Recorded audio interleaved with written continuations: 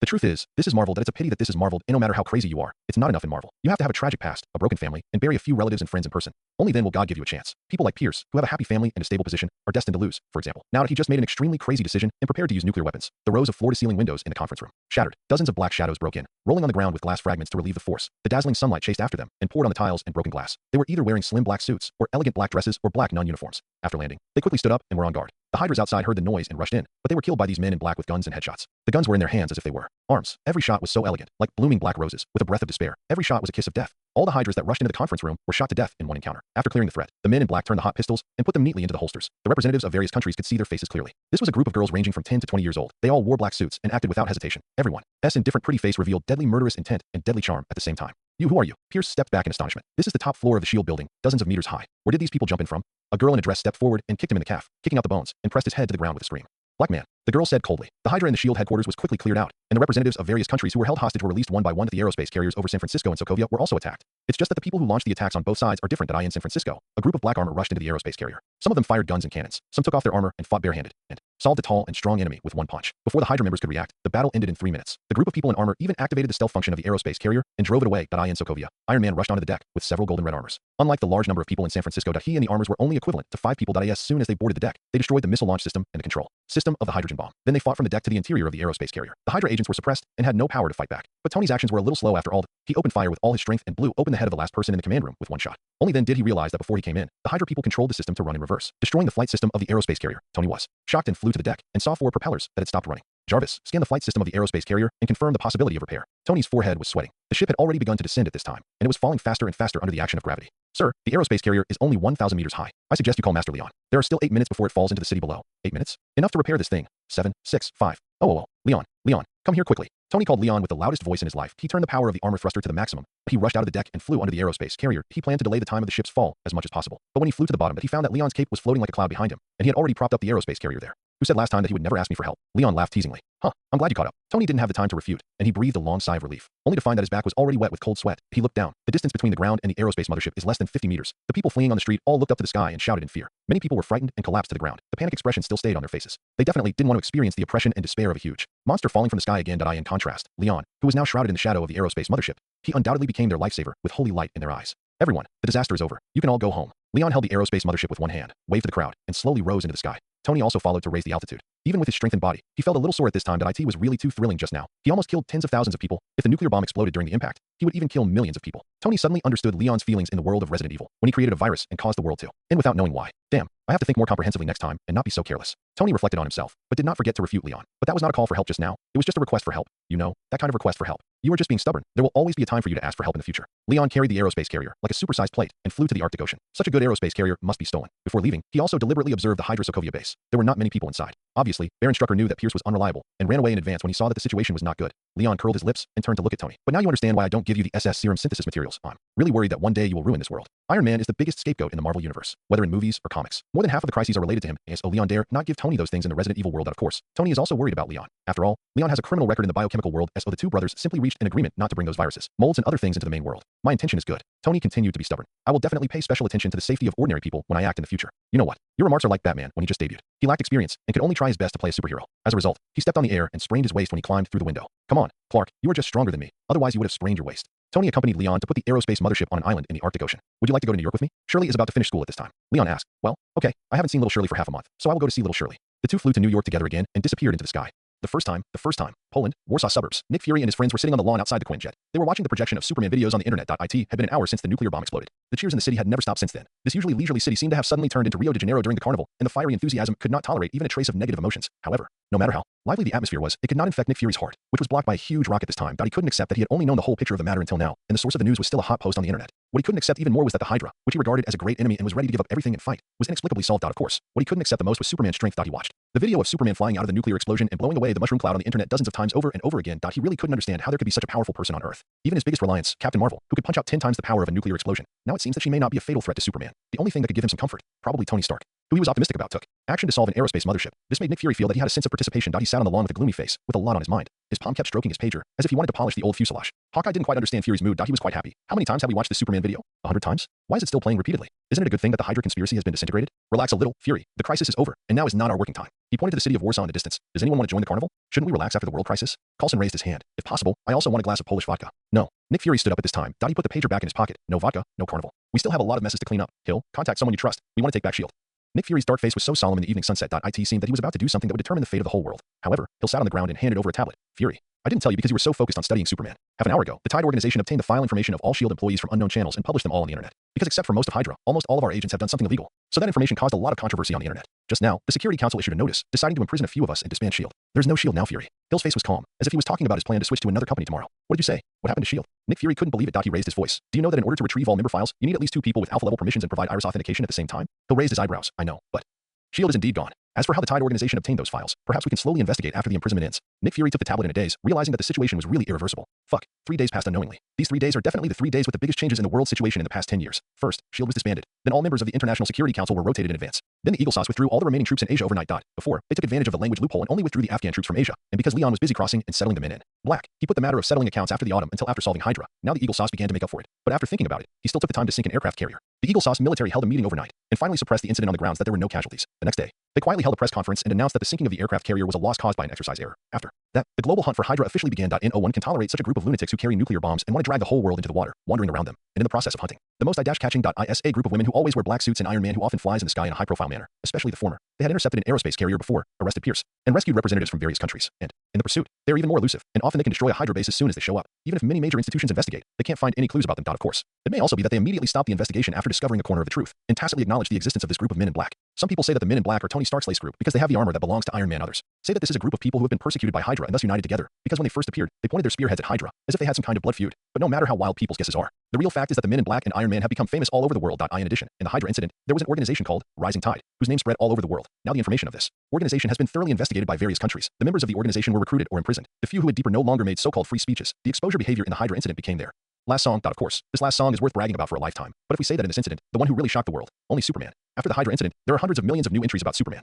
on the internet every day. His influence on the world, from officials to refugees, has just begun to ferment. There are even dozens of camps and schools on the internet because of Superman. The largest of them are the supporters and opponents. The former considers themselves to be supporters of Superman, and their main members are people who have been rescued by Superman. The latter are opponents, and their personnel are a mixed bag, with all kinds of people. In these 3 days, the two sides fought more than 1,000 times on the internet. The aftermath of the battle made bystanders disappear into ashes when they touched it, and it was described as the century war that almost wiped out the entire internet world. And other schools are basically subdivisions of these two schools. There are the Adventists, the Salvationists, the Supreme Gods, the Original Sinists, the Dictators, the Exterminationists, and so on. After 3 days of debate, the supporters have now gained an absolute upper hand. One reason is that they have an advantage in numbers. Another reason is that some people who survived the Warsaw nuclear explosion hacked into the computers of the opponents during the debate, flew across the country to visit them, and had an offline duel. The opponents who were duel posted a message, "I will always support Superman," the next day, and the IP location was the local hospital.so. The opponents gave up and could only wait for the next day to fight again.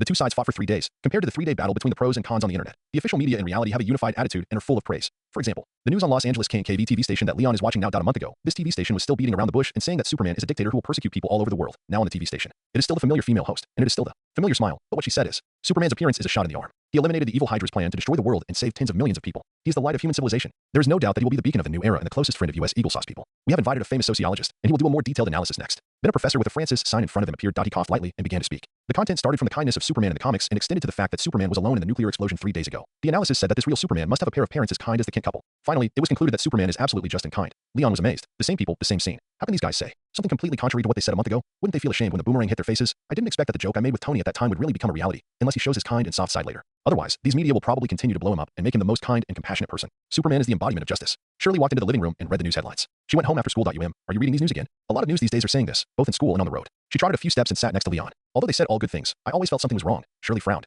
It's like they want to put you, brother Leon, in a very high position and make you unable to come down. Hey, you're really right. Leon rubbed Shirley's head in surprise. Although they said all good things, they didn't mean it out of kindness. Even Shirley could sense the problem, which shows how exaggerated the media reports have been in the past few days. Media around the world are trying to raise Superman's psychological expectations by flattering him. The purpose is to make him change his own positioning. Really think of yourself as a great good man. It is best to think about whether taking the left foot first is in line with your new personality when you go out on weekdays. If Superman is not strong enough, this is a kind of flattery, but he can withstand nuclear bombs. So this is an alternative moral kidnapping. It's just that Leon feels that he does not accept this kind of morality, so he is not kidnapped. Tony may like this feeling. After all, Tony called several times in the past 3 days and expressed his envy and jealousy of Superman's popularity many times. I knew it was like this. Little Shirley was a little happy to hear Leon's words of agreement and felt that she had grown up a little today, but she was a little confused. Then why do you still watch these news every day? Of course, Leon couldn't say that he was watching for fun. He coughed lightly. Actually, I didn't watch the news. I was just waiting for your Uncle Tony's live broadcast. Well, it has started. Let's watch it together. Tony will attend a Senate hearing on private illegal possession of armor today. Lion knew that the hearing would not end in a bad result, so he didn't pay much attention. After all, it was on the Hydra list released by the Rising Tide organization. Many people in the Senate were on the list, and there was solid evidence. The top leaders were too busy to catch traitors and stabilize the situation, so how could they have the energy to find trouble with Tony? In addition, Tony's Iron Man name is now known all over the world. This hearing is just a formality, giving Tony a legal identity to manufacture armor. Lion waved his hand and switched the projection to the channel of the live broadcast of the hearing. In the picture,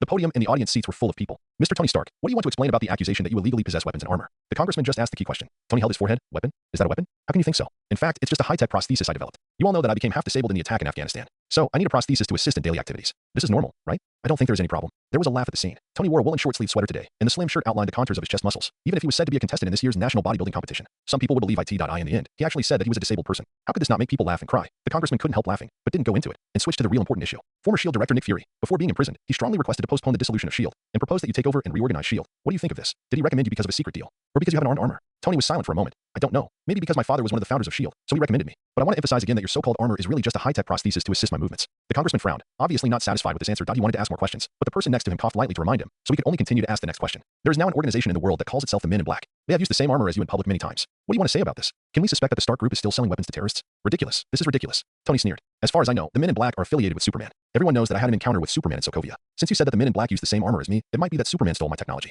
As a taxpayer of the country, can I ask you to help Superman investigate the copyright issue? And if you think the Men in Black are a terrorist organization, you can also order him to disband it. After Tony finished speaking, he leaned back in his chair and turned back to wink at Pepper in the audience, and the scene was completely silent. Even the few people who occasionally whispered shut up, even the senators on the stage showed visible panic. What did they just hear? Are the Men in Black Superman's men? Even if someone suspected this issue before, it had never been confirmed, and no one dared to confirm it. But now Iron Man has raised it with certainty and asked the country to help. Question Superman. The congressman who had just asked the question felt dizzy and dizzy. Isn't it just a few questions about the armor? How can this be related to Superman? That's good. He suspected that in order not to offend Superman, he would be forced to commit suicide by shooting himself in the back when he went out. There is no doubt that many military lunatics who know the horror of Superman will really do this. We don't have such an idea, he explained immediately. Please understand that the question just now is just a normal procedure. We have never doubted your position. The congressman picked up the hammer on the table with trembling hands and knocked it down. It's over. The hearing is over now. It's over. Okay, stop the live broadcast. The live broadcast screen was cut off, and the projector began to play advertisements. Leon and Shirley looked at each other. Just now, did Uncle Tony expose your relationship with your sisters? Shirley blinked her big eyes. Leon tilted his head and thought about it. Although he agreed to Tony's leak in advance, but he still warned Shirley. Now you know how much your Uncle Tony can't keep his mouth shut. His mouth is like a public bus. He runs in at one stop with a piece of news and gets off at the next stop. Don't expect him to keep a secret. Remember never to trust his stinky mouth in the future. Shirley made a zipper gesture with both hands in front of her mouth. I know. Secrets must not be told to Uncle Tony. After the hearing, Tony successfully obtained permission to privately own armored weapons.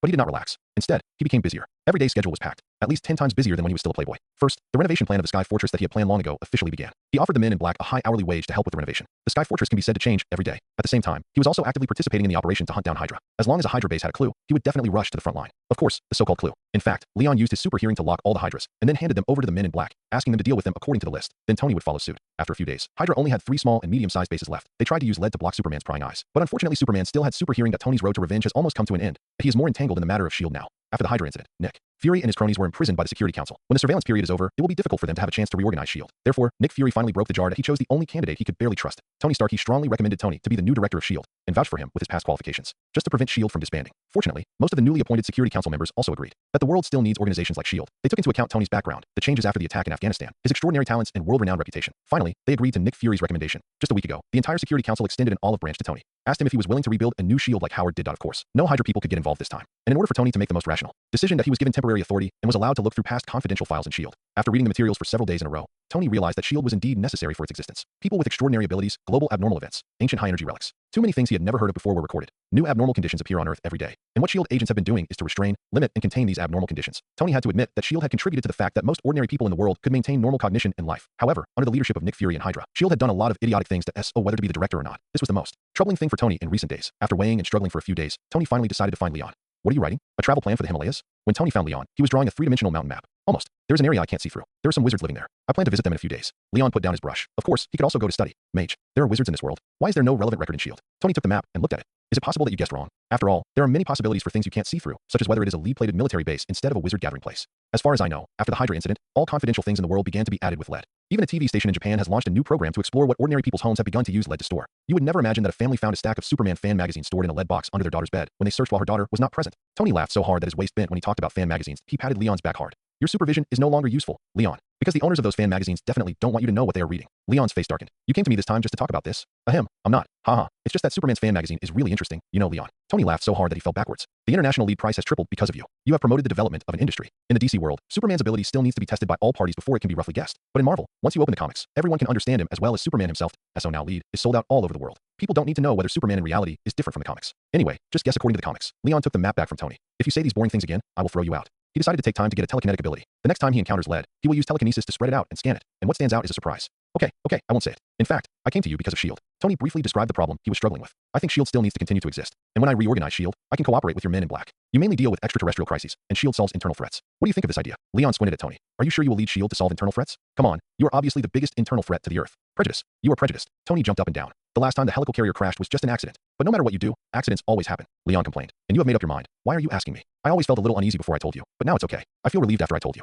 Tony said that he had found someone to back him up, and he could do it freely. Leon looked at him with contempt. You wish. I can't help S.H.I.E.L.D. Then it will not be called S.H.I.E.L.D., but Avengers. Tony remembered the name he saw in Nick Fury's file. The name Avenger is good. His behavior of destroying Hydra is what an Avenger does. When the outside world knows that there is such a group of people who will avenge the world that I guess they will think twice before doing evil. Avenger, whatever you want. If you want me to help, I will agree if you can study the Cosmic Cube in the S.H.I.E.L.D. base for 100 years. Leon proposed a condition. Cosmic Cube. I remember it was mentioned in the level 10 confidential file. Tony frowned and recalled a T this time. The electronic ring on Leon's wrist suddenly sounded a prompt. He turned his wrist, and Natasha's image was projected in the air. Leon, we found some files. You'd better come and see. Natasha's face was more solemn than ever. Hydra's Siberian base. Above the frozen ground. Leon and Tony flew over and entered the base. Natasha took the two to the base's main control room. Various old instruments were displayed here, covered with dust, and had been out of use for a long time. Natasha took out a box of videotapes with yellowed and faded labels and put one of them into the machine. That a snowflake flashed across the black screen of the old monitor. IT began to play a video from who knows how many years ago. Leon guessed that this was a video before Howard's death. He looked at Tony, who was curious, and knew that this curiosity would turn into rage in half a minute.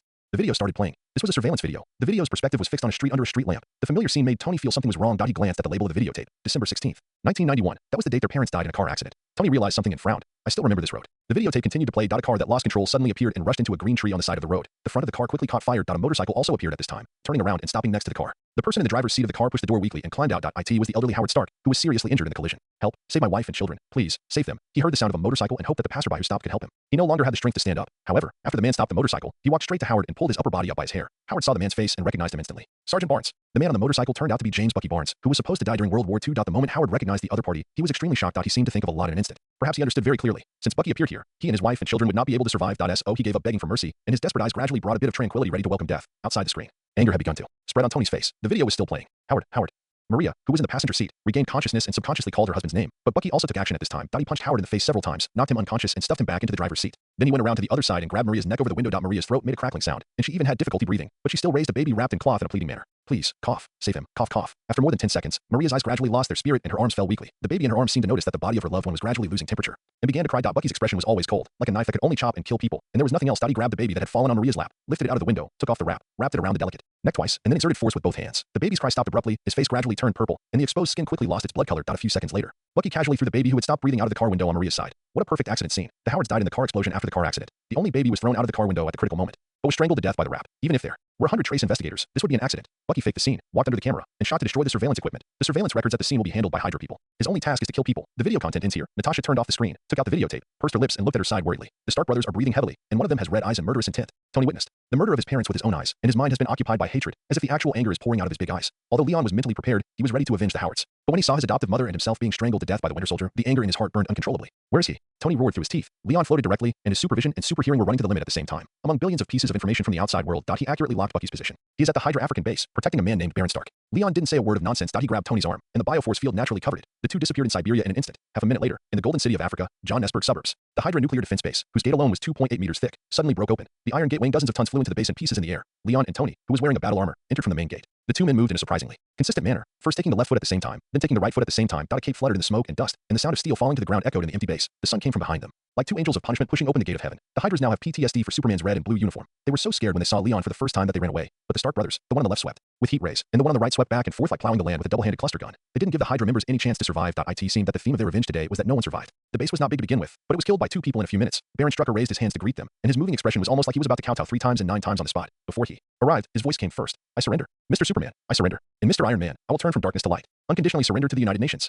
Spare my life. Spare my life. Baron Strucker surrendered faster than Tony's cluster gun, but unfortunately it was still a little slower than the heat ray. He was separated from top to bottom when he was halfway through his words, when the body fell. Leon and Tony just passed by him. In the end, there were only 3 people left in the entire base. Point 1 was Bucky Barnes, the Winter Soldier, who was sitting on the cold brainwashing machine with empty eyes. The other 2 were Starks, who came to seek revenge on him. The Winter Soldier stared blankly at the ground with his lifeless eyes. He did not receive any orders from the controller, so he would not move even if the sky fell. The cluster gun in Tony's right hand was charging in front of the Winter Soldier's head. It's him. Tony said the question in a statement tone. It's him. The heat rays in Leon's eyes were hotter than ever before. Tony looked at the Winter Soldier, and a few doubts flashed across his angry face. But he's a brainwashed person who has lost his self-awareness. That's right. Leon nodded. Legally speaking, he cannot bear criminal responsibility. Even if he kills someone, he can be acquitted in court. Tony was stunned for a moment, pursed his lips, and the cluster gun that was charging dimmed a little, obviously struggling in his heart. But at this time, 2 hot red lights suddenly rushed out from Tony's side and directly blew up the Winter Soldier's head. But morally speaking, he and we have an absolute blood feud. Lion turned his head and left indifferently. It's nothing else. This is a personal grudge. Behind him, the headless body collapsed to the ground without support. Tony Stark stared at the body for a long time without saying a word. Finally, he sighed, charged the cluster guns in both hands, and blasted it into pieces. Tony knew that this was revenge, but he didn't know if it was right for him to do so. The only thing he was sure of was that he had to accompany Leon. Even if the choice was wrong, they had to act together, because they would always stand on the same side. I'll start to form the Avengers when I get back, and you have to join in. He caught up with Leon. Another 2 days passed. The last foundation of Hydra on Earth was also wiped out by the Men in Black. Not only the open forces, even the deeply hidden artificial intelligence Zora, and those who were scattered around the world trying to revive the source of Hydra, Hive. They were all found by Leon and beheaded by the girls. Now Leon can at least not hear the real Hydra conspiring loudly when he lets go of his super hearing. Although there are still many people who claim to be Hydra and do bad things, but the superheroes these people target are local police, so Leon doesn't need to worry about it. For now, Hydra has been completely destroyed. Leon and Tony got their revenge. They broke the knife that killed the murderer, cut off the murderer's head, and buried all the anger in the soil with the body of Hydra that IT was drizzling in Los Angeles that day. Tony and Leon held black long-handled umbrellas and stood side by side in front of the graves of Howard and his wife. The two of them placed white bouquets next to the tombstones in sync. After a long silence, they wiped the inscriptions on the tombstones and left the cemetery together. Tony couldn't remember when he last came to sweep the graves. Leon came every year. He could understand Tony. Looking at the tombstones of Howard and his wife, Tony always felt guilty, angry with himself, and felt that he didn't deserve to stand here. But Tony was always calm today. Leon felt that he was right before. Tony really grew up suddenly this year. Looking back from Tony's perspective, he has experienced too much in the first 7 months of the first half of the year, survived a narrow escape in Afghanistan. After returning home, he was betrayed by his uncle Obadiah. Then he solved the Ten Rings gang in the Middle East by himself. He also saved a different world that was almost destroyed by his brother and became Superman. Later, he finally understood his father Howard's true feelings for him. Finally, he destroyed the mastermind behind the murder of his parents. Hydra that Tony's past 38 years combined are definitely not as colorful as these 6 months. He truly faced himself in various events, found what he wanted to do, and gained peace of mind. Put it in a movie. That means his character arc has been shaped. The story can be concluded here. The ending song and the subtitles of the behind-the-scenes staff can be released. I decided to develop the Avengers. What about you? What do you plan to do next? Tony asked Leon as the two left. I've said it before. Leon's tone was casual, but his goal was clear. Become stronger, keep getting stronger, and enjoy the process of becoming stronger. He slightly opened his umbrella and looked up at the center of the sky. Billions of raindrops fell into his eyes from there, like all living things in the world. I want to see the highest scenery, talk to the top of all things, chat with the first sky, and the eternal will call me a friend, and the transcendent will call me a brother. Leon continued to move forward. This is my ultimate dream.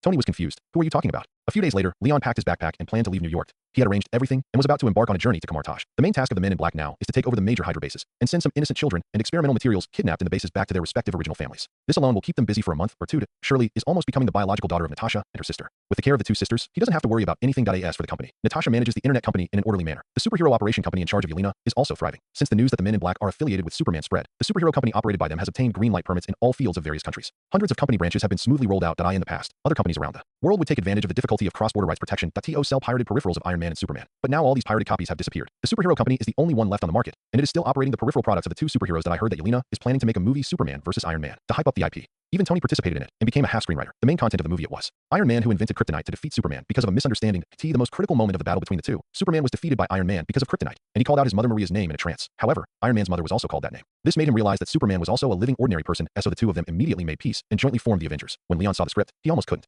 control his distorted facial expression and said on the spot that he would send it back for rewriting. Speaking of Tony, Leon was really worried about this guy. The deadline agreed by the Ten Rings gang was approaching. Calculating the time should be tomorrow or the day after tomorrow. So before leaving, Leon flew back to the seaside mansion in Los Angeles to check the situation. But when he walked into the Stark mansion, from the door to the living room, there were already masked corpses lying on the ground. Tony was sitting in the middle of the pile of corpses, opening a beige letter and reading it, his face as usual. Tony, you were attacked again. Lion could tell at a glance that the people on the ground died in hand-to-hand combat. There was a man with great strength who shattered their internal organs with his fists. The scene was horrible. The deaths of these people were too tragic. It looked like you hired a few people to kill them before the duel. Have you finally decided to give up the armor and return to the name of Muscle Man? You want to fight Wenwu with your fists? It's Iron Man. Tony rolled his eyes and stood up. I will defeat Wenwu with the latest armor. He handed the letter to Lion. I was in an online meeting when these people broke in. They attacked directly, but they turned out to be delivering a message. Lion quickly browsed. Dear Mr. Tony Stark, today is the last day of our appointment and I have heard your name a lot recently. It would be an honor for me to take your head. Out of respect for your contribution to the world that I allow you to choose your own burial place. 1530. I will come on time to send you off. Signed, Wenwu. At least he used honorifics this time, and his tone was no longer condescending. Although he still brazenly said he wanted to take my head, it was a bit of progress. Tony shrugged. Leon destroyed the letter. I thought he said a month was 31 days, but it was 30 days, and it was calculated from the night he attacked you. But obviously he is not well informed, and he still doesn't know the relationship between Superman and Iron Man. Now among the top leaders of various countries, many have guessed that Superman's true identity is Leon Stark. Otherwise, Tony would not have become the director of the new S.H.I.E.L.D. so easily. To be honest, those people were really relieved after discovering Leon's true identity. Compared to a civilian Superman like Clark Kent, they are more willing to accept Leon Stark. Because the Stark family is the vested interest at the top. Basically, they will not overturn the world order without warning. Just because they have greater power and strength, everyone should just think that there is a more exaggerated eagle sauce on their heads and live their lives as they should. However, this Wenwu is a bit unlucky in history. He was also an invincible figure in Asia, but since he found true love in Kunlun Daewoo village more than 10 years ago and lived in seclusion with his wife, his former power network fell apart. It was not until his wife died that he was disheartened and returned as the Dragon King again. But it was difficult to reproduce the former glory in just a few years. It is reasonable that he failed to learn more about the inside story of the Hydra incident in time. Maybe he is not afraid of Superman at all. Tony likes to challenge masters, and he can only appear more powerful if the enemy is strong enough. He waved his hand, and Mark IV immediately flew out of the cabin and possessed. Let's go to the place where you tested your strength last time and wait for him. It's far from the city and suitable for fighting. By the way, 3 p.m. should mean 12 noon. Am I right? The weather was very cold, and the weather was very good. On the familiar grass, Leon and Tony stood side by side, their hair swaying in the wind. The weather on the west coast in July is rainy. At this time, the flowing dark clouds blocked the sun in turn, and the whole world was in cold colors. The grass under their feet undulated like layers of waves in the bleak cold wind. Lion was silent for a while in the cold wind. It's only 11:40 now. We're early. Punctuality is a good habit, and coming early can also give you a home advantage. Tony stood straight and imposing. You don't want the 10 rings to find your house and demolish it, do you? I don't live there anymore. Oh, interesting. How about I use your room to raise a pet dog? If you do that, I'll put your head in your ass. Disgusting. Can we change the subject? Okay, I just wanted to ask. Lion looked up at the Mark IV flying in the sky as a signpost. Where's your new armor? He looked at Tony, who was only wearing casual clothes. Didn't you say that you would use the new armor to beat up Wenwu today? Tony was obviously very satisfied with this question, and raised his mouth mysteriously. You will see it, and it will make you smile all day long. So mysterious? Very good. I'm looking forward to it. Leon raised his eyebrows. I hope you can be quieter when you shout for help later. Hee. Tony sneered, shouting for help. Absolutely impossible. You will only see those guys with underwear on their heads being beaten down by me. Really? The guys are not the key. The important thing is the old antique leading them. Leon's ears moved slightly. They are coming. Where are they? Tony looked around the grass and didn't see any figures. This was originally Stark's old campus. It was abandoned and not rebuilt. There were only sparse palm trees around it. In the distance a few kilometers away was also visible. Looking out, there was a cliff, and the shallows under the cliff. Then, Leon gestured to the sky. Tony looked over and saw 7 or 8 black dots flying in the distance. The rumbling sound of the engine was faint and gradually became louder. Thank you for the generous gift. I thought they would climb up from the cliff like the killers in the movie, but they took a helicopter. 3 minutes later, with a deafening sound, 8 helicopters pushed away the humid air and landed in front of the 2. The sharp cyclone stirred by the propeller spread on the grass. Countless grass clippings were cut into the air, filling the air with the smell of wet mud and making a sharp sound of branches twitching in the airflow. The doors of the helicopters opened one after another. Dozens of masked men quickly got off the plane and assembled, lining up on the grass. The leading helicopter looked like the last big devil in the game. After everyone lined up in front of it and stood at attention, the right door of the helicopter was slowly pushed open, revealing a pair of shiny combat boots, followed by a black ancient costume with a corset. And the movements were neither hurried nor slow. Tony narrowed his eyes slightly. He was a little annoyed and inexplicably felt that he was despised. He thought that today's duel would be a one-on-one battle between him and thousands of troops, and he would blast open the mysterious veil of this 1,000-year-old organization with one shot and one cannon. As a result, the other party swaggered onto the scene in a helicopter. Even when getting off the plane, he showed a high-profile attitude, as if he didn't take anyone seriously, and he and his brother stood here stupidly, like 2 airport attendants, waiting for the big guys on the plane to wipe their shoes and hold up a parasol when they got off the plane. Tony took a few deep breaths. How could he be looked down upon by others like this? He has always been the only one who looks down on others. I want to twist that man's head off and put it on the propeller of the plane and ask him if he will take a helicopter next time. Tony whispered to Leon. Then you can start. Leon took a step back. The old man who got off the plane now is Wenwu. He had no emotion towards Wenwu's contempt. After all, the other party was destined not to leave Los Angeles intact today. Instead, Tony's furious look made him quite interesting. Speaking of which, Tony seemed to have some misunderstandings about today's battle. He always thought that he was challenged to a duel, so he thought that the other party would come on stage fully armed and cautious. And then both sides shook hands to express that they would fight regardless of life or death. However, Wenwu was only issuing death notices all the time, and his contemptuous attitude remained the same. It was Tony who added too much to himself. Drama. Hello, Tony Stark. I'm Wenwu. Tony walked forward with his eyes wide open, but Wenwu spoke first. This is a typical East Asian man with a slick back hair. He has a particularly traditional gentle temperament, and his eyes are deep and polished by time. At first glance, people will think that he is well-read, introverted, and implicit, just like the ancient text says that a gentleman hides his sword but does not use it. But as soon as he opened his mouth, he was sharp and violent. You also brought your brother here. It's a pity. You all have to die here today. Tony was not to be outdone and looked directly into Wenwu's eyes. Oh, really? Why can't you and your men die here? He tried his best to say harsh words, but the momentum of a playboy can be invincible on the graceful thighs of girls. But in the end, he was somewhat inferior to the sharp eyes of the other party who drew a knife and a sword. At least in Leon's eyes, Tony showed some disadvantages. I'm going to die here. Wenwu seemed to have heard a joke. He walked past Tony and looked around the surrounding environment. The cemetery you chose for yourself looks beautiful, Mr. Stark. He turned around and raised his hand to Tony, who was looking at him. Your contribution to the world is worthy of respect, but the reputation of the 10 Rings gang cannot be damaged. I'll give you a chance to attack, Mr. Stark, but you have no chance of survival. If you want to try to escape, please do it as soon as possible. Wenwu looked at Tony, but he didn't see the other person in his eyes. Thousands of years of fighting made him believe that he was undefeated and that he was invincible with the 10 Rings. Tony opened his mouth and wanted to say something to put on stage, but he thought about it and thought that the coolest thing he had said in his past life was, I am Iron Man.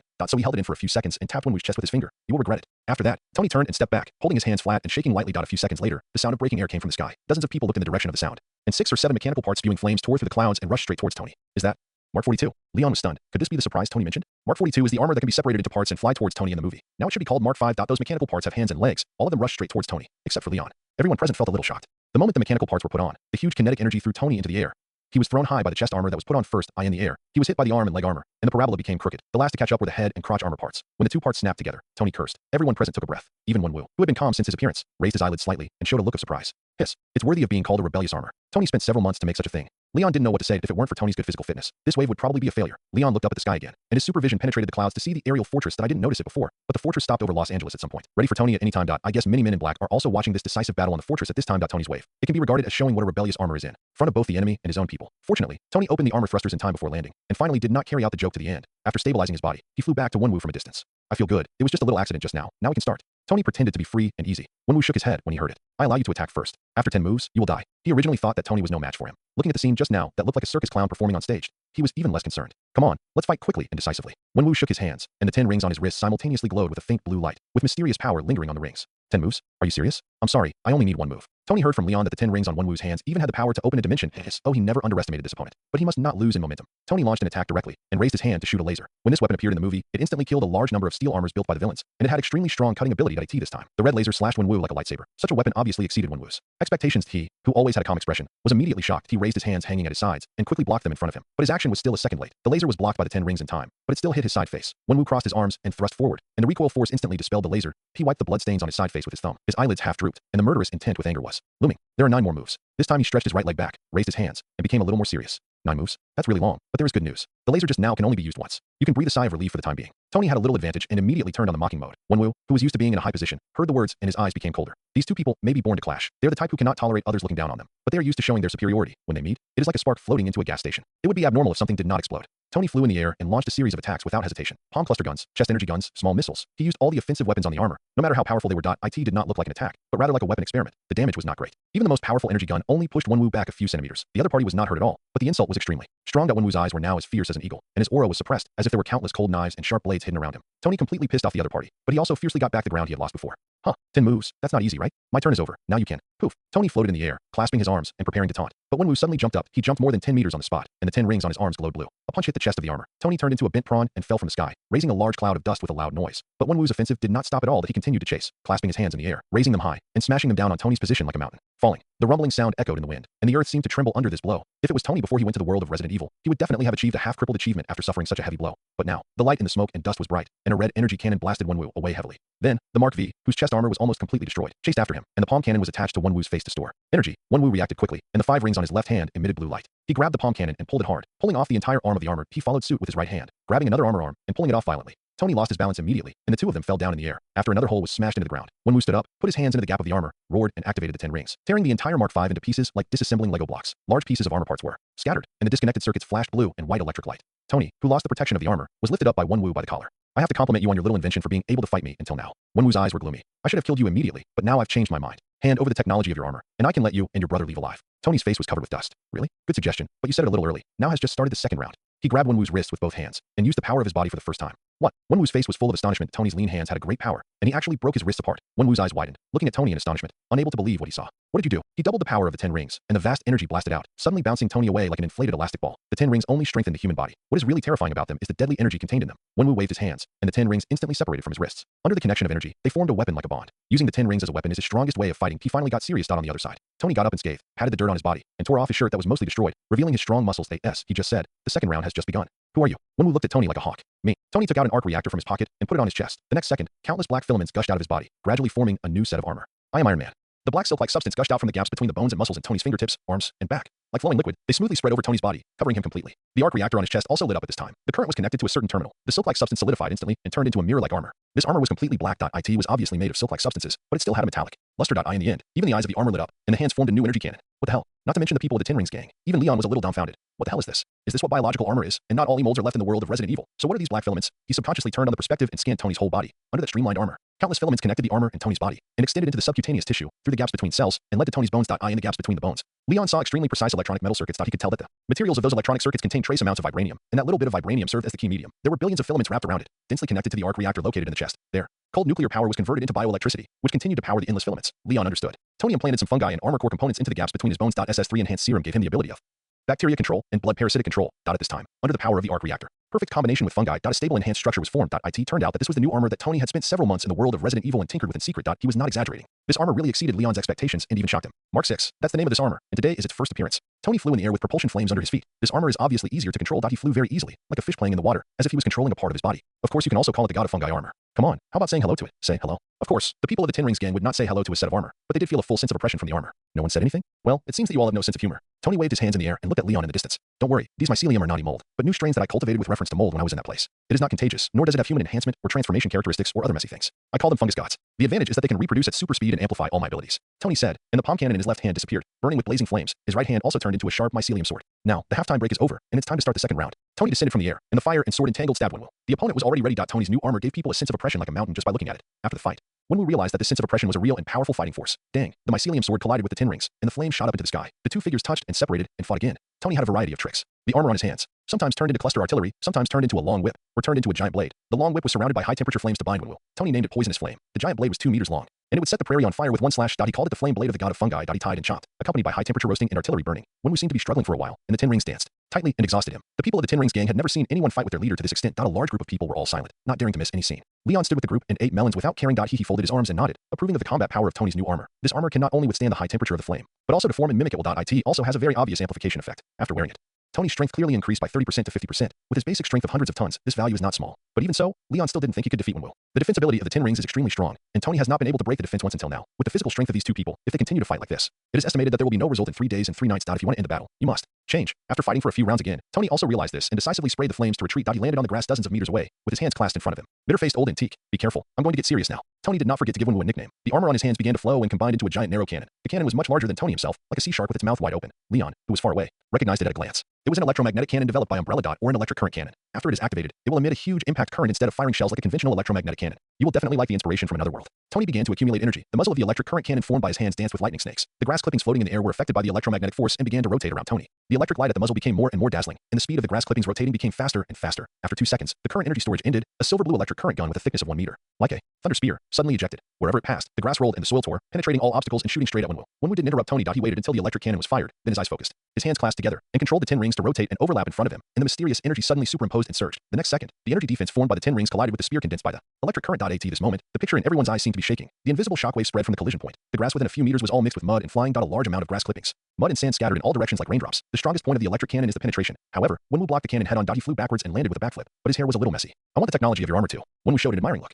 The two of them were in a state of panic, and the two were in a state of panic. Wenwu acted very relaxed, but Tony couldn't be relaxed. His slightly smug expression turned serious. Just now he thought he had the upper hand, but now it seems that it was just that the opponent couldn't show his true strength in a hurry in close combat. He pulled away, but it was a stupid thing. Tony suddenly realized that Leon's evaluation of the leader of the 10 Rings gang was very objective. If it was him who had just received the death notice a month ago, I'm afraid that even 100 of them would not be his opponent. Tony felt a little tricky, but the formation must not lose. He shot back. Do you still like to ask others for candy? Bitter-faced old antique? Come on, I'll give you this candy if you beat me. Wenwu smiled coldly, and the 10 rings began to move in his palm. His way of exerting force changed, and his movements were both hard and soft, like autumn wind sweeping fallen leaves, and like winding water flowing through mountain streams. The energy of the 10 rings began to merge and overlap. Suddenly he punched out. The 10 rings overlapped each other, exploded in a ball of azure energy, and blasted towards Tony. Tony subconsciously turned on the thrusters to dodge, but the 10 rings followed. He could only choose to condense a mycelium shield with his hands as a defense. However, after colliding with the 10 rings, the shield immediately shattered without any resistance. The black fungi died instantly under the terrifying energy and scattered in the air. Tony was also knocked to the ground in a mess. When he stood up again, a large piece of armor was missing from his chest. However, when there is enough energy, the hyphae split quickly and repaired the gap in the armor in a few seconds. Fungi born from the world of Resident Evil are so unreasonable. Tony still remembers it. In the other world, he followed the new human army to destroy the zombie army. After those super zombies entered the 3rd stage, they would change from human size to the size of a small mountain without any signs. They simply did not follow the most basic law of conservation of mass. Tony guessed that it should be a mysterious mechanism unique to the biochemical world that can convert energy and mass.so. He cultivated a new type of fungus and applied this mechanism to his armor. Now as long as there is enough energy, his armor can reproduce infinitely, and it can be said that it will never be destroyed. That punch just now was indeed a bit painful. I admit that you have some strength. Tony twisted his neck and condensed a giant sword with his hands again. Wenwu is better at long-range attacks, so of course he has to shorten the combat distance. It doesn't matter even if it becomes a war of attrition. After absorbing the energy from the reactor, the fungus god armor can feed it back to him to replenish his physical strength. He has every confidence that he can fight like this for a whole day. Tony shouted, "Come on." And the thrusters under his feet exerted force, and the sword was placed in front of him, diving towards Wenwu close to the ground. However, Wenwu did not fight him in close combat this time. He tapped the ground with his feet and retreated like catkins in the wind. Damn, this Wenwu can also walk lightly. Lion, who was watching the battle, looked at Wenwu's figure floating on the grass, feeling like watching a martial arts movie in his previous life. His body movements were so graceful. How could Tony catch up with him? After chasing and chasing, the distance between the two could not be shortened at all. Moreover, Tony could not attack Wenwu, but Wenwu could continue to use the 10 rings to cause him injuries. However, Tony, who had superb regenerative abilities in both his body and armor, was like a cockroach. No matter how he fought, he was in his prime. The fight lasted for more than 10 minutes. One couldn't touch the other, and the other couldn't kill the other. Both were extremely angry. Tony simply gave up close combat. His hands switched again, turning into lasers. He waved 2 scarlet lasers like a Jedi Knight. Wenwu stopped running and once again made a Tai Chi-like starting posture, running the energy of the 10 rings. The 10 rings collided with the lasers, and naturally the lasers were easily dispersed. The 10 rings were stacked together. They hit Tony's chest directly. The fungus god armor was smashed into pieces again. This time, even the reactor was smashed into scrap metal. However, Tony was still flying in the air, and he took out a new arc reactor from his pocket and stuck it on his chest, and the fungus god armor was repaired again and again. Wenwu gritted his teeth. He took back the 10 rings with both hands, accumulated energy again, and attacked again. This time he chased Tony. Every time Tony's armor was repaired, the 10 rings would rush up again. With one flying in the air and the other chasing on the ground, the situation was reversed again. This is a match made in heaven. Lion sighed. If Tony's fighting skills were more sophisticated, maybe he could break the deadlock. In the blink of an eye, Tony and his 2 men's fight had gone beyond the scope of the grass. Wenwu was bombarded from time to time. Tony was even knocked off the cliff by the 10 rings. Lion wanted to chase him, but Wenwu threw down an order without looking back and jumped off the cliff. Catch Tony Stark's brother. I want to see if he is willing to hand over his armor for this brother. Oh. Lion turned his head and looked. Dozens of 10 rings members, either wearing training clothes or ninja clothes, were showing him ferocious expressions. Actually, I think everyone can sit down and have a calm chat. Lion spread his hands. However, the members of the 10 rings gang had already drawn their guns and swords. Okay, let's try another way. Leon's eyes lit up red. A second later, he flew towards the cliff amidst the weak wails of the crowd. However, before he got close, he heard a dull thumping sound. Boom, boom, boom. It was like a giant hammer hitting the cliff. One could even hear the voices of Wenwu cursing at the monster. How long has it been? What happened under the cliff? Leon was suspended in the air, flew to the seaside, and looked down. Thank you for the generous gift. He couldn't help but swear. There was no Tony under the cliff. No, there was no Tony under the cliff in human form. There was only a beach where the cliff and the coast met. Countless dark mycelium spread in clusters, covering the entire coast. At first glance, the cliff was black, and the sea level under the cliff was also black. The whole area is full of hyphae. The originally green trees are covered by hyphae and become shriveled branches. The fish in the sea are entangled by hyphae and only dead bones are left after a few seconds. In the center of this dark and desperate mycelium coast, there stands a huge black humanoid fungus that is more than 10 meters high, and Tony is on the chest of that fungus. His chest and cheeks are exposed. The limbs and head are immersed in the huge fungus, connected by the hyphae that are getting thicker and thinner. When he waved his hand, the giant fungus also waved, but the large fungus has no feet, so it can't move. Tony has become a tyrant, BOW, and Resident Evil. Leon was dumbfounded, but he soon found something wrong. Wait, he is conscious, and there is no sign of erosion on his body. Everything should be under his control. He controls the mass reproduction of fungi, drains nutrients from the coastline, uses them to expand the fungi, and thus increases their own power. In other words, this is not a tyrant, but a fungal model. Gundam. What the hell is this? Tony drives a Gundam. Leon slapped his forehead. Is Tony's style a bit distorted? Is this still Iron Man? Leon couldn't figure it out for a while, but he knew that the giant fungal armor was really strong. Because now Tony controlled the armor to slap Wenwu. It was like slapping AFLY. Directly broke through the defense of the Ten Rings. He even lifted Wenwu's ankle and smashed him on the ground. It was as easy as smashing a piece of dough. The power increases between 5 and 10 times. The power of this giant fungal armor is about 1,000 tons. Leon made an assessment. Although it's a little weird, it's really amazing. He didn't know what to say. A few minutes later, Wenwu, who was caught by Tony, screamed and was sucked into a mummy by the fungus. Tony breathed a sigh of relief. He looked around, and then looked up to see Leon in the sky. And his tired look disappeared immediately. Leon. He raised his chin and opened his hands. How is it? Did you drop your jaw? My fungus god armor is not bad, right? The leader of the Ten Rings gang was solved with a slap. Leon landed in front of Tony. How should I say? It seems good. But what are you going to do now? These fungi can't stay here, right? I can control their growth. Don't worry. Tony moved his mind, and the fungus that fixed his left hand retreated like a tide. He turned his left hand on the arc reactor. Just reverse the direction of energy transmission, and they will soon lose their vitality. The arc reactor began to shine brightly. The bioelectricity of the mycelium is converted back into electrical energy through Tony's body. Leon can see the tips of the large mycelium on the sea surface had begun to turn grayish-white. But he quickly frowned. Wait a minute. If all the bioenergy contained in such a wide coast is converted into electrical energy, it may overload your body. Before he finished speaking, Tony let out a heart-wrenching scream. The blood vessels on his chest expanded and ruptured rapidly, and his heart began to expand and showed a tendency to explode. The huge reverse energy made his body start to overload. Damn it. Leon grabbed Tony directly, pulled out the arc reactor, and crushed it with his bare hands. I knew you were unreliable. He complained, and his eyes erupted with heat rays. In a few breaths, all the mycelium, cliffs, and coast were burned together. The originally green coastline turned into a lava layer in the blink of an eye. After being covered by seawater, only a dark stone wall was left. Tony looked at the scene with a heavy breath and smiled bitterly. It was originally perfectly controlled, but there was a little accident. I may have to adjust the energy return path again. Red light flashed in many places on his body, and super regeneration began to take effect. Do you want to have it next time? Don't use this Gundam form if you can. Leon landed on the ground with Tony and walked towards the place where the Ten Rings fell. The body of Wenwu was sucked dry by the mycelium and turned into ashes under the heat rays. Only the Ten Rings were left lying quietly on the charred rock. Even the surrounding land was tossed by the heat rays. The Ten Rings still looked spotless. It's just that the magical brilliance was restrained and turned into the appearance of ordinary metal rings. Leon leaned over to pick up the Ten Rings and wiped them gently. Tony leaned forward to look. Why don't they light up like light bulbs? Is there a switch hidden somewhere else? Or is it touch-controlled or voice-controlled? Tony was obviously playing tricks. What voice control? Do you really think these Ten Rings are household appliances? Leon was amused. They are controlled by thoughts, just like your mycelium. Just watch. He focused his eyes slightly and easily communicated with the Ten Rings, and the ordinary iron ring shone brightly. It was just different from the hands of the civil and military. This time, they bloomed with platinum light, like 10 diluted suns, rotating around Leon. What do you feel? Tony was very interested in these 10 rings that could rival his armor. There's a huge amount of energy running inside them. This energy has begun to strengthen me. Leon spread his hands, and his body naturally floated up. The 10 rings wrapped him up and down like a halo. A few seconds later, Leon landed again, not satisfied with the strengthening of the 10 rings. Unfortunately, the strengthening strength is not very strong. The strength has increased by about 1%. Tony's eyes widened. 1%, 20,000 tons? Or 40,000 tons? Can these 10 rings increase a person's strength so much? One arm has increased by about 20,000 tons. This should not be its limit, but it is not very compatible with me. Lion controlled the 10 rings to put on his wrist. Then Wenwu's adaptability is incredibly low. His strength is only a few dozen tons. It's different. My physical fitness is high enough to accommodate more energy. Lion turned the 10 rings. The 10 rings have strengthened Wenwu's physical fitness by hundreds of times. Maybe he is more suitable for using the 10 rings than me. In addition to strengthening physical fitness, the 10 rings can also give people a long, even permanent life. No, you said immortality? Are you serious? Tony couldn't believe it. Of course it's true. Wenwu has lived for thousands of years without dying, but I don't feel any change in my lifespan now. Is it because you are still young? Maybe. Lion waved his hand. But the most powerful force of these weapons lies in themselves. He suddenly threw a punch at the C.5 rings were arranged in a straight line and shot out like javelins. The sea in front of the two was suddenly split in two, and the waves were more than 10 meters high, exposing the seabed in the offshore area. This is their own power. Leon did not use any force in this punch, but completely controlled the 10 rings to destroy it. With a flick of his wrist, the 5 rings returned and were put on his forearm. The sea surface on both sides also merged again. Countless water splashes collided and shattered into water droplets, splashing on the shallows like drizzle. Tony's eyes lit up. I suddenly have a bold idea. You want to use the 10 rings on the armor? Leon immediately followed the brain circuit. The 10 rings might really be suitable for Tony's fungus god armor, in Leon's opinion. This armor is quite similar to the symbiote armor of another Tony in the comics. Maybe it is slightly inferior in combat power, but it is definitely not inferior in potential if the 10 rings are added to it, and its power is fully exerted. Maybe Tony can use the fungus god armor to show some of the style of the celestial god armor in the comics. It's not impossible. Here, this is your trophy. Let's try it first to see if it can be used. Lion controlled the 10 rings to fly out of his hand and flew in front of Tony. It can be said that the attack of Wenwu was completely solved by Tony's own strength, and Lion just played the role of watching the show. Most. He killed a few troublesome soldiers. It is not an exaggeration to say that these 10 rings are the trophies after Tony defeated Wenwu. When a warrior defeats the devil, he must explode some equipment to upgrade it. This is normal, right? Do you still need to try it? Tony took the 10 rings as a treasure and put them on his arms respectively. Now let's see how well I fit in. I think it will be a 100% match. He clenched his fists, expecting Wumi. Leon, I'm going to be Superman too. It can be seen that Tony actually wants to use the 10 rings to build an anti-Superman armor. Hey, he tried to control the 10 rings with all his strength. However, the 10 rings did not move at all. His back muscles bulged, and he imagined that the power of his whole body flowed to the 10 rings. However, there was still no movement. Tony was a little anxious. He half crouched down and used all his strength. Tony's roar circled on the seashore. He was like an fascinated otaku who imitated the Super Saiyan transformation naked. However, except that the voice became louder and louder, it still did not cause the 10 rings to move at all. Shit, Tony shouted until his neck turned red, and finally gave up and stood up panting. He didn't know whether it was because of embarrassment or lack of oxygen after shouting for a long time. He felt his face burning. He was confused. Just now he saw Leon controlling it like this. Am I not adaptable? Tony frowned at the ring in his hand. Leon reminded. Why don't you try it in a different position? How to try? Tony was stunned. Maybe different people use the 10 rings in different ways. Why don't you try to communicate with the 10 rings while shouting at the magical girl to transform? Tony's face darkened. Are you serious? Forget it. You should use this thing. It has at least an increase of 20,000 tons. Leon didn't answer. I can't use it. It's only 20,000 tons. What can it do? You can keep it for research slowly. Research. By the way, let's go back to the fortress and try it with high-frequency current. Tony opened his mind. I don't believe I can't use this 10 rings. If it really can't be used, I will melt them in the fortress. He took out an arc reactor and put it on his chest, wearing the fungus god armor, and flew into the sky. Leon laughed dumbly. No, Maybe they just need a specific state of mind to resonate. First shout, magic girl, transform. Shut up. Tony flew to the fortress. After a few days of exploration, in the subsequent experiments, Leon was right. When resonating with the 10 rings for the first time, it does require a relatively stable mood. To put it in a difficult way, it is to have a state of being as kind as water. After the first resonance, it is very simple to control it, and you can control it with a thought. Tony complained about it for several days. It's just a weapon. How can it be related to the psychological state? While Tony and Wenwu were fighting out on the other side of the earth, Nick Fury, who was under supervision, was not idle either. Although he could not access the internet or contact the outside world when he was imprisoned, but Fury always has his own intelligence channels. He must find out the true identity of Superman. Such an unknown, mysterious strong man is too dangerous for the Earth. However, a week later, his informant still failed to provide him with any useful clues. Instead, it was Tony Stark who was recommended by him for the position. After the Security Council conducted a detailed background check on him, that a copy of the corresponding report was also sent to him, and he was required to read it carefully. Wow, he once stayed with 7 cover girls at the same time in one night. Our new director is really charming. Nick Fury flipped through the report on Tony casually, not paying much attention.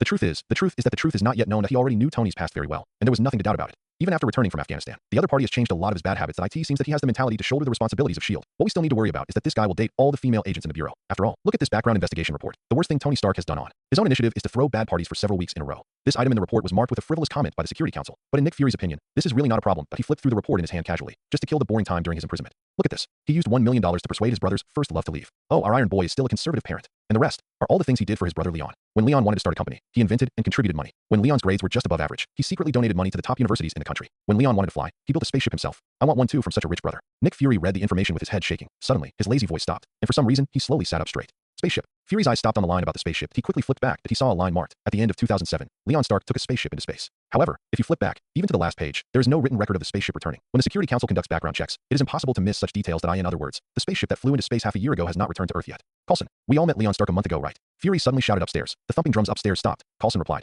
yes, sir. On the day Tony Stark announced that he was Iron Man, we all met his brother Leon. You were kicked out of the villa by him. That's really impressive. Nick Fury lowered his head and pointed his index finger at the photo of Leon in the file. Now I know why the Security Council asked me to read this file. So you are Superman, Leon Stark. This is a truth that will make people feel relieved. The spaceship is still floating in space, but the people have returned to Earth. The time of reappearance 6 months later coincides with the time when Superman appeared. Tony Stark also showed his attitude of knowing Superman at the hearing. With so many clues in front of us, no matter how incredible it is, we can infer the facts. Nick Fury paced in the room. Iron Man, the Men in Black, and Superman. The three forces that suddenly emerged turned out to be just one of them. Could it be that the exposure of Hydra was also caused by them? Why did they do this? Maybe it has something to do with Howard Stark. Nick Fury sat back in his chair. His eyes fell on Leon's photo. But at least Superman's identity is known. He can barely be trusted. Maybe we can pull the two brothers into revenge. Damn it. Tony Stark has renamed S.H.I.E.L.D. to the Avengers. Ludan suddenly remembered that the Avengers he had been thinking about had become Tony's. He was so angry for a while. After calming down, his eyes were dim, and he suddenly realized the Stark brothers have already mastered the most powerful force and the most important power on Earth today. They can no longer be restrained, and Tony was pushed to the position by Nick Fury himself. This made Fury suddenly feel upset again. Maybe when my imprisonment is over, it's time for me to go to SWRD and have a good chat with Rambo. He whispered to himself. The day after defeating Wenwu, Tony was busy studying the 10 rings, transforming the fortress, and forming the Avengers, and Leon had packed his bags and boarded a plane to Nepal. The ultimate goal of this trip was to go to Kamartaj to study.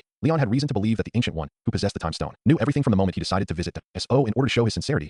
He didn't even consider going to the sanctuary on Bleecker Street in New York. Instead, he went far away. He chose to approach the door in the way of ordinary people. He took a plane to Kathmandu, where he would look for the headquarters of Kamar-Taj. In his imagination, he would measure every inch of Kathmandu with his own footsteps, just treat it as a tour. While searching, he could also visit the famous Pashupatinath Temple and Buddhanath Stupa. For this reason, Lion asked Jarvis to help him make a 3-day and 3-night travel guide. However, Lion had just got off the plane. A black man in a hooded robe stopped him outside the airport. The black man put one hand in front of him and bowed respectfully. Dear Mr. Superman, the Supreme Sorcerer asked me to say hello to you on her behalf. Please follow me. I have found a car to go to Kamartaj. Huh? Oh, okay. Lion's thoughts had not yet turned around, and he had already followed the black man into the car. I'm Carl Mordo, Mr. Superman. Just call me Mordo. You just got off the plane, so you can take a break. We'll be there soon. Okay. Thank you for your hard work. Lion looked at the flowing street scene outside the window, transitioning from the suburbs to the downtown, and then entering the old temple area. He was a little caught off guard. The 3-day and 3-night travel plan seemed to end before it even started. Kamartaj, which he thought would take a long time to find, actually went directly to the airport to pick him up and gave him a home-like service. More than 10 minutes later, Mordo parked at a street corner and actually trotted to open the door for Lion. That he took Lion's luggage with both hands and led the way in front, saying that the location of the sanctuary was not convenient for parking, and he had to walk there, and he was wrong that Superman had to take a few more steps. Lion nodded repeatedly, saying that it was all right. But he felt a little strange, and I thought that since we have already met at the airport, you, Master Mordo, should just land in front of Ancient One as soon as the portal opens.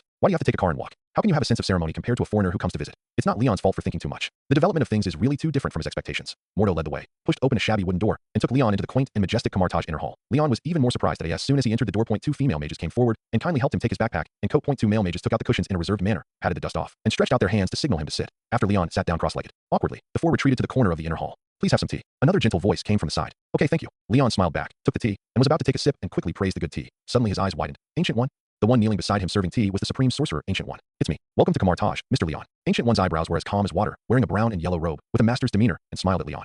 The old man was very happy. You know me? Of course, you should know me. Lion looked at the big bald head in front of him and determined that it was the hairstyle of a strong man. I mean, you don't seem to be the type of hospitality, but today you picked me up at the airport and served me tea, which really flattered me. You don't want me to do you a favor. Lion thought of a world consciousness that was wagging its tail to him. He took a sip of tea. Is this honey tea? It tastes good. The ancient wizard turned his fingers, and the teacup in Lion's hand automatically refilled with tea. If you like it, drink more. We still have a lot here. You don't have to feel restrained or suspicious. I don't ask for anything. This is just the way Kamartaj treats guests. Welcome and treat them politely. It's the same when Strange comes. Lion raised his eyebrows. That's not right. When an atheist like him comes, you must show him your power first. Ancient One smiled. You have to serve him tea to show your power. Lion nodded. What about me? I thought you would come earlier, Mr. Lion. Ancient One smiled. For example, after your 18th birthday, or after you come back from space. I've been waiting for you for a long time. It sounds like I've broken my promise many times. Lion complained, but I don't remember us meeting or making an appointment. No, but Mr. Lion must know the term long-term spiritual connection. Ancient One smiled. So we have been friends for a long time? If you want, you can. It's an honor, Master. You should know that I came here to learn magic. Leon asked the purpose. Ancient One nodded. From now on, all books in Kamartaj are open to you. Thank you. Or you can let me do something. It feels awkward to take it for free. Ancient One's smile seemed to be warmer. I only have one question. What do you say? How much do you know about the crisis that our world will face in the future, Mr. Leon? Well, Dormammu, Infinity Stones, and Thanos. You really know a lot. In addition to this, is there anything else? And the multiverse crisis? That's what I want to say. I'm afraid the time for the crisis to come is very close. Ancient One said. Leon's relaxed back straightened up. What do you mean? Since a few years ago, when Wu's 10 rings have been sending some special signals to the outside of the universe. Do you know what it is? The 10 rings transmit signals? Shouldn't it wait for more than 10 years? Leon frowned. In the movie, it was not until Shang-Chi mastered the 10 rings that this set of artifacts began to transmit information to the multiverse. But Gui said that they have already started. Why is there a difference in time? And what information does it transmit? Leon felt that he had missed something. You have used the 10 rings. Do you remember what it can bring to people? Gui persuaded. Power, energy, and life? Wait, you mean life? Leon caught the clue. He touched his chin and analyzed. Lifespan is actually time, multiverse. Could it be that these 10 rings are actually the weapons of Kong, the legacy of the creator of the Time Variance Administration? Or are they the weapons of a variant of him? Lion suddenly realized the 10 rings may be transmitting the coordinates of our universe to a variant of Kong. Before he traveled through time, the plot of the Marvel Cinematic Universe had only reached Captain Marvel 2. So he was actually not clear about the future situation of the MCU multiverse and could only speculate based on clues. Ancient One nodded in approval. The crisis of the multiverse has begun, and it won't be long before it affects us. Lion frowned. So, our world is not the main universe, and the timeline of the main universe has reached more than 10 years later? Ancient One smiled. It depends on how you define the main universe. Isn't the main universe the one with number 199,999? Leon said as a matter of course. This is how Marvel ranked the movie universe in the previous life. But Ancient One shook his head. She stood up, walked to the center of the inner hall, and suddenly stretched out her hand. Using cosmic energy to construct a chaotic universe map. In our world, the multiverse is not just one inch. Her palms moved rhythmically. Many black spheres representing the universe immediately appeared in the three-dimensional figure. Countless spheres formed several sets around each other. There are many multiverses under the omnipotent universe. We are one of them. Its number is 199,999, and each parallel universe inside has its own number. The main universe you mentioned is actually numbered 199999, but in our multiverse, it can indeed be called the 616 universe. And here, we are one of the other parallel worlds, numbered 199999. Leon was stunned. Isn't 616 the main universe of the comics? Ancient One was stunned. What comics? I mean, shouldn't there be only one 616 universe? Not really. Ancient One said, the multiverse is like an apartment building, and each building will have its own 616 room. But you were right about one thing. No matter which building it is in, 616 is a main universe similar to the benchmark. It is like a model house in the multiverse building. Other universes change based on it. Among the many buildings in the omnipotent universe, the most important ones are ours and another one. But the residents in the other building are much stronger than us. Leon understood. This is about the comic universe and the movie universe. That's good. The movie universe always claims that its number is 616. While the comic universe calls it 199999. It was made clear by the Ancient One. In summary, different numbers come from different perspectives. From the perspective of the omnipotent universe, the movie multiverse is like a pocket, and the overall number is 199999. But when people in the movie universe look at themselves, they will call their main universe the 616 universe, because in Marvel, 616 represents the benchmark. So, our benchmark universe has already started the multiverse war? Leon asked. That's right, and the 10 rings will be one of the fuses that brought the flames of that war here. Then I will go back and ask Tony to block the signal of the 10 rings. It's useless. The information was sent a few years ago, and now the enemy may be on the way. Master, you are so calm. You should have a way to deal with it, right? Leon felt a sense of crisis. In a multiverse war, at least a single universe level strength is needed to be able to protect oneself, and he is still far from that. Ancient One looked at Leon, but did not answer. His smile was as warm and stable as a spring conversation, without any worry. You came here to learn magic. Why don't we experience it now? For some reason, she changed the subject to magic. The first time, the last time, Leon stood up curiously. How to experience it? Like this. Gui suddenly slapped the palm, directly hitting Leon's chest. Leon subconsciously dodged sideways. Gui's finger palm slapped in the air, and then followed up with another palm. Leon still subconsciously dodged and dodged again. Gui had no choice but to stop.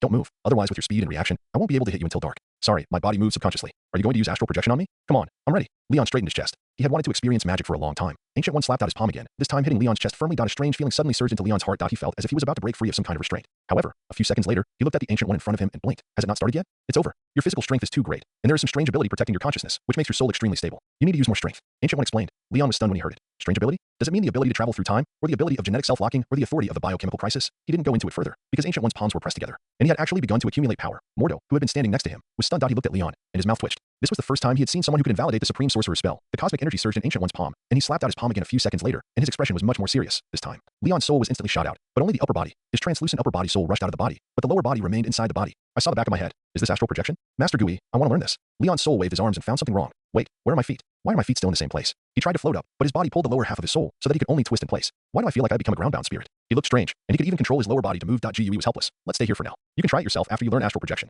If she wants Leon's soul to leave the body completely, she has to use more mana, but she has been absorbing the energy of the dark dimension to prolong her life. With her current physical condition, if the spell is too strong, it will expose the breath of the dark dimension. Although the Ancient One does not mind using these dark energies, but it is better not to let other wizards misunderstand. Not long ago, her favorite disciple Kaisalius betrayed Kamartaj. If the wizards mistakenly believe that even she, the supreme wizard, has joined the darkness, then the people of Kamartaj will be scattered. The Ancient One waved his hand and lifted the spell, allowing Leon's soul to return to his body. Although I only experienced half of it, it is really magical. Leon looked at his hands. Master Ancient One, when will we start teaching? Wait until Mordo arranges a room for you and takes you to familiarize yourself with this place. The Ancient One is also happy to teach Leon to learn magic. She saw some hope in this young man. The wizard Mordo, who led the way before, stepped forward again. He changed his name. Mr. Leon, please follow me. After learning the spell, Leon will naturally be considered a member of the wizard. As a great wizard, Mordo has already regarded him as one of his own. Thank you, Mordo. Leon nodded and followed him out of the inner hall. The two walked and visited, passing a martial arts training ground, a group of ancient buildings, and the most important library, and came to the residence. This will be your room from now on. There is a toilet over there, and you can meditate next to it. Here's the Wi-Fi password. Mordo handed Leon a note. Then he half bowed and left. I won't bother you anymore. When you're ready, please go to the inner hall to find the supreme sorcerer. She will teach you how to practice magic. Only Leon was left in the room. He picked up the note. Shambhala. It's the same as in the movie. This password has not been changed for 10 years, but its transliteration of Shambhala refers to the Pure Land in Buddhism, which is consistent with the secret organization of Kamartaj. Leon simply cleaned up the house and took a photo. After sending it to Shirley and Tony, he went to find Ancient One again. Ancient One and Leon sat opposite each other. The teaching process was straightforward. Before learning magic, you must first understand magic and understand why you want to learn magic. This is very important for us mages. You can go to other worlds, and you may see better magic in the future. But as far as Kamartaj is concerned, the essence of magic is to borrow power from other dimensions at a certain cost. And the easiest way to evaluate whether a mage is powerful or not is to see how he can exchange for more powerful power at a smaller cost. Listen to Ancient One's words here. Leon couldn't help but say, people like you who borrow and don't return are the most powerful wizards, right? Dewey was stunned and smiled. You know me very well, but you were wrong. The most powerful wizard will directly devour the party whose power is borrowed and turn it into his own power. Oh, Master Gooey, don't let other wizards hear this. They will go crazy. Leon turned the teacup. That's why you have to be clear about your purpose before learning magic. Ancient One said, only with a firm and devout belief can you not be confused by power, although sometimes there is only a fine line between piety and madness. Lion, I can see that you have a firm pursuit of becoming stronger. This is the purpose of your learning magic. Remember it, and never be complacent. Always choose to pursue stronger. Maybe one day you can reach the realm of Agamotto. Lion didn't expect Ancient One to say this. You seem to be very optimistic about me. Of course, your talent is not weaker than strange, and there are unlimited possibilities in the future. Ancient One drew a portal in the air with his fingers and took out several thick books. Your body is extremely powerful, destined to attract the covetousness of dimensional gods. This is your most powerful talent for learning magic. That is to say, the demons are very willing to lend their power to Lion. Although all the books in Kamartaj are open to you, I suggest you start with Vishanti's magic. As the believers of Kamartaj, the Trinity Vishanti's magic is more stable and the cost is much lower. Ancient One showed the book in her hand. The Key of Solomon, the Code of Domination, the Heart of Hogs, all are the most basic introductory books on magic. Lion took a few books. It seems that you are not going to teach me, but let me learn by myself. Ancient One smiled. I believe you can learn much faster by reading books than by me telling you orally. Okay, you are right. Lion flipped through the book in a few seconds, then closed his eyes and began to digest. A few minutes later, he opened his eyes and waited for the teacher in front of him to ask questions. But Ancient One did not ask any questions, but immediately took out the book again and handed it to Lion. Slowly, as the sky darkened, there were more and more books beside Lion. When he opened his eyes again, put down the book in his hand, and prepared to take the new book that Gooey continued to hand over, but he received nothing. Huh? No more. Leon was still unsatisfied. The feeling of wandering in the ocean of magic knowledge was so fulfilling that people didn't want to stop. These are my recommended books. You can try to explore freely in the future. Gooey pointed to the side of Leon, who was puzzled. The spacious inner hall was filled with yellowed magic books. A rough count showed that there were at least more than 700 books. Are you saying that I have already graduated? Leon closed the book in his hand, and the title of the first page was revealed as the pages turned. Gooey denied. I didn't teach you anything. Only you were your own teacher. It seems that I still have a lot to learn in the future. Leon understood Gooey's reminder to him not to be complacent. Gooey nodded with relief, stood up, pushed the door and left. It's getting late. Go to bed early. Of course, it might be time for you to bask in the sun. The sun was shining brightly, but the sun was still shining brightly. Leon did not go to bask in the sun. Before he found Kamartaj, he had already reached his limit. The strength of one arm was 2.07 million tons. Now even if he continued to bask in the sun in the world of Resident Evil for a few years, the subsequent growth would be minimal. If basking in the sun before was like a person who was extremely hungry eating, then basking in the sun now is like continuing to eat melon seeds after having a full meal, which is better than nothing, and even a little bloated. After returning to his dormitory, Leon took out the hanging ring left by Ancient One when he left. The hanging ring can be used to open a portal, and it can also be used to assist in communicating with other dimensional worlds. He sat cross-legged on the bed, put on the ring, and began to meditate to find a creditor, ready to return empty-handed on the first attempt. However, the process of borrowing power was very smooth, even smoother than Leon expected. Normally, this is a process that requires a high degree of concentration. It takes days to years for ordinary mages to learn to use the ring, but Leon is distracted by controlling various superpowers at any time. Concentrating is easy for him. His consciousness easily entered the dimensional world, like a piece of flesh and blood falling into a group of sharks. As soon as he appeared, countless strange or huge and mysterious consciousnesses surrounded him, eager to sign a contract with him. The scene of the swarm. It was like a group of bank managers doing nothing, but suddenly found a rich man who owns an oil field coming with an asset certificate, and shouted loudly if anyone can help with the loan business. They rushed forward without even a moment's hesitation. All of them squeezed their heads, just to say to the rich man, if you can't borrow, you will suffer a loss. If you borrow, you will be fooled. If you want power, just look at me. I can lend you small amounts at low interest. Lion naturally accepted everyone who came. No matter what kind of demon god, he signed a loan contract with all those who came to him. Even Dormammu was not spared.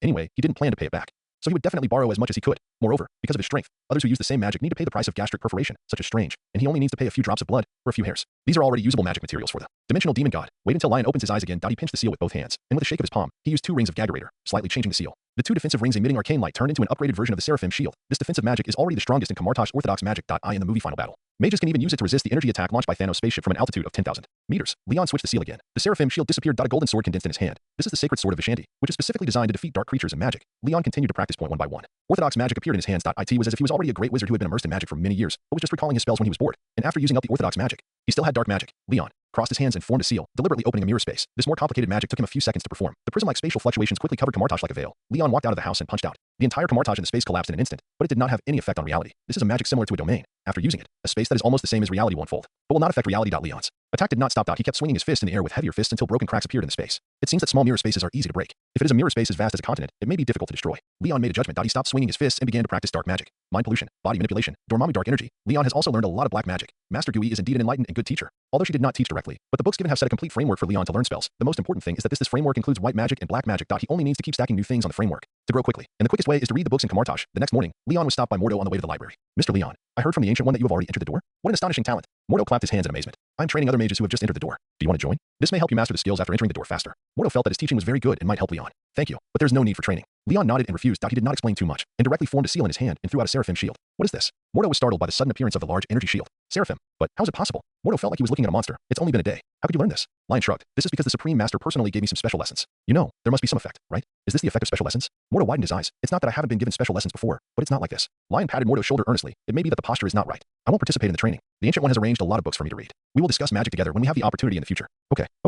Mordo stared at Lion as he left. Could it be that SuperMan is even faster than others in learning magic? He suddenly thought of something and reminded loudly, Mr. Lion, the librarian is a newcomer and may be more rigid. Please forgive me. Lion made an okay gesture to the back. A few minutes later, he met the newcomer Mordo had mentioned. Hello, I am the king. The Supreme Sorcerer has specifically instructed that you can read any of the books here. The newcomer stood up and half bowed. This was a fat man who looked like he was in his prime. He had short eyebrows and broad cheeks, and his small eyes were wide open and quite serious. He had just saluted, but he immediately started to warn. But I suggest you don't read those locked forbidden books first. They're also open to all mages, but few people read them. In addition to being too profound to understand, the forbidden books also contain forbidden power, which can easily lead people astray. The previous librarian was hanged here by Cassius, the traitor who went astray after reading the forbidden books. Leon understood. I understand. Don't worry. I promise that I will not hang you when I go astray. Wong nodded seriously. That's good. If you can't find any books later, you can ask me.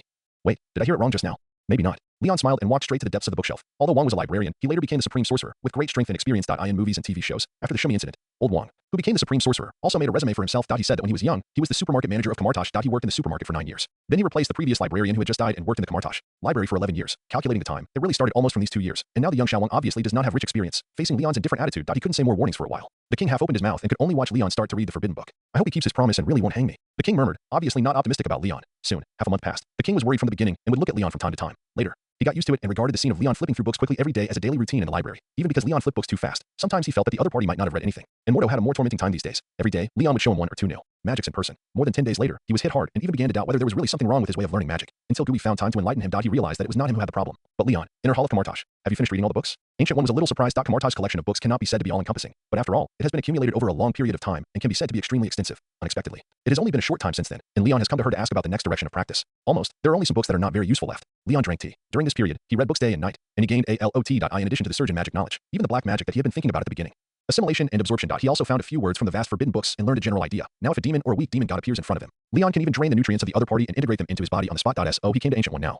In fact, he already had the intention of leaving. He really didn't expect that his trip to Kamartaj would end within a week. But after thinking about it, Ancient One really gave guidance. You have enough knowledge of magic, so you can start studying the principles of magic. The principles of magic? Leon had never heard that Marvel magic needed to study the principles. Ancient One said slowly. We borrow the power of other dimensions to cast spells or secret methods. It seems that we have mastered it, but in fact we are only at the stage of using it. As for its true nature, we know nothing about it, because everything comes from borrowing. She tapped her folding fan again and again. It's not just energy that is borrowed, but also the nature and release method of energy. What the mages really learned is actually how to use the borrowed energy in a predetermined way. If there is no corresponding energy, even if the seals and arrays remain unchanged, the mages will not be able to release the corresponding magic again. And studying the principles is to study the essence of this spell so that it can be used with any energy. So that's it. Leon suddenly realized the magic of Kamartaj is very strange. In addition to the need to borrow energy, when using certain specific magic, you also need to borrow power from the corresponding demon god. For example, when using the Crimson Magic Band of Setarak, you must borrow power from Setarak, because the imprint and characteristics of this spell all come from this demon god. If you don't use his power, even if the magicians have the energy borrowed from Vishanti, they can't use the Crimson Magic Band. Of course, ordinary magicians don't need to study the principles of these magics. After all, it doesn't matter who you borrow from, as long as it can be used. But what Leon pursues is to become stronger and surpass these dimensional demon gods. Then delve into the essence of magic, and be able to. It is very important to be able to release magic by yourself. Then where should I start? Try to understand Vishanti's magic first. They never care about the research of future generations on themselves. I know, Master Gui.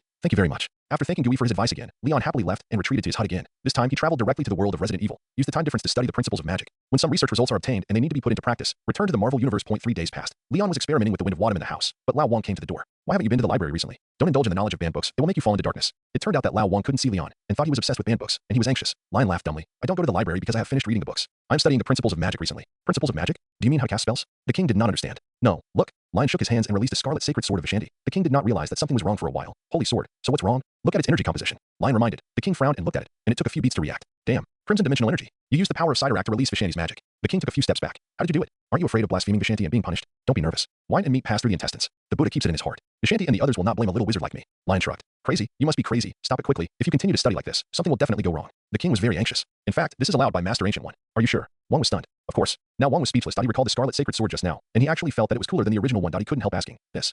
Can you teach me how to do what I did just now? Leon couldn't help laughing. Good guy. If you can't stop it, just join it, right? Want to learn? Leon patted Lao Wang on the back and pushed him out. Wait until you finish reading the collection of books in Kamartaj. The practice of magic is bound to cause some noise. And Leon didn't open the mirror space at any time. Slowly, some mages noticed that Leon was studying the principles of magic. That kind of very different magic, completely different style. Make the mages curious one by one. The saying that Camartage has a new super genius gradually spread among the mages, and Leon himself still lives in seclusion. Another 5 days passed, including the time spent in the world of Resident Evil. Leon has been studying the principles of magic for nearly a year. On this day, he finally stopped temporarily, but it was not that he had understood the principles of all spells, but his latest progress was getting slower and slower. At the beginning, it was okay to study basic spells, and it was easy to understand their essence, but later, abilities like the Lord of Hogs and the Mirror Dimension have already involved the field of laws or cosmic rules for these advanced magics. Leon just wanted to say that he was still studying a market, let alone the mirror space. If he could really understand the principle of this spell, then he would not be far from prying the space rules with his bare hands to destroy stars. Moreover, because he could only use energy borrowed from other dimensions for research. Leon's research process was extremely difficult. It was like he was trying to clean a wall covered with graffiti, but there was no clean water at hand, only red, yellow, and blue dyes. Under such conditions, Lion roughly estimated that if he wanted to understand the principle of the lens image space, it would take at least 5 years. However, magic as complex as the mirror space is rare after all. In 1 year. He has already understood the principles of most magic. The next step is to add another energy source to his body. For example, devour a weaker dimensional demon. He will be able to use various magic without paying a price. But now, Lion doesn't want to integrate other creatures into his body. The method that affects his own soul is ultimately a bad idea. Even a strong man like Gooey has never used this way to become stronger. Lion was very quiet, decided to try in the new universe, see if he can find the right energy source. It's time to cross to a new world. After sending a message to Tony and the others, Leon glanced at the location of the ancient one. The two nodded to each other across several layers of walls. The next moment, Leon once again entered the search screen for the ability to cross. Keywords: internal energy, enhancing the genetic potential of Kryptonians, no upper limit to extraordinary power, no danger in the early stage. Successfully anchored the world. Energy required for crossing: 99.999% of physical strength. Crossing confirmed. Leon's physical strength instantly reached the bottom and disappeared in the Marvel universe. Fuck, I'm too quick. I'm going to cross a ghost after consuming so much physical strength. In the cold house under the moonlight, only Leon's regretful curses lingered. The sky was dark, and the sky was dark. I feel like I'm going to die. When Leon shuttled through the void, he felt weak all over. His limbs ached, as if his body was hollowed out. Since he awakened his Kryptonian bloodline, he has never felt this feeling again. For a moment, he felt that the whole person was not good. When he passed through a layer of film and arrived in the new world and regained his ability to move, he was already pale and his eyes were sunken. Sun. Come on, I want the sun. Leon opened his eyes weakly, and the next second he suddenly became energetic. This feeling. He saw a huge yellow sun shining brightly at him hundreds of thousands of kilometers ahead. The warm sunlight flowed on his body. After his heart beat several times, Leon was fully revived. He turned around and instantly recovered to his peak state, becoming energetic again. Comfortable. Leon stretched his arms and legs, still strong and powerful, and looked at the sun again. I actually traveled directly to the sun. What a coincidence. Could it be that the world consciousness here threw me here? He looked back in space, still the familiar structure of the solar system. Hundreds of millions of kilometers away was the little broken ball that he was more familiar with. It's just that the Earth is a little far away. Even if there is no resistance in space, I can keep accelerating, and it will take a while to fly. I don't know what world this is. With such a huge consumption, it can't be the DC universe. Isn't the world consciousness God? Leon looked around. There is no way to transmit sound in space, otherwise he would have to shout loudly that God is coming out to receive guests. However, the next moment, a huge consciousness descended and connected to Leon's brainwaves. This is the original universe. I am not the world consciousness. I am the original will. Oh, this time he is still a person who can refute, not the little idiot in the world of Resident Evil. Original universe? Origin will? It sounds familiar. Leon touched his chin. You are too weak to help me. Leave. The Origin will seemed disappointed. Leon was stunned, and suddenly felt a repulsive force coming, as if to squeeze him out of the universe. The other party actually wanted to drive him away without saying anything. He hurriedly asked back with brainwaves. What do you mean? What danger do you need me to solve? Tell me first. I don't know either. You need me because you don't know. I will help you find out what the danger is. Star level, too weak. It was the first time that Leon was disliked for being too weak. I'm still weak? Wait, star level. Isn't this the starry sky world where genetic energy is cultivated? Leon swallowed his saliva. In the starry sky world, the Origin universe is a super large universe with a diameter of up to 100 billion light years. You should know that one of Marvel's universes is only about 100 billion light years, and there is a wider universe outside the Origin universe. Above that, there are the Origin continent and the Hunyuan world. The highest combat power level is even comparable to Marvel's above all things. OA. With such a huge universe, it is no wonder that so much energy is needed to travel through it. I'm weak now, but I can be very strong in the future. You believe me? Origin will. Lion said hurriedly. You believe me? He wanted to stay so much. Wait until you become a true god. The Origin will said again. Lion's mouth twitched. Good guy. The gap between him and the true god is more than a trillion times. How long will it take? But his eyes are still shining. Great opportunity. This is a great opportunity. In a super world like the starry sky, what does it mean to be able to talk directly with the Origin will? It means endless opportunities. This means that he is now the son of luck here. Wait.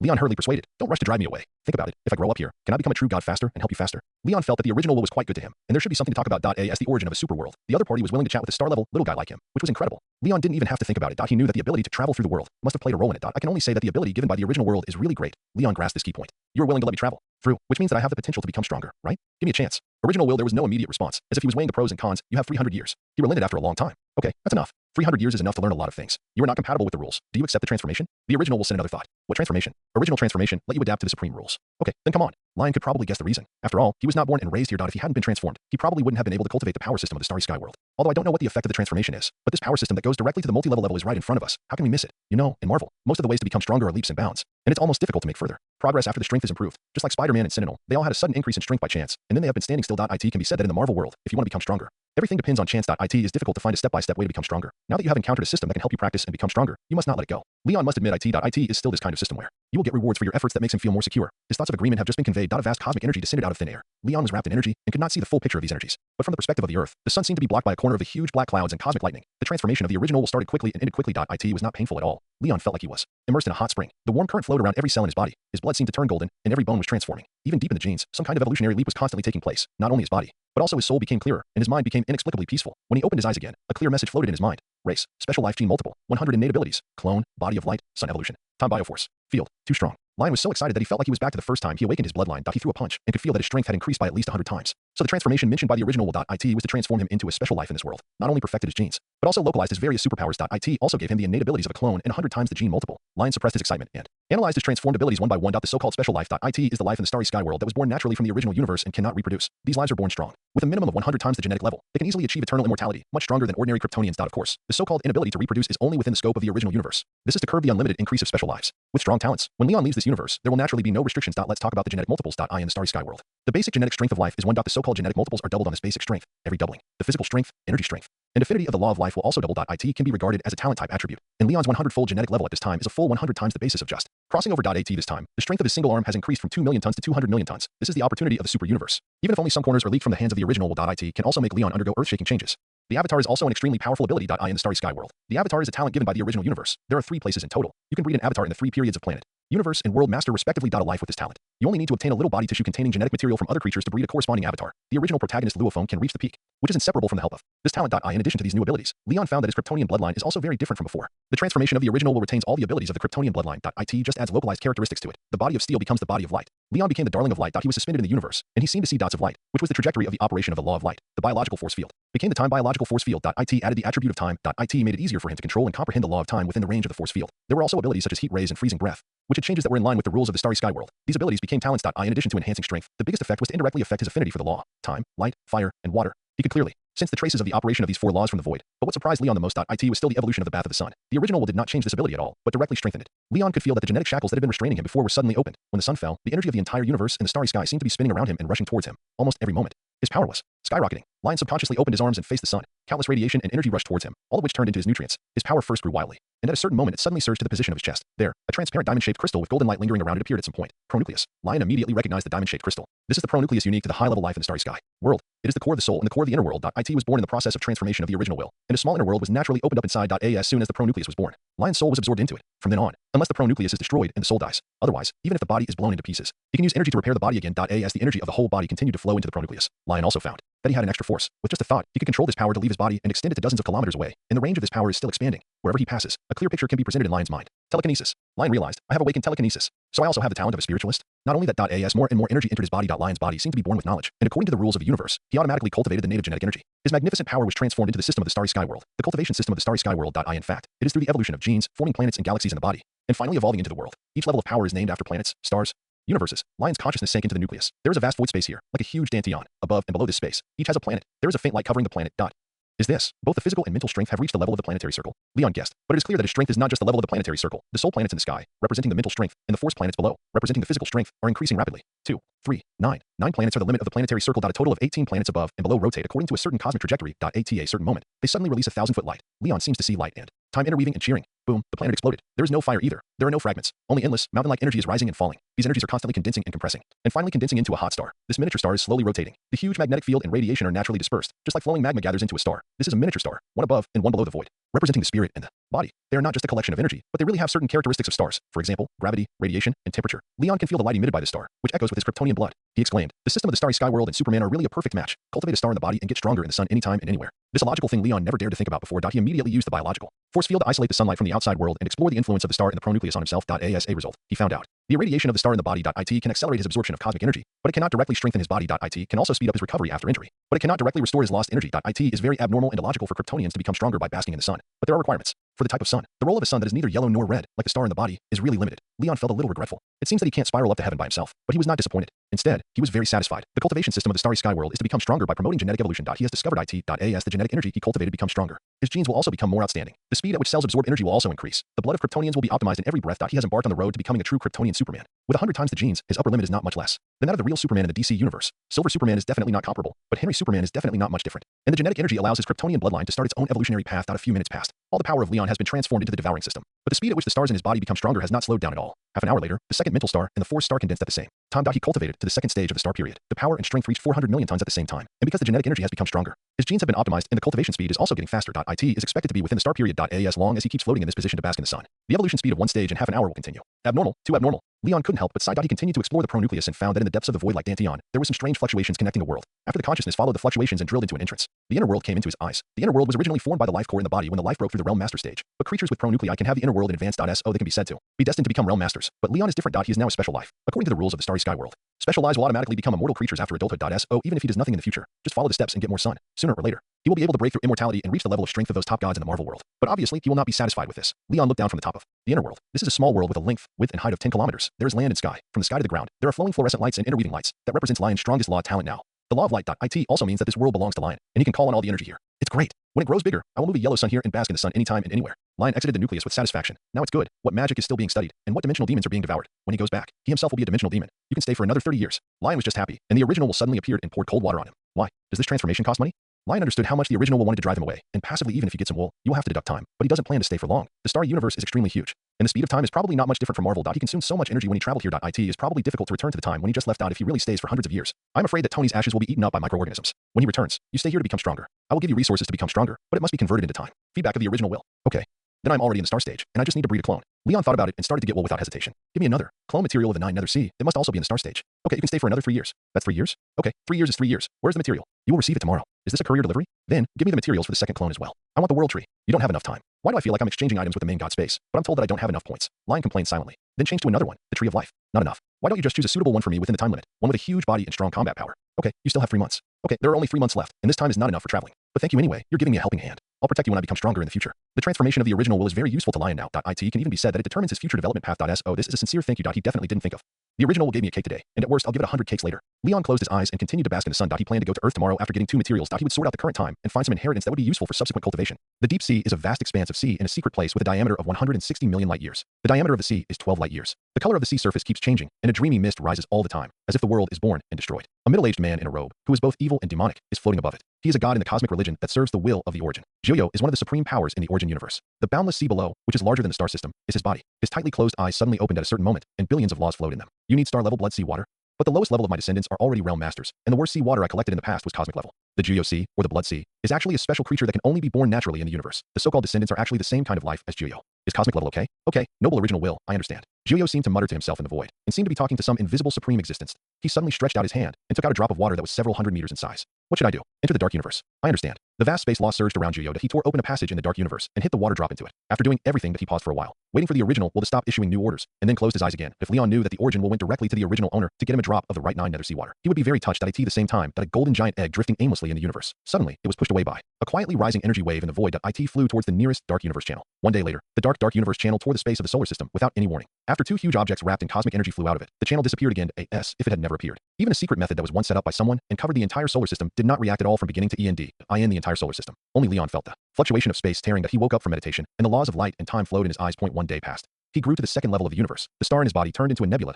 He also crossed the threshold of the law of light and comprehended the 7-fold light field and 1-fold time field. This is all brought by the top law talent of special creatures in the process of natural growth of strength. The so-called field is in the process of perceiving the law. The genetic energy and the spiritual and physical strength are united to communicate with the external universe, forming an aura that can assist in combat, similar to the unity of man and nature mentioned in the classics. When the field reaches the 9th level, life can get close to the law and comprehend the fur of the law. But now Leon has top talent in the law of light. Let him touch the law directly without the assistance of the field. Even just the process of genetic energy promotion cost some law fluctuations. Let him successfully comprehend and cross the threshold of the law. And in terms of strength, he has reached 400 billion tons. The strength of a single arm is equivalent to the weight of a Taishan mountain, which is extremely terrifying. But for a Superman, this can only be regarded as a childhood. An adult Superman should be able to push aside the apocalypse, which weighs tens of trillions of tons, like in Superman Returns. In the starry sky world, such power is already a peak. Immortal figure who can be crowned king. That is a universe country with tens of thousands of galaxies, and it may not be possible to produce a strong man in hundreds of thousands of years. Lion felt his own progress and showed a satisfied look. After a day of sunbathing, the progress was so exaggerated he became stronger because of his own efforts. Lion turned around and looked at the fluctuations in space. The supervision transformed by the original will spans billions of kilometers, but he saw too. Groups of cosmic energy flying quickly near Saturn. Here they come. Lion showed joy. He subconsciously raised his right hand and drew a circle in the air, wanting to cast the secret door. Now he can use the genetic energy in his body, or the world power of the world in his body, to release magic. But a few bright arcs of light appeared in the void, and then quickly disappeared. The secret door seemed to be able to be used, but it was not enough. It should be that there are some differences in the spatial rules of the 2 worlds. Leon pondered. It seems that I can only use the most primitive method to pick up the express. He immediately tilted his body and flew towards Saturn. The time bioforce field unfolded. Time acceleration is turned on. The law of light is running and starting to accelerate. Leon's speed reached sublight speed in an instant, and his figure disappeared in the dark universe like a running ghost. 2.5 hours later, he intercepted 2 light groups near Saturn and used genetic energy to dispel the cosmic energy above. After the energy dispersed, that a ball of scarlet sea water of 100 meters in size was revealed, and a 12-meter-high golden giant egg. This is my clone. Leon smiled. He first communicated with the original will, confirmed that the 2 giants were his express delivery, and confirmed receipt. Then he directly took the crimson sea water into the inner world. His consciousness also sank into the world. The inner world will continue to expand as its strength increases to IT is now 600 kilometers long, wide and high. Although it is not as large as Luo Feng's inner world of 1,000 kilometers when he was at the cosmic level, it is not bad. The crimson sea water is suspended in the center of the world. Lion mobilized the power of the world to wrap it up. Countless information was transmitted to his consciousness. This is actually a drop of cosmic sea water, which just matches my realm. The original will is so considerate. Lion's mind moved, and he couldn't wait to activate his ability. The incubation of the clone begins. The innate secret method called the clone was activated. The sky and the continent of the inner world shook at the same time. It was as if the boundless world energy gathered like clouds and rushed into the blood sea water like a storm. In just a moment, the sea water evaporated. Only the most important genetic material remained in the air. Those materials were quickly wrapped by the power of the world. A golden egg-shaped energy ball was condensed. Inside, the genetic material of the blood sea gradually turned into a strange embryo under the action of the world's power. After that, we only need to wait for the embryo to fully develop and break out of the shell. The clone is considered to be successfully conceived. Lion's consciousness received feedback. The clone has begun to conceive, and the time is 6,000 years. Isn't this right? Luo Feng only took 600 years, and his was still a world master level clone. How come mine? Wait, my inner world is too small. In the original book, Luo Feng's clone was a giant tens of thousands of kilometers tall when he was born, and the diameter of his inner world was 100 million kilometers at that time. And here, although the cosmic level blood sea clone is probably only a few hundred kilometers tall, but the height of his inner world is only 600 kilometers. This is like putting an elephant embryo into a lioness's belly to give birth. That it's good enough if it can be born successfully. Why ask for the shortest time? It seems that I have to improve my strength quickly. Although as long as the clone can start to grow, there will be no failure in the future. But 6,000 years is almost 200 times my 2 lives. I can't wait. After a while, the two of them were separated. Lion exited the world inside his body. He looked at the golden giant egg next to him. It looks like an egg from the Starry Sky Torch Beast clan. This race is a bit weak. Lion just wanted a special life, but you get what you pay for. No, you get what you pay for. It seems worthwhile to stay for more than 2 years and exchange it for a Torch Beast clone. Lion knocked on the eggshell with his right hand, and his mental power silently probed into it. Through mental imaging, he saw that there was a developing fetus inside the eggshell. This fetus had golden horns, golden eyes, and sharp scales all over its body, like a page of sharp knives, and a pair of ferocious wings behind it. The Torch Beast with horns. Leon was stunned. Why is it this thing? The creature in the shell was the monster that Luo Feng was supposed to possess, the Torch Beast with horns. But Leon already had the most useful talent of the Torch Beast, the clone. Then why did he need this thing? No wonder you only charged me 2.5 years of money. This is just to speed up the Torch Beast that was about to come to Earth, right? Leon did not intend to breed the Torch Beast with horns into a second clone. Useless. Too useless. Can I change it? He tried to bargain with the original will. No. The original will refused. Leon called several more times, but there was no response. He sighed and put the giant egg into his inner world. Anyway, it was obtained for free, and it is better to have it than not. Keep it first, but it's really useless. It's a waste of quota to use it as a clone. It's better to go to other worlds and use Godzilla or Ultraman as a clone. Lion turned and flew to the Earth. Let's go to the Earth first. If it doesn't work, give it to Luo Feng, just as a good relationship. Luo Feng will be a lord-level super existence in the future. The little horned Torch Beast can only be a souvenir. More than 2 hours later, Lion flew from Saturn into the Earth's atmosphere. Super hearing was turned on, and the sound of the whole Earth was taken into his ears. Lion looked strange. It's the screams, wails, and gunfire from all over the world again. This doesn't sound like the Luo Feng period. Also, why is it that wherever I travel to, it's in dire straits? Above the clouds, he stopped and turned on the supervision to scan the world. When it was transformed before, supervision was added with spatial attributes by the original will. Now, when he encounters lead again, his sight can penetrate it directly under the action of space force. His weakness of not being able to see through the lead layer is gone. Lion's sight covers every corner of the Earth. He was first attracted by 4 mysterious places: a tower-shaped spaceship under the Bermuda Sea today, spaceship on the bottom of the Pacific Ocean, a Zerg mother nest under the mist of Shenanjia, and a silver-white damaged spaceship in the misty island of Australia. Then his eyes moved to the land, this time. The 5 continents of the world's land were all shrouded in the haze of war. People's opponents are not humans themselves, but endless monsters. Lion did not see scattered human settlements on land. There are only 23 large urban settlements there. Those monsters that roared out from the mountains, climbed from the shallows, and soared down from the sky. They are attacking these 23 settlements. Lion heard some people say the date, June 16th, 2018, this point in time. There are still 20 years before Luo Feng is born in 2038. Lion came a few decades early. This should be the period of the great catastrophe of the Earth in the Starry Sky world a few years ago. A virus called RR swept the world, causing a large number of deaths, and also started global evolution. It's just that in this evolution, the beasts living under the primitive law are ahead of humans. Since 2015, the rapidly evolving beasts have gathered on a large scale and began to attack human cities. The monsters that are invulnerable to swords and guns and can evolve in the aftermath of nuclear explosions have defeated human forces step by step. It was not until the whole world formed an alliance and established 23 gathering places together that they could barely hold the front line, and the places outside the gathering places were abandoned across the board. But even so, humans still failed frequently in the monsters' attacks. What Leon saw at this moment was the hard battle with monsters that people in this world experienced every day. It seems, I can save the world again. That's not right. The theme of the Starry Sky world is to evolve in the struggle. Saving them is against the law of nature. Lion flew to the ground, then destroy all the monsters above the 7th level of apprentices, and leave the rest to them. The biological force field silently enveloped the Lion's speed instantly broke through tens of thousands of Mach, silently shuttled between the continents. Over China, 2 scarlet lights fell like rain and continuously shot on the ground. Where it went, a terrible monster must have died on the European continent. All monsters with a strength of more than 100 tons were suddenly caught by invisible forces and crushed out of thin air. America, Africa. Lion flew all over the world and solved all the leading monsters in half a minute. The remaining monsters were all of low intelligence. After losing the leader, their cohesion decreased and their combat effectiveness dropped sharply. The situation on the human front line has improved visibly. Soon the beast tide retreated. Lion deliberately left behind several planetary king-level monsters. They found that the situation was not right and immediately issued an order to temporarily withdraw the front line. The human front line got a temporary respite. Lion stopped at the bank of the Yangtze River at this time. Just now there was a man with a strength of more than 20 tons in order to protect the 100,000 people behind him who were evacuated to the Jiangmen base, fighting to the death with a monster that looked like a tiger and a dragon. It seemed that they were about to die together. Lion happened to pass by and save the man, so he stayed here. He watched the man continue to escort 100,000 people away. Then he landed on the river. From time to time, he killed a monster that surged out of the river. Half an hour later, dozens of fighter planes flew in from all over the world and hovered at the river at the same time. Dozens of apprentices above level 7 and with a strength of more than 100 tons jumped off the fighter planes. There were even 2 apprentices at the peak of level 9, with a power of 500 tons, about to break through the planetary level. Lion had been standing there silently, with a calm face. But when the dozens of people saw him, they all crowded together, not daring to speak lightly, nor dare to ask Questions that IT was really too terrifying. That lion always radiated a pressure. They just looked at those black eyes. That IT was as if the sky collapsed and the earth cracked. IT was like seeing a giant beast roaring and swallowing itself. In the starry world. This was the fear caused by the gap in life levels. Even if their will was as firm as iron, they could not avoid it, because their bodies and souls were telling them in a trembling way. For them, the person in front of them was a god. Even a look could easily kill them, until Lion enveloped himself with a biological force field and became ordinary. The people present breathed a sigh of relief. They looked at each other. Finally, a black-clad, cold-faced man with a buzz cut and a bald, tough-looking man stepped forward. This, respected strong man, thank you for your help before. The two of them clasped their fists together and performed an ancient ritual. I just did it when I was passing by. Lion looked sideways. What are your names? I'm Hong. My name is Lei Shun. Both of them had felt the oppressive feeling of Leon just now, but at this time, they were neither humble nor arrogant. They are Hong and Lei Shun, who will become the strongest on Earth in the future, and one of the few true gods and masters of laws in the universe, as ordinary Earthlings. Their physical talents are actually at the bottom of the entire universe, but their spiritual realm is so high that even the true gods and strong men can only sigh. While Leon highly recognized them, he also had the idea of learning from them. Big brother, may I ask if you are Chinese? Lei Shun asked in Chinese. His eyes were full of curiosity, like a brown bear scratching its head to watch the birds flying across the sky. Chinese? Of course I am, but not from this XX China, but from another XX. After Lion finished speaking, he was confused first. Why is he shielded when he speaks? He reacted in less than a second. The original will never let people say information outside the world within the scope of the universe. This is already a preferential treatment for him. If those true gods were to say something taboo, they would be warned by the original will with thunder immediately. On the other hand, two consecutive shielded nonsense made Hong and Lei Shun look confused. Lion thought about it and chose to lie. I was originally a wild man in the mountains. I have never left the mountains since I was a child. After the virus broke out, I awakened a good talent and encountered an ancient inheritance, so I closed myself up for a few years. Now that I have come out of seclusion, it seems that my strength is still acceptable, so I solved some monsters. Lei Shun's eyes lit up when he heard it. Brother is awesome. What's your name, brother? Leon. It turns out to be Brother Leong, pronounced the same. Lei Shun clapped his hands. Brother Hong, you saved all of us humans when you came out of seclusion. Hong also smiled on his cold face. Mr. Leong, thank you for everything you have done. Why don't you go now? What are you talking about? Lei Shun kicked Hong. Why call me Mr. Leon? Brother Hong saved us, so we have to call him brother. Hong was stunned and saw the look that Lei Shun kept giving him. He hesitated and changed his words. Brother Hong, why don't you go with us to have some tea first? The state of mind of these two people is one of innocence and the other of tolerance. Obviously, from their appearance, they are at least 10 or 20 years older than Leon, but they call each other Brother Hong without any sense of stagnation. When they are together, it's like the big bear and the little bear in the cartoon running into reality. Leon couldn't help laughing. Okay, you lead the way. I just want to borrow something from you. What is it? As long as you ask, Brother Hong, I will take the head of the big octopus in the sea. The octopus that Lei Shun mentioned is a king-level monster in the sea that he is definitely not able to beat the other party now, but it doesn't affect his flattery of Leon. I want to borrow the various secret books and ancient books you collected before, can I? Leon looked at Lei Shun. The Earth has not recovered from the catastrophe yet. Each force still retains the attitude of refusing to pass on the secret books in their hands, but Lei Shun was just stunned for a moment and immediately patted his chest. No problem. My collection of books and my own secrets. You can read them freely, Brother Hong.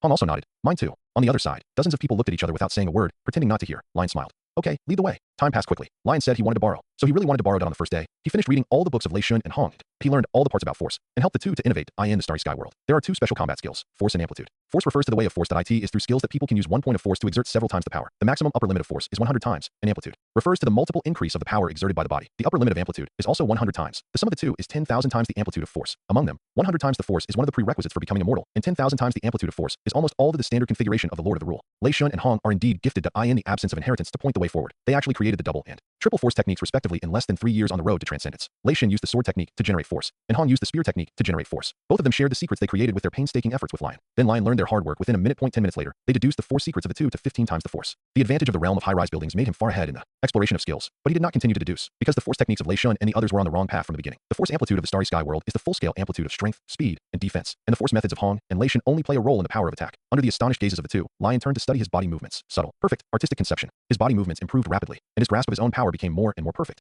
Then he began to read various ancient books. The Analects, Tao Te Ching, Spring, and Autumn Annals. These ancient books are no different from those in other worlds. But when reading them at this time, Lion felt that his mind was cleansed. He realized that not only his body, but also his soul had been transformed by the original will. The biggest characteristic of the Earthlings in the starry sky world is that their state of mind is surprisingly high, because the earth under their feet has been transformed by a great existence that was once at the level of a cosmic god. The human beings born on this planet have a very high state of mind. Now Lion's soul has also been transformed in this way. He recited the classics, and his mind was like a stubborn stone being dripped and knocked by dewdrops. Every time it was knocked, the stubborn stone became more transparent, until it was washed clean and as pure as jade. This reading took 3 full days. When Lion walked out of the room again, Hong exclaimed, "The mind is like a knife, and the nature is fully understood." Brother Hong, you actually reached the first level of the state of mind in 3 days. Lion smiled and said, "There is no first or second level. The state of mind is the best only when it fits your heart. The difference is how far we have walked on our respective paths." Hong was stunned when he heard this. His eyes changed slightly, and suddenly he stood there in a daze. Brother Hong has realized it now. Lei Shun on the side was stunned. Brother Hong, how about you also give me some pointers so that I can understand it? Get lost? You just need to be yourself, which is the most suitable path. What else do you need to understand? Lion kicked out with a smile. However, Lei Shun was stunned, and he also stood there and was enlightened on the spot. Damn, this works. Now it was Lion's turn. Although what he said was in line with the state of mind of the two, it was too exaggerated. This was the first time he had seen something like enlightenment with his own eyes. That a few hours later, Hong and Lei Shun woke up almost at the same time. One of them exuded a broad and all-embracing aura. The other returned to his original nature, more like a rough man. This is the all-embracing state of mind at the 3rd level, and the innocent heart at the 2nd level. Plop. As soon as Hong woke up, he knelt on one knee on the spot. Brother Hong, first the force technique, then the enlightenment of the state of mind. I dare not forget the kindness of preaching. Lei Shun glared at him and kicked Hong away, still calling me Brother Hong. He knelt down on his knees with a plop, prostrating himself. Master, thank you for your teaching. Hong's eyes widened, and he took 3 seconds to react. Then he knelt down as well. Master Hong, please accept me as your disciple. Lion's face darkened. What are you doing? I just said a few words. Both of you get up. However, Lei Shun was very serious this time. Master, I am serious. I want to worship you as my master. Not only because of the favor, but also because I want to become stronger with you. Hong also had a serious face. Me too. Master wants to keep the monsters for us to train, so I have to become stronger to protect humans. Now it was Lion's turn to hesitate. In the starry sky world. Because the strong will experience extremely long years, as the relationship between master and apprentice is often closer than that between relatives. Hong and Lei Shun's talents are undoubtedly not bad. Even if they only have the 9th level bloodline like the Earth humans, slow cultivation and difficult to comprehend the laws. They finally became great beings if they could find a suitable person to possess. Leon couldn't even imagine how strong these two people would be. The two of them were very close. Lion finally agreed to accept Lei Shun and the other two as his apprentices, although he could only stay for another 3 months. But there would not be only one teacher for the practitioners in the starry sky world. After he left, Hong and Lei Shun could still go into the universe to find a stronger teacher. He didn't need to worry about it all the time. What Lion could teach at present was only the experience of cultivation promotion and the understanding of the starry sky world. After the two of them carefully served tea and worshipped their master according to the custom of ancient Chinese monks, he started with how to break through the planetary level and explain the domain, law, and force amplitude to Lei Shun and Hong, who understood the way forward, began to break through in seclusion on the spot. That it is estimated that it will not be over in 2 or 3 days. Lion only had 3 months, so of course he couldn't watch the two break through. He asked Hong and several guards of Lei Shun to be alert and flew out of the base city. There are many small ruins on the earth, most of which are the inheritance of the meteorite star. We can sweep them first. Lion looked around and located hundreds of ruins of all sizes. Let's go to the ruins in South America first, get a combat uniform, and the spiritualist practice method. He found a target, but did not set off immediately, but connected to the original will. Boswell, do you have a practice inheritance? Give me one. The original will has been accustomed to Lion's harassment these days. Insufficient time, unable to exchange. He was concise and to the point, and more like a main god. Lion used the entanglement formula he learned from Lei Shun. Don't say that. The inheritance is just some information, and there is no loss. Besides, I want this inheritance not for myself, but for you. For me. The original will asked for the first time. Lion felt that there was a chance. That's right. As the saying goes, more friends mean more roads. There are no roads in the world, but with more friends, there are roads. You are giving me inheritance now, which seems to be guiding me and helping me become stronger. But in fact, you are not helping me, but helping yourself. Help myself? Of course, you have helped me so much. We have been friends for a long time. Why do I need this inheritance? It's all to help you better. My friend is in danger. I really want to become a true god now and find out the truth for you. Brother Will, I will be your road in the future. The more you help me, the wider and easier this road will be. Lion didn't care whether the original will could understand or not, and used metaphors and questions that was as if he was an old minister who wanted to devote himself to his work. These words directly silenced the original will. Brother Will, Big Will, are you still there? Lion asked several times but didn't get a reply. He waited for a while, then shook his head helplessly. It seems that the 4th persuasion has also failed. In fact, he has been trying to obtain a cultivation inheritance from the world since the first day he arrived on Earth. Today is the 4th day, and it is also his 4th lobbying. But the effect is still not ideal. Leon thinks that when he returns to Marvel, he must change his university major to negotiation. Study carefully how to negotiate. When he travels through the world again in the future, he must fool the consciousness of each world. Let's go find the ruins in the Amazon. Leon flew to South America. Half a day later, when Leon rushed out of the ruins wearing a black suit and the basic skills of a perfect spiritualist, he looked at the depths of the sky and was stunned. In the sky that should have been blue and boundless, there was a dazzling sun. Red and white light fell from the starry sky to the ground, like a bunch of giant pillars supporting the sky. This time, hundreds of fighter planes were leaving the atmosphere and heading for the source of the light. Lion turned on his supervision and traced the light back to its source. Turned out to be a towering fortress. The fortress stood on the moon, thousands of kilometers high, and its base was deeply sunken into the ground. It was as if someone had thrown it down from space. The white light came from the top of the fortress. Billions of cosmic energies that could erase space hung down from there and rotated along the fortress. Was as if it was the center of the world. The light of the stars became distorted there. Could only pass around the outer layer of the indestructible fortress. The crooked light made the moon look like a mirage at this time. Lion had not read about it in the original book. Records about this fortress, he realized. Is this the inheritance fed by the original will?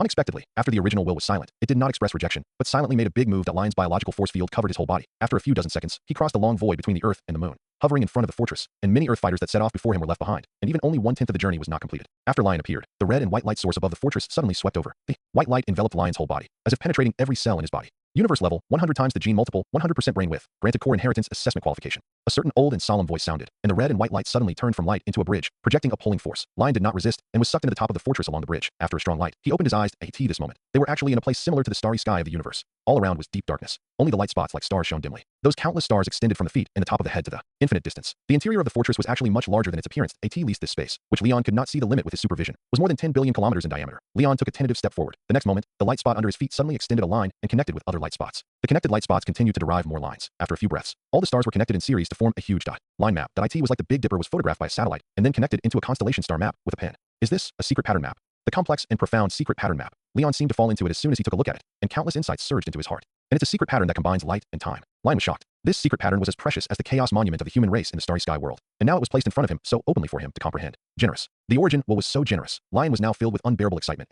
He almost forgot that a voice just said that he was only qualified to participate in the assessment. You also know the secret pattern? Interesting. Suddenly, the old and solemn voice appeared behind Lion. Lion's fascinated eyes instantly cleared up. He turned around and saw a huge white and gold unicorn lizard phantom. The phantom was tens of thousands of meters high, and the illusory gas it exhaled was thousands of feet in size. This shape made people think of the starry sky torch beast at the first time. Or the top special life in the origin universe. Born beast god. The old man was so angry that he was so angry. After so many years, I finally saw the life of the original universe again. The huge shadow came to Lion, and there was a sigh in his eyes as big as a building. How long has it been since you were buried in the original star? It's probably almost 10 trillion epochs. The shadow's low sigh made Lion stunned. Are you alive from the last reincarnation era? Lion thought that 10 trillion epochs were almost catching up with the reincarnation. Life? No, I'm just an intelligent program. The shadow said. In the middle and late period of the last reincarnation era, the supreme beast god of time, Zhou, fell, leaving me and this fortress. After the origin universe entered reincarnation, the fortress was buried in the original star and has not been born again until now. Little guy, are you the one who has the potential to pass the assessment and obtain all the inheritance left by Zhou as conveyed by the great original will? I want to remind you that this assessment is life-threatening. Lion nodded. Whether it succeeds or not, I want to try it. Well, okay, a special life with 100 times the genes. To some extent you and Joe are also the same. You are qualified to try. The shadow exhaled. But your foundation seems to be very poor. Hit me and let me see. Yes. Lion opened his posture and used the wrong force technique that he deduced to 15 times and punched. The shadow frowned immediately. The voice was like thunder. What is this? Have you never been exposed to formal inheritance? Not yet. I have been exploring on my own. Leon nodded. A blank sheet of paper? That's fine. I'll give you 30 days to learn this secret book thoroughly and achieve 100 times the correct force. A virtual secret book solidified in front of Leon and fell to the ground. If you can't learn it in 30 days, there is no need to carry out the inheritance later. The shadow rumbled with four pillar-like legs, laid down in the distance and closed his eyes. Leon picked up the secret book, and his fighting spirit was high. Time waits for no one. 100 times the force must be mastered quickly. One day later, Leon woke up the shadow. What? You have mastered 100 times the force? So fast. Try another punch. Okay. Leon stood up straight and threw a punch without any warning, with a powerful punch. You really mastered it. It's not bad, but it's still far worse than what I did back then. Cough. The shadow turned his head and coughed lightly. Then let's start the assessment. You are a person favored by the original will, and Joe once served the original will, so I won't make it difficult for you. The assessment will test you in 3 aspects: the ability to perceive the law, the state of mind, and the willpower. The perception of the law is the foundation of becoming stronger, and the state of mind and willpower are necessary conditions for becoming a strong person. Which one do you want to test first? State of mind. Leon's state of mind has just broken through, which is just right for challenging and consolidating. Well, let's start now. The shadow's voice fell that a layer of hazy light enveloped Leon as he waited calmly as time passed. He seemed to have experienced layer after layer of tests. However, half an hour later, the shadow suddenly said, "You failed. You didn't pass. Leave here now." Lion was stunned, and before he could speak, he was swept by a white light and flew out of the fortress. The fortress was quickly sucked away by a black hole. Obviously, the original will would not give him another chance. Lion returned to Earth in frustration, and had no choice but to settle for the second best. He found the meteorite spaceship, joined it, and learned the secret method. 3 months later, Lion left a lot of secret books to Hong and Lei Shun. He returned to the Marvel world with the strength of a domain master. He said goodbye to Gui first, then returned home and shared the technology he got from the Starry Sky world with Tony. Then, with Tony's incredible voices, he flew to the sun again that he wanted to become immortal in the shortest time. Lion plunged into the sun and stayed there for a year. Originally, time should have passed peacefully like this. However, one day when Tony was studying the cosmic cube, the fluctuations spread out of the world that a space crack followed the fluctuations and cut the world portal. An eternal titan with a purple body, a streamer armor, and a 6-gem URU metal glove walked out. "I am Thanos, and I am here to send you back to the embrace of death. Creatures, you can start to feel honored," he said as soon as Thanos appeared. Prepare to use the 6 infinite gem gloves to clear the field. But Leon returned from the star almost instantly and stopped him. But when Leon, who was at the peak of the world master level, just knocked Thanos out of the earth, the opponent used the power of 6 gems, teleported back, and blew up Leon's body in the blood rain. A small space gate secretly sucked away Leon's pronucleus without being discovered by Thanos. But then, no one on Earth could stop Thanos. Tony turned into ashes, and Natasha was stabbed through the heart. Even the Ancient One was beheaded by Thanos. 10 days later, Thanos, who killed all the life in the universe, left this world. 100 days later, Leon's pronucleus reborn a new body in the SUN.IT was the Ancient One who saved him with a portal at the critical moment. Thanos. Leon roared out that a peak world master level energy was released. The whole starry sky was trembling under the scarlet eyes. "I will definitely kill you." He did not immediately seek revenge on Thanos, but plunged into the sun. 100,000 years later, Leon, with golden light surging all over his body, walked out of the star. He held an infinite universe in his hand. He casually took the sun into IT. IT was a small universe transformed from his inner world, which was 100 billion light years in size. Now Leon is already an eternal, true, God-level existence. With every move, there is a force that can collapse the universe. He easily tore open the crystal wall of the universe and slapped away a big bald head who flew over to ask what was going on. Between the crystal walls of thousands of universes, he locked onto a universe, mobilized his ability to travel through time, and traveled to the past of that world. Sure enough, when he entered it, Thanos was standing on a pile of corpses of superheroes on Earth. Among them were the corpses of Tony, Captain America, Thor, and other Avengers members. Thanos. Lion roared and screamed as he descended from the sky. The wind, rain, and clouds of the whole world were making way for him, and everything he saw was surrendering to him. He took a step forward, performed the 15th level secret method, and took off Thanos' head with ease. Amid the mountains of corpses and blood, he stood at the top, holding Thanos' bloody head and laughing wildly. "Thanos, die, die. Tony, did you see that? I avenged you." His laughter continued to grow until it resounded throughout the earth, but as he laughed, his expression turned cold again. "Not enough. I still want to revive Tony." Lion returned to his own world, found the time gem, pried the world's power, and went back in time. However, just when he was about to save Tony, the 4 abstract entities appeared and stopped him.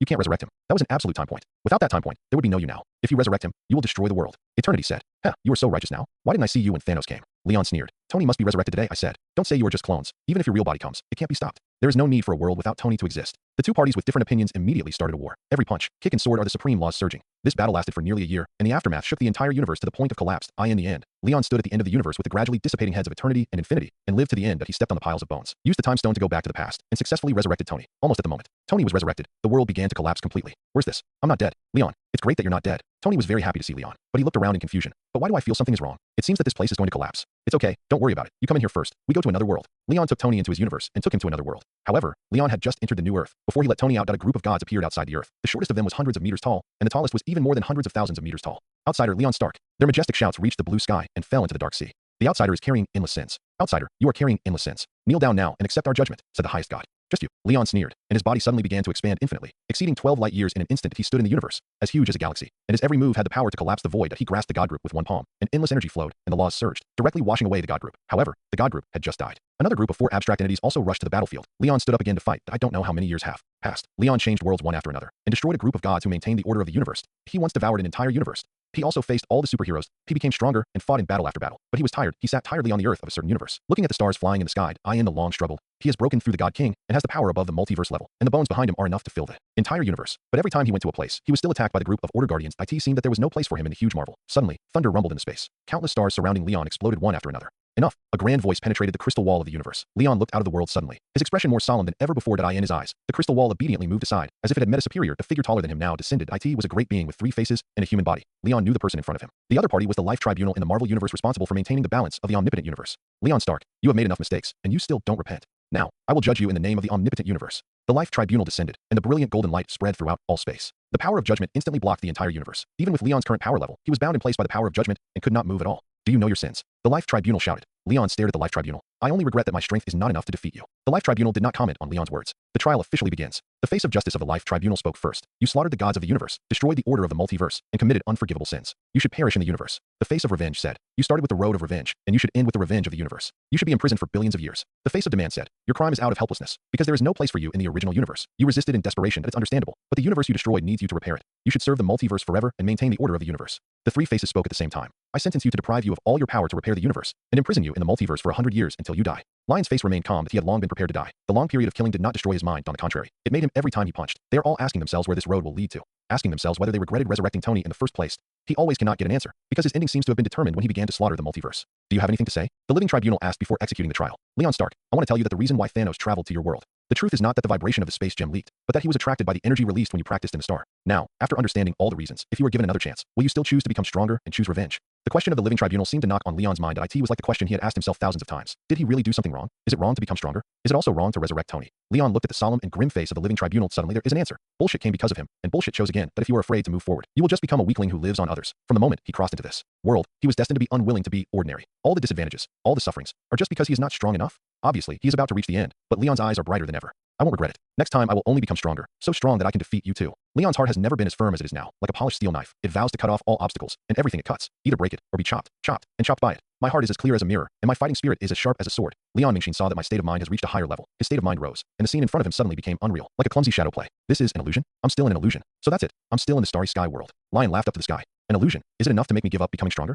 Stop here, break it for me. The body of the Life Tribunal froze in the air. The power that bound Lion dissipated inexplicably. The whole world was shattered like a silver mirror falling to the ground. The huge beast-shaped phantom in the inheritance fortress appeared in front of Lion again. You broke the illusion? How is this possible? The phantom exclaimed on the side. Your state of mind is very strong. It looked at Leon with shocked eyes. Stronger than many immortals I have seen. The illusion just now is a combination of the magician's secret method and the law of time. I don't know what you saw, but it must have been created from your subconscious mind. It is extremely real and can fully test your state of mind. I only expected you to persist in it for a month, but you broke it in just one day. Congratulations, you passed the first test. The phantom's attitude towards Leon was several times better.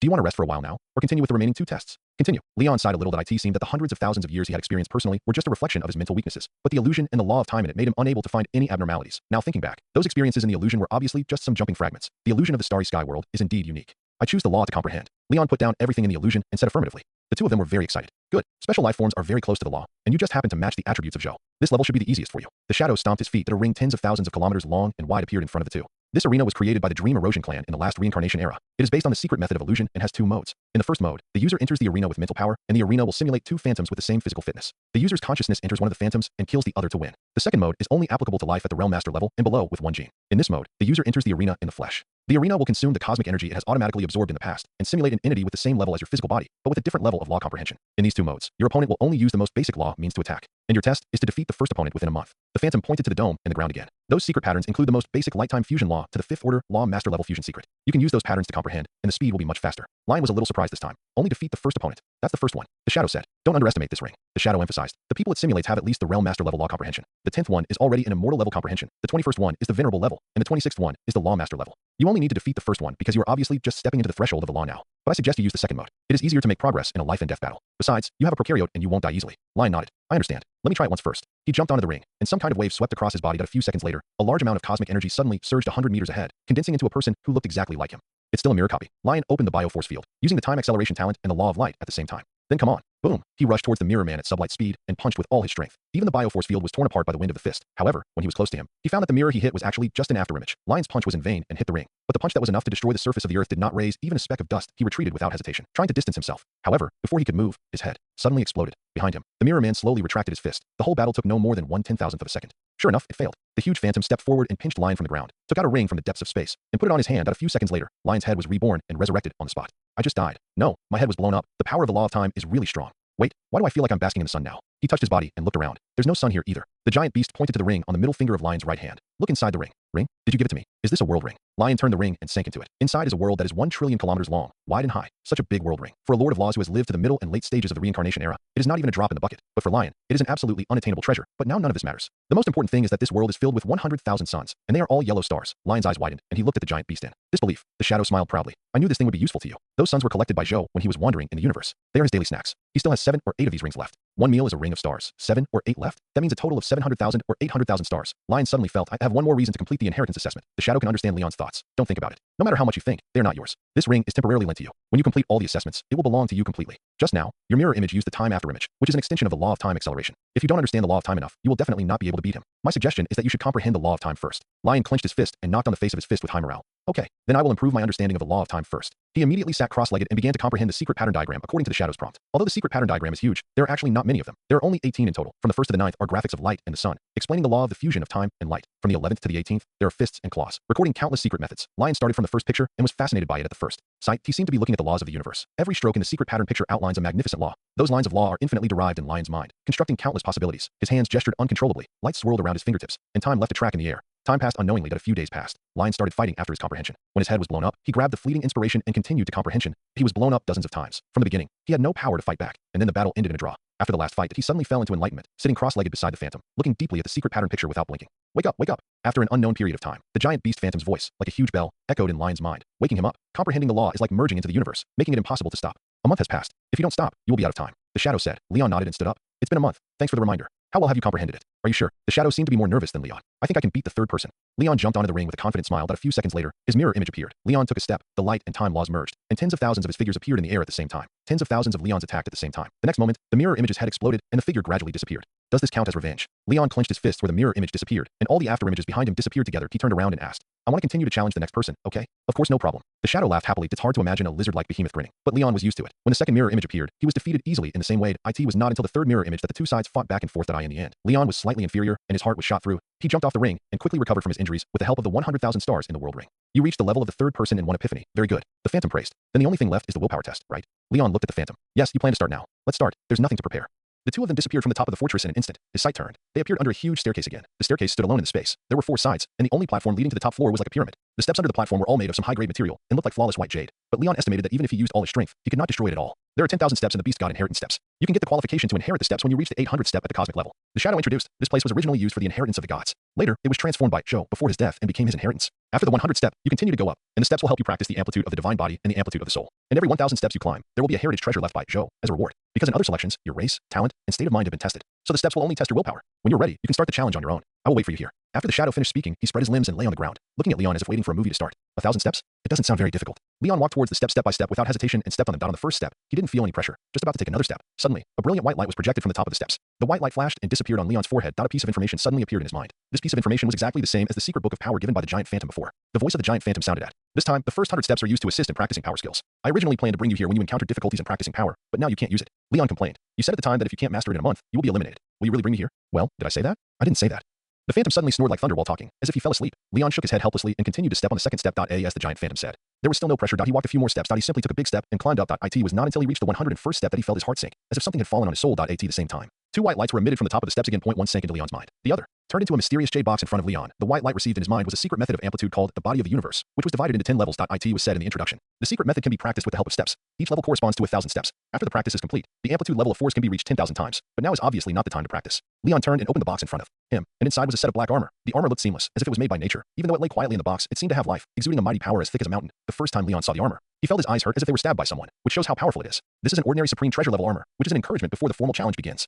Well, you may not know what a supreme treasure is. The giant beast phantom, who was pretending to be asleep just now, came over, lowered his huge head, and came closer to explain. The so-called supreme treasure is a treasure that even the rule masters will be jealous of and covet. Like this armor, it is immune to any attack below the ordinary master level, and can also reduce the damage below the overlord master level to 1/10,000th, which is extremely magical. But it may have a little flaw for you. The giant beast phantom scratched his big head. Lion looked up. What flaw? The phantom thought for a while. If you wanted to recognize the master, you need at least the willpower of the peak of the king. After recognizing the master, if you want to activate it, you need 10,000 times the power of the realm master to provide enough energy. The so-called realm master power is the basic power possessed by the peak realm master with 1 times the gene. Lion closed the box. That means I have to wait a long time before I can use it. On it. The giant beast phantom explained awkwardly. After all, this fortress was originally intended to be buried in the original star, and the people you can see in that place are basically venerables. Even if Zhou is the Lord of Law, he never thought that his fortress would encounter a cosmic level inheritor before he died. Even the 100 steps in front for practicing and exerting strength were originally just decorations to make the inheritance more complete. But there are still dozens of treasures in the fortress that serve as decorations. When you pass the inheritance, maybe you can try it. Treasures are treasures below the supreme treasures, and are generally used by the strongest immortals and low-level venerables. Leon smacked his lips. The treasures are just decorations, worthy of being the Lord of Law. But you said that the supreme treasure in my hand is an encouragement award, so even if I fail the assessment, I can take it away, right? The giant beast phantom looked weird. You think you're going to fail before the challenge officially starts? Lion put the J box into the world ring. Of course not. What I mean is that I will succeed, and the encouragement award is just superfluous.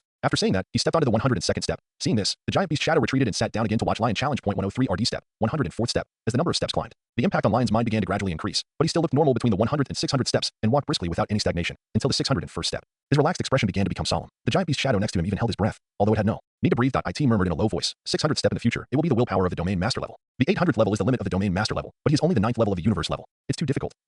As he continued to climb, dense sweat gradually appeared on Lion's face. His body was not tired, but the waves of mental shocks that came like a tide made his mind extremely tired. 701 SD level. 702nd level. Lion gritted his teeth and climbed forward like a giant hammer hitting his mind. Walked up another step. The giant beast behind him exclaimed 751st level. Good job. But Leon's vision had already begun to blur. Beams of cold sweat fell from his eyelashes into his eyes. But that was not the reason for his blurred vision. The real reason was that his mind was so tense that he had to abandon all attention to the outside world. The continuous mental shocks were like countless blades cutting his soul. The feeling of soul tearing made him feel so painful. Every time he took a step up, the knife in the spiritual world became sharper. 789th step. 790th step. Leon had already fallen on the steps in pain, but he was still moving slowly. This round of test was will. The so-called pain was actually the pain in his consciousness. The more people who could endure the pain at this time, the farther they could go. But Leon's will was like a knife. He was not tolerant and did not endure. He only had the goal of 800 steps in his heart. All the oncoming pain was cut off by him in his heart. His vision was completely dark, but his eyes were still sharp. Still staring at the steps above. 798 steps. Blood gushed out of the corners of Leon's mouth. His teeth bit his own flesh and blood, using the physical pain to fight the mental pain. In his dark consciousness, he imagined himself punching. The enemy is the oncoming pain. Punch. Punch again. 799 steps. Leon was trembling all over, and the sunlight flowing from the world ring continued to repair his body, but it could not repair the pain in his consciousness. His consciousness has reached a limit. A big realm in the starry sky world. The gap is thousands of times, but he used his willpower to overcome this thousand-fold gap. Now, there is only one last step left, but he can no longer control the movement of raising his hand, and his raised right hand trembles in the air as if it is about to fall apart. Alas.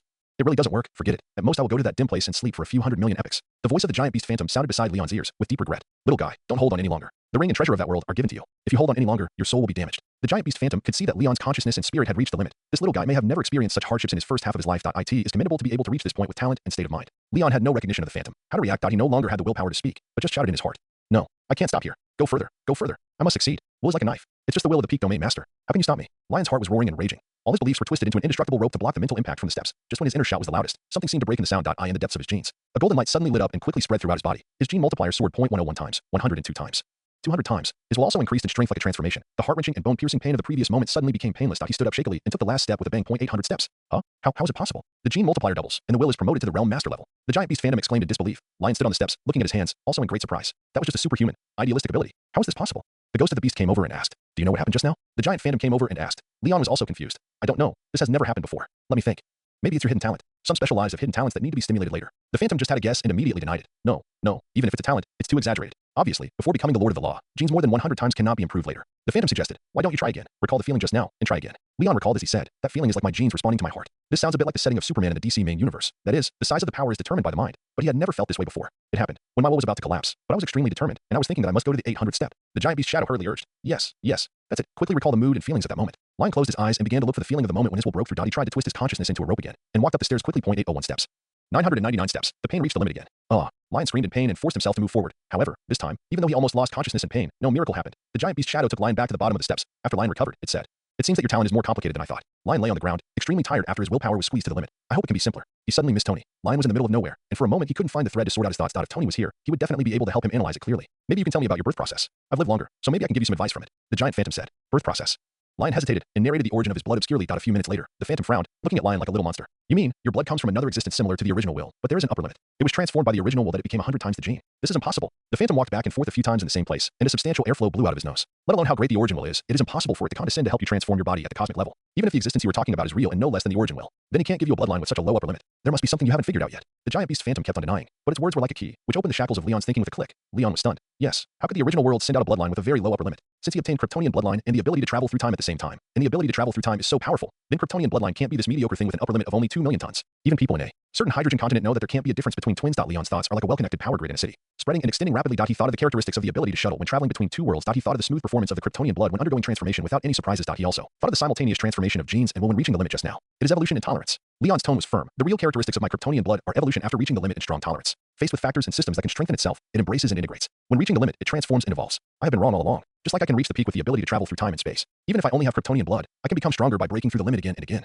Leon's distressed expression became clearer. His thoughts became more and more clear. What are the two characteristics? Fusion is very simple. Just like in biochemistry crisis world, even if I am immune to the infection of the S virus, my cells can integrate the mutation characteristics of the virus. But evolution is difficult. From the evolution on the steps just now, I'm afraid that it is my mind and will that are undergoing transformation, and the Kryptonian blood will promote this process, and then it will also evolve. Leon stroked his chin. This is very consistent with the style of American comics. In despair, shouting words like saving the world and never giving up, suddenly turning over and defeating the supervillain. But there is no doubt that as long as my genes continue to evolve, 1,000 times, 10,000 times, or even 100,000 times, I will one day become Silver Superman, Golden Superman, or even Supreme Superman. The giant beast Shadow listened to Leon's mumblings, and the more he listened, the more confused he became. It seems that you have figured out what you are. It scratched its head. The adjective you used, but it's almost the same. I have never been so clear as I am now. Lion stood up from the ground. He looked at the giant phantom. I think I should have passed all the tests. The giant phantom looked at Lion left and right. It wanted to understand what was going on with Lion. But in the end, it nodded. You passed the test. Congratulations. You have obtained the inheritance of the light time beast god. It twisted its body and shook its scale-covered tail, and it was obvious that it was in a good mood. Come on, let me introduce you to this fortress first. The giant phantom stamped its feet. The two of them moved to a huge world. There are mountains and water here, white clouds floating in the sky, lakes flowing under your feet, and a courtyard on the top of the mountain. It's just that the mountain is a little high. The clouds are a little long, and the water is a little wide. Lion estimated that everything here is basically calculated in millions of kilometers. This is the bottom floor of the fortress. In the past, Joe would rest here when traveling in the universe. Everything you see here, clouds, water, soil, etc., are all valuables and can be used at will. Hearing this, Leon's eyes began to shine, but the introduction of the giant phantom was not over. It pointed to the courtyard on the top of the mountain. The world ring with the star is in the courtyard. You can find it yourself later. After saying that, it waved its sturdy forelimbs, and the two of them changed places. The book was written in the bookstore, but the book was still in the library. What came into view again was an extremely huge library. Rows of bookshelves were densely arranged to the end of Lion's vision, as if endless. Here are most of the secret books collected by Joe, including various laws and fusion laws, and the highest is the ultimate secret of the Lord of Laws. You can practice these secret books at will. Except for the secrets of the Lord of Laws and the amplitude secret, you can also pass them on at will. Lion spotted some technological instruments in the corner of the library with his sharp eyes. He thought of Tony and Jarvis. He asked quickly, is there any technological knowledge from the last reincarnation era here? Also, is there anything like the mechanical heart that can allow intelligent life to evolve? A question mark appeared on the head of the giant beast phantom. Technology knowledge? What do you want that useless thing for? I don't have a mechanical heart either. Why do you want one for your intelligent life? The tone of the giant beast Shadow was full of contempt for technology. Lion held his forehead when he heard it. Being born as the Lord of Law. The beast god simply looked down on things like technology. The intelligent life of the beast god. The giant beast Shadow seemed to be the same. I have an older brother and an intelligent housekeeper, and they need these things. He explained. The giant beast Shadow nodded, and his sharp eyes softened slightly. It's not that you have to take these unorthodox ways. You have to remember that you are the descendant of the great Lord of Law, Joe, and you are destined to make the way of light and time famous in the universe in the future. Don't go astray. It casually took out two mechanical objects that were only as big as its pores from a pile of technological creations. Here, these are the best. Lion took it. It was a light brain as big as his head, in a metal box. This optical computer is the data core of a spaceship that Joe accidentally crashed when he was traveling. That spaceship is an immortal battleship, and the optical computer should store a lot of scientific and technological knowledge.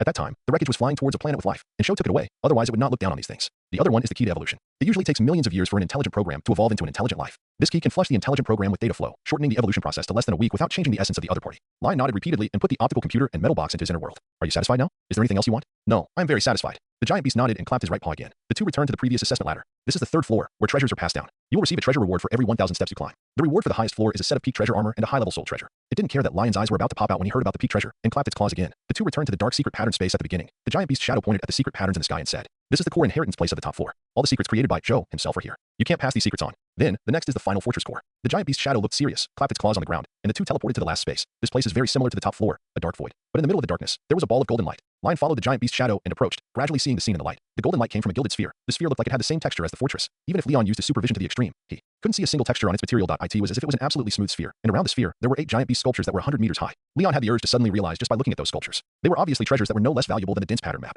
This is the core of the fortress. The 8 beast god sculptures are engraved with 8 ways of fusion laws, which can be used for comprehension. And what you have to do now is to recognize this fortress as your master. The phantom of the giant beast pushed Leon in front of the gilded core. Leon raised his eyebrows. Recognize the master of the fortress? Is this fortress also a treasure or a treasure? The phantom of the giant beast nodded. It's called Time. The light fortress is a palace-class treasure. Palace-class treasure. Leon exclaimed, this is a treasure that even true gods covet. The giant beast grinned. You are quite knowledgeable. Its recognition condition is quite special. It must have a willpower 1 level higher than its own cultivation. At the beginning, Joe spent trillions of epics to hone the true god-level willpower before it recognized it as its master. You are much luckier. Leon was delighted and nodded with a smile. That's right. I now have the willpower of a world master, but only the strength of the universe. I can definitely make it recognize its master. Not to mention this fortress, with his willpower that is 2 levels higher than his strength, he can try to recognize the master of the star tower of the god king level. Lion walked to the gilded sphere, put his right hand on it, and calmed his mind. A mental shock immediately rushed into his nucleus. But with his willpower at the level of the world master at this moment, this impact is not even a tickle. Half an hour later, the time fortress successfully recognized the master. When Lion opened his eyes, the giant beast phantom also laughed easily. It's over. It's finally over. The inheritance has an heir, and I can finally be free. The joy that Lion had just felt when he heard this gradually disappeared. What do you mean by this? He looked up at the giant beast and asked. The giant beast phantom shook his head. In fact, I am not an intelligent life. I am composed of a memory left by Joe, and a part of the divine power. The purpose is to find a satisfactory inheritor. In the long time, in order to prevent the rootless divine power in my body from being eroded by time, I've been sleeping all the time. The past month is the first time I have awakened in so many trillions of years. I thought I was just wasting my divine power. In the end, I found the successor so smoothly and completed the mission. I am very happy, little guy. I want to thank you. You are worthy of being favored by the original will. The giant beast phantom said with approval. In the endless years, there are very few people who can be taken into his eyes, let alone a cosmic ent. But now he recognizes this little guy in front of him. Is that so? Leon looked at the giant beast phantom with a complicated expression. It turned out that the other party was Joe. No wonder he looked almost the same as the beast god sculpture. He originally wanted to bring the giant beast phantom back to Marvel. But now it seems that it is impossible. In other words, the moment I successfully obtain the inheritance, you are destined to die. Just as the desolate feeling of parting was about to surge into his heart, Leon was pushed by the giant beast phantom with its huge claws and staggered. The old man was so angry that he was about to die. What's that expression on your face? The giant beast shadow shouted. As the descendant of Zhou, you are not allowed to show that expression. We are born in the same lineage of beast gods, and we can only fight forward. My death happened in the last reincarnation era. Now I am just fulfilling my last wish. I am happy. Why are you sad? The giant beast shadow sounded like thunder. Okay, the next step is the last step. It burst into endless red and white light, and infinite divine power gushed out, like the Milky Way hanging down the arm of Orion. Get ready. In order not to be discovered by the strong men of this reincarnation era, I will burn my divine power, send the time fortress into your inner world, and disrupt the time and space here. The next moment, the giant beast shadow suddenly solidified, and its divine power belonging to the Lord of Laws enveloped Lion.it seemed like a long time had passed, and it seemed like only a moment had passed. When Lion opened his eyes again, he had returned to the outside of the moon.it was empty here, and when he looked back, he could still see thousands of human spaceships flying to the moon. Time seemed to be the moment he had just arrived on the moon. If it weren't for the fortress standing like a pillar in the inner world, and the extra knowledge in his mind reminding him, Lion would probably think that everything before was a dream. Time is accelerated, watching chess and losing chess. Is this the method of the Lord of Loss? Lion looked back at the moon deeply, ready to set off to return to the base where Hong and Lei Shen were. Suddenly, a vast wave of fluctuations descended. The world intention took the initiative to contact him. You still have 3 days. Lion was stunned. 3 days? Enough. But you gave me such a good inheritance, and you still gave me 3 days. Are you so considerate? He patted his chest instead. Brother Iji, I am grateful for your kindness. Don't worry. When I reach the level of a true god, I will definitely come back to help you deal with the crisis of world beasts. World beast crisis. World beast. The original was immediately frightened when he heard the new words that Lion uttered. The emotion he conveyed at that moment was like a cat with its fur blown up. The world beasts were bred by the supreme rules and were born to devour everything. Their birth almost meant that the original universe was heading towards destruction. Lion covered his forehead. Look at me. I was thinking about improving my strength and forgot to say that the biggest crisis you will encounter in this reincarnation era is actually the world beasts. The situation is like this. Lion briefly told the original the plot of the original work and emphasized the importance of the protagonist Luo Feng. Know the truth of the crisis and the identity of the savior in advance. This will only be a good thing for the future of the origin universe or the future of the protagonist Luo Feng. As for the more distant future, about the fact that the origin was possessed by Luo Feng. In fact, as long as the origin will invest in advance and gives Luo Feng some benefits, the other party will definitely not possess him after growing up. That's the thing. Luo Feng is a grateful person. I suggest you build a good relationship with him. Maybe, when he becomes a lord in the future, he can come back to help you one day and make you a real life. Luo Feng. Lord. What about you? The origin will ask intermittently. What, me? Of course I will still help you. Can you become a lord in the future? I don't know, but I have confidence. The origin was silent for a long time. You can come back when you are the lord of the law, and I will prepare something for you. Lion raised his eyebrows. Good guy. Is this the second round of angel investment for the origin will? He couldn't help but smile like a flower. Okay, of course, it's settled. 3 days later, Lion sat cross-legged in the void of the universe. The stars and the sun and the moon were flowing behind him. He was absorbing the sunlight pouring into his body from the depths of the world ring all the time. Every cell in his body was cheering with joy. Every mitochondria was expanding and compressing, like a nuclear power generator, spewing out magma-like power. In the protonuclear void in his body. The galaxy that was originally born in the first stage of the universe period has become very large. This rotating galaxy has 8 cantilevers. In its center is a huge spiral black hole. There are also 8 small black holes on the 8 cantilevers. At a certain moment, Lion suddenly opened his eyes. The energy is enough. The galaxy collapses. Start a breakthrough. He mobilized all the energy around him and poured it into the nucleus. Suddenly, the huge galaxy in the body began to expand continuously amid the rumbling vibration. The suction of the 9 black holes increased simultaneously. First, the black hole on the cantilever of the galaxy swallowed up the cantilever. Then the central black hole merged all the small black holes into one. The entire huge and gorgeous galaxy disappeared. Only a lonely black hole remained in the nucleus, absorbing all the energy coming from the outside. It began to expand and expand again. When it reached a certain limit, Lion's face became serious, and he controlled the entire black hole to collapse instantly, and all matter collapsed towards the center, slowly. A gray sphere appeared in the nucleus. This is an alternative singularity. If Lion was just an ordinary human, then his breakthrough would be considered a successful end here. When he breaks through the realm master later, he only needs to break the gray sphere and open up an internal world like the big explosion of the singularity. Is perfect, but he has a special life, and he already has an inner world in advance. So after the gray sphere was formed, it began to expand again, gradually overlapped with the pronucleus, and finally merged into one. Only then did Leon's breakthrough end. He stepped into the threshold of the domain master, but this is still not the end of the breakthrough. The gene energy after the promotion began to feed back. Every drop of blood, every cell, and every bone in Leon's body began to change from the underlying structure. His body surface was coated with a layer of golden lines, which was the mark engraved in the body by the law. The already perfect body was optimized again in all aspects. The most obvious change is that his speed of becoming stronger has increased again. Even if the energy required to continue to break through the domain master level is an exponential increase from the previous one. But his optimized genes and body can make his breakthrough speed not slow down much. This is the domain master level. It is simply incredibly powerful. Lion was flying in the void, feeling his own strength. The normal first stage domain master has a strength of 2 trillion tons, but Lion's current gene multiplier is 200 times, so his basic strength is as high as 400 trillion tons. Add to that the 100-fold force technique. The power he can exert is as great as 400 trillion tons. This is not much worse than that of an ordinary domain master. If you add in a speed that is close to the speed of light under the blessing of the LAW.it is no longer a joke to blow up the earth with one full strength punch. It's time to leave. Lion looked back and flew towards the earth. Before leaving, they went to the temple to eat. Before leaving, Lion left a lot of secret books to Hong and Lei Shen, who successfully broke through the Xingzhou and handed the giant egg of the horn torch beast to Hong. Keep this thing for now. It may be useful in the future, but if it hatches before I come back, then you can discuss with Lei Shen and let anyone take over its body. Luo Feng will definitely be taken care of by the world consciousness in the future, and maybe he can take over a special life. Anyway, Luo Feng basically can't use the opportunity of the middle and lower level of the horn torch beast. So just leave it to his 2 apprentices. Teacher, you're going to the universe alone. Be careful. Hong took the giant egg solemnly, as if he was carrying a small mountain. Lei Shen touched his big bald head. Teacher, how did you practice? You're already at the domain master level. Hiki, when Hong and I go to the universe in the future, we will rely on you to protect us. Go to hell. You and Hong are 2 crazy practitioners who want to fight with others every day. What protection do you need? Lion waved his hand. On the contrary, you should protect the earth well. I will go to the universe to build a foundation and wait for you to find me. After saying that, his figure flashed and disappeared from the earth in a blink of an eye, as if he had never been there. Lei Shen stared blankly at the place where Lion disappeared. I still can't see any movement track of the teacher. Hong, how strong do you think the teacher is? Hong carried the giant egg and patted Lei Shen on the shoulder, at least tens of thousands of times stronger than us. The teacher is a real strong man. Let's work hard together. Next time we meet, we must give the teacher a surprise. Lei Shen's hair was even emitting something called fighting spirit. Okay. Lion floated in the space of the star world. When he activated his ability to travel through time, he suddenly realized he had been in the star world for 8 days, but Marvel had already spent 10 days. In terms of the speed of time flow, Marvel was even faster. The energy value required to travel through almost consumed 100% of his physical strength at that time, and when he returned, the exaggerated consumption had become less than 1 billionth of his physical strength. It's incredible too. Think about it. He had 2 million tons when he came and 400 billion tons when he left. He was more than 1 billion times stronger than when he came. His strength went from the surface level to the star level. This is the meaning of a high-level world to an ordinary Kryptonian. However, because he brought an inner world and a fortress on his return trip. The energy consumed soared again, reaching 1/10 of his physical strength. Leon thought about it and decided not to waste his physical strength out of caution, and when he left, He looked at Gui affectionately. If he disappeared in the last second and returned with a strength that was a billion times stronger in the next second, that would be too shocking, considering the psychological endurance of the Centenarian. Leon anchored the time 10 days after he left the Marvel world, activated his ability, and traveled back. Kamartaj. Leon appeared in his dormitory out of thin air. It was still night. Exactly 240 hours after the day he left, moonlight entered the room along the curtains. Leon was about to leave the room, but suddenly his brows knitted tightly. He felt dozens of different eyes converged on him. It was as if dozens of people were squatting in the secret corners of the room, just to see what changes he had made as soon as he came back. Leon looked around reflexively. The next second, all the sights disappeared completely, like a mouse caught by its owner for stealing cheese. Only when I was still looking at him, Leon looked over. His supervision penetrated the wall and saw that the gaze came from the Ancient One who was meditating in the inner hall. He took a deep breath and was extremely sure that the feeling just now was not an illusion. Those eyes had been observing him before, but who could spy on him without him noticing? Apart from those multiverse-level characters, he couldn't think of anything else. Was it Vishanti? Maybe, but definitely not only. The only thing Leon could be sure of was that those peeping eyes had no malice, only strong curiosity. This is definitely the fault of the ability to travel through time.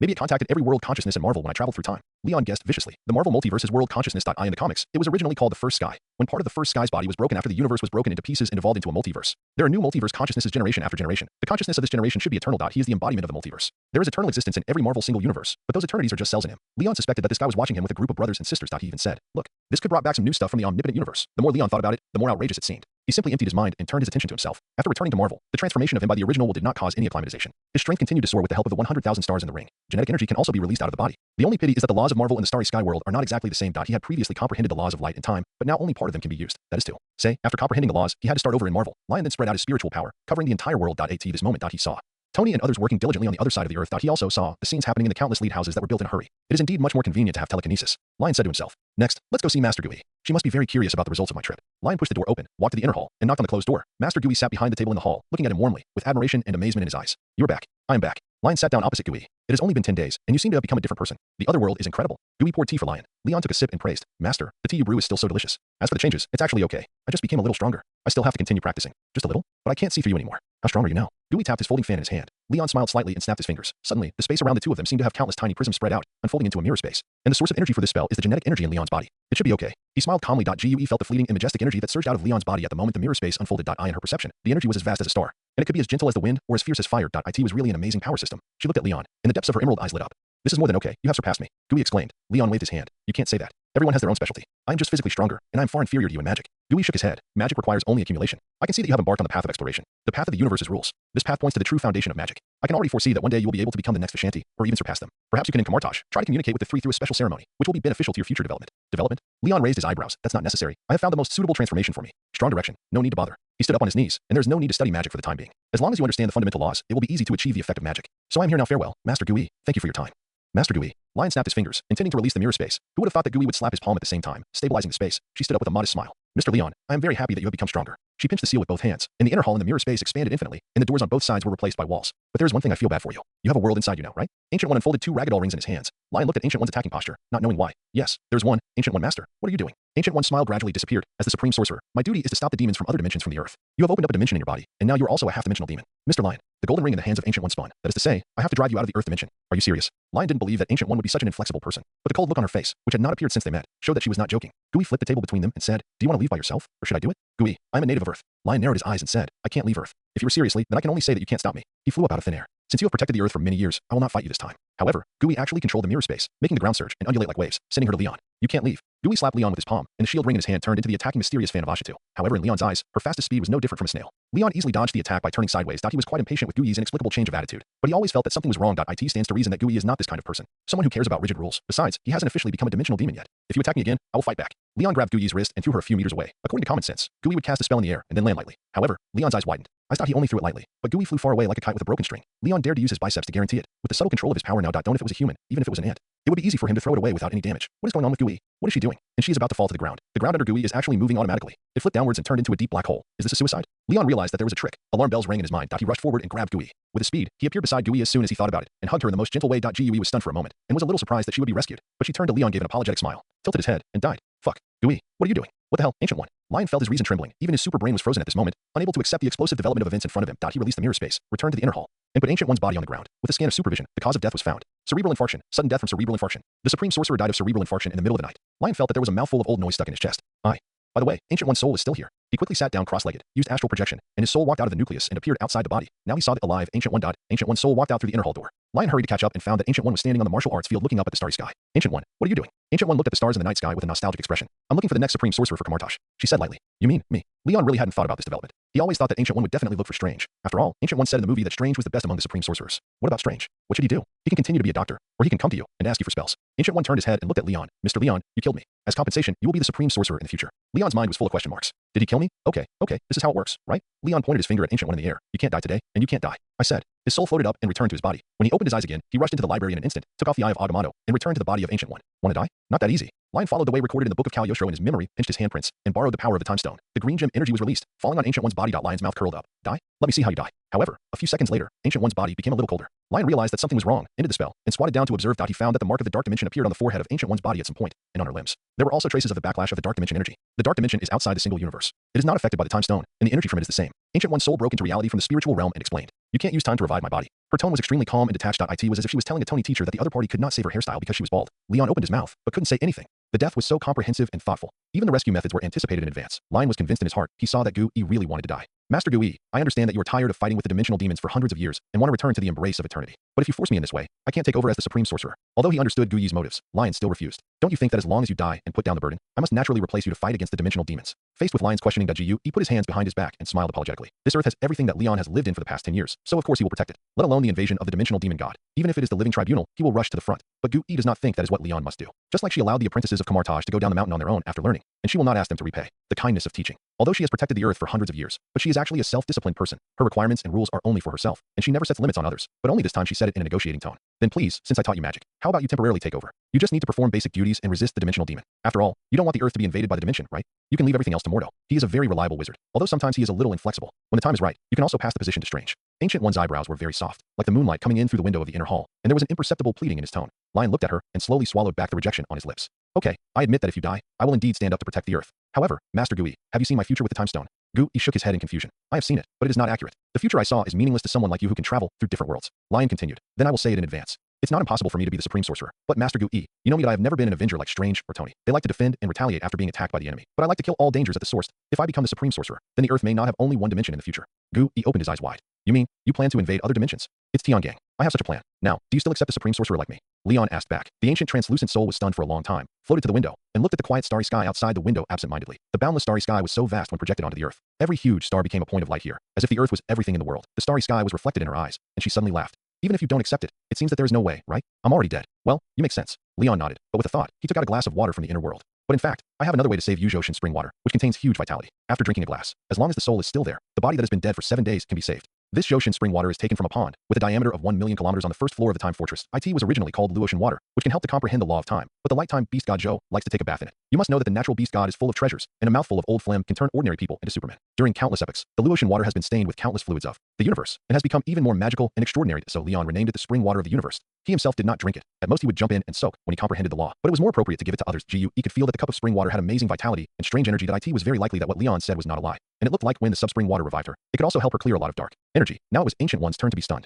Where did this come from? She asked. Lion organized his words. How should I put it? It's a legacy of a dimensional demon god who is much stronger than Dormammu. Ancient One twisted his lips. Then, don't use it. You should use such a precious treasure at a critical moment. Lion shrugged. It's okay, it's not precious. I use this water for bathing. Ancient One was silent. After a few seconds, she turned her head and looked up at the starry sky again. Master Lion, the safety of the earth will be in your hands in the future. Hey, you don't seem to have said whether you want to be resurrected. Lion spread his hands. Since its birth, the earth has been coveted by the dimensional demon gods. Ancient One was unmoved. If you don't say it, I will pour this glass of water for you. Lion pretended to pour the spring water. Among them, we need to be particularly vigilant. Dormammu, Mephisto, Beholder, Nightmare. Ancient One turned a deaf ear. I really drank it. Leon pinched the mouth of the corpse. Ahem, Master Leon. Ancient One had to turn around. Okay, please stop joking. Let me leave quietly tonight. She was a little tired and helpless. Seeing that the cup in Leon's hand had begun to tilt, she added another sentence. After I leave, you will be the supreme sorcerer, and you will have the final say on how to deal with the dimensional demons. Only after hearing this did Leon collect the spring water. Okay, Master Ancient One, you go first, and I will go to eternity in a few years to tell you good news. What good news? Ancient One was stunned. Of course it's the news that Camartage has become the holy place of the dark dimension. Leon took it for granted.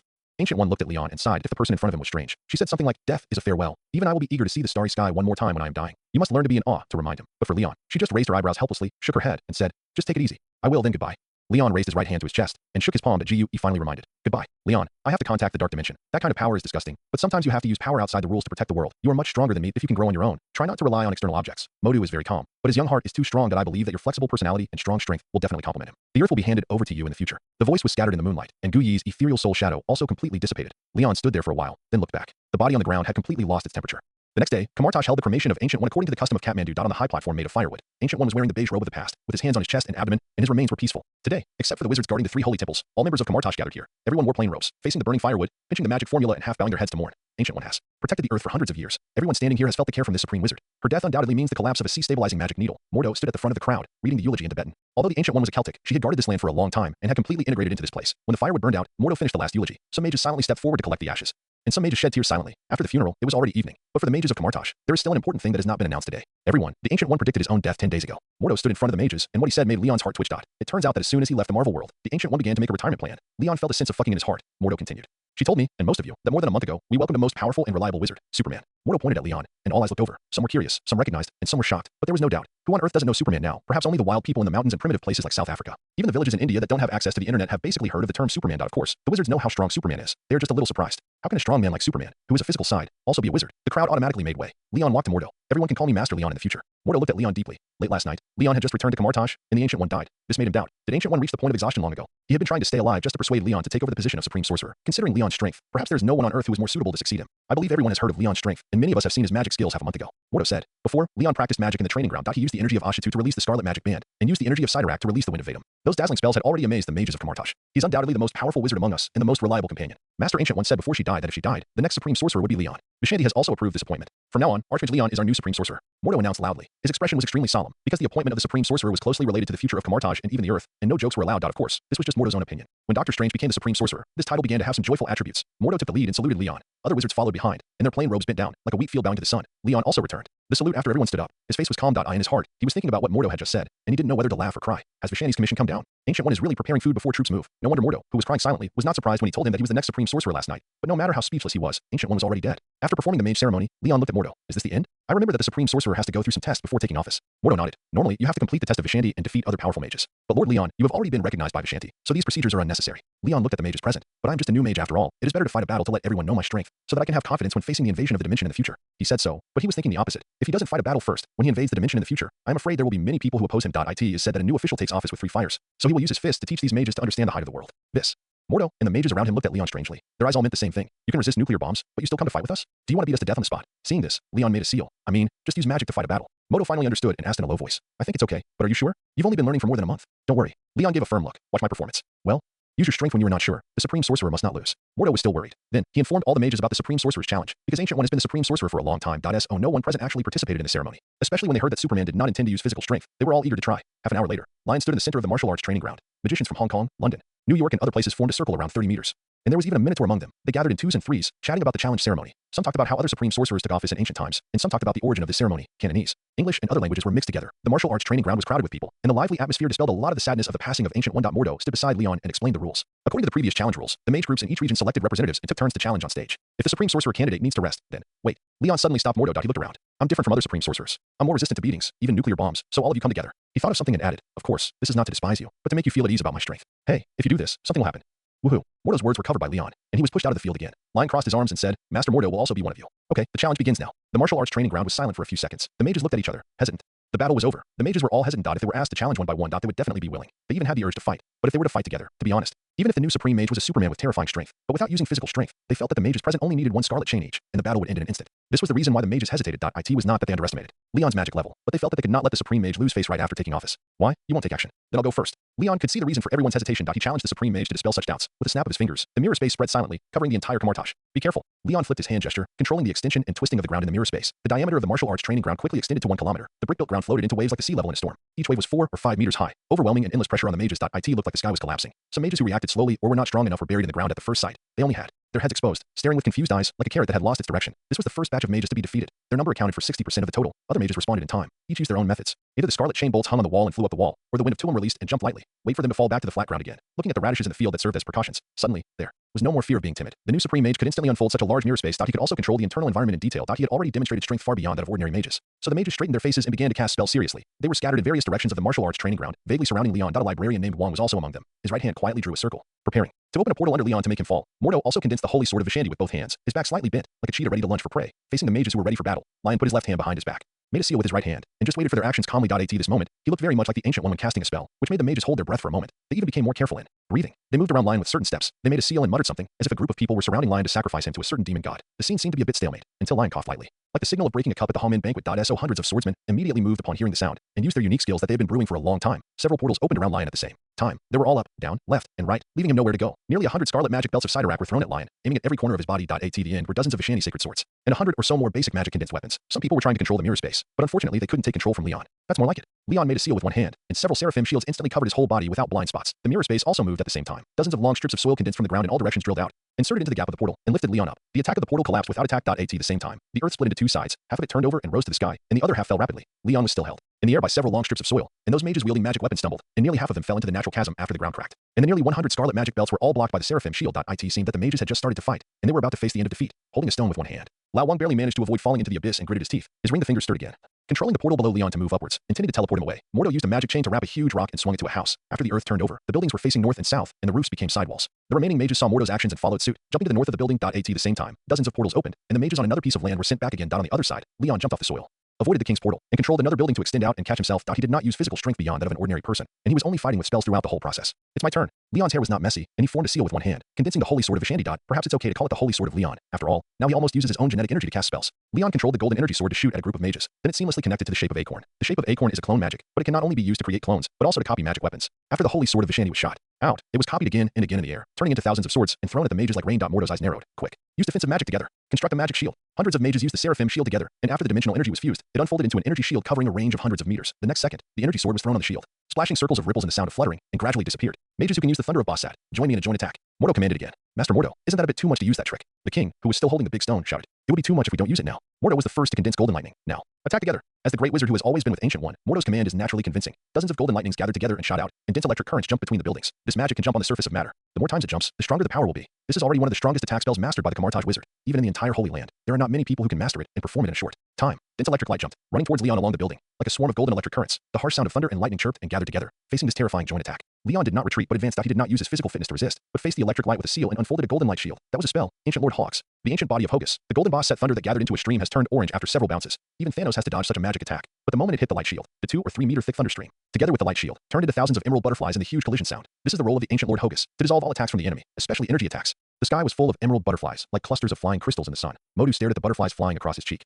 Incredible, his Hog's ancient lord can actually block the Bozat thunder of dozens of people. The same magic, in the hands of different wizards, will have very different effects. Lion has endless genetic energy as support, as long as he wants. It is not difficult to use a basic magic with planetary power. Why are you all looking at butterflies? Could it be that we are actually fighting in a turn-based system? Lion complained to the dazed people. Then it's my turn next. He waved his right hand and used the same trick again, showing the form of a kern. But this time he released it towards himself. The next moment, thousands of lions were copied and floated in the air. Each of them had a fan of Ashitu with a cutting effect in his hand. Mordo's forehead bulged when he saw this, and he quickly asked the mages to cast the shield again. But thousands of lions used magic to cut together. The shield was broken in the blink of an eye, like a huge glass shattering. The rest was easy. Lion's magic clones fought 2 against 1 or 3 against 1, and subdued the remaining mages in a few encounters. The challenge of the Supreme Mage ends here. When the most tenacious Mordo was also subdued by a clone, Lion snapped his fingers, and all the clones shattered along with the mirror space. Thousands of mages returned to the martial arts training ground again. But at this time, they were either covered in dust or their eyes were empty and wandering. Those who were covered in dust were the minority, who were defeated by Lion. Most of the mages who were buried at the beginning of the game were in a daze. They were in a very complicated mood at this time. Originally, the death of Ancient One was a sad thing, but the newly appointed Supreme Mage was a great man who could beat all of them with one hand, which was another thing worth being happy about. The mixture of joy and sorrow was enough to make people emotionally confused, but then they thought that they were the ones who were just beaten by Leon. Every mage present lost the mood to talk to the beginning. They were worried that they would make Venerable Leon lose face. In the end, they all fell down before the Venerable was serious. He had only learned magic for a month, but he was stronger than their several lifetimes combined. Alas, the martial arts training ground was quiet, with only a group of people sitting on the ground sighing from time to time. For this situation, Leon did not feel any guilt, but smiled a few times with his face tilted to the side. He walked to Mordo and kicked the dejected black man's feet. What do you think? I said I was sure. Leon raised his eyebrows at Mordo, who raised his head. Mordo resisted the urge to sigh, pursed his lips, and exhaled through his nostrils. The great Master Gu, you really made the right choice to choose you as the Supreme Master. You beat everyone on the first day. What do you know? This is courtesy before force. No, this is obviously team building. Team building? What is that? It's to increase the understanding of each other among mages. You think what you just did is also team building? Leon spread his hands. After a fight, everyone has a deep understanding of me. Just tell me if this team building is useful. And what just happened is just the beginning. He clapped his hands to attract everyone's attention. Mordo was startled and thought that this guy was going to beat everyone again. But Leon turned around and took out a huge lobster from somewhere under the gaze of the mages. The lobster is 8 meters long and 2 meters wide. Thank you all for participating in the Supreme Mage Challenge. You have worked hard. Come on, let's have a simple dinner first. Lion's hands were like iron pliers. He peeled the shrimp shells in a few seconds, used magic to light a fire in the martial arts training ground, and grilled the prawns directly. Oiling, turning, and sprinkling. A set of movements are smooth and flowing. In a few minutes, the fragrant aroma has spread, and the golden color of the prawns makes the mage's eyes go straight. This is the food I brought back from another dimension. Come and try it. In order to meet the deity of the Supreme Mage, Lion simply uses magic to do everything, but he casually used the holy sword of Vishandi, cut the lobster into small pieces, and then controlled it with magic to distribute it to everyone present. The mages took a bite and praised it again and again, and gave thumbs up and gobbled it up. They are familiar with dimensional creatures, but it is really the first time to eat dimensional lobsters. Even Mordo, who was always rigid, hesitated and took a bite, then changed his attitude and quickly finished the remaining shrimp meat. After eating, he even looked at Leon, embarrassed but still wanting. My body. Suddenly, an old wizard with a Taoist bun jumped up from the ground. What's wrong? Master Hamel, what's wrong with your body? Mordo was very familiar with this old wizard, and seeing the other party's anxious look, he hurried forward. Could it be that there is something wrong with the lobster? Dimensional creatures really shouldn't be casually. No, my body is healing. Master Hamill shook his head excitedly, and his bun swayed behind his head. He excitedly grabbed Leon's shoulder with his only intact right hand. The price paid for using magic in my body is recovering. This is incredible. Venerable Leon, thank you. I want to thank you. As he spoke, he made a deep wizard salute. Seeing this, other mages could not help but feel their own state. They soon discovered that in addition to the warm feeling in their stomachs, they indeed had other changes. Gastric perforation was getting better, limb asymmetry was recovering, and lost senses of smell, touch, etc. were also slightly restored. This is amazing. What dimension is this meat from? A great mage named Daniel stood up excitedly. From a dimension called Starry Sky. Leon smiled and took out more lobsters. Don't get excited, everyone. Come, I still have a lot of lobsters. One for each person. Everyone has one. These lobsters are actually monsters from the Earth in the Starry Sky world. They are basically at the level of apprentices from level 1 to level 4. When they met, these lobsters were crawling ashore from the rivers and preparing to attack the human base. So Leon took them all into his inner world and cultivated them as backup ingredients. These lobsters are terribly vigorous and carry the RR virus. However, after his simple processing, it has become harmless green food, although it is not edible for ordinary people. It is just right for the mages of Kamartaj. Each of the mages was given a big lobster, and they were all very happy, but they soon found a bigger problem. What kind of shell is this shrimp? My kitchen knife is bent, and I can't cut it. The mage Lao Wang was confused when he was chopping with the butcher knife. He could only try to cut it with the secret door. Other mages also showed their skills one by one, much more actively than when they challenged Leon just now. The always old-fashioned Mordo also learned from Leon to cut the shrimp meat with the sacred sword of Vishanti, and his expression was so eager. There is no way that it's not that his old-fashioned principles are not important, nor is there a problem with his respect for Vishanti that it's really that Leon gave too much. The mages were satisfied with this lobster feast. Even the sadness over the death of Ancient One dissipated a lot as the sun set, and the shrimps entered their stomachs. This moment, Leon gradually replaced Ancient One and became the new pillar in their hearts. Now if someone dared to say that Leon was not worthy of being the supreme sorcerer, they would definitely cut that person into pieces with one sword each. During the meal, no one had the leisure to chat, and they were all concentrating on finishing the shrimps. Leon sat between Wang and Mordo. He took advantage of the two brothers being confused while eating and quickly assigned the task of managing Kamartaj to the two. In the future, Wang, you will be responsible for all internal affairs related to spell teaching, and Mordo will be responsible for dealing with external crises. How about it? Lion was full of enthusiasm. In the future, you will be my crouching dragon and phoenix. In ancient times, Sun Quan asked Zhang Zhao for external affairs, and Zhou Yu for internal affairs. We are no worse than them. In the future, Kamartaj will rely on you too. Okay. Mordo was warm all over after eating, and his mind was intoxicated. But who are you talking about? Lion said nonsense. They are all the most powerful wizards in history. He frowned and suddenly stood up. What's wrong? Wang, who was eating hard, listened to Lion's pie in the sky and looked up in confusion. Someone is spying on me. Lion said. Who? Who dares to spy on Kamartaj? Could it be the dimensional demon? Mordo also stood up, but he was still reluctant to put down the lobster. No, it's Odin. Lion drew a circle casually. The secret door opened. Opposite him was Odin sitting high on the throne. Oi, Odin, why are you looking at me? Leon stepped into Asgard. Although it was the first time to see Odin in person, but Leon's attitude was not good. He even had the intention of asking for punishment. The reason was very simple. It was okay for a multi-level boss to spy on him. After all, the arm cannot twist the thigh. But how dare you? And old Odin peek so openly? Do you really think that the ring in the hand of his newly appointed supreme sorcerer is not hard? Not to mention that the Odin in front of him has some strength of the Odin in the comic universe. Even if Odin in his peak period came, Leon would not be afraid. At worst, he would take the time fortress out of the inner world. You have the destroyer armor, and I have the peak treasure. No one can do anything to anyone. Besides, the Asgardian gods become more powerful as they get older, but their aged bodies cannot bear the increasing power. Odin is now on the verge of physical collapse. He is not far from entering Odin's sleep. Want to take action? Unless he has made plans to destroy Asgard when his power gets out of control. Huh? Is it you, the new supreme sorcerer? Odin's when I scorned Leon, and he sat on the throne with Gungnir on his hand. He didn't expect that the person he was still peeping at the moment before would notice and run in front of him the next second. Although he was a little guilty and embarrassed, he obviously didn't intend to apologize. After all, Odin, who had conquered the universe, was never a person who was used to talking. He had seen many supreme sorcerers on Earth, and there were only a few who he could respect a little. People like Ancient One would not appear continuously. Welcome to Asgard, wizard from Midgard. He looked down at Leon, who walked out of the portal. The magnificent temple was like a small kingdom of God, with the God King sitting high above and exerting his power to conquer all living beings. Leon stood below and seemed to be crushed into dust by Odin's infinite majesty. This time, the king and Mordo also came over from the other side of the portal. Wait, Leon, you just said Odin? Could it be that you were talking about Odin from Asgard?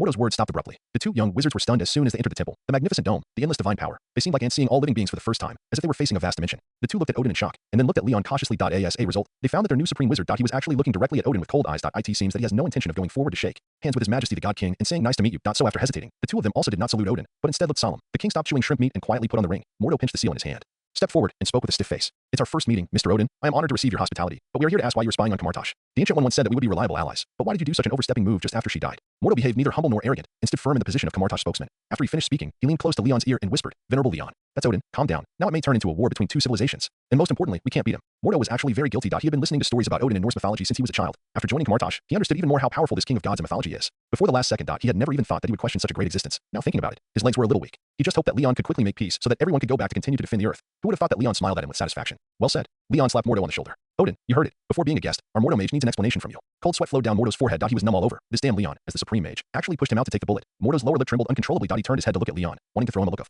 you betrayed me. But he saw Leon tear off his coat, and his body, a layer of black substance suddenly appeared on his skin. In the blink of an eye, those substances covered Leon's whole body, turning into a pitch black Superman uniform, outlining every perfect muscle line of his body. But compared with the Superman uniforms that Mordo had seen on the internet before, this uniform has edges and corners, more like a close-fitting battle armor, looks extremely sharp and very handsome. Mordo certainly doesn't know. It is actually a combat uniform from another world called Black God suit. But it has extremely strong defense and can withstand all impact forces below 500 tons. It also has the function of arbitrary deformation. In Leon's eyes, it can be regarded as a practical piece of clothing. After putting on the Superman uniform, Leon's momentum suddenly changed, and suddenly it was like a mountain hanging upside down, making people breathless. Mordo didn't know why. Now when he looked at Leon again, it seemed as if something would pierce through his eyes, nose, and mouth, piercing his head. It was as if something horrible was coming out of Leon. He shook his head, thinking he was having an illusion. When he looked up again, Leon had indeed turned into a normal, muscular, handsome guy again, without the feeling of showing off his sharp edge. It seemed that everything just now was Mordo's illusion. But Odin stood up from the throne at some point, looking shocked. The temple was very silent. Odin, with his white hair and beard, stared at Leon with his one eye, without saying a word. Mordo seemed to be able to hear the violent ups and downs of his heart. He thought, it's over. The Earth and Asgard are going to go to war. However, the next moment, the mighty Odin suddenly sighed. This sigh seemed to sigh out all the arrogance in his bones, and the whole person seemed to age instantly. Although he was still in that upright posture, his back seemed to be hunched a little suddenly. I'm sorry, Master Mordo. Odin actually apologized, but while he was apologizing to Mordo, his eyes were on Leon. The reason I peeped into Camartage without permission was that I heard about the death of the Ancient One, and I couldn't help wanting to see him again. He sighed again and walked down the steps. I hope you can understand that as an old guy who has lived for who knows how long, I can't suppress the sadness in my heart after hearing that another old friend has passed away. Odin walked in front of Leon and looked up at the young man who was taller than him. Eye in his eyes. Leon was indeed too young, not even a fraction of his long age. Mordo saw a sigh on the face of the God King, hearing him say to Leon, it's a really good battle suit. Respected Supreme Sorcerer. If you need it, Asgard actually has some good stuff. Why not take a few back as a gift from us for your appointment? The old man was in a mess, and the old man was in a mess, but it's haunted. Odin is actually giving in. No matter how slow Mordo's political mind is, he also found that something must have happened between Leon and Odin quietly. Perhaps an invisible confrontation started and ended in a field he couldn't see, and Leon even had the upper hand. It turns out that Leon can not only defeat ordinary mages like them, but the new Supreme Mage. He really has the strength to have an equal dialogue with the strong men in other dimensions. Mordo quietly stepped back a few steps and gave the stage to the two big guys. He stood next to the king and found that the librarian had started eating shrimp meat again without knowing when. King, you're not nervous. Mordo couldn't help asking. King shrugged. Lion 1. Why should I be nervous? Did you see their fight? How did you do it? Mordo's eyes widened. What fight? King swallowed a mouthful of shrimp meat. Didn't the God King Odin blink first just now?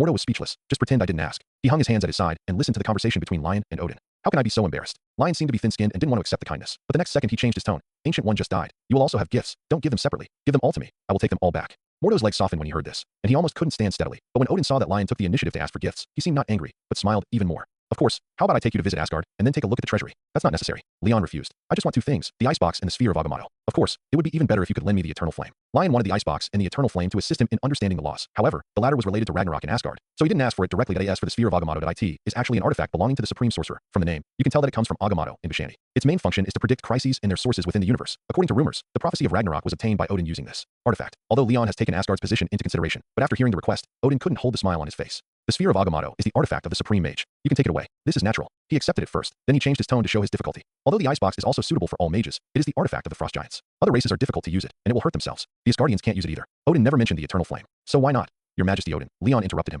jumping to the topic. Why don't you two princes meet today? It's a pity that they all accompanied Frigga to Vanaheim. Otherwise I believe you young people must be able to talk to each other better than an old man like me. Odin was confused, but still answered. How about this? When they come back, let me compete with the two princes. If I win, how about giving me all three artifacts? Leon suggested. Odin's eyes twitched. Master, you are joking. You young people should get along with each other in a friendly way. It is not appropriate to be competitive. More than inappropriate. Odin felt that if he were 100 years younger, he would not be oppressed by the overload of divine power this time. He would have to draw Gungnir and fight this shameless Supreme Mage to the death. A father-level strongman, who was stronger than him, actually said that he wanted to compete with his two rebellious sons, who were always smiling and laughing. This was the first time that Odin was so disappointed with Thor and Loki. Leon smiled, but of course he knew that Odin would refuse this. Oh, he pretended to think about it. How about this? Let the other mages of Camartage accept me compete with the other warriors of Asgard except you and Her Majesty the Queen of Gods. At that time, each side will send out 5 people. Each person can go on stage once, and it will be a best of 5 game. If you win, then we don't need any artifacts. After all, our friendship is hard won, and peace is the most precious. If Camartage wins, please return the sphere of Agamotto and lend the icebox and the eternal flame for 5 years. As it is said, if you want to open the window, you have to first ask to tear down the roof. Compared with the first invitation to compete, this time, not only the personnel of the two warring parties have changed, even the spoils of the winning party have changed, from directly giving 2 key artifacts to borrowing for 5 years. Odin suddenly felt that Leon was a good person and knew his limits. That of course, Leon was not at a loss. That it was borrowed for 5 years, but as long as he changed the world and made good use of the time difference, it would not be a problem for him to hold the 2 artifacts and comprehend for tens of thousands of years. This, the mage, makes sense. Odin nodded and agreed after thinking. Competition between allies is a symbol of friendship. I agreed to this agreement. He also wanted to see the quality of other mages in Camartage. By the way, it can also let Thor see the strong outside the realm of the gods, so as not to be frivolous and active all the time. Then let's set a time. Leon said. How about 4 months later, calculated in Midgard time, on your Christmas day at the end of the year? Oh, His Majesty Odin is inviting us to celebrate here? Haha, of course. Lion stretched out a hand and shook hands with the slightly hesitant Odin. Then it's settled. It's settled. Odin looked at Lion and nodded. Yes, soon as the words fell, the contract witnessed by Vishanti was established in their palms. Odin was stunned and spread out his palms, which were densely packed with contract terms, and the content was the same as what was just discussed. Why is it so formal? The Supreme Mage came prepared. Odin suddenly felt a little uneasy, but it was too late to withdraw the bet now. The Supreme Mage actually wrote the contract on his palm in advance. As soon as he shook hands and agreed, the contract was signed naturally. Under the witness of Vishanti, Odin could not go back on his word. Leon smiled and patted Zeus on the shoulder. Your Majesty Odin, it's a pleasure to get along with you, but I see you still have things to do, so I won't stay for long. See you in April. After he finished speaking, he opened the portal with 2 stunned mages beside him and returned to Earth. The lobster feast is not over yet. Hurry back to continue. In the temple, Odin was alone holding Gungnir and looking at the contract in his palm. He thought about it and still felt that there was basically no possibility of his side losing. Just a group of mages who borrowed the power of the dimensional demon out of the earth without the protection of the magic circle of the 3 major temples. How could they be the opponent of the Asgardian gods? Odin shook his head and sat back on the throne. Leon's last confident smile appeared in his mind, and he couldn't help sighing. If Thor could have half of his ability and calmness, I would be relieved. On the other side, the trio returned to Earth. As soon as the portal closed, the curious mages immediately surrounded it. Before Leon began to explain, Mordo exclaimed with his head in his hands. My Vishanti, Leon, I never thought you would be so strong that you could have the upper hand in the battle with Odin. He was amazed at first, and then collapsed. But isn't the agreement you made with Odin too impulsive? Asgard is full of gods. They are strong and can use magic. It is difficult for us mages to see a chance of winning in an away game. Mordo is always so serious. He is still in shock and sweating, but he has already considered the battle after April. It can be seen that he wants to win. Do you think you can't win? Leon asked with his head tilted. It's very difficult. Mordo nodded. Leon raised his right fist and used an energy whip with his left hand. This, plus this. Do you think you can win? This can win, but that's you winning, and you're not on the field. Mordo hesitated. You mean other mages can't win? Yes. It's hard for us to beat those gods. Lion nodded. I said we can't win either. Then why did you make that agreement? The contract has been signed. If we go there, won't it be doomed to be embarrassed? Mordo was anxious. The other mages were confused and came forward to ask. Mordo's tense nerves had just relaxed, and he couldn't stop talking. So he explained to the mages with his hands and feet. A few minutes later, the mages understood what happened. They were excited when they heard that Leon forced Odin to surrender, but they quickly became entangled when they heard that the two sides had a battle. Venerable Leon, maybe you don't know much about our strength. Although we are good at dealing with dimensional creatures, we may not have an advantage when fighting against those gods who have divine power and magic. Archmage Hamel tactfully reminded Leon that he couldn't win. He really couldn't win. The other mages talked about it, and most of them were comparing their own combat power. For mages like Kamartaj, because their main responsibility is to guard the Earth dimension. So most of them lack efficient offensive means, and even their main magic is defensive. It's okay to let them fight together in a battle, but in a one-on-one personal battle, if the opponent is a hexagonal warrior, it would be a bit stretched. Lion shook his head at this time. He pointed his finger and used projection magic to project a magic image in the AI in the image. There is a golden red steel armor flying into the sky. There is also a big green monster roaring on the top of the mountain. There is also a scene of 10 magic rings tearing the sea surface. Do you think these people have a chance of winning against Asgard? Lion asked. Yes, but they're not mages. Wong scratched his head. You don't think they're mages? No, but I say they're mages, and they are mages taught by Kamartaj. The kind that have been taught since childhood. Lion said, it's just that they're a little biased in their studies. But mages these days are tolerant. Who can say that someone who points out a lighting spell and then goes up to kill a dragon with a knife is not a mage? Who can say that the person wearing the iron armor is not secretly casting a spell inside? Lion's words stunned the mages. Are you going to let Iron Man and the green guys foreign aid? The corner of the mouth of the mage Daniel twitched. Many mages present were also hesitant. Although losing to Asgard would bring shame to Kamartaj, but directly asking for foreign aid, this kind of practice that cannot afford to lose, is also unacceptable to these mages with a sense of justice. Leon smiled. If you think the foreign players are not good enough, then come and train well. I will specially let Wong and Mordo learn some magic suitable for combat, and then teach you. For months later, if you can beat or tie with the foreign players, you will play. If you lose, don't feel psychologically burdened. I will also teach magic to the two people in the picture you just saw, and then they can be considered as members of Kamartaj. The mages felt much better after hearing this explanation. They all ignited their enthusiasm. Venerable Leon, what magic are you going to teach us? Leon smiled mysteriously. You will know it later. Let's not talk about this now. Don't forget, our dinner is not over yet. Lion said, and took out a giant octopus more than 10 meters long from the world inside his body. Come and take a look at this deep-sea octopus. It's guaranteed to be delicious. He skillfully made a fire and set up a barbecue grill. Tonight is not only the night to mourn the departure of the Ancient One from us, but also the night when I will serve as the Supreme Sorcerer. And it is also the night when you are determined to defeat Asgard. Tonight is also our last carnival. After tonight, the dimensional demons and hell lords who spy on the earth will know the news of the death of the Ancient One. That's when our real battle begins. Is there anyone willing to sing an exciting song now to commemorate this unforgettable night? When the barbecue is ready, give him the first one to eat. The mages were excited by what Leon said, and their eyes lit up again when they heard the barbecue. I'll do it. Master Hamel, who was wearing a simple Taoist robe, stood up first and sang a song called Pure Sutra in the middle of the martial arts training ground. The faint chanting sound not only made a few people dressed as Taoists shake their heads, but also almost made others transcend. Go away. You need to be inspiring. What are you singing? Old Wong, who was well-read, is still reliable. He pushed Master Hamel aside and sang a Chinese song, Ambition in My Heart. But the song was too old, and a young man among the mages immediately went up and kicked Old Wong away. What kind of old songs are these? Let me take your turn. I believe I can fly. The dinner lasted 3 hours. When the mages finally left, they all had full stomachs, satisfied smiles on their faces, and even hummed tunes with reluctance. After the last mage left through the portal, Leon asked Mordo and Wong to use the Wind of Tulin to clean up the martial arts training ground. He looked at the two people working hard. He thought that this funeral of Ancient One should be a happy funeral like this. After all, even she herself was happy and impatient when she died. So why should others be sad? It would be better to have a disco on her grave, just as a retirement farewell ceremony for her. Just as Leon was about to leave, he was stopped by Wong and Mordo, who had finished cleaning. What are you doing? Leon asked in surprise. Well, that, I want to ask. What you just said is. Mordo put his hands behind his back and looked vague, hesitating. We want to ask when you will teach us new magic. Wong interrupted decisively. Magic. Leon looked at Mordo strangely. He thought Mordo was going to confess his love and almost kicked him out. The shy attitude was probably because he was embarrassed to ask him, who had only learned magic for a month. What a conservative remnant of the old times. Leon couldn't help but complain in his heart. The king was very curious. Why are you in such a hurry? I will definitely teach you. Leon waved his hand. Hey, wait, Leon, Lord Leon, at least tell us what magic it is. Wong was very curious, because he and Leon got along well, and they were both Chinese. They became friends when Leon was reading books. He hadn't called Leon the Supreme Mage in private today. Now that he was in a hurry, all the nice words came out. Leon stopped. You can't learn it even if I tell you now. You and Mordo should arrange the affairs in the Holy Land for a period of time first. This time to learn magic. You will probably be away for several months. Although the battle with Asgard, the main purpose is to hone the mages of Kamartaj. Let them gradually adapt to active fighting, so that they can enter the dimensional world with him in the future. But if they can win, they must win first. Leon wanted to borrow power from his inner world to the mages of Kamartaj, but after a simple experiment, he found that his inner world was still too immature. The energy transfer range was too narrow, and the efficiency was not high. I am afraid that he will have to wait until he becomes the master of the world, or even immortal, and transforms into a real dimensional demon. Before this problem can be solved, Leon thought of the second trick. That is to introduce new magic into the magic system of Kamartaj. Since he is now the supreme magician here, of course we need something different. Leon remembered that Marvel had a wizard system. Those wizards, such as Agatha, can not only borrow the power of nature, but also use the energy in their bodies. This reminded Leon of the wizard system in the Harry Potter world. However, this early type of world is not very useful to him. Most. It can enrich some magic knowledge. In addition, Leon is not like Ancient One who can stay in Kamartaj all day and teach the wizards carefully.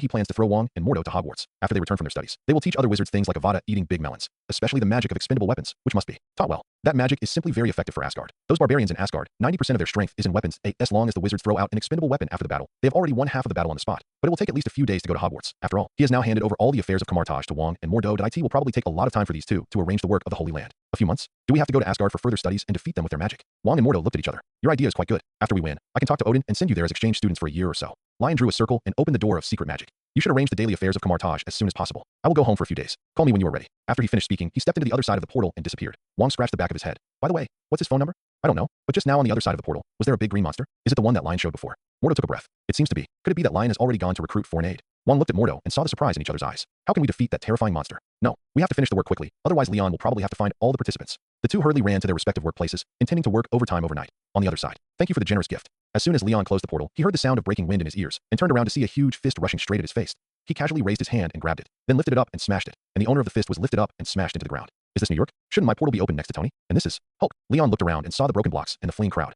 No. It was ordinary people who were carried on the shoulders of the black team to escape the scene. There was also a black giant more than 10 meters tall coming from the corner of the street. IT only took 2 steps to get to Leon. Then, it was Tony that he seemed to have updated his armor. The black giant had a blue glowing ring on each of his wrists, elbows, shoulders, knees, and ankles that IT looked like the 10 rings were. Combined with the fungus god armor, and the 10 rings were used to power the armor. What is this set? Mark 8? Leon thought to himself. Roar. Suddenly, the Hulk, who was smashed into the ground under his feet, roared out. He lifted the gravel on his body and slapped Leon. Big guy, I don't recommend you to do this. Leon gently held the Hulk's thumb and stopped its palm. The arm grip is about 1,300 tons. Is this a state of anger? No. Tony and the others did something to you. As Leon spoke, he shook his wrist and used his cleverness to throw the Hulk into the ground again. He kept moving, raising his hand, shaking it, and raising it again. After being hit more than a dozen times, Hulk's roar did not decrease, and his anger became more and more intense. Leon was thoughtful. The strength of one arm is more than 2,000 tons. Hulk at this time did not have much wisdom, so he did not even have fear. Will he only become stronger? Avengers 3 period. After getting along with many people on Sakaar, Hulk's wisdom has grown, and he has also developed a fearful emotion. So he was psychologically traumatized by Thanos' combo. But the current Hulk was born not long ago. His wisdom is not much better than that of the beast. If he hadn't been beaten to the point of heartbreak, it would have been difficult for him to calm down. I'm sorry. I hope what happens next won't leave too deep a shadow on your young heart. Leon suddenly pulled Hulk towards him. While roaring, he pressed Hulk's shoulders and started punching him on the right cheek continuously. 1 punch.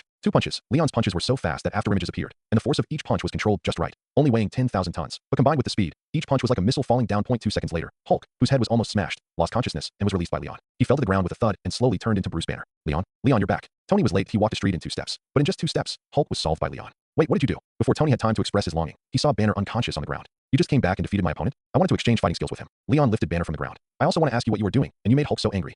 He looked around, and look around. What are you, the new director of S.H.I.E.L.D. Protect? You actually know he is Hulk. Tony looked around. Don't be nervous. The losses here will be compensated by your superhero company. I have informed you in advance. Those people wish that Hulk would smash more cars so that they can get new ones. By the way, it's not the new director of S.H.I.E.L.D., but the director of the Avengers. He added, any director will do. But it looks like this street alone will cost hundreds of millions of dollars. Is the company so rich? Leon was curious. Of course not. Your Superman merchandise and my Iron Man merchandise have sold out worldwide, and the movie has been a big hit, with the monthly revenue definitely the highest. Really? Wait, movie? What movie? And the Hulk thing. You'd better explain to me what happened in the past 10 days. Leon was a little confused. Last night, when he was scanning the world with his mental power, Tony was still sleeping soundly at home. How come it's only been 1 day, and they're already performing Godzilla vs. King Kong on the streets of New York? The two of them were very happy. Let's talk about the big guy first. This is a long story. In fact, it's related to you. Tony thought about the wording.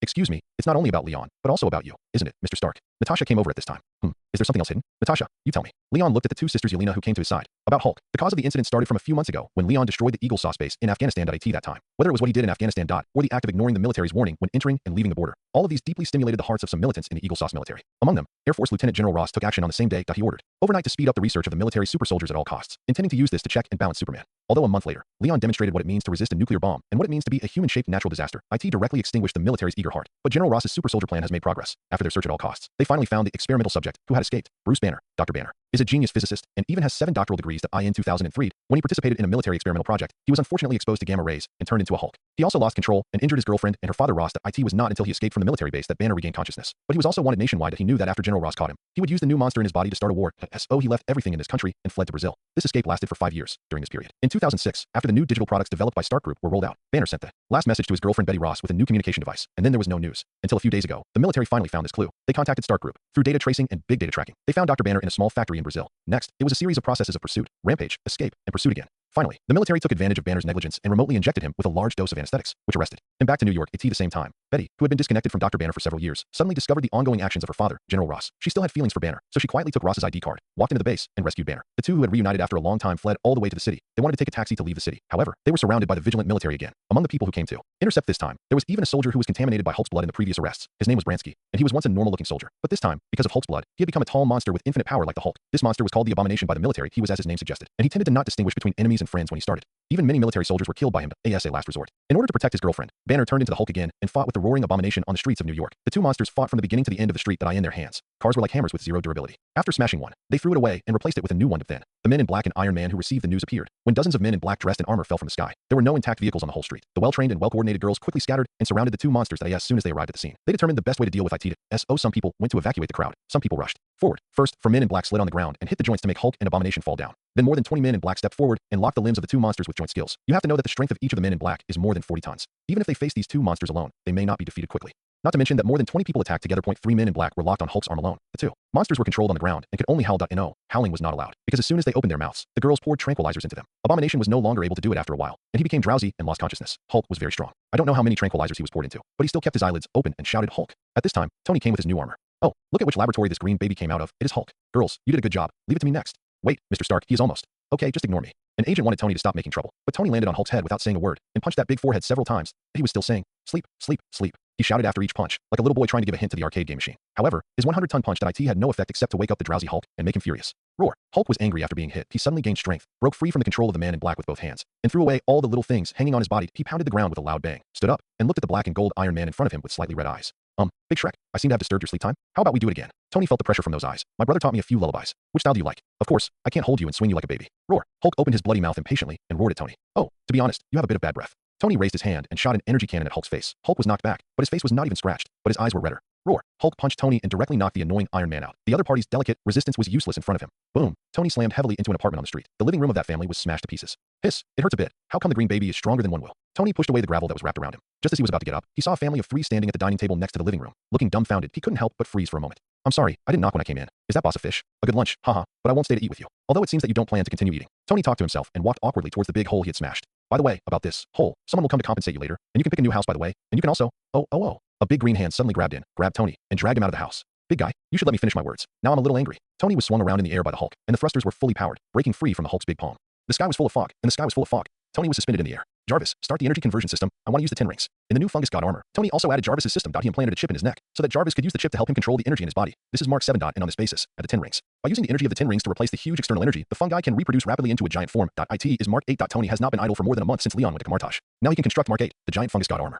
Anytime and anywhere. Okay, sir, all energy pathways have been open for you. Jarvis' voice was directly transmitted into Tony's nerves. Very good, let's give this green baby some education from the adult world. Under the armor, the 10 rings on Tony's wrist lit up orange. They flew out one by one, building a rough outline in the air and gushing out orange energy. The 10 rings will have different manifestations in different people's hands. Orange is the color of Tony's wisdom. After the orange energy poured in, the armor on Tony's body expanded rapidly, and in a blink of an eye it was more than 10 meters high. The 10 rings were also wrapped in the main joints of the giant armor. Now Tony and Hulk's perspectives were reversed. He became a big guy, and Hulk became a little guy. Green baby, do you think your voice was a bit loud just now? Tony controlled the armor to hold Hulk in his right hand, and caught the green little guy who struggled hard but was helpless in front of him. Roar. Hulk roared, but was held immobile by the huge armor hand. Are you still roaring at me? Tony was stunned, and stretched out the index finger of the armor's left hand, a few dozen centimeters thick index finger. He tapped on Hulk's little head. Try to roar again. Roar. Still roaring. Tony couldn't help but tap the Hulk's head with his index finger, each of which weighed dozens of tons, pushing Hulk's head back. Still roaring, let you roar. In his opinion, such an action would not hurt Hulk, but would teach him a profound lesson. However, every time Hulk's head was pushed, his eyes became redder and his roar became louder. 1 minute later, Hulk's muscles were agitated, and in the uncontrollable roar, he forcibly opened the palm of the giant armor. Roar. Impossible. Tony couldn't believe it, and controlled his giant hand closed tightly, but it was still stretched open little by little. Finally, Hulk jumped off the giant's palm, and after landing, he hugged the giant's ankle with both hands, and with a loud roar. He lifted the giant of more than 10 meters. He held the giant ankle and roared as he smashed the giant into the house on the street. Boom. With Tony's sudden exclamation, the giant armor fell into a shopping mall. Fortunately, the people in the mall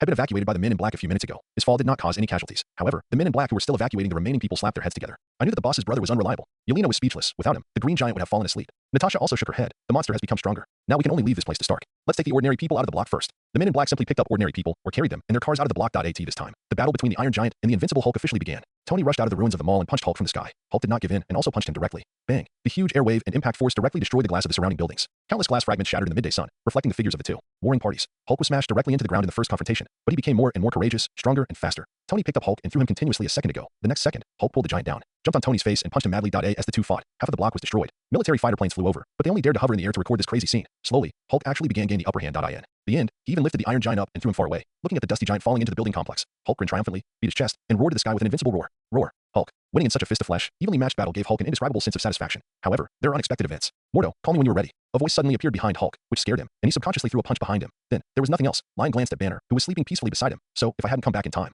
you would have been in trouble again? Everything just now came from Natasha's explanation beside him. If Tony were to tell the story himself, the process would definitely become Iron Man turning the tide in times of crisis. What are you talking about? Tony was very embarrassed. I haven't used the power of the 10 rings to the maximum, and the armor can continue to get stronger. If you come back a little later, you will see the big guy being stepped on by me. Tony also emphasized twice. How can I lose? What are you talking about? As he spoke, he rotated the arc reactor on his chest. The next moment, all the energy of the armor began to flow back into the 10 rings. The armor that was more than 10 meters high quickly turned white and brittle, and finally broke into carbonized fragments on the ground. Tony landed on the ground leisurely. The 10 rings also absorbed all the energy and flew back to his arm to where he probably, perhaps, really hasn't used his full strength yet. It does look different. Well, then assume that you can beat him. In fact, it is unlikely. But what about those buildings affected by you? Are you going to demolish all the houses in this area? Leon pointed around. Tony looked at the collapsed houses and fell silent. Those buildings. Leon patted him on the shoulder. Next time you want to show your new armor, it's better to find a place where no one is. Otherwise, you, a superhero, will be no different from a supervillain. Is that Coulson over there? Leon saw Coulson in a suit and tie negotiating with the military at the corner of the street. Tony was stunned. Do you know him? Black Egg has several good subordinates who have been released from prison. I rehired them back to the Avengers. They are very capable and good people. I have dealt with him before. He is a good person, but you actually say good things about others. Leon was surprised. This is not like the Tony I know. What am I in your heart? Tony's mouth twitched. A wizard who hides in a dark corner and curses others all day long? In fact, almost. No, you are a wizard now. I just saw you open a golden door and walk out. What is that? Something like the gate of hell. Yes, that's the hell I prepared for you behind it. Whenever these two get together, even if they meet again after a long time, they have to insult each other. They're talking about all kinds of bad things. At the other end of the street, a beautiful woman with a quiet temperament squeezed out of the crowd and ran over in tears. Bruce. She was referring to Dr. Banner. The truth is that the two sides have been together for a long time. Leon knows her. Betty Ross, Banner's ex-girlfriend. She is a cell biologist and the daughter of General Ross. To be honest, although Banner broke up with his girlfriend, but he must still love her very much, because even if Banner becomes the Hulk and changes his personality, he will never attack Betty, and will even take the initiative to protect her. Even the reason for the breakup of the two parties is that Dr. Banner does not want to hurt Betty. After all, as long as he is excited, even if it is due to the excitement caused by hormones, he will be at risk of becoming the Hulk. This is fatal to his other half. Leon handed Banner to Betty's arms, and watched her use her fingers to smooth Banner's frowning eyebrows with heartache, and an immature idea came to his mind. Perhaps he could use magic to try to help Dr. Banner solve some of the troubles about Hulk. By the way, he could also pull Banner into the reserve team for the battle at Kamartosh. On the other side, General Ross, who was stopped by the Avengers agent, also chased out Betty. He called his daughter's name, but his eyes always stayed on Banner. It seemed that his daughter's position in his heart was far less than that of a successful experimental material. As expected, after walking to the side of a few people, he looked at Tony Stark. Banner is the property of the military. Thank you for your help, but please hand him back to the military now. Impossible. Betty reacted most strongly. Banner has never been your military property. He only belongs to you. Ross shook her head. Betty, you don't understand anything. Sorry, why do I feel that what she said makes sense? Tony interrupted with his hands folded. Look at the surrounding buildings. General, these are all caused by your so-called property. You better prepare to deal with the impeachment of the military later. Ross snorted coldly. You also contributed to the destruction here. I was taking emergency shelter, not destruction. Tony took out a certificate. Now Banner and the other big guy are officially detained by the Avengers, a subordinate organization of the Security Council. Please go back. Seeing that Ross still had the intention to argue, Tony made way and pointed to Leon on the side. And Superman defeated Hulk. Maybe you should ask him. Ross then noticed Leon in a black uniform, and his expression froze. Superman. Leon nodded. I also think that Hulk and Abomination should be handed over to a more international organization for supervision. What do you think, General Ross? Yes, you're right. They should be supervised by the Avengers. Ross's face turned pale. A few months ago, he still regarded Superman as an imaginary enemy, but now facing this man, although the other party's smile is as warm as the sun, when he thinks of the other party's terrifying strength, Ross only feels cold in his heart. Superman is Tony Stark's younger brother, and he is on the same side as him. What can he fight for? Everything failed. He lost Hulk and will face punishment from the military. I'm sorry, I just remembered that the military still has follow-up matters to deal with, so I have to say goodbye first. Ross bowed slightly to Leon, with reluctance in his eyes, and walked back to the military convoy with a bleak back. Leon looked at the back and muttered in his heart, this General Ross actually has quite a lot of political potential. In the movie universe, Ross even became president later, but in this parallel time and space, the result is not certain. What's next? Don't you want to tell me about other things, such as the movie? Leon turned to look at Yelena. Boss, don't we still have to deal with the aftermath now?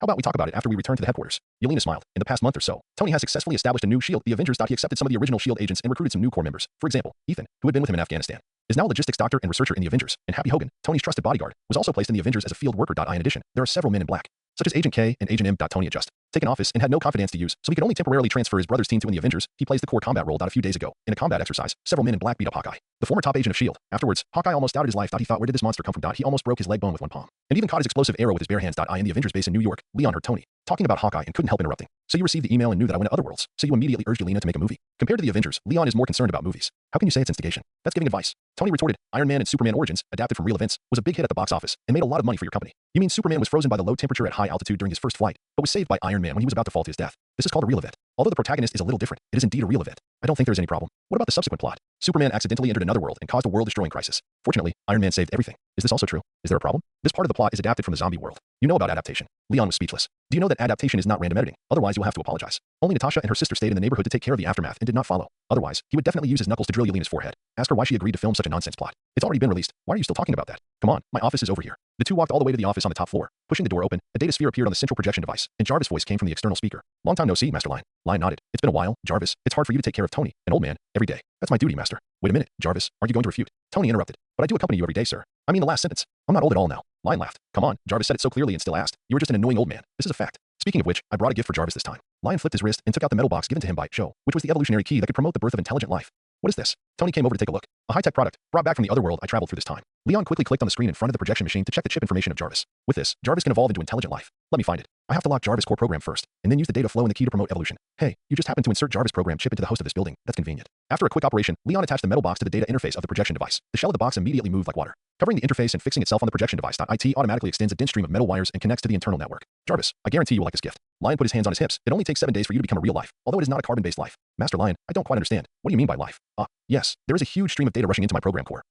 Jarvis wanted to ask what the so-called intelligent life is, but suddenly he hummed and stopped moving. Wow, it sounds like it's quite comfortable. Lion himself was surprised. This evolution key is really powerful. Jarvis felt it just after it was inserted. Tony on the side was stunned. What? What the hell is this? Why did Jarvis sound so advanced just now? Won't your key destroy its core program? It's okay. The function of the evolution key is to promote the evolution of intelligent programs into life. It comes from the hands of a very powerful person. There will be no accidents. Lion gestured. At most, Jarvis has to maintain this special state for 7 days. But after all, this is evolution. It really makes people happy as if they're continuously releasing life. I often experience it when I bask in the sun. I can fully understand it. Is it so magical? Tony's eyes were straight. Then did you bring back something that can make me evolve too? Are you trying to evolve? I don't even want to expose you. Lion expressed contempt. Tony shrugged. I'm obviously just curious. He clicked on the projection screen to check Jarvis's condition. There is indeed a huge data flow that is continuously flushing Jarvis without affecting its core. I think compared to the release of life, this is actually more like taking a hot spring bath. While someone is giving it a meticulous massage from head to toe, it's really thoughtful service. Tony touched his chin, and its core algorithm is evolving itself. It's incredible. It's like condensing decades of process into 1 second. You were right. Jarvis does have the possibility of evolving into life now. It may become a ghost living in the network world in the future. In the future, it will have the final say in the world's network. Tony turned his head and looked at Leon. How long did you say this process took just now? 1 week. Leon said. 1 week.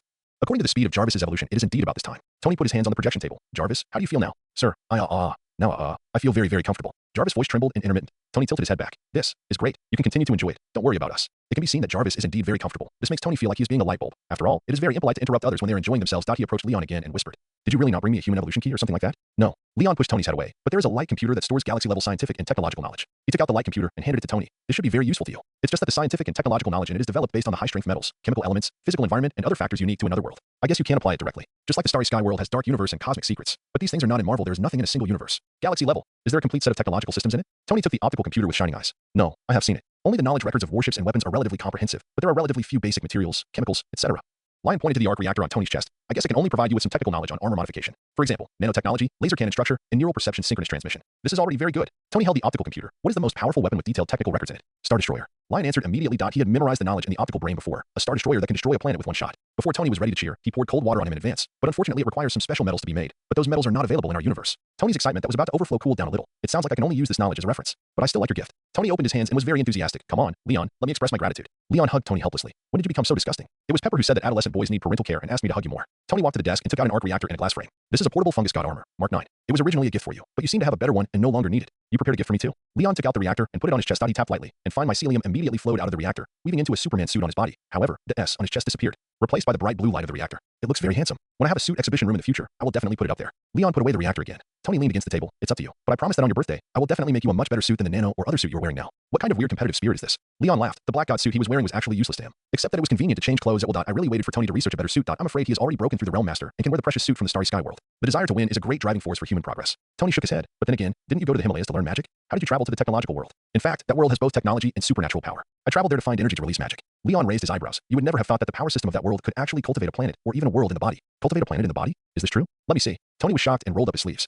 In order to demonstrate the power system of the Starry Sky world, Leon took Tony to visit the inner world. The mountains and rivers were almost the same as those in the real world. Tony exclaimed in amazement and begged to be taught. Unfortunately, even though Leon guided Tony to comprehend the energy of the universe, he was unable to cultivate genetic energy. The system of the Starry Sky world is destined to be applicable only to people in that world. After all, in other places, which serious creature would have such a thing as genetic multiples? If the physical conditions are not met, there is naturally no way to talk about cultivating genetic energy. "You said, if I follow you to that world and tell the original world that I can help it, will it also transform me?" Tony still didn't give up. Probably no physics scientist can refuse to create a galaxy, a black hole, or even a world in his body. Lion spread his hands. "Don't think about it. I can't go back myself. And I don't know how long it will take for me to break through the Lord of Laws and go back." Tony scratched his hair in annoyance. "Shit, I really shouldn't listen to you talk about this damn power system." He walked around the desk twice with his head in his arms. "The fascinating mysterious system is in front of me, but I can't even touch it. This is simply the cruelest thing in the world. It's more uncomfortable than me not being able to date the most beautiful girl at the party." Lion tilted his head. "Hearing you say that, I suddenly understand your pain. It's really heartbreaking." At this time, a prompt sound came from the computer at the door of the office, and an agent was requesting to enter. "Come in." Tony still cares about his image in front of outsiders. His collapsed expression became serious, and he also tidied up his messy hair. The door automatically opened to both sides, and Coulson came in. "Sorry, Director, I wanted to make an appointment in the system in advance, but it seems that there is something wrong with the system." Coulson smiled embarrassedly at the door. Tony has been busy since he took office. He has to do his own research while dealing with the affairs of the Avengers. So agents who want to see him have to make an appointment in the system.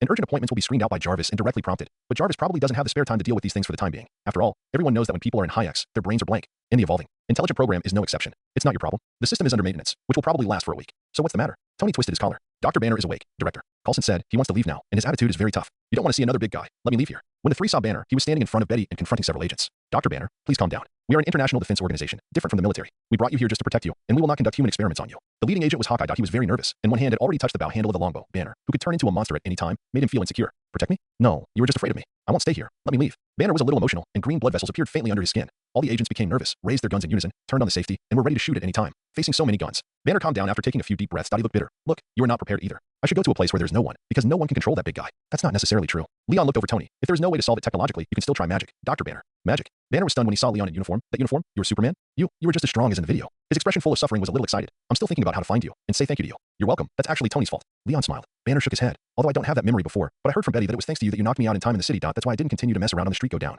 Otherwise, I don't know how many people will die tonight." "And Superman, you are also a member of the Avengers? That's great. Then I can." As he spoke, his eyebrows fell again, like two twisted caterpillars. "No, it's impossible for you to be there every time I have an accident. This time is okay, but there will always be a time when it will cause big trouble." Leon pressed Banner's shoulder. "Banner, you got one thing wrong. I can't keep an eye on you all the time, but you can." "Myself? What does this mean?" Banner was puzzled. "Something like this." Lion slapped Banner's chest lightly. Banner felt his stomach shaking and retreated uncontrollably. Then an illusory shadow rushed out of his body and floated in the air. That was Banner's soul. And his body collapsed to the ground like a puppet with its support removed. Everyone at the scene widened their eyes. Betty even covered her mouth and screamed at Banner. Banner's soul was also confused. "What is this? Was I beaten to death by Superman?" He looked at his translucent hands and then at the corpse on the ground. The worldview established by decades of scientific research collapsed. "This is magic," Leon said. "Astral projection can make your soul leave your body." In the eyes of others, Leon was talking to a ball of air at this moment, which was extremely weird. Tony stepped forward, holding his arms and his eyes full of inquiry. "You mean, you took out Dr. Banner's soul? This is neither scientific nor Superman." He touched the air in front of Leon, and his fingers penetrated Banner's soul's chest. "There is nothing here. Where is he? Another dimension. He is in the spirit realm, which is a world that belongs to the soul." Leon snapped his fingers. "Let you all experience it." As soon as the voice fell, everyone present had their souls leave their bodies. Oh. Their bodies fell to the ground, and their souls floated into the air, screaming and looking at each other. Tony immediately began to experiment, constantly trying to interact with objects. Leon ignored the dancing souls and looked at Banner again. How about it? In the soul state, you should be able to feel the big guy in your body. He tapped Banner's forehead with his fingers, and Banner's illusory soul immediately split into another huge green figure.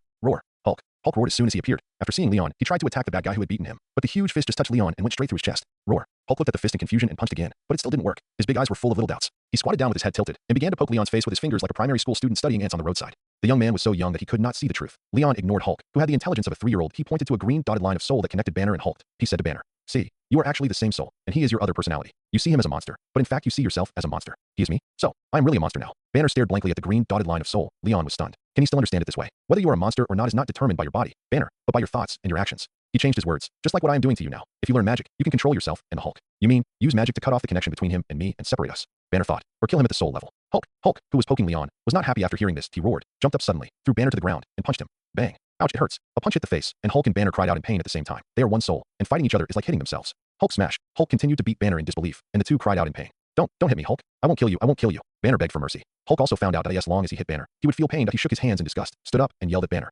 Hulk. Then he sat down on the ground, turned his head, and deliberately didn't look at Leon. Everyone else watched this scene quietly. Their expressions looked like they had seen a ghost. Leon spread his hands to Banner. Hey, you feel it. You are the same soul. How to cut it? If Hulk really separates from you into two individuals, then you will be incomplete, and your strength will plummet. Banner glanced at Hulk depressedly. I would rather not have this kind of strength. Hulk also shook his head in disgust, slapped Banner down with a slap, and shook his head because of the synchronization of perception. Are you sure? After the separation, Hulk's strength will be reduced, and Banner, your ordinary physique is estimated to be at risk of paralysis. It is not necessarily a good choice to force you to separate. Leon raised his index finger. I have a good idea. What idea? Banner felt that the method given by SuperMan would definitely not be bad. Come and learn magic. Learn the astral projection that I just used to knock your soul out of your body, and you won't have to worry about conflicts with Hulk anymore. Leon explained. In fact, your biggest conflict point 1 is that Hulk is irritable, immature, and easy to cause damage. The other is when you and your girlfriend are happy. When you get excited, Hulk will run out, right? Banner scratched his head shyly. Actually, you don't have to say it so directly. Betty's soul on the other side also turned away embarrassedly when they escaped from the military base last night. Banner and Betty hid in a small hotel at that time. The atmosphere of reunion was just right, and the moonlight was bright and beautiful. The two of them approached each other unconsciously. Then, they both reached the stage of the second stage, but Banner's body began to grow bigger and greener. How could he accept this? So, you're telling me to use that astral projection to control Hulk when I'm on the verge of losing control?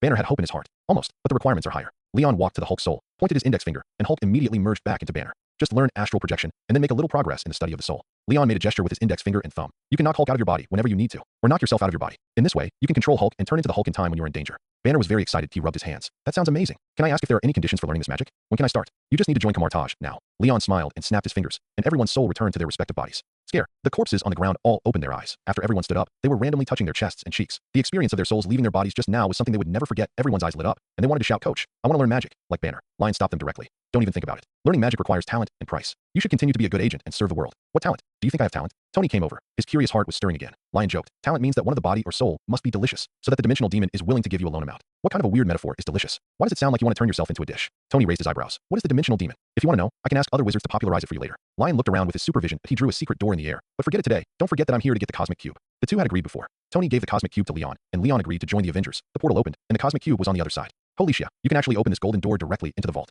Tony was dumbfounded. Did the so-called Camartage wizard go to the local area to file a case? I think they must be the most powerful thieves in the world. It's not that exaggerated. Almost all wizards need props to use the portal. This spell is not as convenient as you think. Lion walked into the safe and picked up the cosmic cube. The azure cube seemed to sense something, and the energy began to surge wildly. Lion tried to guide and operate some of the spatial power on the cube, but as a result, the violent energy of the cube immediately rushed in like a broken dam. In just a moment, Lion's whole body was covered with blue energy. Even his eyes were emitting blue light. Inside his body, every cell was eagerly absorbing the energy of the gem that he looked like a little blue. Man, if it were any ordinary person, he would have exploded and died at this moment, without even ashes left. But Lion was overloaded. With his current strength, he is already able to easily master the power of a single infinity stone, but it's just different from the time stone. He can use magic to control. When he first came into contact with the space stone, he couldn't control himself and couldn't stop the power of the cube from pouring back. Even a few minutes later, the outer shell of the cosmic cube has begun to break. But the energy river is getting more and more turbulent, covering Leon and turning him into a huge blue lantern that he closed the portal for safety reasons. On the other side, Tony communicated with Jarvis through the chip with a serious face. Jarvis, what is the magnitude of the energy fluctuation on Leon's body just now? Is he in danger? Sir, I'll master Leon. For the time being. Jarvis's voice was very explosive. Forget it. You should continue to evolve. Tony slapped his forehead, his big eyes revealing worry. Suddenly a strange voice came from behind him. This seems to be the shield base. The source of energy is here, and there is still a trace of Leon's magic breath. A fat man walked out of the portal.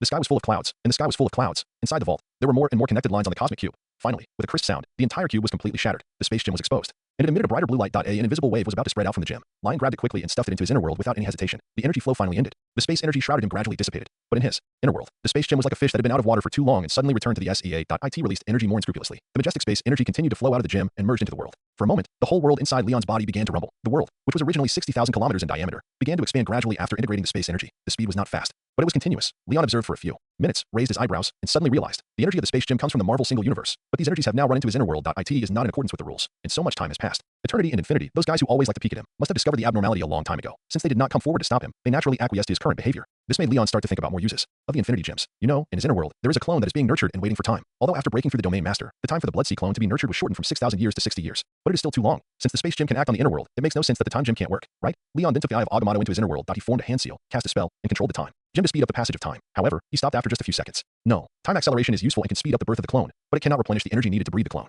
The energy needed is the power of the world, but you can try to use the space gem to replenish it. He turned and tried to control the space gem to convert the energy in it into the power of the world. Soon, an unusually rich energy appeared in the space. It really works. Leon showed a happy look. He began to control the two gems at the same time. The speed of time in the inner world suddenly accelerated, and the energy from the space gem was also endless. The giant egg incubating the Blood Sea clone in the center of the world began to grow at a speed visible to the naked eye. 0.1 kilometer, 2 kilometers, until it grew to a diameter of 100 kilometers. The clone has entered the formal breeding stage. Leon made a judgment. Unfortunately, time acceleration to 1,000 times is already the limit. If it goes any higher, it will affect the stability of space. He stabilized the state of the two gems. The current inner world is still too immature. Maybe we can try a higher time flow rate in the future. But the gestation time has been shortened from 60 years to 21 days, which is already a huge leap. Leon looked at the huge sphere in the center of the world. It seemed that he could already see the day when the Blood Sea clone hundreds of kilometers high would be born. He moved his mind and left the inner world, letting the clone gestate quietly. In the vault, Leon opened his eyes and used the secret door again to return to the previous room. However, as soon as he stepped through the door, he saw Tony and the agents with their backs to him, as if they were confronting someone. He closed the door and walked forward, but found that the people standing opposite were actually Wong and Mordo. The two were trying to explain that they had no ill intentions, and there was a portal to Camartage behind them, but Tony obviously didn't believe it. Wait, don't do it yet. Leon shouted to Tony and the others who were on edge. They're our own people. Are you okay? Tony didn't even turn his head. They showed up right after you got into trouble. Are you sure they weren't sent by Camartage to deal with you? Camartage is dealing with me. Leon's expression froze for a second.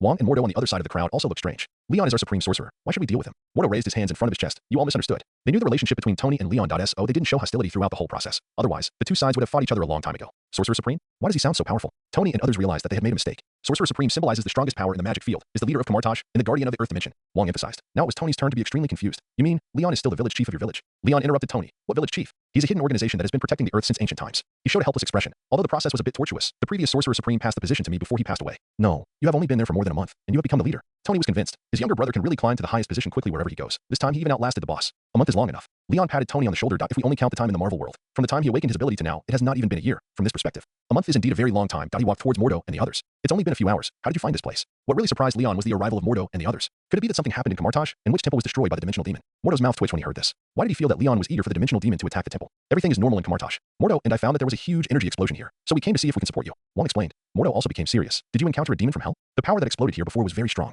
I guess the stronger mages on Earth can sense it. If necessary, I will notify everyone to gather now. No need, it was just an accident. Leon pinched his eyebrows. The power of the space gem is indeed too huge. Even if only a tiny part is leaked. It can also alarm the various extraordinary forces on Earth. He used his supervision to take a look and found that even several Eternals were rushing to investigate the situation. Let's go back to Camartage first. Since you're all here, it's a good time to start learning new magic. Leon planned to leak energy again after returning to Camartage to attract the attention of all parties to the Holy Land. Start now? But Mordo and I haven't arranged our work yet. One was a little caught off guard. No need to prepare, just go and come back quickly when the time comes. Plans can't keep up with changes. With the energy of the space gem bursting, it is estimated that all kinds of external or internal temptations will come one after another. Leon decided to let Wong and Mordo quickly complete their study journey by crossing the time node. Banner, you can too. Let your girlfriend stay in the Avengers and come back to find her when you master the soul magic. Before entering the portal, Leon did not forget to call Banner. This is an important reserve member of the Camartage battle team, so he has to turn on the road early. Okay. Banner was stunned and nodded repeatedly. He whispered to Betty for a few words before reluctantly parting. No, what about me? Don't leave me behind. Tony saw that the portal was starting to close, and Leon didn't call him, so he quickly put on his armor and rushed into the portal.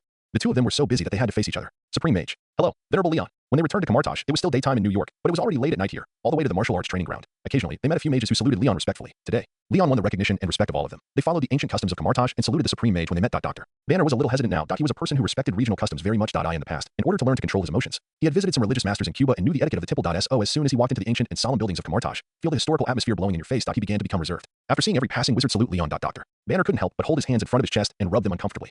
Should I salute Superman like them? He asked Tony quietly. There were only two outsiders here, him and Tony, and he felt less nervous when he walked beside Tony. Salute? Why? Maybe you can try it next time you meet, but I think he will feel more comfortable if you ask him if he has dinner. Tony followed Leon and looked around, which was completely different from Banner's restrained appearance. He felt that this place was not very similar to the wizard gathering place he imagined. Shouldn't wizards live in a gothic castle with dark clouds covering the sky, lightning and thunder, and jackdaws singing from time to time at night? How to say it? Tony's first impression of Camartage was disillusionment. A magician should wear a wide robe and have his face shrouded in shadows. Look at the beautiful magician who just passed by. She was wearing a tight-fitting training suit. It's really wrong. Tony looked at every passerby as if he was looking at a rebellious magician. Leon noticed Tony's strange appearance. What strange things are you thinking about again? Strictly speaking, the magicians of Camartage are mystics, which is definitely different from what you imagined. He saw Tony's little thoughts at a glance. Also, what do you want to do with me? You haven't even mastered the scientific and technological knowledge in your brain, and you want to learn magic again? If you want more, you will get nothing. Sorry, I don't understand any of your idioms. Tony straightened his neck. There is no choice in the world of geniuses. You only want everything.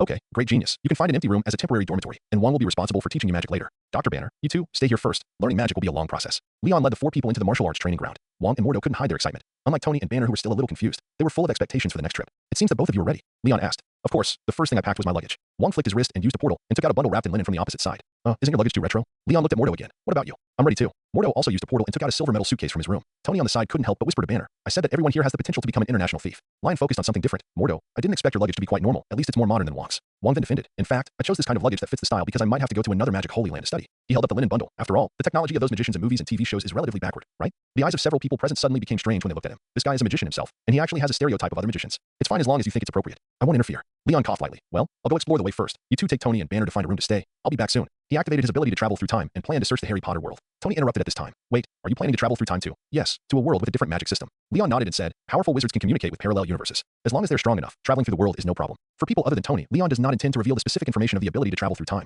Although with his current strength, it doesn't matter whether it is kept secret or not. But no one wants to strip themselves naked for others to see. Besides, traveling through the world is not uncommon in Marvel. There are many wizards who can open a portal into another dimension. Wong and Mordo were really surprised when they heard it. It's actually going to a parallel universe. Mordo was a little worried, but will it disrupt the natural laws of another world? No, I will discuss everything with the eternity of their universe in advance. You don't have to worry. Leon waved his hand. Wong and Mordo couldn't believe what they heard. Eternity? Leon could actually talk to an existence like eternity. The eyes of the two looking at Leon became awe-inspiring for a while. Leon was not guilty about it. The ability to travel through time can communicate with the world consciousness, and to some extent, it is indeed communicating with eternity. Wait, aren't you going to share the reason for going to another world? And take me and Banner with you? Tony hugged Banner's neck. Well, I won't. Actually, I can go and take a look. Hee. Banner scratched his cheek. He subconsciously didn't want to cause trouble for others, but as a physicist, his curiosity about the other world instantly defeated his cautious habits. That's fine. Just treat it as a rehearsal for the battle 4 months later. Lion thought about it and agreed. It didn't make any difference to him whether he took 2 or 4 people. But Banner has to act with me and can't cause trouble there. Of course. I will always follow you, Superman. Banner nodded repeatedly. Tony was curious. What battle? And this Asgard sounds familiar. Let Mordo and Wong tell you this question. Lion closed his eyes and began to search the world. Keywords: Harry Potter, magic, confirmed to have traveled through time. Lion spent a negligible amount of physical strength and disappeared in the Marvel world. The 2 wizards present were shocked again. He didn't leave using the secret door. Leon's space magic is so terrifying. Don't worry about him. His strength has long been too strong. Tony approached the 2 of them. Why don't we talk about Asgard? Banner also came over. Asgard seems to be a country in Norse mythology. Does it really exist? The king was surrounded in the middle, looked around, and his face became serious. You were right. Note, this is the only time that I have brought multiple people through the world outside of Marvel.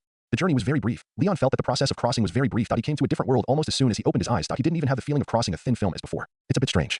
Hey, don't come close. As soon as Leon opened his eyes, he saw a guy holding a copy of Harry Potter staggering towards him. This guy didn't have a piece of good meat on his body. The left half of his face showed a skeleton, and the right half of his face was full of wrinkled rotten meat. Zombies. As soon as Leon saw the zombies, he immediately held his breath and turned on his super hearing. He understood what kind of world this was in an instant. The next moment, he used freezing breath, instantly. The entire city he was in turned into a frost kingdom. Then he soared into the sky, leaving the earth in an instant and appearing in outer space. But his actions did not end. There, he controlled the pronucleus in his body to leave his body directly, and at the same time, his soul left his body and floated in the void with the pronucleus. This is actually the zombie world in the What If series in the Marvel Cinematic Universe. Leon's soul exclaimed. He only had a little time to breathe now, and his heart was full of incredible. In the moment just now, he heard the voices of superheroes such as Spider-Man, Winter Soldier, and Banner. They were discussing how to escape from New York and go to New Jersey to find equipment to treat the zombie virus. This made Leon understand that the world he traveled through was the zombie universe in What If. And the reason why he traveled here is because this world has both Harry Potter and magic. Leon remembered that when he was watching anime, the Ant-Man in this world was talking nonsense and shouted, Wingardium Leviosa. That was the levitation spell in Harry Potter. In other words, this world has Harry Potter IP works. However, there can be such a coincidence.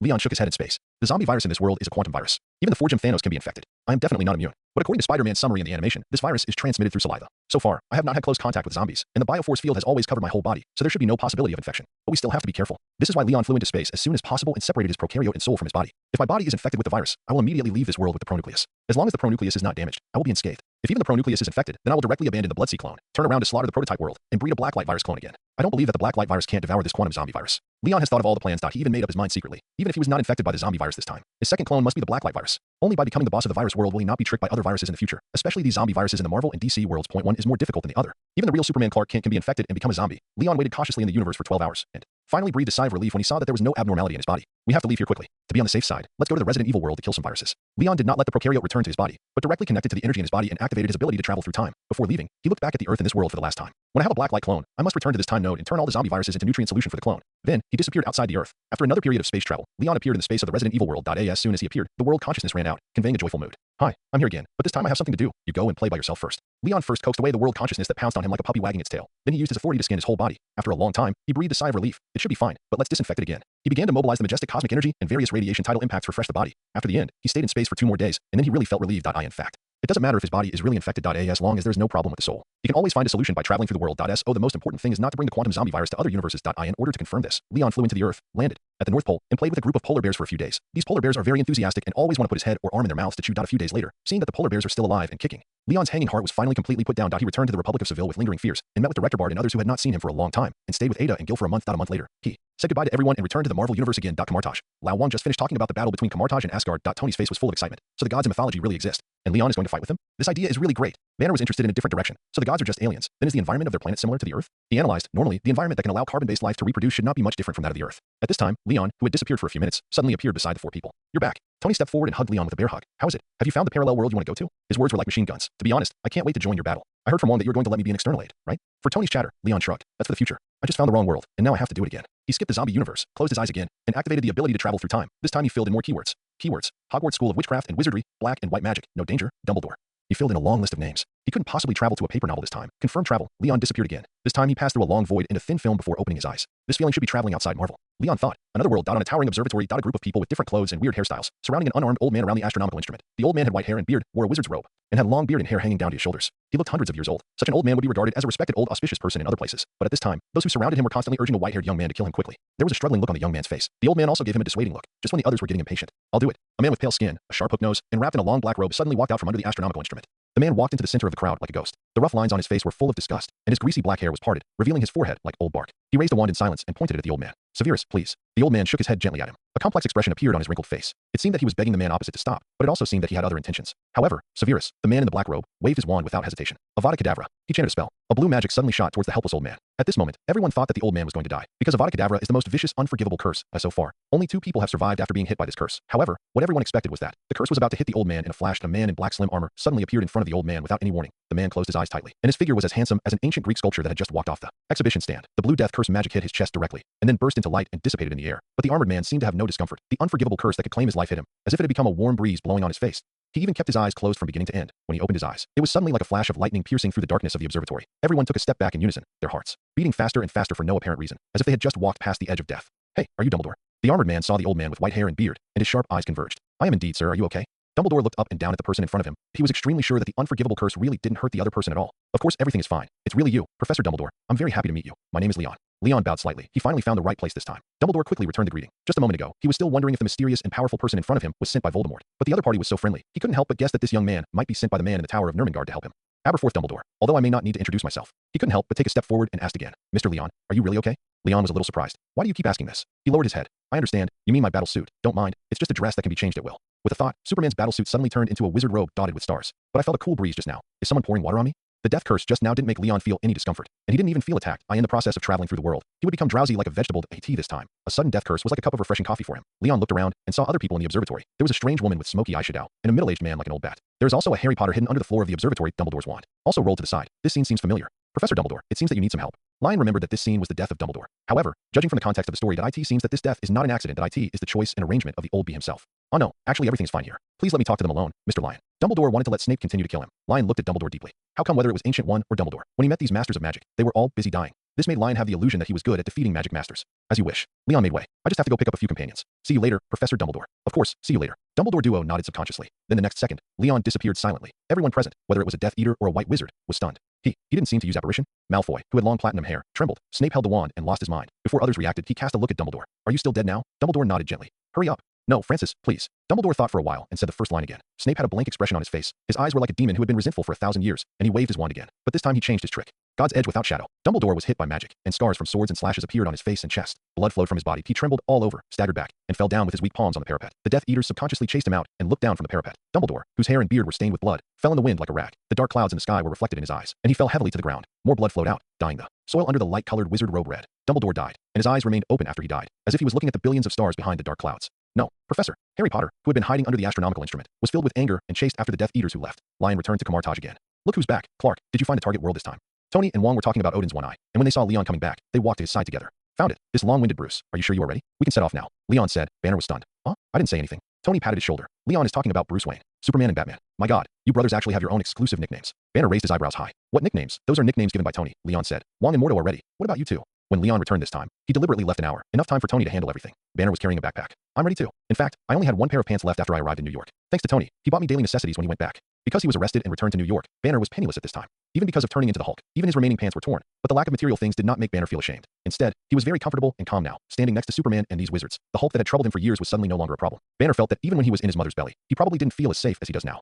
The two of them had a long journey, but they were still busy. Tony shrugged. Thanks to Master Mordo for helping me with the Golden Door. I have already arranged everything in New York. Agent K will help keep an eye on Jarvis. So, bingo, let's start traveling. Wong and Mordo also nodded. Compared to before, they had a few more magic tools in their hands. Mordo and I thought about it and felt that we needed to bring some gifts for the first visit, which represents the face of our Camartage. Wong held up a magic tool hat. Leon gave a thumbs up in approval. It can only be said that he is worthy of being an old employee who has worked in the supermarket of Camartage for 9 years, and he is well versed in the ways of the world. Since we are all ready, let's go. Lion cleared his throat. The journey may be a bit bumpy, so be prepared. After that, he activated his ability, locked onto the 4 people present, and left the Marvel world at the same time. The sky was overcast, and no light could penetrate the clouds, the central courtyard of Hogwarts. All students and professors gathered here. In the crowd, Dumbledore's bloody body was cleaned up by magic. He lay on his back on the grass, his hands clasped in front of his chest, his face as peaceful as usual. But everyone knew that he was dead, and his hands were frighteningly cold. He could no longer open his eyes, and he could no longer say to his classmates whether they wanted to eat cockroach candy as before. A sad atmosphere enveloped the teachers and students present. From professors such as McGonagall and Flitwick to students such as Ron and Luna, everyone had deep sorrow in their eyes, and no other expression on their faces. Harry Potter staggered and knelt before Dumbledore, crying on his cold arm. The grief of parting with a great wizard forever surrounded this place. The sadness was strong. Suddenly 5 figures appeared in the air. They appeared without any sign, as if they were a few fish wrapped in an invisible net. It was just that the net bag broke, and they all fell to the ground with a plop. The most muscular man among them floated in the air as soon as he appeared. He landed lightly on the ground like a flying maple leaf, but the other 4 were not so elegant.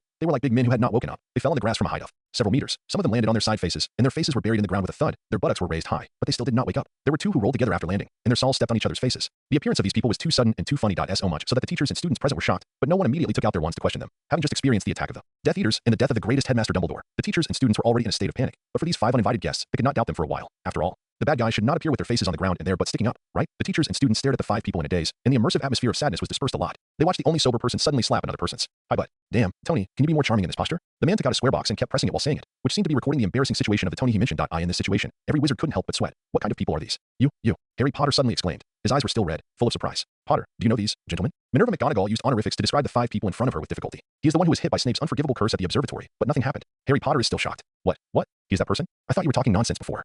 Professor McGonagall's eyes widened. When Dumbledore died, Potter was the only one present, and he told everyone what happened at the time. Professor McGonagall's throat rolled. The 5 visitors who just thought they were a group of lunatics suddenly became powerful magicians in her eyes, and powerful wizards usually have some quirks, just like Dumbledore likes to eat cockroach candy. Looking at it this way, she felt that the 5 people in front of her were much more normal. Sir, you are. McGonagall tried to. Leon spoke. Leon smiled and waved his hand. Please wait. My companions will wake up soon. As soon as he finished speaking, Tony, who was sticking his butt at his feet, groaned and opened his confused eyes. The other people woke up at about the same time, according to their different physical and mental strengths. Mordo, Banner, and Wong woke up one by one. What is this?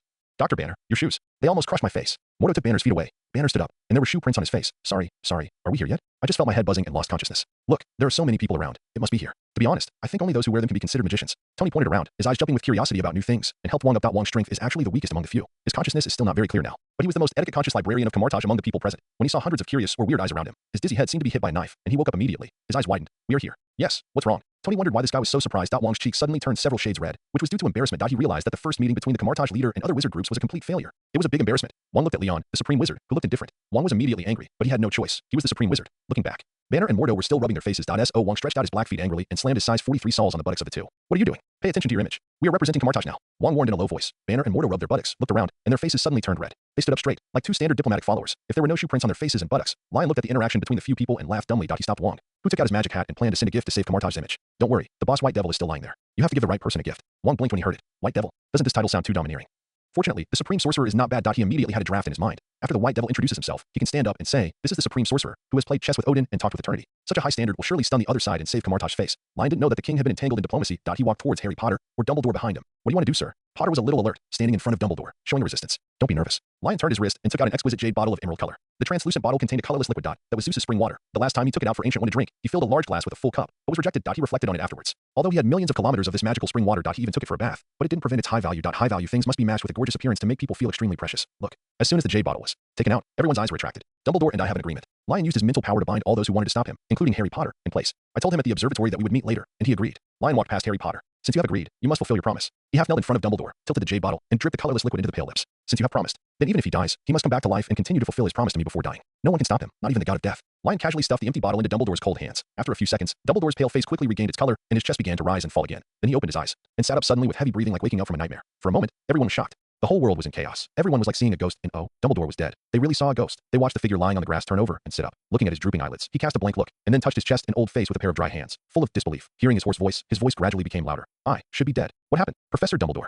As soon as Leon released the mental constraints on others, Harry Potter pounced on Dumbledore. You're not dead. No, that's not right. You're alive again. Harry hugged Dumbledore's shoulders and spoke incoherently. Great, you're fine. Harry choked. He didn't have many real family members in this world, and most of them had died at the hands of Voldemort, Dumbledore being one of them. The surprise of regaining what he had lost almost instantly overwhelmed Harry's emotions. Even if he tried his best to hold back, tears of joy still rolled down. He looked at Dumbledore's eyes that were moving again and had thousands of words to say, but all he could say was, great, over and over again. Harry, it's okay. Yes, everything is okay. Old Dumbledore didn't understand the situation for a while, but subconsciously wiped Potter's tears with his hands that he hugged Harry with doubts, and saw Professor McGonagall standing aside, with almost all the little wizards behind him, AT this time. Both the professors and the little wizards were looking at him in shock that IT was as if he was an old man transformed from a troll, and now his identity was finally exposed. He could still hear some young wizards whispering. They said they were whispering, but because they were too shocked, they didn't even control the volume. Fred, did you see that Professor Dumbledore was resurrected? Of course I saw it. Merlin's pants. George, what did the man who was more handsome than Sirius give the professor to drink? Shoo, you too. Don't mention Sirius next to Harry. And I guess it was the Felix Felicis. What Felix Felicis? That potion resurrected the professor. I guess it was the dew in the Goblin Forest written in the ancient books. Are you talking about the Goblin Forest that Merlin visited in the legend? The young wizards' topics became more and more off topic, and their voices became louder and louder. They looked at Dumbledore and then at Leon. Although he had done something extraordinary, the strange man's face remained calm,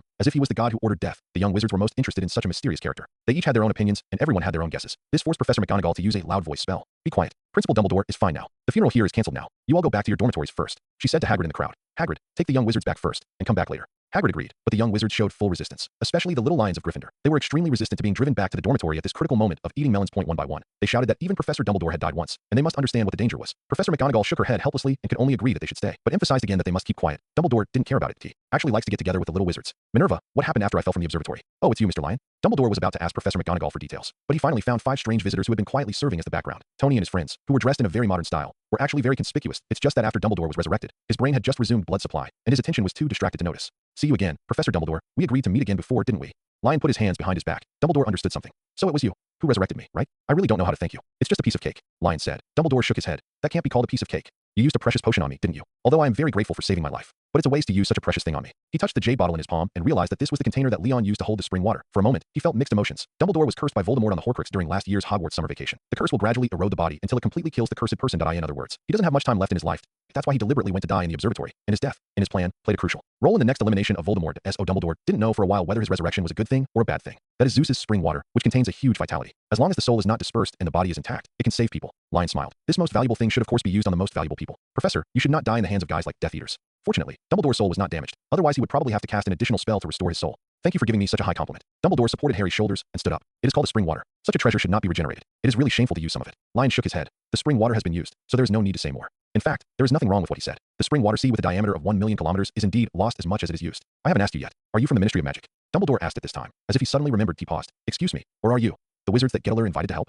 Lion was speechless. Old Dumbledore actually thought that they were sent by his old lover Grindelwald. This idea is really characteristic of the couple Dumbledore and Grindelwald. Neither. We are from Camartage, and this time we came to Hogwarts to exchange magic. Lion said bluntly. Camartage. Dumbledore had never heard of this name. Camartage is located in the Himalayas and belongs to the inheritance of the secret wizards. Venerable Lion is our supreme wizard. The king stepped forward to add at this time that he had been listening and thought that the time to interrupt the topic was just right. After all, the people on the other side had not introduced themselves yet. How could he let the supreme wizard on his side do such a thing as introducing himself? So Sir Lion is the supreme wizard. Dumbledore had never heard of this title, but it did not affect his heart. The Himalayas, that's the land of the mysterious eastern wizards. He spread his left hand to the side. It's an honor to meet you all. Sorry, I have forgotten the most important thing until now. Please allow me to introduce the professors of Hogwarts to you. From Transfiguration Professor McGonagall to Potions Professor Slughorn, Dumbledore introduced them one by one to Mordo, and others were introduced by Leon. But Tony would raise his eyebrows from time to time. He always felt that the names of these people in front of him sounded familiar, but at least both sides finally had a preliminary understanding of each other. At this time, Dumbledore suddenly sighed. All the Eastern wizard friends have come from afar. We welcome them very much. But to be honest, I'm afraid you came at a bad time. The two of them were very close. Why is it inappropriate? By the way, you just died. Sacrificed.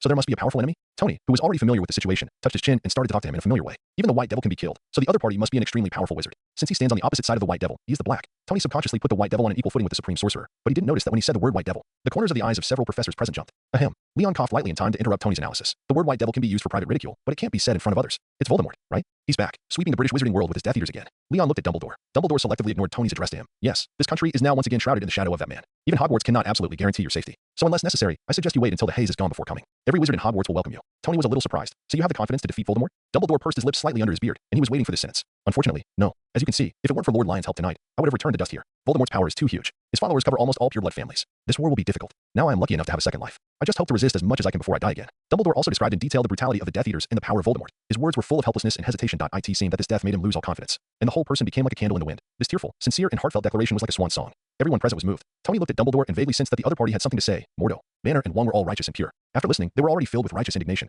Only Lion folded his arms and suddenly shook his head. Others don't understand Dumbledore, but he doesn't. This old bee has been a top chess player since the time of Grindelwald. At a young age, he was able to fool the younger Newt. Moreover, the victory of the Second Wizarding War in the original book was largely attributed to the layout of this old Dumbledore. Look at him before he volunteered to die, but now he said he would try his best to resist before he died. Dumbledore is obviously asking for help from these outsiders in a roundabout way. Old Dumbledore, you just want us to help, right? Leon sighed, walked up and put his arm around Dumbledore's shoulders. Dumbledore was stunned. He didn't expect Leon to be so direct. He became very direct. Sir Lion, I can see that you are very powerful. If you can get your help, I believe the chances of the wizarding world will be greatly improved. Lion nodded. If you want us to help, help, just tell us directly. How can we know if you don't tell us? Only when we know can we decide whether to help you. So what is your answer, sir? Dumbledore looked at Lion with his cloudy but sharp eyes. Lion patted Dumbledore on the shoulder and shook his head. But before Dumbledore showed his disappointment, he spoke again. Little Voldemort, why fight a war? I can solve it for you now. But after the matter is over, you have to be generous in magic exchanges, such as opening the library to us completely. Although Lion's words sounded a bit exaggerated, but Dumbledore felt that he had heard the answer he wanted most. He had no reason to refuse at all. He laughed. Of course, there is no problem. Shouldn't magic be communicated in an open and inclusive manner? He stretched out his hand and said, "Come on, guests from afar, follow us into the hall of the academy. It's dinner time now. I believe you will not be disappointed with the food at Hogwarts." Professor McGonagall and others listened to the conversation between the two and couldn't help but smile, directing the students, ready to enter the castle together. But Leon gently pushed Dumbledore's hand away. There's no rush for dinner. He lifted Dumbledore's wizard robe and flew up. It's better to do it now than today. It's more appropriate to deal with Voldemort first and then have dinner. The two flew all the way to the open grassland outside the castle. The young wizards and professors were dumbfounded and hurriedly chased after the two from the courtyard. Tony also put on his armor, carrying Wong and Mordo and Banner on his back. He flew out of the courtyard in the eyes of everyone surprised and landed next to Leon outside the castle. "Sir Leon, what do you want to do?" Dumbledore was not nervous, but he had a hunch that the young man next to him seemed to be planning to do something big. Of course, it's to deal with Voldemort. It's more spacious here, so it's quite suitable. Leon used his supervision to scan the entire wizarding world. Supervision was transformed by the original will and brought spatial attributes. It was easy to penetrate all kinds of magical barriers and see everything. I remember that if you want to kill Voldemort, you have to destroy his Horcrux first, right? And the so-called Horcrux is an object that contains soul fragments. As long as the Horcrux is not destroyed, even if the owner of the Horcrux dies, his soul will not dissipate, but will exist in some alternative form, waiting for the opportunity to resurrect. Lion suddenly raised his right hand and drew a circle in the air. Dumbledore didn't expect Lion to know so clearly. "You were right, Lion. What kind of magic is this?" As Lion's fingers turned, a round door with golden light appeared in front of the two. On the other side of the door, there was a pile of debris. Dumbledore immediately recognized that it was the interior of the room of requirement. The secret door is similar to apparition, but it can directly connect to space. While explaining, Lion took out a crown from the other side of the door and threw it on the ground. "This is the Ravenclaw diadem, one of Voldemort's Horcruxes." Dumbledore's eyes suddenly widened. "Horcrux? Ravenclaw diadem?" He bent down to pick it up and sensed a strange soul breath from it. There was nothing wrong with what Leon said. Looking up again, his eyes widened even more. Leon actually drew circles with both hands at the same time and opened two portals. One of them opened to a Gringotts treasure house. The other opened to the Ministry of Magic. Opposite was Umbridge, who was sitting upright. When she saw Dumbledore, her eyebrows immediately stood up. However, before she could say a question, Leon suddenly stretched out his hands. With his left hand, he took out a golden holy grail from the Gringotts treasure house, and with his right hand, he pulled a pendant from Umbridge's neck. Then amid Umbridge's screams, Leon waved his hand to close the portal. Slytherin's locket, Hufflepuff's cup, these two are also Horcruxes. He threw the treasures on the ground in the same way. Dumbledore opened his mouth, but could not speak.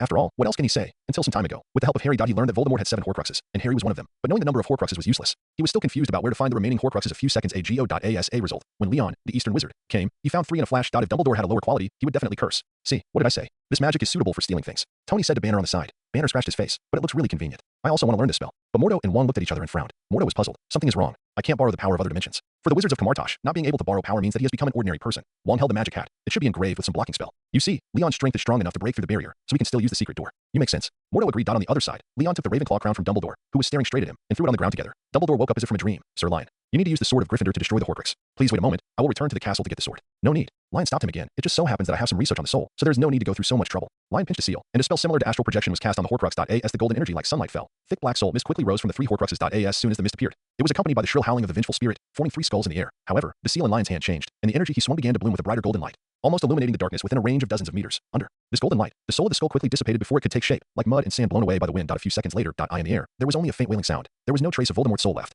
Done. Lion pointed at the 3 Horcruxes that were still intact and even more shiny. The crown, the locket, and the Holy Grail have all returned to their original appearance. You can take them back and put them away. Lion had no idea about these treasures in Hogwarts. Now, the treasures that he could take a fancy to must be at the level of the icebox that could freeze the planet. Present in this magical world. Only the unreasonable things like the time converter and the resurrection stone are worth studying. Dumbledore held up the 3 treasures in a daze and didn't know what to say. It was the first time he saw such an exaggerated soul magic. There are 2 Horcruxes left. At this time, Leon knocked the Holy Grail with his knuckles, making a crisp sound. Dumbledore was hesitant to speak. He knew that one of the Horcruxes was Harry. Before, his means were limited, and if he wanted to destroy the Horcrux, he had to destroy the carrier together. This means that Harry must face the end of sacrifice. But even if Dumbledore is a person who pursues great interest, he is willing to sacrifice personal interests for the collective interests. But his idea of protecting Harry is equally real. So Dumbledore racked his brains to come up with a solution. That is to let Harry fight Voldemort. Just through some of his clever arrangements, combined with the protection spell left by Lily for Harry, Voldemort can destroy the fragment that has penetrated into Harry's soul in person during the fight without hurting Harry. In this way, the Horcrux is destroyed and Harry can be safe. But now it seems that his arrangement may not be used. Perhaps he can expect that Leon can use the magical means before to solve Harry's problem in a safer way. There are 2 Horcruxes left, one of which is right next to Voldemort, and the other is Harry Potter. Leon said at this time. Dumbledore nodded. "I'll call Harry over." At this time, the teachers and students in the courtyard had already chased out of the castle. They all crowded at the door, staring at Dumbledore and his friends not very quietly. "Harry, come here." Dumbledore suddenly waved. Harry Potter supported the frame of his glasses in confusion, pushed by Ron behind him, and hurriedly ran towards the few people. "Professor." He stopped in front of Dumbledore, panting. Dumbledore stretched out his hand with a complicated expression and patted Harry's shoulder. He said earnestly, "Harry, during this period of time, we have been looking for Horcruxes together and looking for ways to deal with Voldemort. But I'm sorry, there is something I haven't told you." "Professor, is it? What is it?" Harry pursed his lips, a little nervous. He had a bad premonition. "Harry, actually you." Dumbledore closed his eyes. He was very reluctant to tell the cruel truth. Wait. Leon suddenly stretched out his hand to push the 2 away. "Professor Dumbledore, what are you doing? Why are you suddenly in pain?" "I am explaining the situation to Harry." Dumbledore looked innocent. "Believe me, Harry will be fine. My magic level is more trustworthy than my brother's character." Seeing that the situation was not right, Leon interrupted the affectionate communication between the two. Looking at the 2 people's posture, it seems that they are going to perform the most classic teenage growth plot in the movie. First, Dumbledore told Harry the truth, saying, "I'm sorry, kid, you need to be sacrificed." Then Harry ran away in disbelief, hiding in a corner where no one was, and collapsed alone. But a few days later, with the warm company of teachers and friends, he would make up his mind to sacrifice himself, complete his mental journey, and transform into a real hero. To be honest, Leon also likes to watch such plots. However, his strength is here, and you, Dumbledore, actually want to play a tragic drama. Leon simply made a move without warning, slapped Harry's forehead with one palm, and knocked his soul out of his body. What am I doing? Harry's soul was shocked in the air, but the next second, Leon's palm reached into his soul and grabbed the deformed baby-like soul from it. Okay, done. Leon waved his hand and sent Harry's soul back to his body. Then he handed the deformed soul in his hand that looked like it didn't even have a nose to Dumbledore to take a look. Look, it's Voldemort. It's such a simple thing. You're making a fuss about it. No, you're magic. Dumbledore's mind was a little confused. What did he just see? The soul left the body and returned safely, as the strongest wizard in the British wizarding world for so many years, but Dumbledore suddenly felt that he couldn't keep up with the times. The corners of his mouth twitched, and he leaned forward to look at the deformed soul, and nodded blankly. It is indeed Tom. That's right. Bose's thunder surged out of Leon's palm, strangling the soul fragments. Very good. Now there is only Voldemort and the last Horcrux beside him. Sir Leon, what are you going to do? It's not. That's it. It's not. We should capture the thief first. Let's kill Voldemort first. The world is full of mystery. From the moment he entered the world of Harry Potter, Leon noticed it. This world does not seem to have world consciousness. The whole world is completely running on its own according to the rules of the universe. Come to think of it, world consciousness should only exist in high-level worlds. The world of Resident Evil is lucky to have one among billions of worlds. How could he meet one everywhere? Since there's no world consciousness, if Leon wants to explore the magic system here, he can only plan it himself. In this case, he certainly doesn't want to waste time. However, if he wants to keep Mordo and others in Hogwarts to learn new magic, he must first solve the villain. So from the beginning, Leon locked Voldemort's position. This time, he drew a circle with his right hand and cast the secret door. After the portal opened, opposite was a gloomy castle hall with only a few blue lights hanging on the wall, like clusters of will-o'-the-wisp. Voldemort stood at the end of the hall. A 12-foot-long giant snake was wrapped around his feet. In front of him were the timid Malfoy mother and son, and Snape, who was reporting something with his head down. The snake was called Nagini, and it was Voldemort's last remaining Horcrux. It's Voldemort, Harry Potter exclaimed subconsciously, and Snape is here too. He just killed the professor and ran to report. Voldemort looked over when he heard the voice. His sight passed through the portal. He saw Harry at first sight, and then his eyes locked on Dumbledore.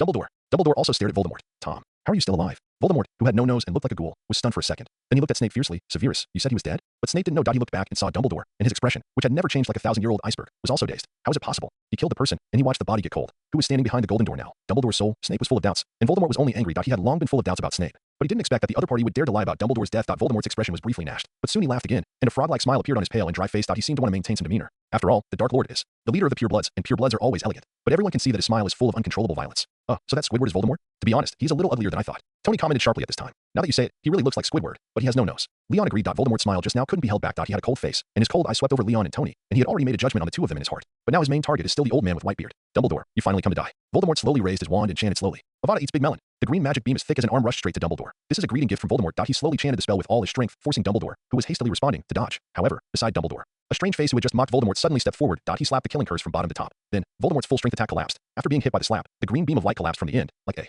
water column being cut by a sword upstream. This trend of collapse spread all the way to the source, extended to Voldemort's wand. A huge force slammed Voldemort's right hand away, causing him to stumble back a few steps. At the same time, the wand in his hand also broke with a click. This is impossible. Voldemort looked at the wand with bloodshot eyes. Leon, who had dispersed the spell with a slap, clenched his palms. How should I put it? It feels like washing hands with clean water. It's quite comfortable. He did not forget to comment. This magic that combines killing intent to attack is indeed unique, but your killing intent is too weak. Practice for another 2 years. In a way, in terms of degree, his willpower at the level of a world master can definitely surpass Voldemort by several earths. There's no problem in saying that the other party's killing intention is weak. Voldemort's unbelievable eyes moved from the wand to Leon's face. His face trembled, and he wanted to say something, but he couldn't say it. Not only him, but also Harry and Dumbledore and others were not much better. Professor Dumbledore, who was always serious, had his mouth open so wide that he could stuff all his beard in it. Harry looked like he was doubting his life, but Leon didn't stare blankly with him. He pushed with both hands, and the portal immediately expanded and moved towards Voldemort and others. The golden round portal instantly teleported the few people from the dark hall to outside Hogwarts and closed automatically. The environment around them suddenly changed, and Voldemort and Snape were all shocked. Professor Dumbledore, this is a rare opportunity. Let me show you the special magic of Archimartage. Leon suddenly said. He didn't care about Dumbledore's reaction. He suddenly pulled Banner over and slapped out Banner's soul with a palm, but left the part belonging to Hulk in Banner's body. Roar. Hulk. Banner's body swelled rapidly, bursting through his clothes, and turned into a 2 or 3 meter tall Hulk, roaring to the sky. It's decided to be you, Hulk. Go ahead, use Hulk shock.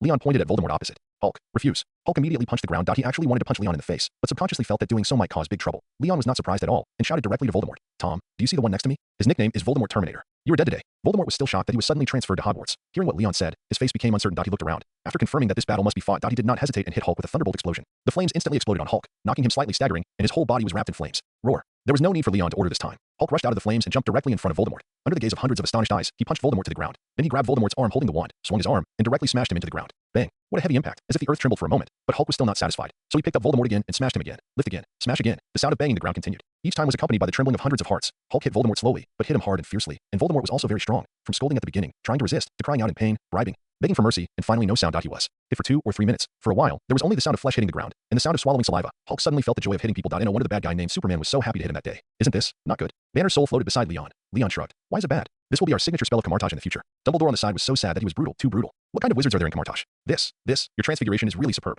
He thought that Leon used transfiguration to enlarge Banner. Thank you for the compliment. It's just a trifle, not worth mentioning. Leon smiled slightly. He waved his right hand and used his mental power to control Voldemort's Horcrux Nagini to float over. It was exactly the same as when he dealt with Harry, with 2 palms. He annihilated the fragments of Voldemort and Nagini's soul. This is Voldemort's last Horcrux. The moment when the Horcrux was destroyed, Voldemort, who had already lost his voice, suddenly wailed again, but this wailing was his last song. The next second, he was shattered like dust, and the fragments were blown away by the wind. In fact, he was smashed by Hulk for so long that he became a meat paste and should have died long ago. It's just that he is still holding on because of the special nature of his soul. But now that all the Horcruxes were destroyed, his soul lost its support, and all the injuries rebounded, and he turned into dust in an instant. Hulk touched his head on the spot, not knowing why, wondering why this man was fine, but he died after being smashed. Hulk.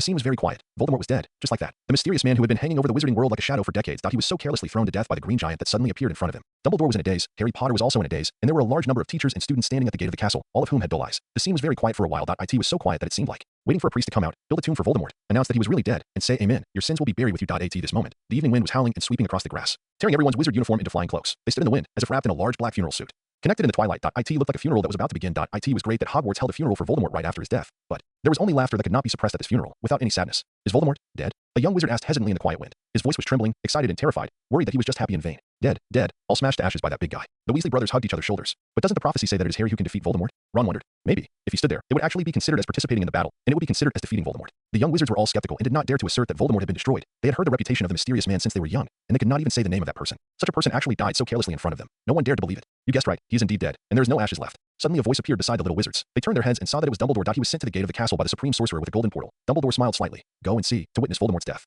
And don't forget to cheer for the hero. His name is Hulk. Hulk searched for several times in the original place. He even turned over the stones to look for it, but he couldn't find the Voldemort who could withstand falling, until Leon came over and said that Squidward had turned into ashes. Hulk realized that the sandbag just now was probably dead. So weak. He pouted in dissatisfaction, still unsatisfied, turned his head, turned his eyes, and stared at Snape next to him. Snape's back was covered in cold sweat. He took a step back and hastily declared, I'm on your side. Roar. Hulk was not stupid. This man had clearly stood with Squidward before, but Leon grabbed him at this time. Hulk, don't always think about destruction. Leon patted Hulk's arm. Look over there. You helped them a lot this time. Hulk looked in the direction Leon pointed in confusion. I saw a group of little radish heads running towards him. Their cheers were deafening, and the voices were both immature and mature. Like a group of bees buzzing and flapping their wings to fly to the hive. Hulk's eyes flashed with doubt, and he subconsciously clenched his fist. Don't be nervous. They're here to thank you. Maybe you can ask them for some delicious food. Leon broke Hulk's fist and walked aside. The next moment, the 2-meter-tall Hulk was surrounded by the little wizards. The little guys chattered around him. One said he was so awesome. The other said his transfiguration was awesome. Some people jumped up and down and said that the move he just used to hit Voldemort was so cool. Hulk was at a loss for a moment. He still couldn't understand the gratitude of the little carrot heads, but the joy revealed in those excited eyes was all conveyed to his heart. He raised his hands high and looked around helplessly. Suddenly he was a little afraid that he might accidentally hurt these human cubs. Oh, my brother, you are so awesome. That's Voldemort. You actually killed him. At this time, Hagrid, who was 3 meters and 5 meters tall, squeezed into the little wizard like a child and hugged Hulk. Hulk was obviously stunned. Since he was born, he has never seen anyone taller than him.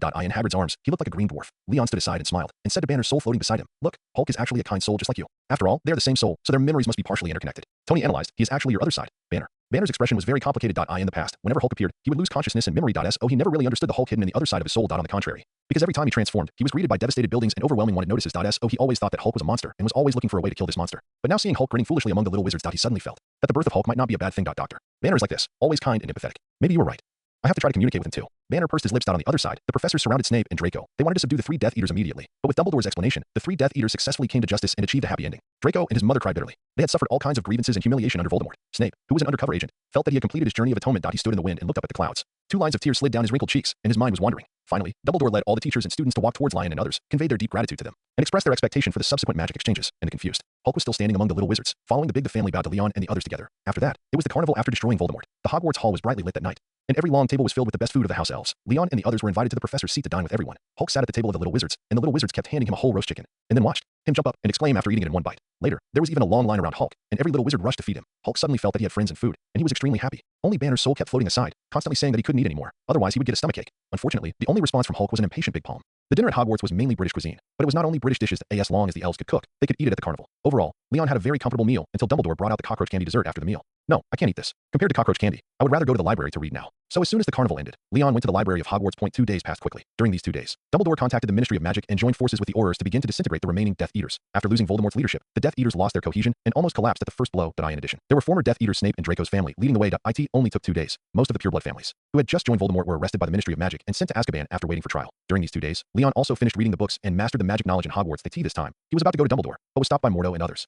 Leon, you asked us to communicate with the wizards here first, but we can't communicate at all. Lao Wong cried. Mordo agreed. Rather than saying they are wizards, they are more like sorcerers or word masters. They all rely on the magical power in their bodies to cast spells. Spells come out as soon as they open their mouths and shake their wands. There is no process to learn. Tony folded his hands. I also discovered this, but you should have a solution, right? Banner said with a bitter face. I don't have time to learn magic these 2 days. Hulk always wants to come out to play with those little wizards. Leon patted Banner on the shoulder first. Children are like this. Let him play until he is tired, and he will go back by himself. As for magic, I do have a way. Follow me. Leon brought a few people to the potion classroom. He walked to a cauldron. At first I tried to use magic directly, but failed. So I found Dumbledore and asked him to show all the magic. I figured out the mechanism of the magic in his body when he used magic, and learned all the magic based on it. But it's different for you. After all, you don't have magic in your body. Moto was puzzled. So, we have to communicate with other dimensions again and borrow power again. Lion shook his head. This world can't borrow power. I've always used my own energy. Moto and Wong didn't understand now. What is self-energy? Didn't everyone learn the same spell in Camartage? Lion smiled. Don't worry. I said there is a way. I found that the wizards here are very similar to those magical animals. Do you know magical animals? Tony nodded. I know, some animals with natural magic can use their own magic-like abilities. Tony has had a detailed understanding of the magic system of this world in the past 2 days. Yes, that's it. The origin of wizards is no longer traceable. But there is no doubt that the first wizards, like magical animals, were born with the ability to release magic.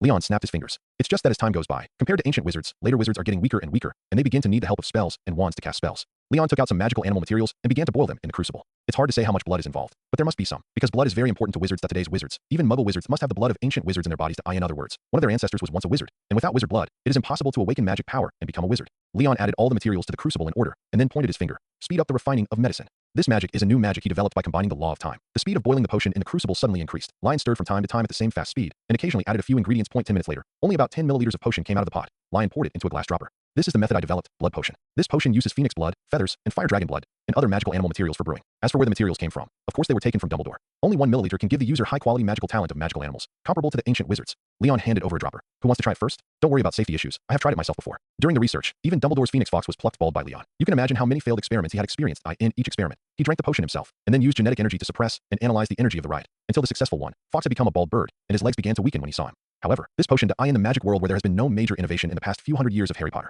It is tantamount to the existence of the creation of the world. After Leon ensured that the blood potion was fine, Dumbledore also tried to drink 1 milliliter, but a few seconds later, the surging magic power in his body directly destroyed the principal's office. Merlin, you are simply a second Merlin. Please give me the rest of the potion for Fox's sacrifice of so much blood and feathers. That's what the astonished Dumbledore said at the time that he held the remaining 8 milliliters of potion and refused to give it back to Leon. No one in the world knew the horror of this blood potion better than him. It can be said that from the moment the potion was brewed, Leon was the second Merlin in the magic world. Leon could only say that he was surprised by what he had seen. Even the Zeus spring water before was much more precious than this potion. You know, that spring water not only brought Dumbledore back to life, also removed the abnormal curse on him and made him several decades younger. On the second day after the carnival, Dumbledore, who appeared with black hair, scared Professor McGonagall and others in the potion classroom. After Leon finished talking about Dumbledore's example, he spread his hands and said, "It's a pity that the materials required for this potion are extremely precious, and even the refining process is very harsh. After the materials were integrated, I used my own genetic energy to reconcile them all the time, so that many magical bloodlines were successfully integrated together. It can be said that no one can replicate it except me," Leon said to Tony. "But later, Tony, you can try to study and transform it again. Maybe there will be a universal version." "No problem. I am also interested in the magic of this world." Tony was called, and simply stepped forward to take the potion and drank 1 milliliter. "But you sounded like you were going to leave." Tony smacked his lips, and a lot of magic suddenly gushed out of his body. "Oh, this is magic.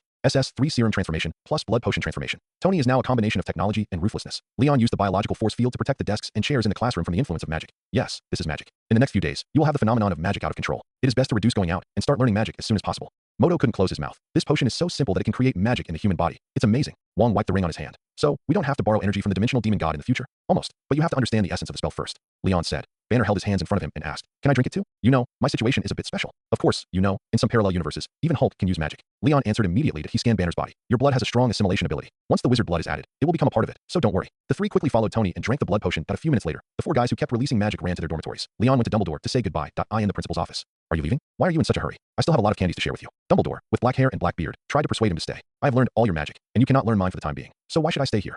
Lion sat opposite. "How about being a teacher at Hogwarts? For example, the defense against the dark arts professor. You actually want to kill me, don't you, Dumbledore?" Lion teased. "Don't think I don't know that your defense against the dark arts professor has never been more than 1 year. Haha, that was the curse Tom cast before. Now that he's dead, it's all right." Dumbledore laughed. Leon shook his head. "Forget it, but Tony and the others will stay for a while to continue learning magic. Please take care of them." "I will. Do you really not consider staying for a few more days? At least let me repay you for all your kindness." "Then how about giving me Fox?" "Haha, Lord Leon, I look forward to our next meeting." Dumbledore stood up to see him off. Leon left the world of Harry Potter. The time was short, but the time was short. When Leon returned to Marvel, only 16 minutes had passed. He stood on the training ground of Camartage and simply checked the status of himself and the items he carried. In the inner world, the time and space gems that had become ordinary gems since entering the world of Harry Potter resumed operation. The time converter he brought back lost its function. Obviously, the time device in the other world cannot control the timeline of Marvel. Even the resurrection stone is useless. The function of this stone was originally to summon the dead souls and let them exist in a form between souls and phantoms. But the souls of Marvel are in the hands of the Lord of Hell or Death. It is not realistic to snatch the souls from these characters with just a stone. However, there are some other scattered props that are still useful. For example, the Elder Wand. One of the Deathly Hallows. This wand and the Resurrection Stone were gifts from Dumbledore after the old king gave the magic tools as a gift. Dumbledore couldn't find anything else of equal value. He could only give all 3 Deathly Hallows to Camartage. But these props were also useless to Leon. He stuffed all the magic props into his suitcase with a traceless extension spell, intending to let Mordo take them away after he came back. Then he activated his ability to travel again, locked onto the world of Harry Potter half a year later, and traveled away again. A few seconds later, Leon appeared in the martial arts training ground with 4 figures in wizard robes. "Finally, I'm back. It's only been half a year, but it feels like I've lived a lifetime again." The king put his hands on his waist. "So you guys are having a wonderful time?" Leon had a faint smile on his face when he just returned to Hogwarts. Tony and the other 4 were taking the ordinary wizard level test specially held by the Ministry of Magic for them. This story started half a year ago. In order to thank Tony and the others for helping to solve Voldemort, the professors at Hogwarts specially opened a magic exchange class for the 4. It is called an exchange class, but it is actually a one-sided teaching, because the exchange time was set at only half a year at the beginning. The 4 people's daily schedules are very full, but the harvest is also rich. It only took half a year for them to learn the knowledge of the young wizards for 5 years. The Ministry of Magic, which heard the news, also joined in the fun and specially held this graduation exam. As soon as the exam was over, the 4 people got their results. Among them, Tony and Banner got excellent O-level scores in all subjects. On the contrary, Wong and Mordo, who were originally wizards, although they received excellent grades in most subjects, they only got A's in potions and divination. Recalling the twisted expressions on the faces of the two when they looked at Tony and Banner when they knew the results, Leon could probably imagine. In the past 6 months, these 2 great wizards have tried so hard to catch up with the other 2 geniuses, but they can only sigh in vain. Not only that, IT has said that Tony has spent most of his extracurricular time studying Transfiguration and Bloodline Potion in the past 6 months. He just learned other subjects casually during class, and Banner is very interested in magical animals. Almost whenever he has time, he runs out of school to look for magical animals. There is even a professor who described that one day Banner turned into the Hulk and went to the southern mountains to fight with several horned camels. After that fight, the habitat of the horned camel family was destroyed, and the animal shadows disappeared. These two people didn't actually put any effort into other magic courses. It's like they're learning while playing. But Wong and Mordo are different. They can be said to stay in the offices of various professors all day long. Sometimes they will work hard until late at night when the stars are high, but even with such efforts, they still can't get excellent grades in all subjects. On the contrary, the two who seem to be happy every day have all those on the transcript. How can Wong and Mordo not feel uncomfortable? Don't say it. Hearing Leon's question, Wong and Mordo fell into a long silence. The two sighed. If it happens again, we will never go to Hogwarts again. That's what they said. But in fact, they can't give up the opportunity to learn new magic. It's just that. With learning 5 years of knowledge in half a year, both of them felt like they were being trained in magic knowledge. Wong sighed. I didn't go to high school in China, so I made up for it this time. Not really. Tony curled his lips and put his hands on their shoulders. I feel quite relaxed. The learning atmosphere in Hogwarts is very good. It reminds me of my days studying for a doctorate in Cambridge. He half raised his head. The girls' skirts were very short at that time, and their youthful thighs could be seen in the reflection of the lake. It was the same in Hogwarts. If the wizards were not too young, I would have a good chat with them. Wong rolled his eyes. Sorry, we're different. The only girl we saw in the past 6 months was Professor McGonagall. In fact, there are also Professor Trelawney and Professor Sprout. Mordo added expressionlessly. Maybe Wong remembered Professor McGonagall. The other three couldn't help but say, oh, when they heard this, and looked at Wong together. Only remember Professor McGonagall? Although I admit that she is still charming, isn't this too?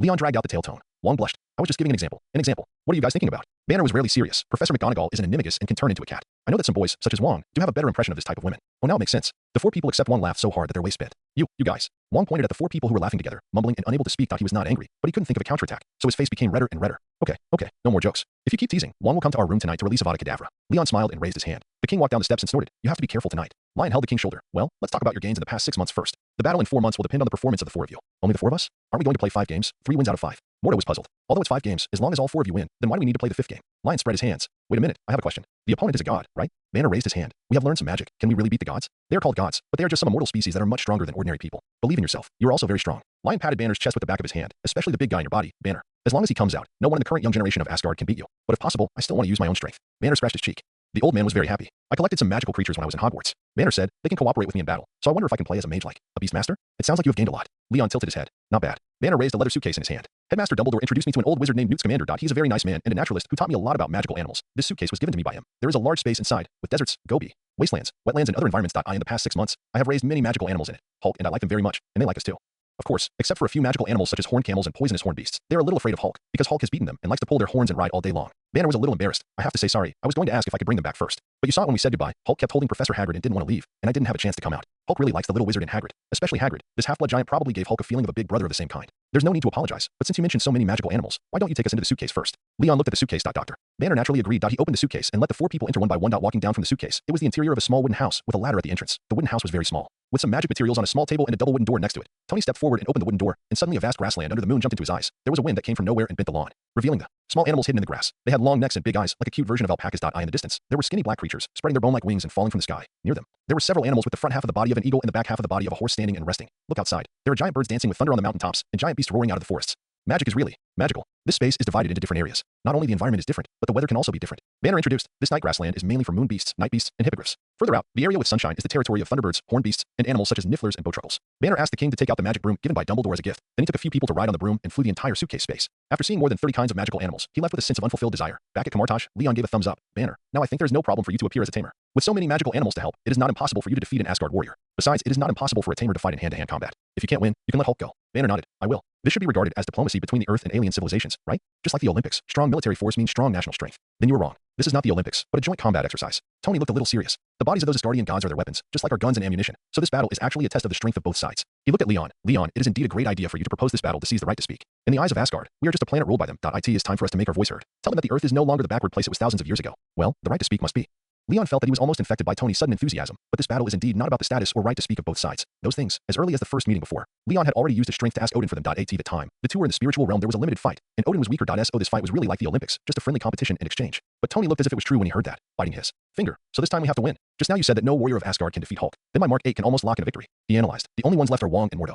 2 games can always win the next one. No, we have to be more cautious. Tony said, I have studied transfiguration for a long time in Hogwarts. This time I will combine the technology and the optical brain and transfiguration magic to create a stronger armor. He still couldn't forget his armor. Send me back first. Leon, there are only 4 months. I have to speed up the progress. Leon wanted to explain. Actually, there's no need to be so anxious. In fact, I have. But Tony interrupted. How can I not be anxious? The sooner we develop a new armor, the more chances we have of winning. Send me back first. That works. Leon opened a portal and watched Tony walk in solemnly. Some pressure is also a good thing. Just take it as a motivation for Tony to improve. Lion looked at Wong and Mordo again. How did you two talk about Odin to Tony? Why does he seem to have some misunderstandings? Wong pursed his lips and thought seriously. I told him that you and Odin won after staring at each other for a few seconds, and then talked about the Ancient One. So there was disappointment. Lion took a breath. From Wong's description, it sounded like Odin let him go for the sake of the Ancient One. Wong, you can tell stories, but let Mordo tell them next time. Lion said earnestly. By the way, did Tony only study transfiguration at Hogwarts? He was a little curious. No, he also developed a universal version of blood potion. Mordo said, based on your version of the original bloodline potion, Master Tony used a single magical animal material to make a new type of potion. And there is already a feasible formula. It no longer has the problem of being unable to be refined like the first version of the potion. However, the new bloodline potion also has defects. Point one is that the improvement of magic power is limited, and the other is that it will leave magical animal characteristics on people. For example, the Moon Crazy Beast bloodline potion will make people's necks longer and their eyes bigger. The Zolu bloodline potion will make people grow cat ears and tails.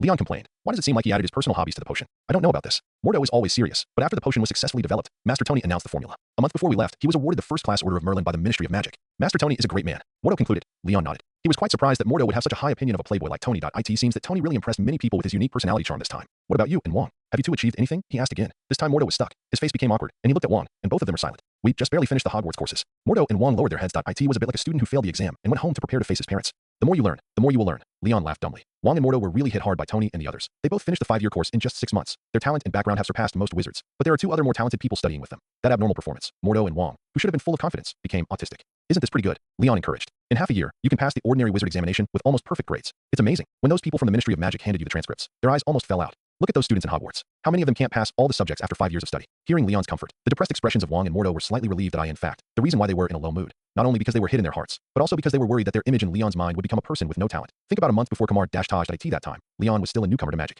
and the two of them had been on the road of magic for a long time. When they first met, Mordo even thought about guiding Leon. In practice, old Wong also felt that this SuperMan was too bold and didn't understand the taboos in magic. As a result, it took only 1 month. Leon became the supreme sorcerer. The level of magic is so high that it can easily crush all the Kamar-Taj wizards. Even now, even the newcomers brought by Leon are far more talented in magic than the two of them. This makes Wong and Mordo worry whether Leon will have a bad opinion of them and think they are too dull. Especially Mordo, he is actually a very proud person. In some parallel universes, he will even become a villain because of the favoritism of the Ancient One to Strange. But now, his inner pride is undoubtedly hit to pieces. But we are still far behind Master Tony and the others. Mordo even felt a little inferior. Why compare with them? One of them only knows how to make armor, and the other only wants to raise magical animals. When it comes to enthusiasm for magic, it depends on you and Lao Wong. Lion has tried his best to find an angle to praise. He held their shoulders. Talent is only a small part of success. The most important thing is hard work. Don't forget, you two are my dragon and phoenix. Neither of you can be missing. Even the matter of popularizing the new magic system in Kamar-Taj in the future must be handed over to you. Yes, is that so? Wong didn't know why he felt that there was something wrong with this. It seemed that without realizing it, the workload on him was getting heavier and heavier, but he was still very happy and pressed down the palm of Leon's hand on his shoulder and nodded vigorously. I understand. Mordo's eyes flashed with excitement of being recognized, and he nodded steadily. I understand too. It's good that you understand. Leon smiled with great relief. After that, you will be responsible for teaching the new magic together. Remember to make a plan for me as soon as possible. He looked at Banner again. Banner, you still need to learn soul magic, so stay here for the time being. If you have any questions, you can ask me on the chat software. I will. Banner nodded. Are you going to leave Kamar-Taj? Yes, there are more important things for me to deal with. Leon did not deny it. Ancient One said that after he became the supreme sorcerer, he only needed to help stop the dimensional demon. The daily management of Kamar-Taj should be left to Wong and Mordo. Leon opened a portal and walked in. I will leave Kamar-Taj to you. Do a good job. I believe in you. As soon as the voice fell, the portal closed. Wong looked at the empty martial arts training ground under the moon, suddenly fell silent, and asked after realizing it. Mordo, do you feel that after Lion became the supreme sorcerer, our work seems to be getting more and more? Mordo frowned. More work means that Lion trusts us the most. Do you want to be lazy? No, I just always feel that there is something. Forget it. I just fell asleep last night. Wong shook his head. Banner listened to the conversation between the two, scratched his forehead, and quietly moved towards the dormitory. Looking at the two people, he always felt that they would chat tonight and might really turn around and run away again, working all night. On the other side, Leon passed through the portal. First, he returned to the Stark Industrial Park in Los Angeles. He chatted with Pepper, whom he hadn't seen for a long time. Then he returned to his apartment in Brooklyn. It was still afternoon in New York. Shirley, who was on summer vacation, was not at home, and the Natasha sisters were still staying at the place where Hulk and Tony had fought before. Leon simply pointed his finger and used magic to control the kitchen utensils, letting them cook dinner according to the recipe. He learned this trick from the house elves in Hogwarts. Those elves are responsible for preparing food for thousands of wizards every day, and they have unique skills in using magic to make delicious food. More than 2 hours later, Shirley jumped into the house. She exclaimed when she saw Leon, and like a porcupine seeing corn, she pounced on Leon and hugged him tightly. She shouted, I miss you so much, while rubbing her face against Leon's chest. Natasha and her sister followed behind Shirley, laughing and saying that they thought Leon would be away for another month before coming back. After dinner, the four of them talked about Leon's experience in learning magic and Shirley's studies. Shirley will go to the junior high school of Midtown Middle School for further studies next semester. Isn't that going to Queens? Leon directed the dishes to jump into the dishwasher by themselves. The eyes of the 3 girls were all sparkling. They could not refuse the magical thing of dishwashing magic at all. Natasha supported her chin. Her eyes stayed on the people queuing to wash their plates, and she answered. Although it's a bit far, it was the public school with the most outstanding graduates in the neighborhood last year, and Shirley also thinks it's good. But why not go to a private school? We all think that public schools can get in touch with more people, which will be more meaningful to Shirley. After all, her past experience, she should get in touch with more people. Okay, I agree. Speaking of which, you will be enrolled in half a month, right? A college student at Columbia University. Natasha looked at Leon with amber eyes. It's just a formality. Pepper thinks that college life is very important to life, and she must let me experience it. Leon spread his hands. In fact, I can't learn anything there anymore, and the students there probably can't talk to me. Then what are you going to do? Finish the credits as quickly as possible, and then graduate. Leon is ready to give the Columbia professor a little shock from the genius. Speaking of which, we've finished dinner. Why don't we watch a movie together? Yelena suggested at this time. What to watch? The new movie you made. Leon casted Death Look. 3 hours later, the latest film and television work of Super Inc. Company, Iron Man and Superman Origin, ended. With a dark face, Leon left Yelena, whose head was smoking because of his knuckles, and turned to pick up Shirley. Let's go. Shirley, let's listen to the bedtime story. This movie is nothing good. Okay, I also want to listen to the story of Leon, the professional. Shirley waved her little hand. You have heard this story 7 times, but, well, of course you can listen if you want. The story lasted for half an hour before Shirley fell asleep. When Leon returned to his room and closed the door, a hot and humid breath suddenly sprayed on his face in the dark. You have been away for so long. It seems that Shirley is not too sleepy today. Following the breath, there was a hot hand touching the chest. I haven't seen you for a month. The little girl is so excited that she pulled me to tell her the story of the magician again. After all, it's a long time since we met. So do you think I'm excited? You're more than just excited. You're almost lighting me up. In the quiet room, the breathing sounds intertwined, and the snoring sound like drinking water gradually sounded, and then began to become rapid, and the sound moved slowly in the room. Suddenly, the door was pushed open with a bang and hit the wall. A voice broke in. Boss, how can you leave me? I'm actually very excited too. Shit, Yelena, what are you doing? Hey, the house is going to collapse. The two of them were so busy that they had to eat together. That night, Leon returned to his shameless daily life. The next morning, at the dining table, Yelena and Shirley were eating like crazy. This pair of friends, regardless of age, seemed to be competing to see whose cheeks were bigger, and their mouths were as bulging as hamsters. It was just a nutritious breakfast of bread and eggs, but they ate it like a feast. Leon took a shower, wiped his hair, and sat next to Natasha. Is there anything going on at the company recently? He asked casually. Natasha looked at the projected news in her hand and chewed bread, except that the boss has not shown up for a whole month. Everything is normal. Lion seemed not to hear the subtext. That's great. Then he looked at Yelena again and asked the girl's face, which immediately became stiff. What about Superhero Company? Don't tell me you were only concerned with making that movie. This. Yelena looked away guiltily. After all, there are only 2 superhero IPs in the company, so making such a movie is actually, Leon raised his eyebrows. I'll give you another chance to reorganize your words. I mean, Yelena shuddered. It's all Tony Stark's fault. Boss, it's all his fault. He made all the movies. Natasha next to her slapped her forehead, looking defeated. Yelena, Leon is asking about things other than movies. Natasha sometimes really can't do anything with her sister. Obviously, he is usually quite smart, but when he meets Leon, his brain becomes a single-threaded processor. Oh. Yelena made a sound like a rooster crowing. Other fields are also developing very well. She counted on her fingers and said, the company's market has been spread all over the world. The annual revenue of peripheral products is expected to exceed $30 billion. However, there has been no progress in signing new heroes. After all, there are only 2 superheroes so far. Speaking of which, the Men in Black should also be considered a superhero team. Can we sell the peripherals of the Men in Black as well? The annual income of $30 billion is about what Leon expected at the beginning. The reason why the annual income is so considerable. Is because the peripherals of Superman and Iron Man have spread to various markets around the world, and there are almost no pirates participating in the competition. Without these prerequisites, no matter how popular the IP is, it is impossible to sell so much in a year. For example, Pokemon in his previous life, such a popular IP has made $100 billion in just over 20 years. But if the market restrictions and pirated goods are solved, the revenue of $100 billion can definitely be multiplied several times. Besides the movie, you can decide how to operate other aspects. The purpose of establishing this company is to provide funds for the Men in Black and make you self-sufficient. Leon said. Oh, I know, boss. Yelena nodded like a chicken pecking at rice. What about the Men in Black? Have those kidnapped by Hydra been sent back to their original place of residence? Leon asked again. Basically, they have returned to their families, but there are still some special people. Natasha changed her tone. Some people kidnapped by Hydra have identified with Hydra because of brainwashing and other reasons. If these people are allowed to leave, they may become new seeds of Hydra. But if they are all killed, it would be too cruel. After all, they have not done anything. They were just brainwashed after being kidnapped. So after we discussed it, we used the technology of the Red House to de-brainwash them. Now this group of people has begun to gradually return to normal. After de-brainwashing them one by one and sending them back to their original place of residence, we will continue to observe for a long time. Leon drank milk. Good job. But Natasha has another twist, but this time she is a little hesitant. But what? Leon took another bite of bread. Among these people, there is a pair of siblings. They were not brainwashed, but joined Hydra on their own initiative after being kidnapped. You specifically mentioned these 2 people. Is there something special about them? Leon really didn't like Hydra. They're from Sokovia. When they were 10 years old, their parents died under the missiles produced by Stark. Natasha paused. After that, the siblings could only survive in the war-torn Sokovia. They joined Hydra to revenge on Stark. Sakvaya. Leon stopped chewing. A pair of siblings, whose parents died in Stark's missile bombing, also took the initiative to join Hydra. This can only be Scarlet Witch Wanda and Quicksilver Pietro. Have the Men in Black brainwashed them? Leon's expression was a little silent. Not yet. They are scheduled to be tomorrow. Natasha bit her lip. They're actually very similar to Yelena and us. They all had to face some cruel facts when they were young. If you don't object.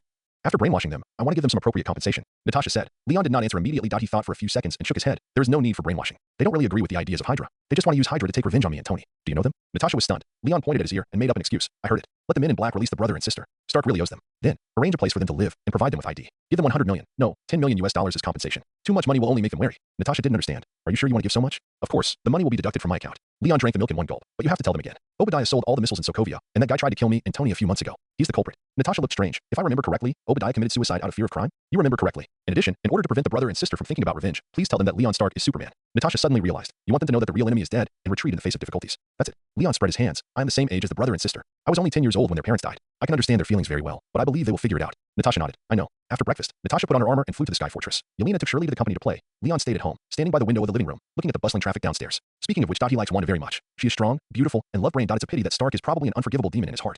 The time before school started passed quickly. Leon counted the days every day. The days when his Blood Sea clone was born. He used the time and space gems to comprehend the laws of the Marvel Universe. He also accelerated the development of the clone. He couldn't wait to experience what it felt like to be an ocean. This waiting point 7 days passed quickly. On this day, Leon finally went out, because this day was also very important. It just had nothing to do with Leon himself, but Jarvis is about to be born. No, I mean it's about to evolve successfully. Lion looked at the thousands of lines of characters jumping rapidly on the projection screen. Soon we have to change our words and call Jarvis he. Wait, I have no objection to the previous one, but Jarvis hasn't completed his evolution yet. How can you assume his gender? Tony deliberately picked on him. He was in a long-distance call with Banner 2 days ago. Finally learned that Leon had defeated Odin once. He reacted. The battle 4 months later turned out to be very easy, and winning or losing only concerned the face of Kamartaj. Like him, a newly joined wizard who has no sense of belonging, he can actually eat hamburgers and enjoy the breeze. Just as a foreign tour. His anxiety and worry are actually his own internal consumption. This made Tony feel relieved and embarrassed at the same time.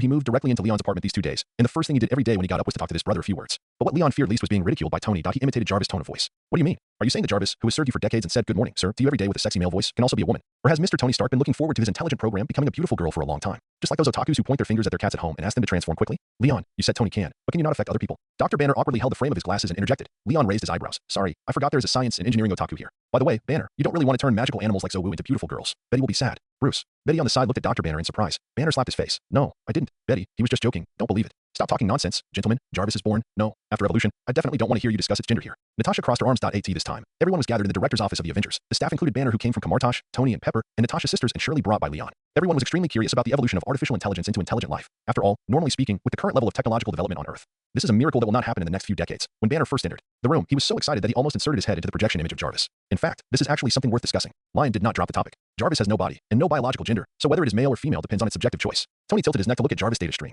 I think it will become a female. After all, no one can resist Tony's charm after following Uncle Tony for so long, right, Pepper? Pepper pinched Tony's arm with anger and laughter. Be serious. Jarvis is your brother's old butler, not a maid. Stereotype. Can't the butler be a woman? You. Tony wanted to say a few more words. This time, the characters jumping rapidly on the projection screen suddenly slowed down. The English characters changed from a waterfall to a still picture. Then all the characters disappeared one by one. Instead, they were replaced by numbers 0 and 1. The orange-yellow spherical data projection symbolizing Jarvis suddenly began to fluctuate. In a burst of tearing flashes, the spherical projection disappeared, and the image of a middle-aged gentleman with graying temples appeared. He was wearing a formal suit, with his right hand bent at his waist, draped over a white scarf. This is STA, the old butler of the Stark family, Edwin Jarvis, always dressed like this when he got older. Mr. Stark, long time no see. Jarvis bowed slightly to Tony very gentlemanly. Jarvis, your image is really... Tony subconsciously wanted to comment, but he suddenly couldn't speak. Jarvis's realistic image hit his heart like a string of electricity. In his mind, many childhood pictures suddenly surged out, like a slideshow flashing continuously. This moment, Jarvis was exactly the old butler who always stood beside his father in Tony's memory. He looked straight at Jarvis, and after a long time, he said in a slightly hoarse voice, "Great. You will no longer be just a very smart, intelligent system in the future, Jarvis. I'm happy for you." "Thank you, sir." Jarvis smiled and nodded, and looked at Leon again. "Master Leon, thank you for your help. I feel very good now. I'm just sorry. Your evolution key seems to have lost all data after helping me complete the evolution. It seems to be disposable." Lion looked at the evolution key that Jarvis pointed to, which was an iron box. The data interface of the iron box has not been disconnected, but there is no light when data flows, and it is obviously scrapped. "It doesn't matter. Anyway, I don't have a second artificial intelligence that I want to evolve." He pointed at Tony. "Speaking of which, Tony just said that he wanted to turn you into a beautiful woman. Don't you consider it?" "Master, I heard your previous conversation." Jarvis nodded. "Because in the process of being flushed by data, my personality is completely shaped according to past experiences, so I think I should belong to men. Not only that, the flushing of data will solidify some of Jarvis' emotions, making him always focus on Tony and Leon. That seems to be a program automatically set in the evolution key. But not only Leon, but even Jarvis himself failed to notice this." Jarvis looked at Tony again. "Of course, if you ask, sir, I can also become your favorite fashion model." "Wow, a manly woman. Wouldn't that be better?" Leon said in his heart, but Tony shook his head firmly. No need. Just now I was just joking. You are fine now, Jarvis." "Okay, sir." Jarvis stood up again and asked, "Dr. Banner, do you have any questions?" From the moment Jarvis said the first sentence, Banner's eyes were close to him. He seemed to want to put himself in Jarvis' shoes and experience how the intelligent program became life. When asked this question, Banner smiled awkwardly and took 2 steps back. "I'm a little curious. What does it feel like to go from an intelligent program to a life?" "It's amazing." Jarvis showed a humane exclamation. "Under the data flushing, I gradually have emotions and self-thinking. The only way to save money is to use the computer. Now I can rely on electronic devices to perform super speed calculations, and I can also add subjective thinking and emotions to the calculations." Jarvis thought of a description. As Mr. Stark said, "I am now a ghost living in the digital world." Leon thought thoughtfully. "Maybe we can build you another body in the future, so that you will be more like a living being, and even be able to touch reality." "Good idea." Tony's eyes lit up. "Jarvis can now easily manipulate my iron armor. Just a simple modification is needed, and he is equivalent to having a body." He pounded his palm. "And when necessary in the future, we can rely on Jarvis to build an outer space defense system." Tony has not experienced the attack of the Chitauri army yet, and he has the powerful Leon by his side, so he did not have the idea of building a defense system immediately, but just proposed a fantasy. "Glad to serve, sir." Jarvis smiled slightly. "I have another question, Jarvis. Do you have a soul now?" Banner raised his hand and asked. He has been learning soul magic recently, and is very interested in the topic of soul. Jarvis was stunned. Sorry, I don't know. I feel that my course seems to be more than just code, but about the soul. "Not yet." Leon interrupted. "But maybe there will be in the future. You can keep looking forward to it, Jarvis. Intelligent life in the starry world does not have a soul. Even the father god of the mechanical race does not have one. But in Marvel, as long as you get the Mind Stone, it is easy for Jarvis to have a soul. This is not a difficult task. It seems that I have to rely on you to help me again, young master." "Thank you." Jarvis said seriously. "It's nothing. When Tony left me on the sofa and went to spend the night with a beautiful girl, you told me stories when I was only 2 years old." Leon smiled. "Although those stories are a bit boring, I have always remembered them. There is such a thing." Pepper's eyebrows were raised first. "Tony, why do you remember things from more than 10 years ago so clearly, Leon?" "Oh, Pepper, be gentle. I have apologized for those things many times." "Oh." Tony was pinched by Pepper and screamed. Everyone present laughed. Everyone was happy to see Tony, the playboy, suffer. Then everyone took turns to ask Jarvis questions. Betty asked him if he had formed a neural network in the computer. Pepper asked him if he could help manage the company. And Shirley asked him what he thought of the story of Leon, the professional. The lively day ended quickly as night fell. Everyone also had a meal at Leon's apartment before they dispersed. After getting Tony's permission, Jarvis, who had gained a new life, began to surf the internet around the world, experiencing a completely different feeling from before. Another week passed. IT was September. Leon walked into Columbia University with an arrogant step. The moment he stepped into the school gate with his left foot, more than a dozen cameras recorded the scene of the sun shining on his side face. The next day, this photo was on the headlines of dozens of tabloids. The big newspapers have received the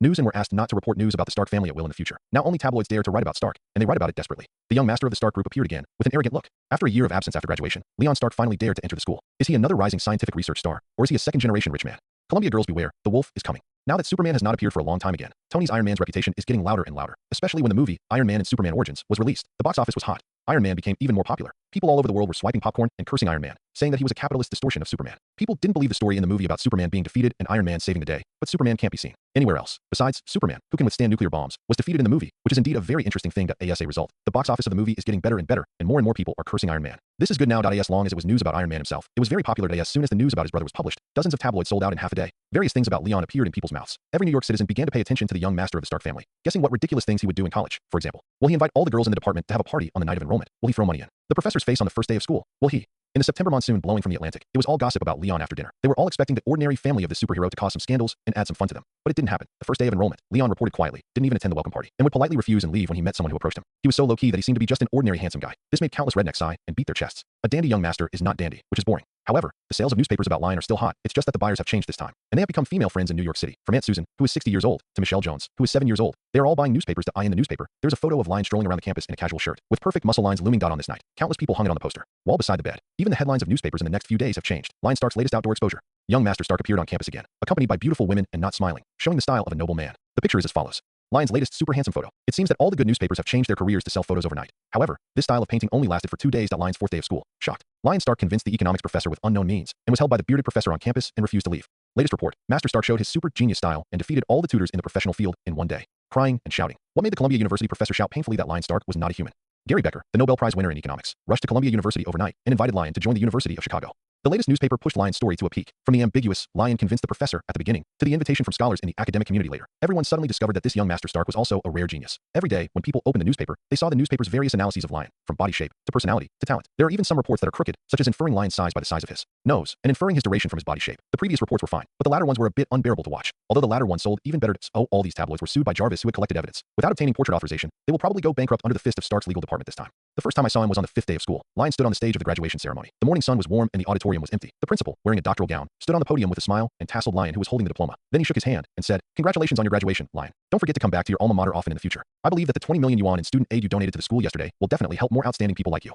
Lion smiled and said, "Thank you, Principal. I will definitely come to donate a building next year." The professor sitting next to him immediately started to applaud. They were just impressed by Lion's knowledge yesterday morning and received a large amount of research funds in the evening. All of Lion's required courses were completed overnight, and he received all the credits he should have received. The graduation express train started with the horn honking overnight. Now they were convinced by the applause. They even had the urge to hug Lion's thighs and clap. The melodious symphony sounded at this time, and the heavy sense of history spread over the 1-meter-high stage with the music. Under the stage of the auditorium, there were only 3 family members sitting in the first row of hundreds of seats wrapped in burgundy velvet. Tony, Pepper, and Shirley had different expressions. Pepper reluctantly followed the professors on the stage to applaud, feeling angry and amused. She asked Lion to come to the university to experience youth, to experience the bitter friendship and love that is a result. This kid promised to do it, but he was secretly doing it. He did enroll in the school, completed all the courses, and wrote his graduation thesis in a hurry. It just happened to be published in a core journal this morning. This seems to sound like a perfect college life, but the process in between was not 4 years, but 4 days. Did Leon experience college life? He did, but his dormitory was tied to a rocket. From the moment he enrolled, he started the flight and completed the whole journey in a few days, landing at a speed of 31 Mach. Tony shook his head and applauded. He said in his heart that Leon didn't know what he missed. There are so many white arms, so many dazzling thighs, and so many flying skirts in college. That will be a dream for many days and nights. This kid is still too immature. Tony sighed and said that Leon didn't have half of his style. Shirley was very happy, and her applause was as loud as the professors on the stage. She just felt that her brother Leon was getting better and better on the stage. Lion first took a photo with the principal holding his diploma. Then he hugged the professors one by one.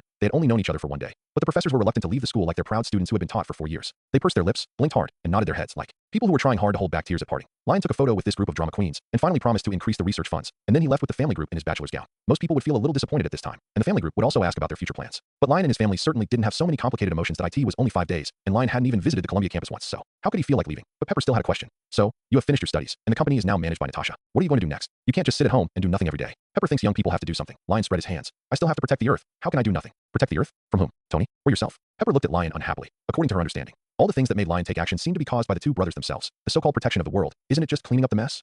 "You said that, as if Tony and I are troublemakers." Lion retorted. "That's right, we are just protecting the world in our own way." Tony agreed, but Lion suddenly turned around. It's obviously only Tony who is causing trouble. Pepper was stunned for a moment and couldn't help laughing. "It seems to be true. Hey Lion, I thought we were on the same side." Tony's face darkened. "Really?" Lion pointed to the front. "Look, you caused the trouble has come again, and this time I have to solve it for you again. But it seems that it has not been completely solved." In front of the 4 people, 2 figures walked out of the pavilion at the school gate. It was Wanda and Pietro. They seemed to have been waiting there for a long time. As soon as they saw Leon and the others, they walked out of the shadows and came towards them. The morning sun was very high, leaving their shadows very short, as if 2 daggers were hidden under the 2 people. Tony smelled the bad smell of the newcomers. He closed his eyes slightly and looked carefully. There were 2 young people, a man and a woman, both wearing similar short-sleeve tops and jeans. It's just that one top was a light blue cold tone, and the other was a dark red warm tone. Their complexion was not good, and their eyes were staring straight at themselves, or only themselves, looking at the synchronized postures of the 2 people, and the eyes without any extra colors. Tony seemed to see himself and Leon when they went to seek revenge on Hydra. It's just that these 2 young people seemed too young. They were so young that their childishness was written on their faces, like students who had just entered society. At first glance, they seemed to be easy to deceive. "Who are they?" Tony asked Leon in a low voice. "A brother and sister from Sokovia. Their parents were killed by a missile with the name Stark written on them when they were 10 years old. Later, they joined Hydra and were." Leon briefly introduced. Tony was silent after listening. Although the weapons sold to other countries were sold privately by Obadiah, but he, the person who developed and manufactured weapons, he is also to blame for the tragedy caused by these weapons. At least Tony thinks. So, he pulled his hand out of his pocket, stopped. His eyes were not calm, and he planned to wait for the brother and sister to come. Maybe what will come to him later will be a powerful punch, or it may be a sharp knife. But Tony feels that he needs to talk to the brother and sister. Leon and the other two also stopped and stood beside Tony. Soon the two approached, and the appearance of the brother and sister became clear. The sister has a good bone structure, and her skin is as white as ice and snow. In the sun, it is dazzling like a flower or a blade. The brother is tall and should have the vigor and vitality of a young man. But at this time, he suppressed his emotions like a sullen, extinct volcano. Their eyes were always fixed on Tony, containing a kind of resentment that is difficult to resolve. That it is not like the hatred of blood feud. Instead, it is like they imagine beating up Tony's stinky face every day. They have become accustomed to showing some kind of hatred for this face in their hearts. Only 3 meters away from Tony, the brother and sister stopped. Under the gaze of Leon and others, the sister took out from the side pocket of her jeans. Tony thought it would be a knife or a pistol, but it was neither. It was a black Citibank card with gold inlay. The more you want, the better. The person who owns this card to Citibank, he is an absolute VIP. Whether he wants to reach the moon in the sky or fish for whales in the sea, as long as it is within human reach, Citibank will serve wholeheartedly and try its best to satisfy him. When it appears, most thresholds in the United States will be open to holders. From political resources to shopping and school enrollment, almost all problems can be easily solved. But it is just such a black card that represents honorable status. But the chestnut-haired girl who stared at Tony without hesitation threw it on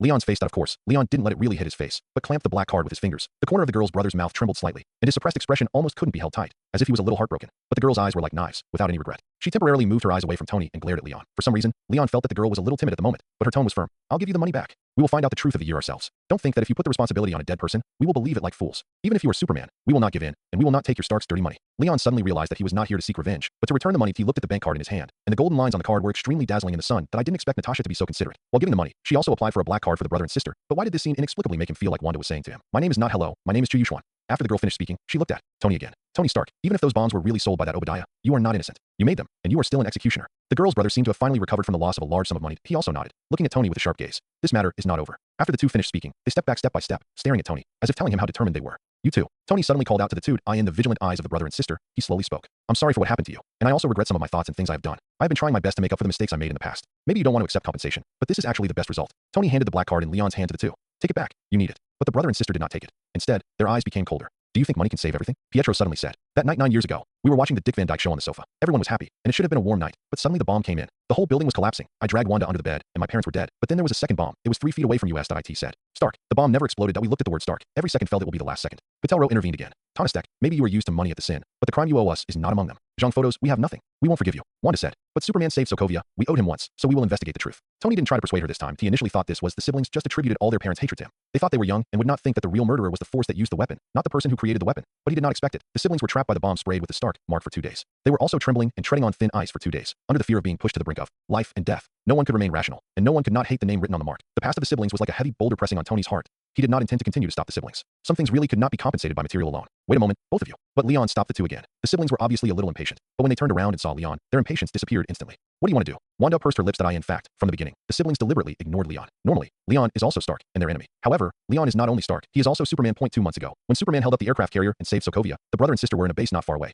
They were disheartened at that time. Originally, they joined Hydra to avenge Stark. Who would have thought that Hydra didn't care about their lives at all, and actually planned to bomb Sokovia, abandon them, and bury them here with their hometown at that moment? There was only endless despair and regret in the hearts of the two. In despaired. In the end, Superman first resisted the nuclear bomb in Warsaw. Then he moved the mothership over Sokovia. Iron Man seemed to be causing trouble. Only then did he save them and their hometown, like the residents in the city at that time. Wanda and Pietro were in the Hydra base, watching the flying mothership, and they were also excited and cheering, with tears of surviving the disaster on their faces. Even before knowing that Leon was Superman, Pietro only had 2 photos in his arms. One was a family photo when he was a child, and the other was Superman whose face could not be seen clearly. But now, at least now Pietro didn't bring the Superman photo. After all, Superman has the ability to see through things, and he doesn't want Leon to see that photo. Combined with various factors, the brother and sister have very complicated feelings towards Leon. There is gratitude and resentment, so much so that both of them deliberately ignored him, until Leon spoke. I can understand you, Wanda and Pietro. The brother and sister were stunned. Do you know our names? Of course, nice names are easy to remember, aren't they? Hearing this, the brother and sister were a little at a loss for a moment, and Pietro even felt a little happy in his heart. Superman actually said his name was nice. Leon said, I can understand you. In fact, I have also avenged myself, and the enemy is Hydra. When I was 1 year old, the Winter Soldier of Hydra killed my adoptive parents and almost strangled me to death. So I chose revenge, killed all the Hydras, and then blew up the Winter Soldier's head. And now, there are no more Hydras on this earth.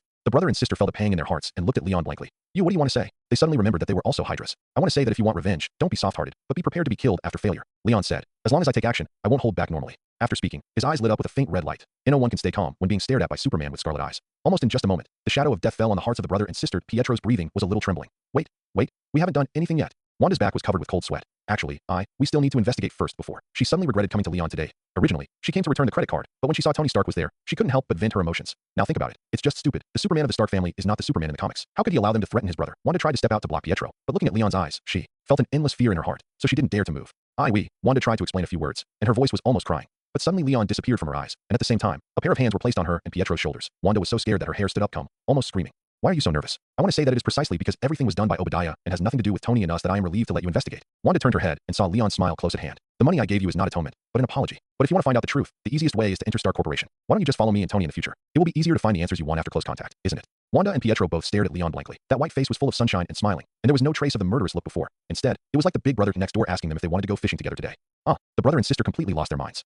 The cold feeling gradually faded away, and the sun seemed to return to them. But Wanda and Pietro's brains were still blank. The suffocating feeling just now was real, but the friendly smile in front of them was also real. They couldn't tell which one was the real Leon. Maybe this is a Superman. For ordinary people, a difference in one thought means falling from heaven to hell, or rising from hell to heaven. Leon patted the shoulders of the two with a smile. He actually didn't have a trace of killing intent, but just radiated a little willpower. With his willpower at the peak level of the Realm Master, a glance is enough to make people below the star stage brain dead. The brother and sister only experienced the feeling of facing death, which was the result of his extreme restraint. After all, what he wanted was to calm the two of them down and think carefully about the consequences before speaking again. Now it seems that the effect is undoubtedly very good. Wanda and Pietro looked at him with fear and respect, and even inexplicably with a little closeness, as if they had Stockholm Syndrome. It's settled. Jarvis will arrange work for you later. If you want to know or investigate anything, you can check it in Start Group. Also, Leon stuffed the black card into Pietro's hand again. Take this card. The money in it is not trampling on your dignity and the suffering you have suffered, but respect and reward for your courage to face difficulties. But Wanda was still a little hesitant. But what? Leon's eyes lit up red again. No, nothing. Wanda's struggling heart suddenly calmed down, and she hurriedly took the black card and stood at attention like a primary school student. Very good. If you have any needs in the future, you can find Jarvis on the internet. He will solve everything. Leon waved his hand. Go home now. Don't talk about revenge if you're not ready in the future. You deserve a better future. Don't let hatred blind your eyes. Leon admitted that he was a bit double-standard. Obviously, when he took revenge, he would rather kill the wrong person than let him go. Now he preached and made sense. But the reality is like this. Whoever holds the power has the right to speak. The current Wanda is not the future Scarlet Witch, and even her ability has not been fully awakened. If it is the Wanda in the comics who is full of cheats, Leon can consider it to directly transfer the world with the whole family. Or go to the Resident Evil to retreat for tens of thousands of years and then come back. After all, chaos magic that can directly modify reality is really unreasonable. The morning sun is still warm. It's just that Pietro and his sister came aggressively and left well behaved. Although neither side clearly said what to do with the so-called hatred in the future, but everyone knows it. The brother and sister are both people with backbone. Although they may not be clear-headed, but since they really accepted the black card, it is impossible to continue to take revenge. Besides, this revenge can't actually be anchored to Tony. Leon shrugged at Tony and gave him a look. Look, I solved another big problem for you. Tony responded with a roll of his eyes that was about to roll over his back. Thank you very much. 2 more days passed. The development of things was somewhat beyond Leon's expectations. The day after Wanda and Pietro left, they actually obeyed Jarvis's arrangement and reported to the Avengers, but they didn't stay there to work. I heard that Tony talked to the two of them for a long time in the office that day. Leon didn't know whether they had forgotten their grudges with a smile or had given up their military power over a cup of wine. Anyway, Tony arranged for the brother and sister to enter Columbia University that afternoon. Wanda entered the business school where Leon had just graduated, and Pietro entered the sports major. Leon had malicious speculations that Tony must have arranged it this way because he disliked their low education level and their single-mindedness. After all, the brother and sister had not received any education since they were 10 years old. Many ideas have a kind of incomplete beauty that has not been baptized by knowledge. But none of this matters, because today, IT is the time for Leon's Blood-Sea clone to be born, the world inside the body.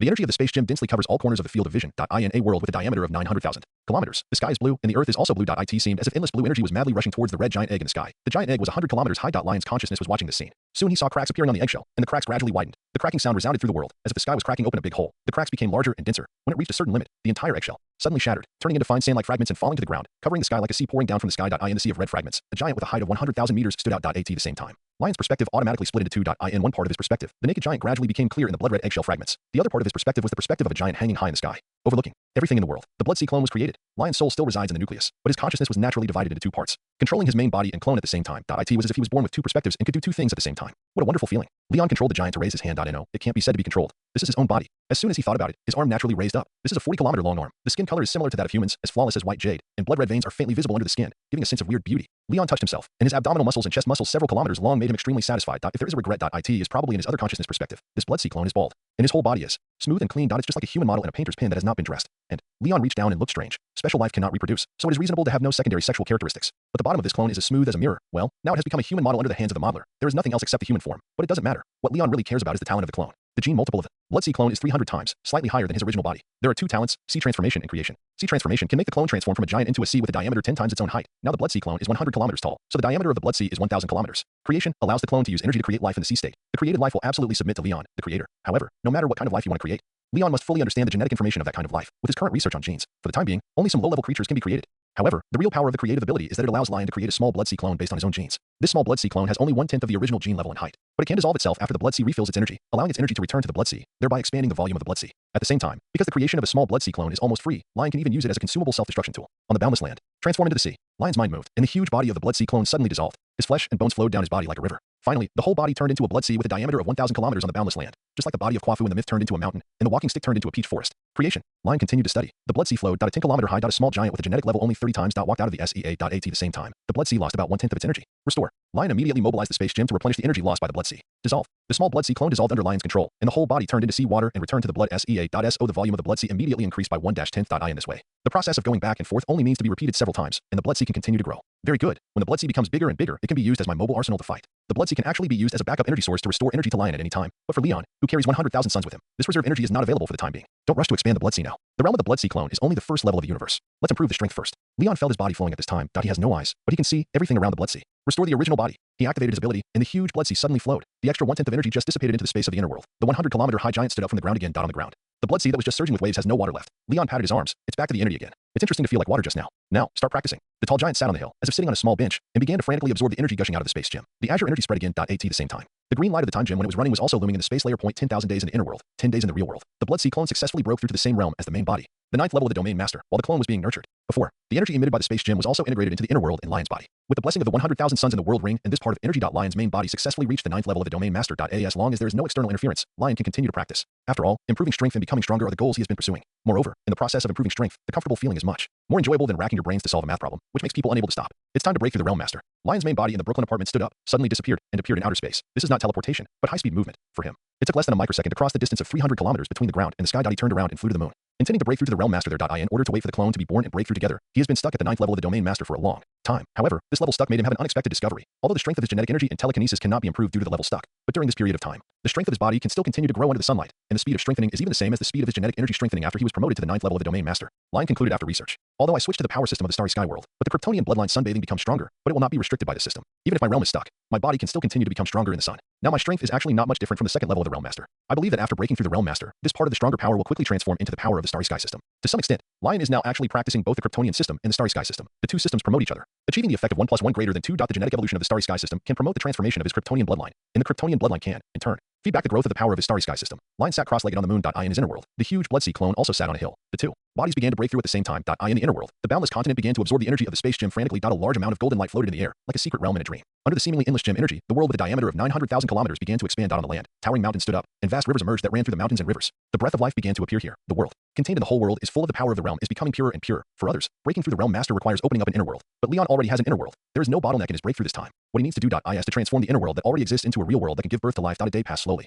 When Leon on the moon stood up again, he had broken to the second level of the realm master. Level. At the same time, the blood sea clone in the inner world also broke through to the realm master level, and its height increased to 10,000 kilometers. Leon used his consciousness to look at the inner world that had changed drastically. He planned to let the blood sea clone turn into an ocean and stay in the inner world, using 2 gems to comprehend the loss, and his body can stay in the outside world and continue to become stronger with the help of 100,000 suns. Now my body strength is about 2,000 times that of when I just came back from the starry sky world. Leon clenched his fist. This is the superiority of the starry sky system in the early stage. As long as the energy is sufficient and the law of perception is up to standard, you can quickly become stronger. Of course, this is also thanks to the acceleration of the time gem and the energy supply of the space gem. Otherwise, it would take decades just to give birth to the blood sea clone. However, the improvement after the realm master is not so fast. In the starry sky world, continued improvement requires a complete understanding of a lower law. It is the same in Marvel. The laws of the two worlds are not exactly the same, but the conditions for promotion in this system are similar. Because of the essence of the starry sky system. In fact, it is to understand the structure of the universe and create your own world. What Leon has to do next is to understand the constituent elements of the Marvel universe. That is, the basic laws. These laws are also easy to find. The Marvel Cinematic Universe was formed by the explosion of 6 singularities containing infinite energy. The essence of these 6 singularities was later refined into 6 infinity gems. They represent the 6 most basic power attributes of the Marvel universe. Time, space, power, reality, mind, and soul. Leon had a hunch. These 6 basic powers. He only needs to understand one of them to break through to the Lord of Law. If he understands 2, he will be the Lord of Law. If he understands all of them, Leon feels that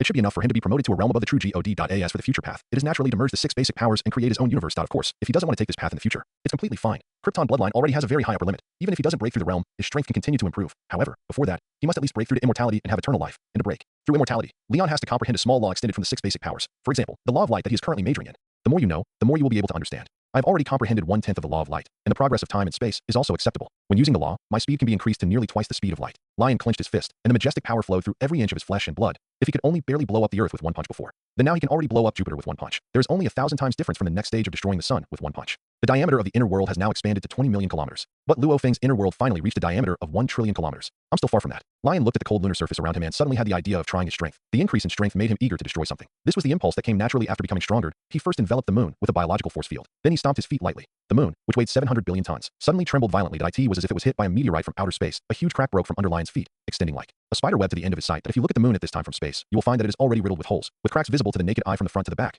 It's like a cookie that fell on the ground, seemingly intact. But if you pick it up gently, it will fall apart. Lion nodded with satisfaction, but if he doesn't control his power and doesn't use the bioforce field now, then even his gestures will have enough destructive power to sink the continent. It feels okay. Leon gave himself a thumbs up in his heart. He suddenly thought of himself waking up in a manned spacecraft a few months ago. His mood at that time was the same as now. He was also very excited and pushed open the hatch of the spacecraft with 1 hand. It's just that at that time he arrogantly thought that he was comparable to Odin and Captain Marvel. But now it seems that he can be considered as a real counterpart. Well, Captain Marvel doesn't count. The captain of the Marvel Cinematic Universe doesn't seem to have the strength of a star in the binary star mode. Perhaps it's because she can't fully exert the power that increases after connecting to the white hole in the binary star mode. Of course, her potential is beyond doubt. After all, in the What If series, another Captain Marvel from the movie Multiverse did shatter a planet when fighting against the 6th gem Ultron. Suddenly, Leon heard countless urgent calls and cries for help. Those voices were so close that they seemed to be ringing in his ears.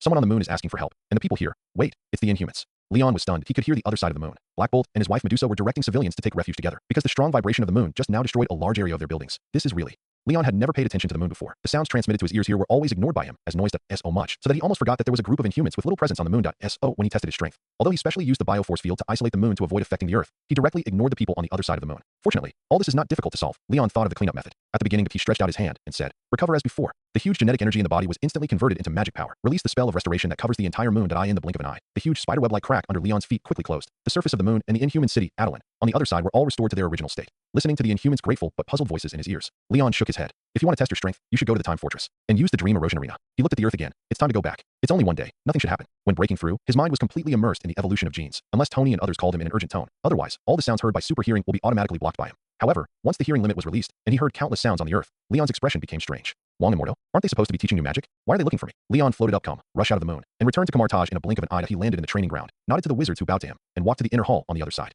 "Are you in a meeting?" As soon as he entered the door, Lion saw the four-member Hogwarts study group gathered together. One was having a holographic conversation with Tony in New York, asked Tony if Lion had returned to Earth, why he couldn't find him using the secret door, and whether he had gone to a parallel universe. Next to Wong, Mordo and Banner were sitting cross-legged. Banner was wearing a sleeveless brown and yellow training suit. Looking like a yoga master, Mordo's eyebrows were faintly dull. "Lion, you are finally back." Wong and Mordo turned around after hearing the voice, showing a look of surprise. "We couldn't find you even with the arcane gate. The biological force field can block perception. You can try to call me a few more times next time." "So, I left for only one day and left a message. Why are you in such a hurry to find me?" Lion habitually asked. "Is it a dimensional demon that is calling?" Unexpectedly, this time Wong looked serious. "No, but it's probably not much different." "Huh." Leon looked up unexpectedly. "Is it really coming?" The news of Ancient One's death had spread to the surrounding dimensions on the day she was cremated. But since then, the Earth has not suffered a serious attack, so FA or AT most. Some dimensional creatures sneaked in and were quickly dealt with by the mages AS for the dimensional demons. Even their shadows could not be seen. Because they all knew it very well that as long as the three temples set up by Agamotto did not fall, no demon could directly enter the Earth in its true form. Leon also understood. This so he just asked a random question every time that I didn't expect there would be a surprise this time. "Which dimension demon?" "Dormammu." Wong said seriously. "You should know him. He is the lord of the dark dimension. Once he is allowed to enter the Earth, the consequences will be disastrous. But now the three major temples are still intact. How can he come?" Leon raised his eyebrows. "It's like this." Wong led Leon out of the house, intending to explain in detail on the way to AT this time. Tony's projection hurriedly chased forward. "No, you just left like that? Finish your words here. The invasion of the Dimension Demon is a global event, right? How can I save the situation?" Wong looked back at Tony and frowned. "Superman is enough for this matter. No need for Iron Man." He went to the city to watch Iron Man and Superman Origin 2 days ago, and suddenly felt very unhappy with Tony who fabricated facts. How could the Supreme Sorcerer of Kamartaj cause a world-destroying crisis in another world? If I hadn't asked Tony to help find Leon before it, he wanted to curse at the projection and said he had never seen such a shameless person.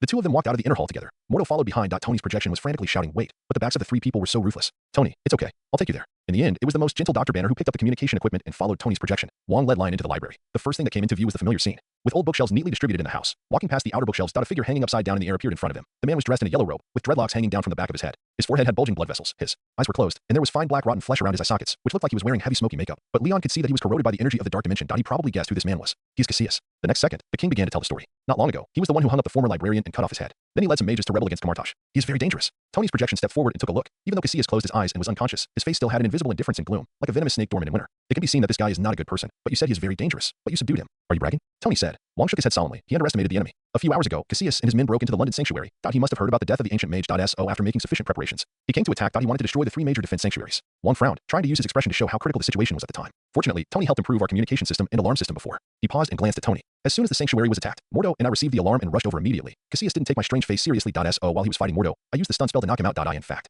I didn't expect that trick to work. Then, we repelled the mages who followed him. We brought him to the library and used the hanging bell and the stun spell to control him all the time. Leon nodded. This wave was indeed a great contribution by old Wong. Of course, Tony's modified alarm system is also crucial. That was 2 weeks ago when Wong and Mordo drafted the teaching plan for the establishment of a new wizard magic system in Kamartaj. Leon specially asked Tony to help with the comprehensive modernization. Now in Kamartaj, projection equipment with a strong sense of technology can be seen everywhere. Mages only need to tap on their wrists to project the holographic teaching videos, recorded by Wong and Mordo, and learn new magic at any time. Even the training ground has a big data training system. This system will determine the most suitable spellcasting method for the wizard based on big data. Let the wizards make progress in learning magic without worries. As for the blood potion required to learn new magic. After several days of discussion, Mordo and Banner reached a long-term cooperation on the breeding and material supply of magical animals, and they are also preparing to establish a magical animal breeding base in Kamar-Tosh.to ensure the long-term development of the wizard system. It can be said that the new magic teaching model in Kamartaj is developing steadily and positively. Well done, King. Lion patted the king on the back and praised him. But you have already solved all the problems. Are there any other dangers? That's not the case. The king was obviously very happy to be praised. It's just that you are not in the Holy Land, and Mordo and I are not very reassured. Mordo also said, Cassius' followers who escaped will definitely come back and try to rescue him. He looked a little sad. After all, Cassius was his senior brother. Our best way is to execute the traitor Cassius first, but this needs you to decide. Leon. Execution. No, I have a better idea. Lion looked at the two of them said, after the death of Ancient One, the number of dimensional creatures sneaking in every day and trying to attack the 3 sanctuaries has been increasing day by day, right? Yes, those dimensional demons and hell lords are using dimensional creatures to test our current strength. Mordo nodded. Lion folded his arms. Ancient One is dead. Kamartaj has lost its strongest power. They are testing now, and then there will be a large-scale attack. So we can't just defend. Instead of passively defending and constantly consuming our own strength, it is better to take the initiative to counterattack. Defense has never been my style. Setting a benchmark and then showing the power to make the enemy retreat is my style. This time Cassius' attack is a good opportunity. although Lion is often cautious, but he will never hesitate when he should take action. Ancient once said before that the Marvel Cinematic Universe has now reached the stage of multiverse war. In the main movie universe, superheroes are probably already making initial contact with Kang's variants. At this point in time, Mephisto and Ghost Rider or other Lords of Hell may also turn their greedy eyes to the earth. Leon becomes the supreme sorcerer at this time. But unlike Strange in the main universe of the movie, he is only one enemy above the father level to face, Dormammu. It is necessary to show strength appropriately. At least let those demons retreat and turn their attention to other parallel universes. As the saying goes, if the enemy can go, I can go too. Just wait for him to become stronger and become immortal or even the Lord of Law. One day, we will invade the dimensions of these demons in turn. Counterattack? But who are we counterattacking? Mordo was shocked and confused. Do we have to go to the dark dimension to find Dormammu? But the dimensional demon is invincible in his own dimension. Mordo knew that Leon was a Superman and was ridiculously strong, but he didn't think he could defeat Dormammu in the dark dimension. Why is the dimensional demon called this name? Because all their power comes from the dimensional world. After leaving the dimension, their strength will drop significantly, but in their own dimension, they can be said to be the world itself. Of course, Leon also knows this truth. Just like when he was in the Resident Evil world, his strength would increase exponentially because of his power. According to the setting of the comic universe, Dormammu's own strength is actually equivalent to Odin, but if he is in the dark dimension, Dormammu will be incredibly strong and can even defeat the eternal clone of the abstract entity that is already above the level of an ordinary single universe, and it is easy to destroy the galaxy in a blink of an eye, although everyone's strength is weakening in the movie universe. But as long as he is in the dark dimension, Dormammu must have the strength of a weak single unit. So Leon has to put the battlefield in the real world. Of course not to the dark dimension. We have to fish him out, and then close the door and beat the drowning dog. How to fish? Mordo's eyes widened. Leon took out a world ring and looked at Casillas. I have sacrifices and priests here. It's not too easy to summon the evil god. The ring was so hot that even Dormammu would leave the dark dimension for it. Sacrifice. Mordo's brain, which had just heated up, became even hotter after seeing the ring, and he was confused. Could this ring be some supreme magical weapon that even Dormammu would leave the dark dimension for? There is a world inside. Lion gave the answer, but did not explain in detail. Instead, he took a few people directly into the ring, after letting everyone take a look at the vast continent and the high and deep space in the ring. Back to the library.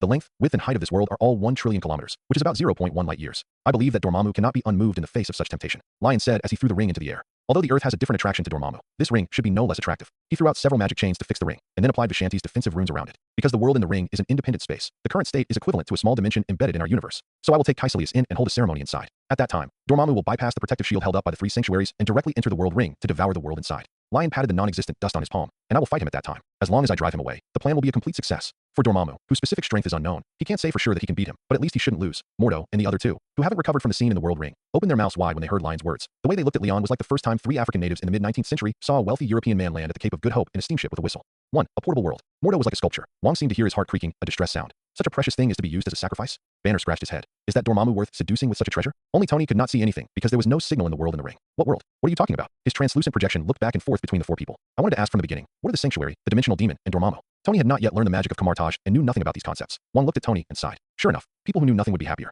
You probably haven't understood it well. Camartage's duty is to protect the Earth from being invaded by evil beings from other dimensions. Worldly struggles have nothing to do with us. Our enemies all come from other dimensions. For example, the dimensional demons are the rulers of some extra dimensions. They want to swallow the Earth into their own domain, so they keep attacking us. And our main means of stopping these demons is the 3 holy temples left by the originator of magic, Agamotto. The 3 temples are located in London, Hong Kong, and New York, and together they support the shield covering the entire Earth. If the temples are destroyed, the beings of other dimensions will descend on the Earth without hindrance. This is what Casillas wants to do. He wants Dormammu, the Lord of the Dark Dimension, to swallow the Earth. The king finished all the information in one breath. He was still shocked by the ring world he had just seen. The reason why he said a lot of words like pulling the trigger in fact, he was telling himself that facing an enemy like Dormammu, it was worth sacrificing something as precious as the world ring. But, damn it. Wong quietly tugged at his sleeve. He didn't understand why the world ring was obviously Leon's, but he felt distressed on the other side. After listening to the explanation, Banner and Tony fell silent. They were both magic apprentices until now, and it was the first time they heard these things. Tony, who was in New York, took a few steps back and sat on a chair, exhaling silently. Looking out the French window, the neon lights at night illuminated the entire New York City. Even the sky was burned red, and the atmosphere of decadence was lingering in the mist. Behind this prosperous world, there are so many crises. And he actually thought that the superpowers recorded in the shield files were aliens, is already the truth of most of the world. Fortunately, he is also a member of the magician group now. I want to go there too. Leon, take me to Camartage. I can help you.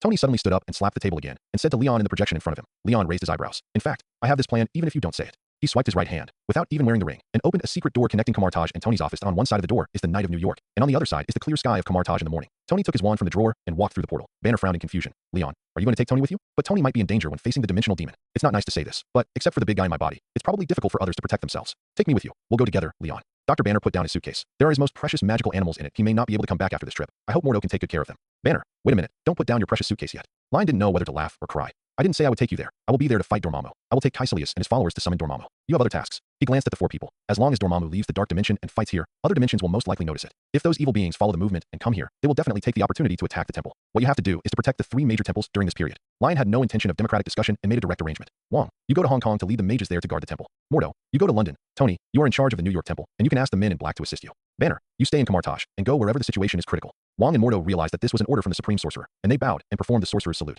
Understood. Leon thought of something else and looked at Tony. By the way, are the Maximoff brothers and sisters still hostile to you now? Not bad. They said let time prove everything. It sounds very simple, no malice, right? But why are you asking this now? It's good that you have reconciled. Then I can bring them here with confidence. Leon drew a portal and walked over. Bring them brothers and sisters here? Are you sure? What? Tony was full of doubts. Because they are gifted. Leon's voice came. Can help protect the temple.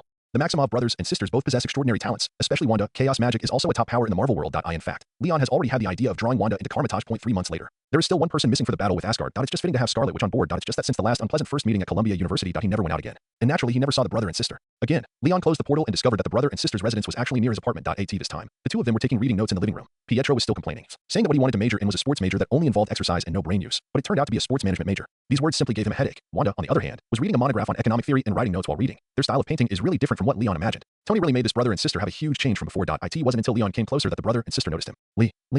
Long. They subconsciously widened their eyes, exclaimed, and leaned on the sofa, as if they wanted to shrink their bodies inside. It can be seen that the last time they met, Leon left a deep psychological shadow on them. Moreover, it was already late at night. And lions suddenly appeared. Those who didn't know it thought he was taking advantage of the dark moon and high wind to kill people and silence them. It wasn't until Leon explained his purpose that the tension between the two people eased slightly. You said you would help us awaken our superpowers, and then let us help protect the mage's temple? Temple, what is that? Although I still don't quite understand the strange words Leon mentioned about mage, temple, and so on, but the brother and sister looked at each other, and after hesitation, they followed Leon through the portal. The moment they stepped through the portal, the whole world changed in their eyes. Night turns into day, and the city made of steel and concrete turns into a simple temple made of bricks, tiles, and glazed glass dot on the stone path between the temple buildings. Many people wearing uniforms were trotting forward in small groups. Some are carrying strange weapons, and some are pushing artillery that looks like it was used by armies and battles in the last century. These people come in all colors and appearances, even Taran, with a flick of their wrist. They can use strange orange energy whips or open circular portals that can travel through space. At first glance, they look like mysterious figures that only appear in fantasy biographies, but when they saw Leon, they would stop, lower their heads and call out to the Supreme Mage. Wanda and her sister were stunned for a moment, until Leon snapped his fingers and said, "Let's go," concisely. They then followed in a daze towards a large hall. There were 4 people in the hall, and the brother and sister only knew Tony. Through conversations between several people, the two of them roughly knew that this was a holy land that protected the earth and was about to be invaded by the evil demon. Leon planned to defeat the demon alone. The brother and sister were immediately enveloped in unprecedented shock. This somewhat strong and somewhat unreasonable Leon, in addition to being Superman, is also shouldering the heavy responsibility of protecting the earth. Look at the 5 people in front of them discussing how to protect the temple. Look at the mages outside walking between the buildings preparing for war. Wanda and Pietro suddenly felt a little congested in their hearts. They felt that their previous revenge-seeking behavior was like childish children, and the feeling of shame rose inexplicably from the bottom of their hearts. The way they looked at Leon became much more complicated in an instant. Several people in the inner hall quickly made their final plan. Leon determined the time. Next, everyone will go to the temples in charge of their respective positions, mobilize the mages to prepare for the enemy, and meet in the library in 2 hours to start planning. The 4 of them nodded in agreement. Wong and Moda opened the secret door and left. Tony tapped the arc reactor on his chest. A large amount of mycelium suddenly poured out from there. The 10 rings on his arms lit up simultaneously and began to condense into a giant armor. But at this time, he pointed the one in his hand at himself, called Veravito, and cast the transformation spell. He saw that the armor that had begun to expand finally became life-size again, fitting his body perfectly. Mark number 10, combined with the concentrated bacterial god armor after transformation, the strength increases up to 10 times. How about it? Not bad, right? Tony raised his eyebrows proudly. Leon glanced at it and shook his head in disdain. It's a crude transfiguration. I need to practice more. My transfiguration is an advanced transfiguration that only changes the appearance but not the power. I have practiced it for half a year. How can it be crude? You kid, you don't know how to appreciate it. Tony flew to the library to use the fixed portal there to go to the New York temple. Banner trotted behind him. I'll wait for you in the library. Leon watched the two leave, and then looked back at the Maximoff siblings. Okay, we have to start awakening our abilities too. He pressed the shoulders of the siblings. With a turn of his eyes, the 3 of them appeared in the inner world. Oh my god, this is... Wanda looked around in amazement. In front of her was an endless land, and in the hazy distance, she could see the towering mountains hidden behind the azure mist. The mountain was at least 10,000 meters high, piercing the thick blue fog in the sky, and the top could not be seen. Wanda, you look over there. Pietro suddenly exclaimed, and the sound seemed to be squeezed in his chest. In the direction Pietro pointed, there was actually a pair of huge bare feet, with nails so big that you couldn't see the end at a glance, and ankles that went straight up into the sky and disappeared into the fog above. That should be an incredibly tall giant. Under the feet of the giant, there was a sea that could not see the end. Leon said at this time, this can be regarded as a small world belonging to me. The air is full of special energy that can help you awaken your extraordinary power. Do you have any special feelings now, such as something in your body slowly awakening? He planned to use the energy of the space gem to help the two awaken their abilities. Although in the movie, it was the mind gem that led to the extraordinary powers of the two. But it does not mean that it will not work without the mind gem. Wanda's chaos magic is innate. When she was 10 years old, the reason why the bomb with Stark written on it did not explode. It was because she used her ability to modify the probability of explosion. Now we just need to use the energy of the Infinity Stone to guide her. It's easy to fully awaken chaos magic. As for Pietro, there should be no problem. His ability is super speed and the physiological enhancement that comes with it. Such an ability is more suitable to be developed with the Space Stone. Slowly awakening? Is it a demon possession? Pietro trembled and suddenly thought of the dimensional demon he had heard before. Where did the demon come from? It seems that you don't feel it. Leon mobilized strands of blue gem energy to slowly contact Pietro's body. No, still no feeling. No. Why do I feel my heartbeat is speeding up? Pietro's face changed, and he suddenly fell to the ground with his hands on his chest. Something entered his body, causing a series of chain reactions. His heartbeat accelerated, blood rushed into the heart cavity frantically and was gushing out. Cells all over his body were changing, body temperature rose sharply, and skin became visibly red. Pietro. Wanda panicked and wanted to help Pietro up, but Leon was faster than her, and suddenly appeared in front of Pietro, breathing out icy breath. The cold airflow enveloped Pietro, quickly lowering his body temperature and maintaining it at a normal level. Don't worry, this is normal. His body is undergoing a transformation, and he will be able to successfully awaken his extraordinary abilities in about 10 hours. The world inside the body has been running at 1,000 times the speed of the time gem. 10 hours here is less than a minute in the outside world. Pietro kept howling, and Leon simply knocked him out. Next is you. Alas, me. After Pietro fell into a coma, Wanda looked at Leon and suddenly felt a little flustered. The two of them were so nervous that they had to face each other. Wanda didn't know why she was so nervous. Perhaps it was because Pietro was knocked unconscious, and there were only her and Leon here, so she felt insecure. Perhaps it was because she was about to awaken her superpowers like Pietro, so she felt her heart was sore as if it was being squeezed. In short, she was very nervous and couldn't help but avoid Leon's eyes. But Leon obviously couldn't understand her panic. The guy flicked his fingers, and a bunch of condensed space gem energy enveloped Wanda. The next moment, Wanda no longer felt nervous, because she had lost consciousness. The second before losing consciousness, Wanda floated into the air, not knowing whether it was the space gem or some kind of power in a trance. She seemed to see a figure in a red robe and a horned headdress tearing through the azure energy and entering her body. This process lasted only a very short moment. It was so short that she didn't have time to concentrate and see it carefully before she fell into a coma and fell down. Then Leon waved his hand and sent her and Pietro to the distant lawn. Leon could sense that a mysterious energy was constantly emerging from Wanda's body. Is this the power of chaos, one of the three ancient powers of the Marvel Universe? Leon tried to observe this energy with his mental power and tried to analyze it, but as soon as his mental power touched it, the part that touched was swallowed up completely. It's really domineering. Leon stroked his chin. Maybe this can be a way for me to become stronger in the future. Just like in the Starry Sky world, after comprehending the 10 principles, you have to fuse the chaos principle, and then you have to comprehend the ultimate Tao. In the Marvel Universe, after comprehending the 6 basic powers, can I try to fuse the chaos power or the phoenix or fairy power? Nothing is known, but Leon thinks it is necessary to build a good relationship with Wanda in the future. This is the most convenient way for him to comprehend the chaos power in the future. Both of them have to be unconscious for more than 10 hours. Leon floated up and flew to the time fortress standing in the center of the world. Take advantage of this time. I have to make some more preparations for the war. The Blood Sea clone on the other side has turned into the sea, and is constantly creating small clones and melting them to expand the area of the Blood Sea. When the battle comes, he will have the space gem, 100,000 suns, and the 3 backup energy sources of the Blood Sea. Even if something unexpected happened, Dormammu's strength was stronger than he imagined. He could also say, I can fight all day. Like Captain America, Leon quickly flew into the 3rd floor of the fortress he came to. Practice. The trial steps here can assist in practicing the amplitude of force, and the premise of climbing the steps is that the willpower is strong enough to in the process of the Blood Sea clone taking 10,000 days to upgrade to the 9th level of the Domain Master level. He practiced from 100 times the force to 900 times the force amplitude that time. He could climb to the 999th step at most. After breaking through the Realm Master, his willpower was pushed to the immortal level with the growth of strength. Now he will only feel a little pressure when he walks up to the 1,000th step. He even climbed 1,300 steps in one breath at the end. There are 10,000 steps on the 3rd floor of the fortress. Steps 1 to 999 are willpower below immortality, and steps 1,000 to 5,999 are immortality. The remaining part is up to the 10,000th step, which is the level of the ruler, standing on the steps. When Leon began to practice the divine body of the universe, countless tiny light spots automatically emerged from the steps and drilled into his body like fireflies. With the help of these light spots, his power amplitude improved rapidly. 0.8 hours later, Leon left the 3rd floor. His power amplitude has reached 1,300 times, which just matches the number of steps. The progress of the following part will be greatly slowed down because there is no assistance from the steps. So it is better to leave it until the willpower improves again. Then Leon turned around and came to the 1st floor of the fortress. There are mountains, lakes, and trees here. It is the place where the light-time beast god Zhou rests on weekdays, in addition to the lake being Zhou's swimming pool. The mountains here are treasures, the trees are treasures, and even the white clouds in the sky are the same. The so-called treasures are treasures and equipment that are artificially refined or naturally nurtured by the universe. Some can increase defense, and some can expand into a field to trap the enemy. In the past, because of strength too weak, now empowered Leon was previously too weak to even use these powerful treasures. Now that he has broken through to the Realm Master level, he is barely qualified to use some of these equipment in the mountaintop mansion. He found a suit of armor, a pair of gloves, a cloak, and a small tower. After spending several hours engraving his soul mark onto the treasures, he was finally able to use them. Since these treasures were mere decorations in the Zhou mansion, they didn't have special names, so Leon simply referred to them as the suite for brutally beating Dormammu, shortened to the Dormammu suite. Among them, the Dormammu armor can change its shape at will and boasts extremely strong defensive capabilities. Only an attack powerful enough to destroy the entire solar system in one hit can breach the armor's defense and damage it. Otherwise, all attacks will be weakened to 1/10,000th of their original strength. The Dormammu gloves are slightly less impressive. They originally contained a set of secret patterns that, when activated, could amplify attack power by about 10-fold. However, these patterns are based on the laws of the Starry Sky world. In the Marvel Universe, it loses its function, so it is just a pair of very strong gloves that can slightly increase the attack power. The effect of Dormammu cloak is to resist attacks, and can also be used to bind enemies. The last small tower, Tower of Dormammu, is a soul defense equipment that is similar to Magneto's mind helmet, but it is a super double version that can be used to protect the soul and consciousness. Leon controls the Dormammu suit. The armor, gloves, and cloak are worn at the same time, forming a black uniform. According to Leon's habit, there is still an S-shaped logo on the chest. The small tower enters Leon's pronucleus to guard the soul inside. Pre-war preparations are sufficient. Leon pinched his wrist, full of fighting spirit. Next, wait for Dormammu to enter my trap. When Leon left the time and space fortress, Wanda and Pietro had been awake for a while. The two were happily testing their superpowers on the plane at this time. Pietro seemed to be running tirelessly on the ground, sometimes running in an S shape, sometimes running in an M shape. He was laughing while running. His speed fluctuated between 5 times the speed of sound, but sometimes he would suddenly slow down and run at the speed of an ordinary person. Obviously, he couldn't master super speed. Very well, that Wanda's ability was much more complicated. She just stood there, releasing a scarlet glow from her hands, trying to lift a piece of grass in front of her. It seems that you are all very satisfied with your new abilities. Leon landed beside Wanda, startling her, and the corner of the grass he had just lifted fell heavily to the ground. Oh my god, can you not suddenly appear like this to scare people? Wanda saw Leon and patted the huge human heart. Feeling lingering fear that can be seen that she has become much more confident after awakening her ability, and she dared to complain to Leon. The two of them were so busy that they had to face each other. I flew down, but I didn't appear suddenly. Leon pointed to the sky. You were too focused. So what superpowers have you all awakened? Leon asked knowingly, and deliberately amplified his voice so that the speedster on the other side could hear it. Pietro in the distance really ran back with a series of afterimages and stopped in front of Leon. Super speed and super physique. He rubbed his nose with his thumb in high spirits. This is my superpower. I'm now much faster than the sound, and your speed may not be as fast as mine, Superman. Leon observed briefly with supervision that Pietro's super speed in addition to his own abilities also brought him a matching body enhancement. Pietro's current physique is indeed much stronger than that of ordinary people, and his metabolism has become extremely fast, and his recovery ability has been greatly enhanced. However, this recovery ability is not the regeneration of Wolverine. It is a super accelerated version of the self-healing ability of ordinary people. Faster than me. Leon couldn't help laughing. Looking at you like this, do you still want to compete with me? Pietro raised his head. It's not impossible. Although you are Superman, you are very powerful and can fly, but speed is not necessarily your strong point. Pietro, who just got superpowers, was very inflated so much so that he forgot that in the comics he had read before that Superman's speed can sometimes even catch up with the Flash. How about this? You run, and then I catch you. Leon put one hand on his waist. Let's compete in this way. Are you sure? Pietro tilted his head, but his eyes were suddenly attracted by Leon's clothes. Leon's precious uniform is not a tights. It is similar to the style of Batman's armor. Although it has edges and corners, it still perfectly shows Leon's muscle lines. Wow, you just changed your clothes? You look so handsome. Pietro exclaimed. He is really simple. Before, because he was thinking about revenge, he looked a little bitter and vengeful. But after almost half a month, the brothers and sisters have almost become college students sponsored by Tony, and naturally, they have figured out LOT.SO like many young boys. After letting go of hatred, Pietro's active and impetuous temperament was exposed all at once to AT this time. He even couldn't help but reach out and want to touch Leon's well-built chest muscles, but he was slapped away by Leon. Hiss, it hurts.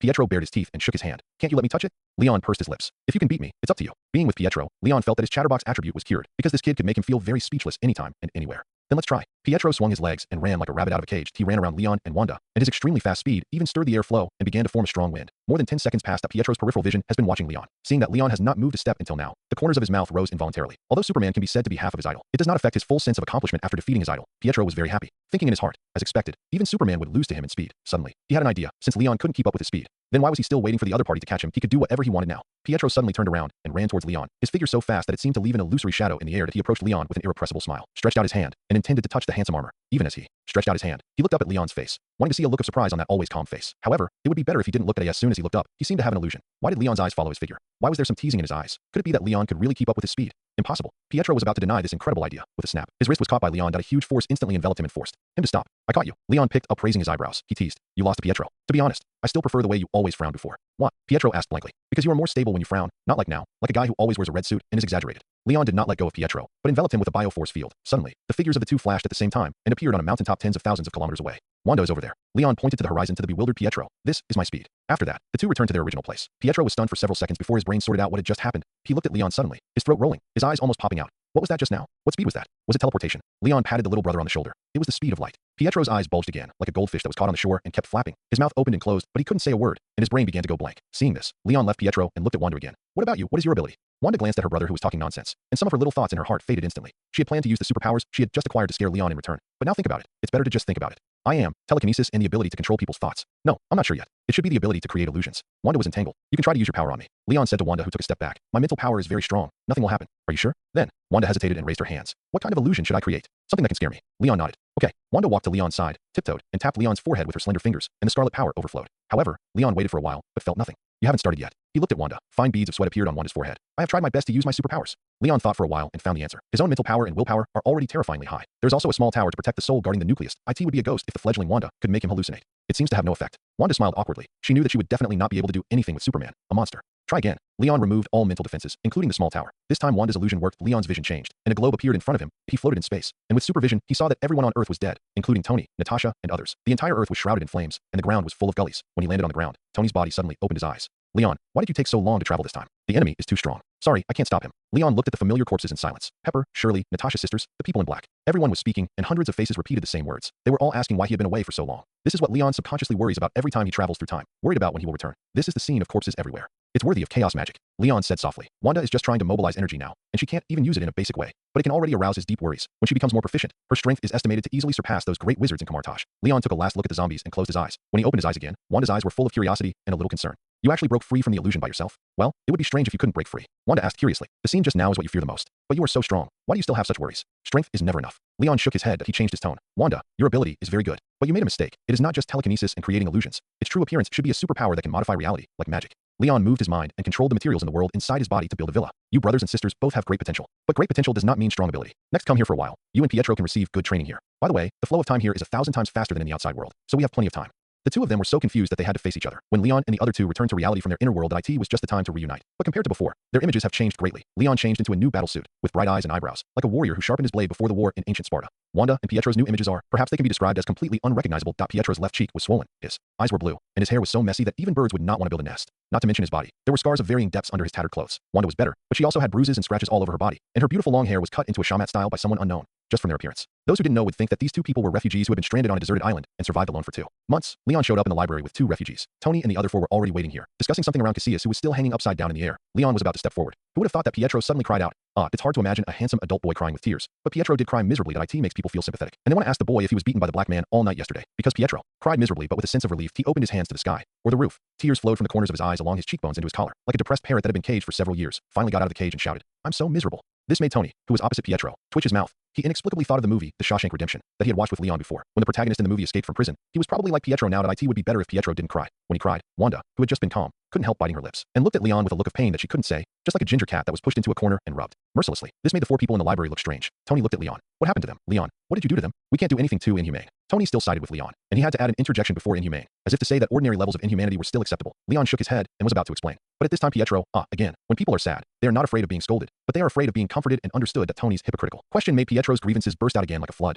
He was like seeing an angel coming down from heaven that he rushed over and hugged Tony's thighs to Tony's snot, and tears were all over his trouser legs. I am in so much pain. Leon is a devil, a devil. Pietro screamed. Tony looked at Leon with wide eyes. Leon spread his hands, showing an innocent look. Tony had to bow his head and asked Pietro, what did he do to you? After he helped us awaken our superpowers, he said that my physical fitness was too poor. At first glance, I was the type that would be killed by a pistol even if I had super speed. Pietro wiped his tears. Then he injected me and Wanda with some SS1 enhanced serum. Doesn't this sound good? I participated in the research and development of that serum, which can make the human body evolve. Tony didn't understand. I was also very happy at that time, sniff. Pietro sobbed and sniffed hard. But he started special training for us again. What special training? Tony was a little curious. Pietro was extremely aggrieved. He tied me and a very big dog together, and the dog ran in front with meat hanging on its head. I plowed the land with my hands behind me. I had to dig as fast as the dog ran. And if I can't keep up with the dog's speed, I won't have dinner. He cried. Tony, Banner, and the other four were shocked. What kind of training method is this? Is it a bit anti-human? They looked at Leon. This is to strengthen his control over strength. When he can dig the ground quickly and methodically in an emergency, his strength control level will naturally improve. Leon spread his hands and emphasized. Tony, you know, I'm also a martial arts master. This training method is not there as a problem. Several people nodded thoughtfully after hearing this. It seems quite reasonable. What about the other one? Pietro continued to complain. He also tied me under a big tree, smeared honey on me, threw a beehive more than 10 meters high, and many bees several dozen centimeters long ran out of it, and let them sting me.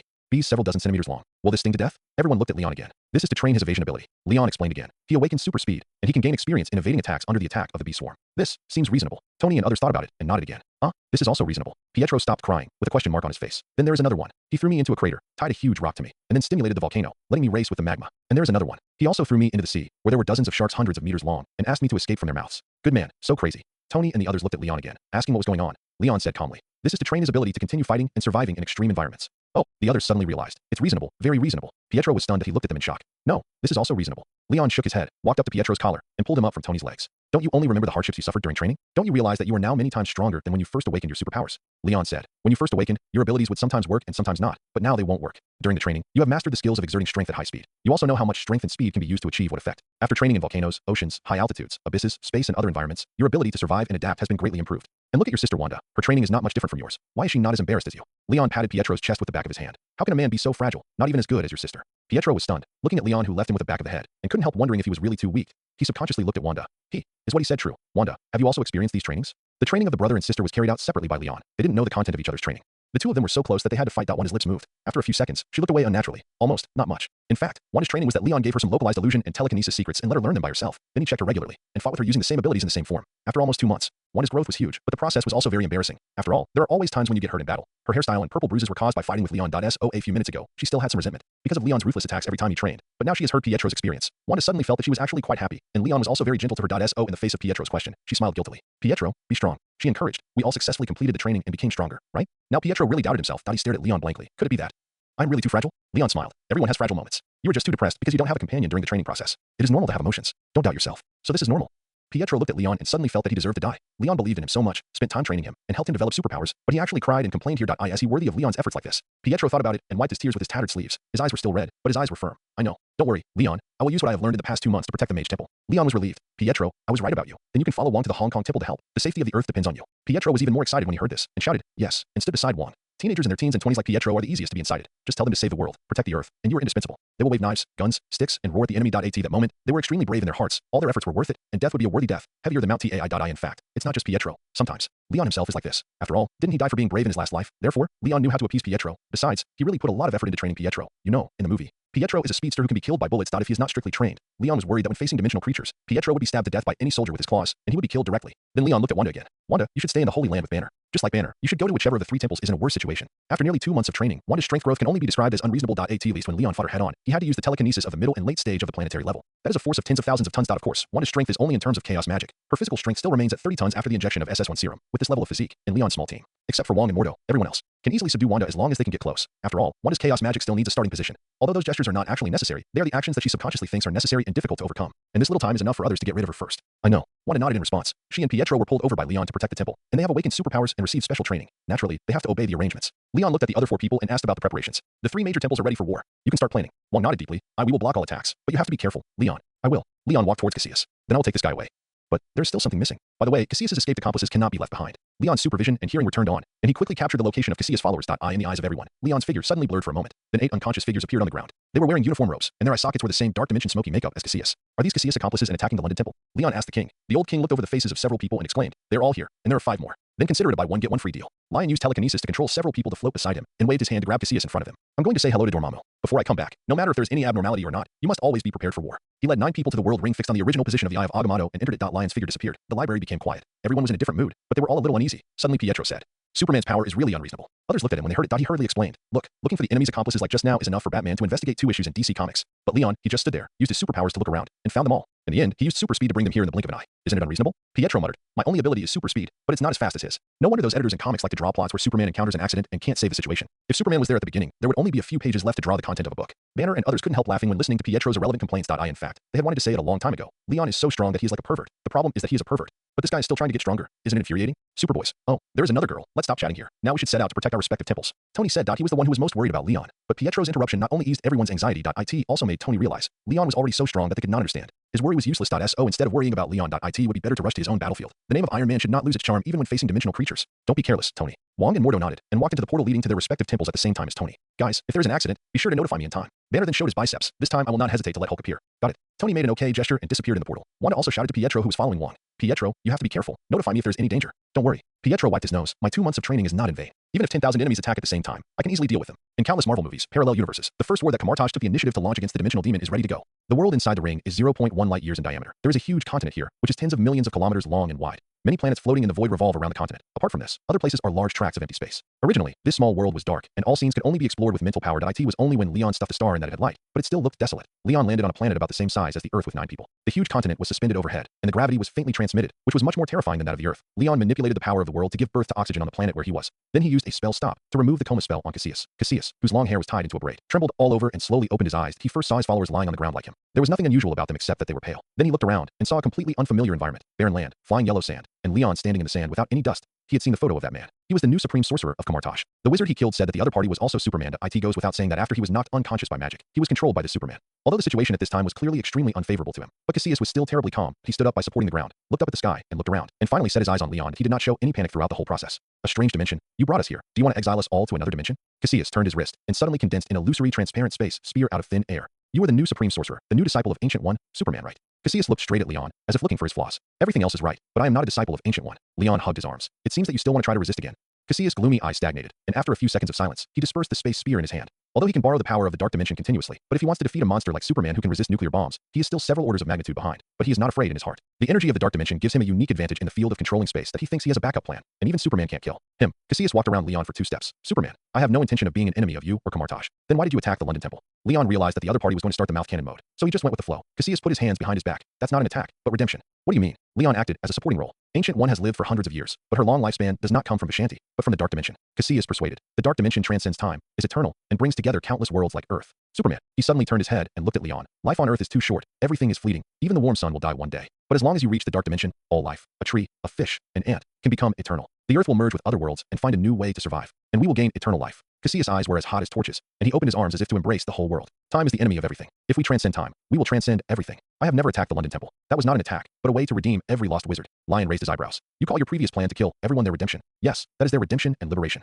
Cassius had no guilt. He really believed so, without any guilt. Before reaching eternity, all sacrifices are just a speck of dust in the endless universe being blown away. Cassius' eyes were burning, and he saw that Leon was moved. Come join us, Superman. Your life is worthy of immortality and sublimation in the dark dimension. It sounds really good. Leon smiled excitedly, stretched out his hand, and shook hands with Cassius. I joined. What should I do? Is it to sacrifice the Earth to the dark dimension? That's right. After we go back, we only need to destroy the 3 major temples, and we can offer the Earth to the great Dormammu. Cassius was stunned and didn't expect the persuasion process to be so smooth. It seems that Superman is also an ambitious person, which is really great no matter what the new supreme sorcerer has in mind. But even the leader of Kamartaj has thrown himself into the arms of the dark dimension. How could they fail this time? Cassius was about to say to return to Earth quickly. Lion suddenly pointed to the continent above his head. I have an idea. Now this dimension is an ownerless world. Why don't we sacrifice it to Dormammu first? Ownerless world. Kaisalius' eyes lit up. Are you sure this is an ownerless world? Of course I'm sure. In fact, this is the inheritance dimension of the supreme mage and the last line of defense against the dimensional demon. Lion spoke without hesitation. If we dedicate this dimension to Dormammu, we will definitely be more valued in the dark dimension. Kaisalius was moved. He asked Lion a few more questions about the ownerless world. Then he carefully observed the operation of the world. Finally, he slapped his thigh and felt that what Lion said was indeed a good idea. We need to cast a spell together, using our coordinates as a fuse to let the great Dormammu come and devour this world. Kaisalius used dimensional energy to awaken the 8 followers. Then he set up a magic circle in the wilderness. He took out a page about the belief in Dormammu from the book of Calistro and carefully placed it on the ground. He even invited Leon to recite the first spell, but after being declined, he regretfully prayed on his own. In the name of a loyal servant, with a place that has never been looked at as a gift, the great god will return to the only one. The 9 people gathered in a circle and whispered the ritual spells recorded on the page. Leon folded his arms and watched coldly. Suddenly, he sensed a vast and strange breath, approaching quickly from outside the world and gradually becoming thicker. Wisps of dark dimension energy began to appear in the small world. Those energies penetrated through the membrane of the world and penetrated in, just like smoke pouring into the room from every crack during a fire, becoming thicker and thicker. The dark dimension energy filled the sky of the planet where everyone was. Suddenly, all the areas covered by the energy rolled back like a curtain. Without any sound, a huge gap was torn open out of thin air. The invisible space seemed to have become a piece of torn paper, and endless dark dimension energy continued to pour out from the gap, from the sky to the ground. The vision was purple, black, red, all kinds of ominous colors. The strange, polluted and malicious breath came to the face. It was like a tiger with tentacles rushing out of the cage, roaring and opening its bloody mouth to everyone. Ordinary people would be corroded into monsters and extremely deadly if they touched a little bit of those energies. However, Caecilius and others who were already used to the contact with the energy of the dark dimension were used to it. They even chanted the spell faster. They couldn't wait to welcome their great master. Every time they chanted a spell, the gap in the sky became bigger, and the invasion of the small world became more serious. When they finished chanting the last words, they whispered, "Great Dormammu." Not a huge face appeared in the gap where the sky was constantly spewing energy. That was Dormammu. His head alone was dozens of meters high, and his body had been integrated into the dark dimension, so he would not appear unless necessary. Who is it? Well, it's you again, Caecilius. Dormammu's big head appeared with an indescribable sense of oppression. His huge eyes seemed to hide a universe, and when he glanced, the pressure like a black hole radiated. No one dared to speak loudly under such majesty. Caecilius and his companions knelt on the ground and called the Great Lord the moment Dormammu appeared. But Dormammu's pressure was broken in the next second. He looked at every planet in the small world, greed flashing in his eyes. And he did not hide his desire, but when he saw that the believer on the ground was Caecilius, his defense was instantly broken. You are not on Earth this time. Why are you still offering sacrifices? Dormammu's eyes became alert, and he scanned again. Where is strange in this world? Why hasn't he come out yet? On the ground, Leon's mouth twitched. Although in countless parallel worlds, Dormammu is not unique, but there are not many of them. This Dormammu was probably tricked by many Doctor Strange. So when he saw Caecilius, he thought of Strange reflexively. Like a cat whose tail was bitten by a mouse. Caecilius and others looked at each other in confusion. Who is Strange? How come I haven't heard of him? Great Dormammu. Caecilius felt that he needed to explain. He half knelt on the ground. This world is the unclaimed land I offer to you. I beg you to let us become a member of the dark dimension together with the Earth. Where is Strange? Dormammu ignored Caecilius. He only cared about Doctor Strange. If he didn't find Doctor Strange, he would feel uncomfortable like he had eaten a fly. How could he care about this unclaimed world? Although the small world with a diameter of 1 trillion kilometers is as attractive to him as the Earth, but it's because of that disgusting guy Strange. In the past, he had to give up more than one Earth. Caecilius was choked and said, "Great Dormammu, please forgive me for not knowing Strange." You don't know? How could you not know? Dormammu's prestige has fallen to the ground. Of course he doesn't know, because Strange is still an ordinary person now. Leon said at this time. Ordinary man? He's not a mage. Dormammu was stunned, and suddenly felt relieved. He was finally happy. That means, I can successfully devour this world this time? Very good. You all did a great job. Dormammu regarded Leon as his believer. After all, there are only a few lives in this desolate little world. It's impossible that there is an outsider among these believers who are so pious that they want to sacrifice a world to him. Your wish is to join the dark dimension. Dormammu was very happy and decided to fulfill the wishes of the believers. Caecilius was shocked when he heard this. It's coming. It's coming. He has been waiting for so many years. And finally he will wait for the moment of success. As long as he becomes a member of the dark dimension and transcends time, he will surely be able to resurrect his dead wife and children. Yes, great Dormammu. That is what we pray for. Caecilius lowered his head nervously. A good wish, I promise you. From now on, you are part of the dark dimension and part of me. Dormammu's words sounded a little strange, but Caecilius and his followers all prostrated themselves on the ground with excitement, thanking him profusely. But the next moment, the dark dimension mark on their foreheads suddenly lit up. The scarlet rune emerged uncontrollably, becoming hotter and brighter, like flowing blood. The torrent of dark energy flowed out of the rune, enveloping the 9 people. In just a breath of time, they were covered with purple-black substantial energy. In their body, tissues were eroded and charred by the energy piece by piece. What's going on here? My body is melting. I can't take it anymore. My soul seems to be burning. It hurts. It hurts. The energy of the dark dimension is devouring my life. No. Dormammu is going to devour us. At the last moment, the defecting mages finally realized that they had been deceived by Dormammu. The so-called joining the dark dimension is nothing more than completely becoming a small piece of nutrients in it. The so-called immortality turns out to be becoming a part of Dormammu and accompanying him to immortality. No, this is not true. Caecilius' body quickly cracked, broke into tiny pieces, and flew to the dark dimension. He knelt on the ground powerlessly, and his wife and son's appearance suddenly appeared in his mind. These memories have supported him until now, but he's about to lose everything. It is clearly not written in the book of Cagliostro. His silent eyes were full of unwillingness. Of course the page you are reading is not written like this. You have to finish reading the book. That book usually writes the price of dark magic at the end. Leon walked to Caecilius and sent him off. You knew all this a long time ago. Caecilius looked at Leon with only dry eye sockets. Even if I told you in advance, you would never believe it. Leon said, I came for Dormammu. So that's it, Superman. Don't let Dormammu invade the Earth. You must stop him. Please. Caecilius was completely shattered and entered the dark dimension, and his voice was blown far away by the wind. I told you, I came for him. Leon looked up and looked at Dormammu's huge head. You are not my believers. Dormammu was puzzled. Why is there another person standing here alive and kicking? Dormammu, I'm here to negotiate with you. As soon as Leon opened his mouth, he triggered Dormammu's Doctor Strange PTSD. The two of them are still in the same place. Negotiation. Dormammu was stunned at first. How familiar this word is. The first word Strange said when they met in every world were, besides negotiation, and fucking negotiation. It seemed that they only knew how to negotiate. Countless pictures flashed through Dormammu's mind. Strange in the picture even remembered the mites in his pores very clearly. For being like Dormammu. As long as he wanted. Every moment of the past could be as clear in his memory as a high-definition Blu-ray video. Every time. Strange said this, his fearless and righteous expression made Dormammu feel sick. He never wanted to recall it a second time, but he was still brooding over it. Thinking that one day he would flatten and roll all the Strange thought. That's why he didn't want to remove these disgusting images from his memory, nor did he want to recall them. And now, this ordinary little bug below, under the biological force field. Leon looks no different from an ordinary person. How dare he talk about negotiation so brazenly, and dared to remind him of Strange's face as a sewer maggot. Dormammu suddenly became furious. His head, which was already shaped like a flame, burst out with purple-red energy that condensed into substance. Those energies rose around him, as if his big head was on fire and was going to burn the world. No one could stay calm in front of such a Dormammu. That was the endless energy burning in the dark dimension. Leon couldn't help but feel a chill in his heart. Dormammu in the dark dimension is indeed at the level of a single universe, but he was not nervous. Everything was still as planned. He even complained in his heart that Dormammu looked like the famous captain of the Flamehead. Negotiation. You dare to talk about negotiation? Dormammu sneered. You are here to die. He attacked without any warning. Countless earth spears shot out from the area covered by the energy of the dark dimension, flying towards Leon, trying to pierce him. Leon reacted quickly, shook his hands, and several giant seraphim shields surrounded him without dead angles. Amid the dull sound of collision and the crisp sound of breaking, all the earth spears that attacked broke and fell to the ground. The cloak behind Leon trembled lightly,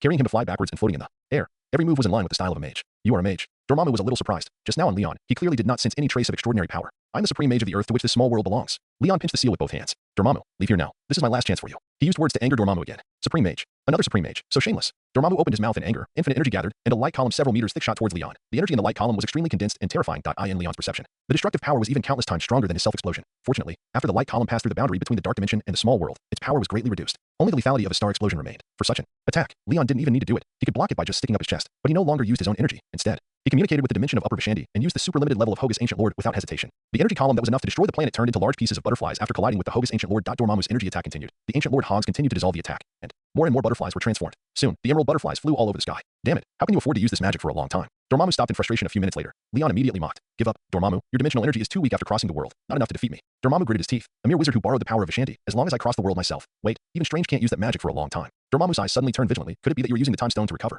Leon raised his eyebrows, guessing in his heart that Dormammu was probably preparing to cross the world to fight personally. So he showed a confused look in his eyes. Time stone? Isn't that the 5 was it destroyed by Thanos years ago? Destroyed 5 years ago? In other words, you don't have the time stone. Dormammu laughed heartily. Ha ha ha. It turns out that your universe has reached the time point after the extinction. No time stone. Then he doesn't have to worry about the supreme sorcerer also having a time loop. Dormammu smiled. Leon also gave a thumbs up to his performance in his heart. Cassius always thought that Dormammu transcended time. But that is not really transcending time. It is that there is no such thing as time in the dark dimension, and there has never been the passage of time. When Dormammu first met Strange, he couldn't even understand the concept of time, because time has no meaning in his eyes.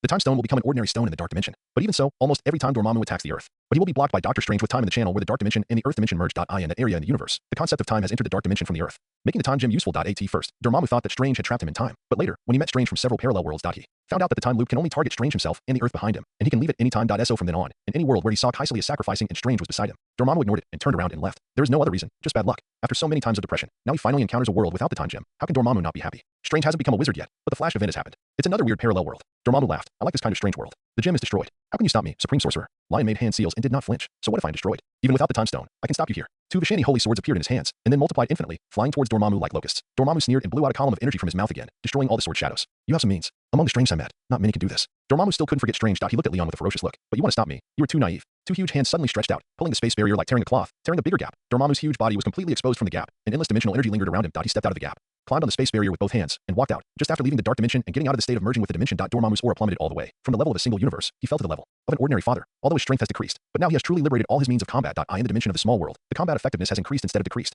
Now, how can you stop me? Dormammu looked down at the tiny Leon and sneered. Leon looked up at him and smiled, and his smile was so daggers that it showed. Why do you want to stop? Welcome to my world, Dormammu. The two of them were in a state of panic. Dormammu looked at Leon's fearless appearance, and the PTSD of Doctor Strange in his heart reacted again. Though Strange always had this expression when they negotiated with him. He looked around vigilantly, looking for a backup plan that Leon might have hidden. But there was nothing. As if this Supreme Sorcerer was just an arrogant man who looked at the sky from a well. He looked cold. Welcome? Then give me this world and the Earth, Supreme Sorcerer. Lion made a seal with both hands. This world is mine, and the Earth is also protected by me. If you want it, come and try it. A mirror space quickly unfolded, and it enveloped the entire Earth in a few breaths. Dormammu looked around and suddenly sneered. Mirror space, ridiculous. Then I will kill you and devour everything you have. Dormammu suddenly made a move. The dimensional energy lingering around him burst out in an instant and directly broke through the mirror space. The huge mirror space shattered like a real mirror. Then, a fist like a hill tore through the space and appeared in front of Leon in the blink of an eye. This is the strongest attack method in the Marvel worldview hand-to-hand combat. Lion's figure was hit by a huge fist. Just a face-to-face, he shot back like a meteor, shattering one mountain after another on the planet, like a bowling ball knocking down rows of bottles. The collapsed mountains were filled with dust in the collision, covering an area of several kilometers. Looking down from space, the surface of the planet at this time seemed to have grown a row of earthy brown beards. A mere Supreme Sorcerer, without the time stone, dares to bluff. Dormammu stretched out his hands, and the wind, rain, thunder, and lightning of the whole world surrendered to him. The strong wind, the earth veins, the flames, the rivers and seas, all rushed to Leon's position under his control. This is Dormammu's ability. Elemental manipulation, landslides, tsunamis, meteorites, raging fires. Any of these natural disaster-like elemental attacks is enough to cause mass extinction of life. But now they are all used against Leon alone.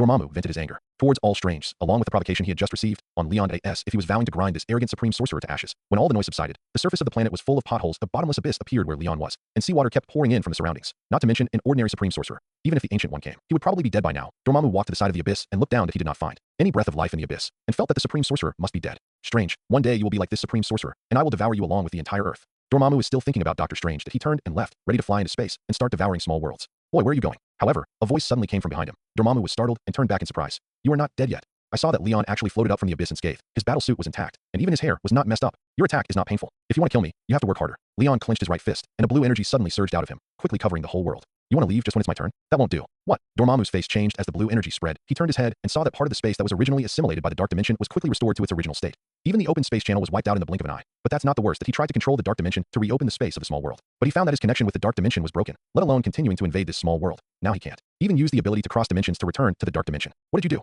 Dormammu's flaming head really ignited a flame, but he looked around and found that the entire small world was wrapped in a layer of blue energy. That kind of energy contains the power of space. He didn't know what these energies were, but it was obviously extremely profound. As the master of the dimension, he could easily break the mirror space related to space, but he couldn't break through for a while. These energies are isolated. If he wants to break through it, his best choice is to kill Leon, the source of energy. It's so obvious that you still need to ask. Of course I'm going to cut off your retreat, Dormammu. You are now a bird in a cage. Leon floated in the air, no longer pinching seals to cast spells, but moving his wrists. You are looking for death. Dormammu punched down from above. Compared with his huge fist, Leon was as small as an ant. What would happen if an ant was hit by a mountain? Of course it would die. But this time, Dormammu's mountain-like fist seemed to hit another mountain. His fist stopped in front of Leon. Without any buffer, it was as if a rhino ran up and hit a titanium alloy wall. It was obviously powerful, but it couldn't shake the opponent at all, because in front of Dormammu's fist, Leon stretched out his palm and blocked the punch with ease, and his body didn't shake at all. What? Dormammu exclaimed again. This is impossible. Nothing is impossible. Your fist has no power at all. It's too weak. Leon retracted his hand and folded his hands across his chest. The flames on Dormammu's head became more vigorous. I want to see how many punches you, a mage, can block. He retracted his fist and gathered strength. Dimensional energy condensed and punched again with the momentum of destroying the world. This punch was enough to penetrate the planet. But this time Leon didn't even raise his hand, just folded his hands and looked at Dormammu coldly. The fist hit him, making a dull sound like a blunt collision. But Leon was like a nail nailed in the sky, still not moving at all.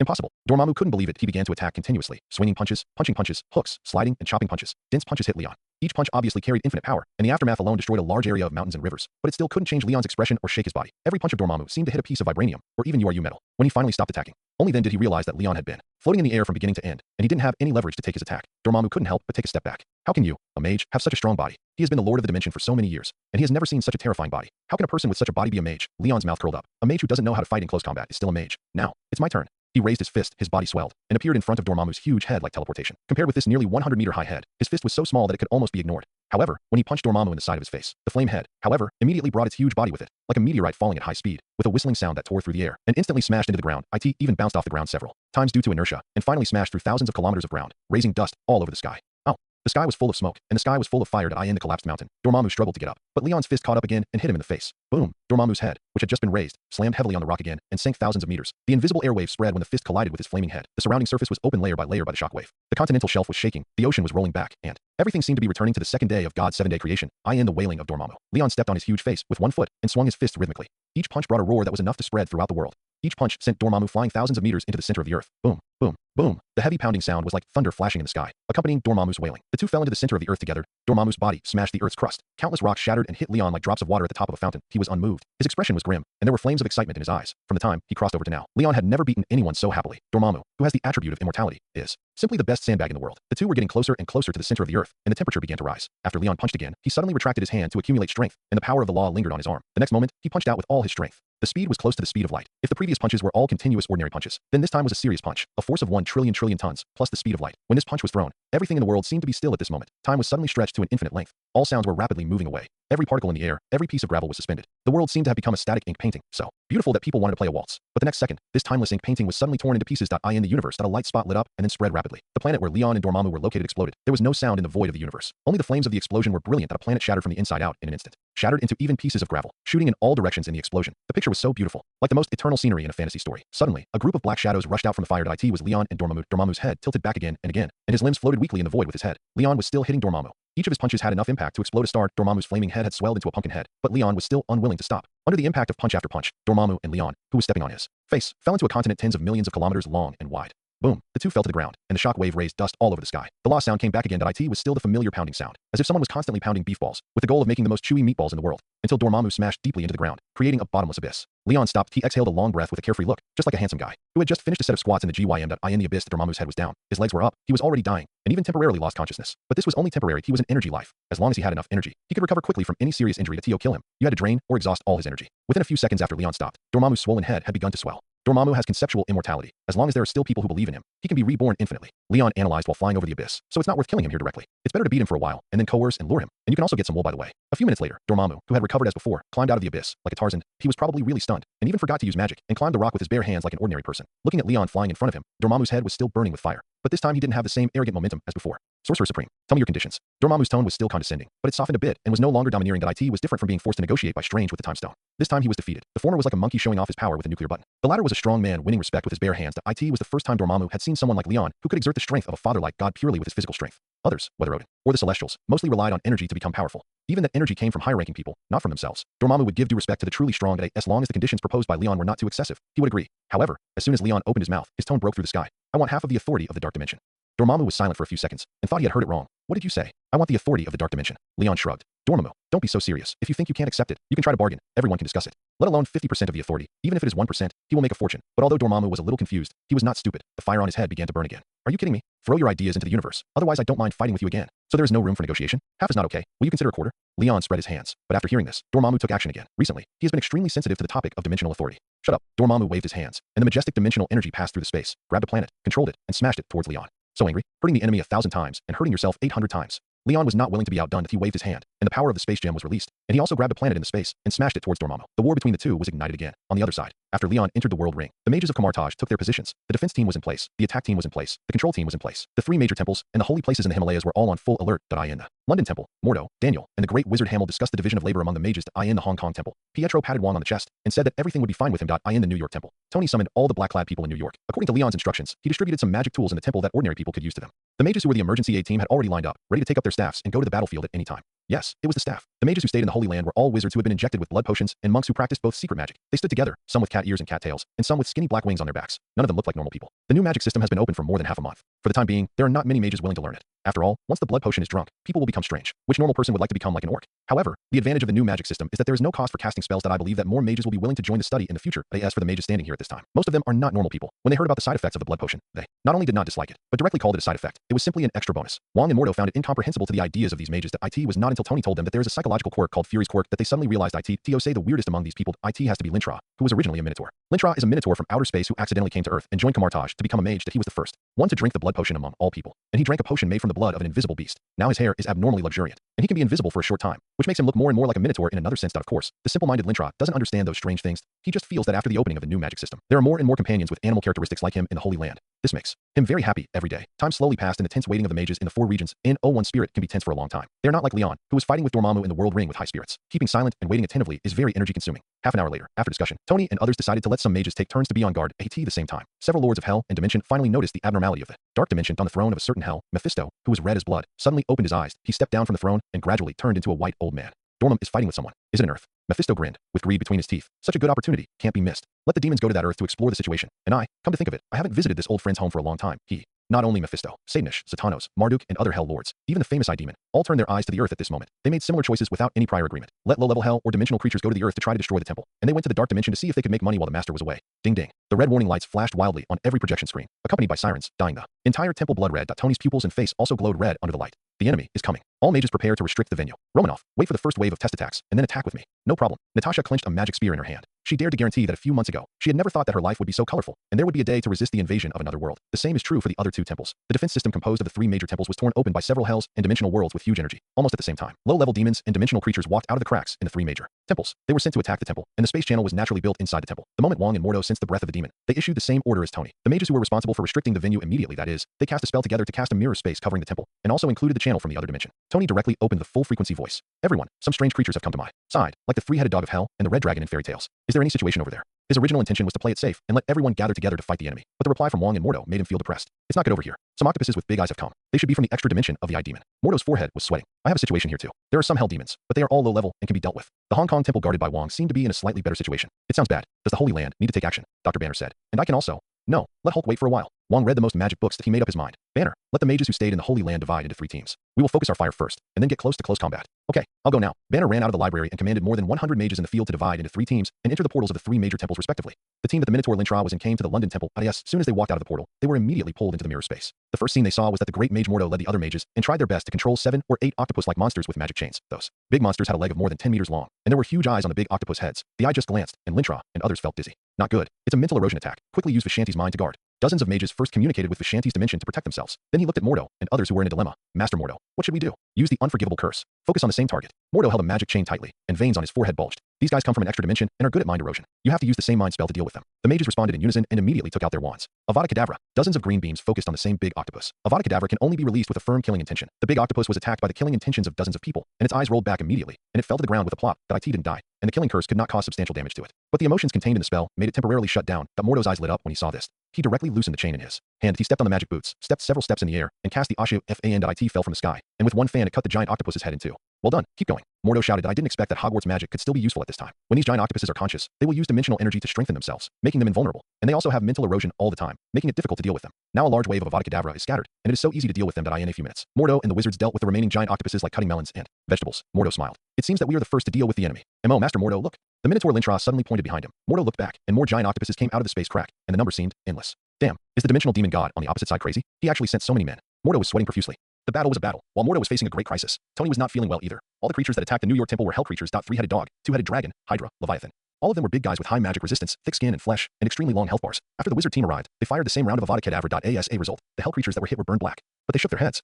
And with injuries, they broke out a more ferocious side. The unforgivable curse with murderous intent not only failed to work, but aroused their killing instinct. The wizards could only switch modes quickly. Some people held up the Seraphim shield in front. Others used spells to bombard the shield. Bossat's thunder, God Shadowless, fiery curse. All kinds of magic flew in the expanded mirror space. The mages all used their strongest magic, but the magic resistance of these hell creatures was still too high compared to the mages' attacks. The magic of wizards from Hogwarts was almost directly immune. Only the white magic cast by Vishanti's power could effectively kill these strange creatures, especially Bossat's thunder, after several rebounds. The golden thunderball. As long as it hits, it can stably kill a hell creature. Unfortunately, this magic is too difficult, and the cost of casting is very high. Few mages on the scene can master it. After several rounds of magic bombardment, the mages who supported the front were the first to be unable to hold on. The number of hell creatures seemed endless, and one came out of the crack every few seconds. They rushed towards the shield without caring about their lives, and soon a whole row of Seraphim shields were covered with cracks. It's our turn. Tony saw this and canceled the transformation spell on the armor, turning into a huge armor more than 10 meters high again. He controlled the armor to take off and plunged into the monster pile. The improved laser swept across and beheaded a lot of them. Natasha picked up the magic spear in her hand, jumped high, and then flipped over the shield layer. Girls, show your skills. The black-clothed people rushed out of the front one after another. Their physical fitness was not weaker than that of the tall dimensional creatures. Yelena knocked down a three-headed dog's head with a hook from bottom to top, and then cut off another head while dodging the attack of the other two heads. The unstoppable charge of the army of hell creatures was blocked by less than 100 black-clothed girls for a while. The mages finally got a little respite in the rear, but they soon joined the battlefield again. Some used the Scarlet Chain of Ceterac to help control the monsters. Some personally carried the Holy Sword of Vishanti and the Ring of Ragador and charged into battle. The mages of Camartage are indeed different from those in other places. They all have the heart of a warrior who fights bloody battles and is not afraid of sacrifice. Shit. Who is the lord of this hell? Why are all the monsters with multiple heads sent? Is he a chatterbox, so his subordinates have to grow a few more mouths to brag with him? Tony held the neck of a two-headed dragon and kept firing laser cannons into its mouth while complaining. Banner's voice came from the audio. Who knows? Maybe Tony, you should go to hell to accompany him. With you, he won't need so many men with big mouths. Banner, are you saying that I am also a chatterbox? Don't joke. I am obviously a serious person. Tony smashed one of the two-headed red dragon's heads with a cannon, but was bitten by the other head on the armor arm. Watching the armor made of fungi being torn into pieces by the huge dragon head in a few bites. Tony's mind moved, and the electrical signal was transmitted through the chip, controlling the arm to suddenly break into countless hyphae and wrap the red dragon. The powerful swallowing ability of fungi suddenly showed its offensive side. In a few seconds, the huge red dragon was covered by fungi and let out a shrill howl. Then it was quickly swallowed by the fungi into dry bones, and the dimensional energy was integrated into the fungus body, and the fungus god armor also suddenly rose a few points. Is this okay? Isn't it a bit too cruel? Tony shook off the skeleton and whispered to himself thoughtfully. But fighting against hell creatures doesn't require humanitarianism, right? What did you say? Banner heard the muttering. I'm saying that I seem to have found a way to solve these hell creatures. I have come up with a way to kill creatures. Tony's eyes lit up. He has always regarded the ability of fungi to absorb nutrients and strengthen themselves as a double-edged sword. In addition to using it to form large battle armor, he usually avoids using this ability to avoid serious consequences. Unexpectedly, in the battle with the hell creatures, this ability that he has always been cautious about. Instead, it has a chance to shine. Everyone retreat. Tony suddenly shouted, retreat now, and then hold up the magic shield, quickly. The people in black looked at each other and retreated decisively. Although the eldest brother is sometimes unreliable, he is not the type who will fail at a critical moment. The mages were a little hesitant at first, but after the black-clothed people retreated, their pressure increased suddenly, and they could only retreat when the huge Seraphim shield line was deployed again. Tony held a large hell creature in one hand and suddenly laughed. Everyone, I promise that the next scene will be very cool. You must have never seen it. Black mycelium grew out of Mark 10's hands, wrapping around the two hell creatures in his hands and transforming them into nutrients in a few seconds. The fungi developed by Tony should not have such a strong devouring power, but these fungi are powered by the 10 rings at this time. The mysterious energy of the 10 rings directly offsets the protection of the monsters by the dimensional energy, and brings the mycelium through layers of barriers and directly to the core of the cell. After absorbing the energy of the two monsters, Mark 10 expanded a few centimeters. Then Tony began his real plan. Jarvis, cooperate with me to drive the 10 rings at full power to promote unlimited growth of mycelium. Okay, sir. Jarvis directly entered the chip behind Tony's neck during the battle to assist him in the battle. The two mobilized energy at the same time, and the huge body of Mark 10 collapsed instantly. The black and gold giant armor spawned countless hyphae, which spread rapidly along the ground of the mirror space, covering the ground like an oil spill. And oil is flammable, and so are hyphae. It's just that Tony's hyphae, when burning at this time, consumed not oxygen, but the lives of hell creatures. The monsters from hell did not think that the dark thing under their feet could hurt them, and completely ignored the hyphae. But when the hyphae on the ground climbed up the bodies of hell creatures and wrapped them, the battle was over and ended. In the roars that came one after another and became weaker and weaker. In a few seconds, all the hell creatures that walked out of the space channel died and turned into dry bones. Mark 10 absorbed their nutrients and became bigger again. The mirror space was so quiet that you could hear a pin drop. All the mages opened their mouths wide. Even the black-clad people who had seen the fungus god armor were shocked and could not calm down for a while. Tony controlled the armor and spread his hands, hoping to receive cheers and applause. But he waited for a long time and heard nothing. He turned around and found that the mages looked at him one by one, just like a little boy in the church looking at the priest. The black-clad people were quite normal, but their eyes were the type of a little admiration, a little disgusting. Okay, you don't know how to appreciate it, just like Leon. Tony shook his head indifferently. In his heart, he silently decided that the next set of armor must be extremely cool and dazzling, so that people would not be able to help but say, "Oh, Tony, is there a problem over there? Do you need support?" Dr. Banner's voice sounded on the public channel. What's the problem? The little guys who ran out of hell are very cute. Jarvis and I like them very much, Tony said and walked to the space channel. Various strange creatures in hell were still walking out of the channel, but Mark 10 turned into a meat grinder at this time, and every creature from hell that ran out was swallowed up. The picture looked like a fish in a basin with white eyes jumping into the oil pan one after another. Banner, leave this to me. You and the mages go to support the other two temples, Tony said, because the battle was all carried out in the mirror space. So Banner could no longer see the battle situation of the three temples on the projection screen. Fortunately, the mages used the secret door to connect the reality and the mirror space, which facilitated the strategic retreat. The communication signal was not affected. He scratched his chin. Are you sure you are not just pretending? Don't be stubborn at this time, Tony. Everyone knows that Tony Stark is a bit stubborn. Tony's face darkened. Banner, I can handle the little guys here, I promise. Okay, what about you, Wong? Banner asked Lao Wong again. Wong's voice sounded. I don't need it here either. The boy brought by Leon, Pietro, is Pietro. To be honest, he is quite powerful. Hong Kong Temple. After the hell demons appeared, the blood wizards took action first as usual, but after a large piece of green Avada Kedavra was sprinkled, only 2 demons fell. Wong immediately judged that wizard spells are more suitable for fighting against humans. Deal with these guys from hell. It is better to use special attack bonuses. White magic is more efficient. He decisively commanded the mages to divide into control group, defense group, and strong attack group. Just as he was preparing to continue to open the battle line in an orderly manner, unexpectedly, Pietro, who was assigned a magic dagger, rushed out directly at this time. Wong was dumbfounded for a moment. He didn't know whether this kid rushed out of the battle line to charge, or left everyone and ran away, because he couldn't see Pietro's figure at all. He could only see illusory shadows appearing from time to time, and then disappearing in the blink of an eye. Hey kid, Leon asked you to follow me to listen to my instructions. Swing. Old Wong hadn't finished scolding. Pietro appeared in front of him again, playing with the magic dagger in his palm, spinning quickly. Solved. Pietro stepped left and right and jumped slightly, looking like he had finished warming up. What solved? Wong frowned, thinking that the boy in front of him was a bit unusual. Here, Pietro pointed his mouth in the direction of the space channel. I solved them. Wang looked over. I saw the demons that were just flying a few meters high in the air or running on the ground. Now they all stopped in place. They made a cough-cough sound, as if there was a shabby organ hidden in their lungs. They tried to cover their throats with their pale arms without blood. There, a narrow but deep bone marrow wound suddenly crossed the neck, and purple or green blood spurted out like a fountain. Normally, such a wound is not fatal to the demon, but above the wound, there was a light golden energy flashing, preventing the wound from healing. That is the enchanted energy of Vishanti. You just cut their throats with a dagger? The king looked at Pietro in horror. When this guy first arrived at Kamartaj, obviously just an ordinary person at ASA Result, he became a little Superman after being trained by Leon only once. Old Wang's throat rolled, and he suddenly had the idea of going to Leon's house tonight to learn from him. Hey, don't be in a daze. Look, some demons seem to be recovering, and there are new demons running out. Pietro shook Wang's shoulders, waking him up from his dream of learning from a master and reaching the peak of his life. Huh? Oh, right. Wang shook his head vigorously. The enchantment on the magic weapon is not enough to kill them. Quick, everyone, shoulder to shoulder. Hurry up and finish off now. Wang made a crackling hand seal, cast the sacred sword of Vishanti, and rushed up with a big sword, shouting. All the demons were cut in the throat by Pietro at this time. The mages came forward with swords, and each sword killed a good head. They had never fought such an easy battle. The next battle was very simple. The demon appeared, Pietro cut the throat, and the wizard finished the job. The whole process was clearly divided and highly efficient. Just like an industrialized slaughterhouse, the battlefield in Hong Kong had completely become a guillotine for the demons to be beheaded. Even Wang's hands were numb, and the energy sword was almost cut into a gap. In a short period of time, he cut off the number of heads that the ancient executioners would have cut in their lifetime. The demons at the other end of the passage finally became timid and dared not cross the passage again. In response to Dr. Banner's question, Wang could only say that he had no pressure. I have Pietro here. Nothing will happen. You go to support Mordo, he said. Pietro added. Yes, it's okay with me and Wang here, and remember to call me Quicksilver in the future. Leon said that this title is very suitable for me. After a battle with the demons of hell, Pietro fully realized the changes in his strength this time. There was no dissatisfaction with Leon's harsh training in his heart. He even felt grateful, thinking that the nickname Leon gave him was very appropriate. Quicksilver? It sounds like you should be very fast. Then the Hong Kong temple doesn't need support now. Banner touched his chin. Wanda, who was next to him, held her forehead and sighed that her naive brother was indeed convinced by Leon. When Leon comes back later, that idiot will definitely ask Leon for credit. Banner looked at the last temple at this time. Master Mordo, how is the situation over there? Do you also need my Vishanti? You finally asked me. London needs support. Come and support. The octopus monsters here will erode the spirit, and there are too many. Mordo's hurried voice sounded, full of madness that he had endured for a long time. He and the mages have been struggling for a long time in the hands of the big octopus. He had long wanted to ask for help, but Banner asked the New York and Hong Kong temples first. Moreover, both temples perfectly solved the invasion from hell. How could the sultry Mordo ask for support? He was tortured by the giant octopus until his brain was about to split, but he still persisted, just waiting for Banner's question. Need support? Banner was stunned at first, and then quickly began to take off his coat. I know. I'll come right away. Wanda was also stunned. She thought the three major temples could solve the invasion by themselves. Let me go. I'm good at dealing with the spirit. She rolled up her sleeves and took the initiative to invite. Since Pietro can solve the demons of hell, she can definitely solve the dimensional creatures. Everyone was taught by Leon. Who would be worse than who? Pietro is not the only one who wants to prove himself to Leon. However, before Wanda walked into the fixed portal of the London temple, there were two crisp slaps behind her. Then, roar, Hulk. Banner slapped himself twice and knocked Hulk out. Then Hulk roared, jumped over Wanda's head in one step, and jumped directly into the portal. Wanda stood behind and said in a messy voice. The more he learned. Banner has already learned astral projection, but all he can do now is to project his soul out of his body when Hulk appears. In addition to that, not only can he not get Hulk's part out of his body for the time being, and if he is in control of the body, even he himself will not be able to leave his body. According to Leon, it is because of his mutation that his soul is more stable than that of ordinary people. But even so, Banner is already very satisfied at least now that he is transformed into Hulk, he can still watch from the side. When Hulk loses his mind, he can also step forward to remind him, no longer like before. Once transformed, he will lose all perception of the outside world, and even his memory will not be left. This time, Hulk passed through two portals and entered the mirror space, and Banner was floating on the side and constantly commanding. Hurry, do you see the big octopus over there? Hulk, go and deal with it. The situation in the mirror space is really bad that a small number of mages looked stupid at first glance, with their mouths crooked and drooling, as if their IQ had dropped. Obviously, their spirits were corroded by the enemy. The remaining mages were not much better, and they were barely keeping their sanity by gritting their teeth. Overall, although there were no casualties on the battlefield of the London temple, the situation was very bad. Even the great mage Mordo was rolled up by the tentacles of a big octopus and swung around in the air, uttering angry curses. The first thing Banner asked Hulk to deal with was the big octopus that was swung Mordo, but Hulk didn't think so. He glanced at Banner with disdain and blew through his nose. Then he jumped up suddenly, raised his fists and smashed at another big octopus. Wrong direction. It's that one, not this one. Banner was floating beside him and jumped anxiously, but the more anxious he was, the more Hulk ignored him. Hulk smash. Hulk grabbed a tentacle of a big octopus, exerted force, and swung it high up. Then, like throwing a hammer, he took small steps, and his body drove the big octopus to rotate together, and after a few circles, he threw it far away. The big octopus drew a beautiful arc in the air, and finally hit the octopus that was swinging Mordo. After the two octopuses collided, they rolled into a ball, and the helpless Mordo was finally released. Oh, well done, Hulk. Banner raised his hand and cheered, although Hulk did not act according to his command. But this is already a very good start, isn't it? Banner suddenly felt like he was getting along with magical animals like the Venom Horn. Those magical animals are very rebellious because of their powerful strength. You have to follow them, otherwise they will let you know what it means to be unhappy. That if you think about it carefully, isn't Hulk just a very powerful magical animal? In a trance, Banner felt that he had found a way to get along with Hulk in the future. Amazing Hulk. Thanks to you, the crisis is resolved now, and Leon will also look at us with new eyes. Banner praised and flattered. Hulk still ignored Banner after hearing this, but his eyes were burning when he looked at the giant octopuses. He roared, jumped high, and was about to fall from the sky, smashing into the giant octopus like a tornado, destroying a parking lot. However, at this time, a clear female voice broke in. Get up. Dozens of giant octopuses present were suddenly covered with scarlet energy. Then they floated into the air uncontrollably. They seemed unable to move even their tentacles, as if their whole bodies were imprisoned by invisible forces. Hulk fell heavily to the ground, looking at the octopus in the sky in confusion. How to fight now? Banner looked in the direction of the sound, the entrance of the mirror space left by the wizards. Wanda stood there, her hands lingering with red energy. She controlled these dimensional creatures. Is Wanda so powerful? Banner slapped his forehead in annoyance. If he had known that this little girl was so powerful, why would he turn into Hulk,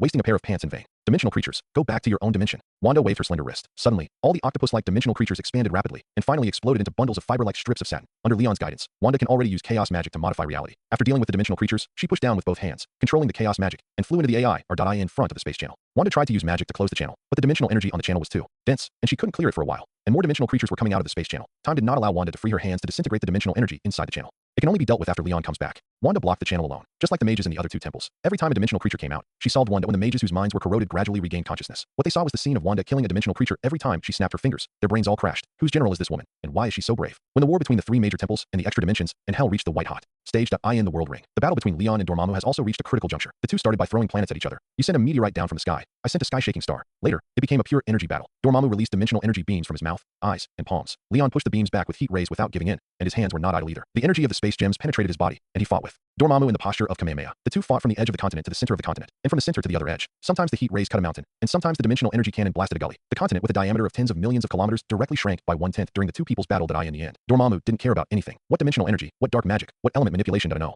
Matter what means he used, he couldn't break Leon's defense. On the contrary, he didn't know how many times his body was torn apart during the battle in the end. Dormammu simply raised his fists and hit Leon. The two sides returned to the melee stage again at this stage. Leon naturally used Dormammu as a sandbag again. No, he hit him like a baseball. Every time the two punched each other, the Dormammu suit on Leon would automatically weaken the attack from Dormammu to only 1/10,000th of its strength. Even if Dormammu was full of strength, he used a blow that could destroy a star without regard for the consequences. Even with this blow, the earth was broken and the sky was torn apart, as if the whole world had come to an end. But Leon just flew backwards and knocked down several mountains. Even when he appeared again, his body was still in full shape, and Dormammu himself, not only did he fly backwards with Leon because of the reaction force, he even became covered with wounds, and even his arms disappeared after the fight. The more you fight, the more you lose. That Dormammu's physical fitness is not as good as Leon's. Almost all of his strength comes from dimensional energy. But at this time, Leon used the space gem to block the small world, so Dormammu could not communicate with the dark dimension. The energy in his body is used up in a battle of equal strength. He will only get weaker and weaker. On the other hand, Leon's momentum becomes stronger and stronger as he fights, and his understanding of the laws of the universe seems to have reached a new level in the battle. Dormammu didn't know that Leon carried the sun with him, and he could recover quickly under the sunlight if he was injured. He just felt that he was getting more and more tired as he fought. After using an attack that was enough to destroy a star, he became much weaker. Leon could only treat him like a baseball and hit him around in the universe. But even so, Dormammu would never give in. Dormammu stood up from the rubble again, and his broken body gradually recovered. Dormammu, maybe it's time for us to talk again. Leon flew in the air, his cloak fluttering. Dormammu looked at him coldly. I have nothing to talk about with you. I admire your perseverance. Leon shrugged. I hope you will like the next show. After that, Leon soared into the sky and disappeared on the continent. Show. Dormammu frowned as he looked at Leon flying into the depths of the universe. What does this supreme mage want to do? He was confused in his heart. Suddenly, an extremely huge human body appeared in front of Dormammu. This is a giant that is thousands of kilometers tall. Compared with it, Dormammu's current height of hundreds of meters is just a tiny grain of sand. This is the Celestials. Dormammu was stunned. But it doesn't seem right. The Celestials are not like this. Wait, what are you going to do? The giant human body suddenly squatted down, stretched out his palm, and held Dormammu in his hand. Dormammu looked at the giant's face getting closer and closer, and suddenly felt that the other party's expression was somewhat familiar. You look like this. Are you the supreme sorcerer just now? The giant did not answer Dormammu's question, but smiled, and suddenly a lot of light was released around him. All those lights were transformed into substantial energy. Dormammu was puzzled at first, then turned horrified, and the flames on his head burned fiercely. You want to self-destruct? Wait, boom. Without waiting for Dormammu to finish, the giant, who was thousands of kilometers tall, pinched him and exploded directly on the spot. Without even a second of hesitation, the giant's body contains energy equivalent to that of a planet. So much energy was compressed together and exploded, and even the space at the center of the explosion was distorted. Light, particles, and airflow all revolved around the center of the explosion, like a raisin gun magnified hundreds of millions of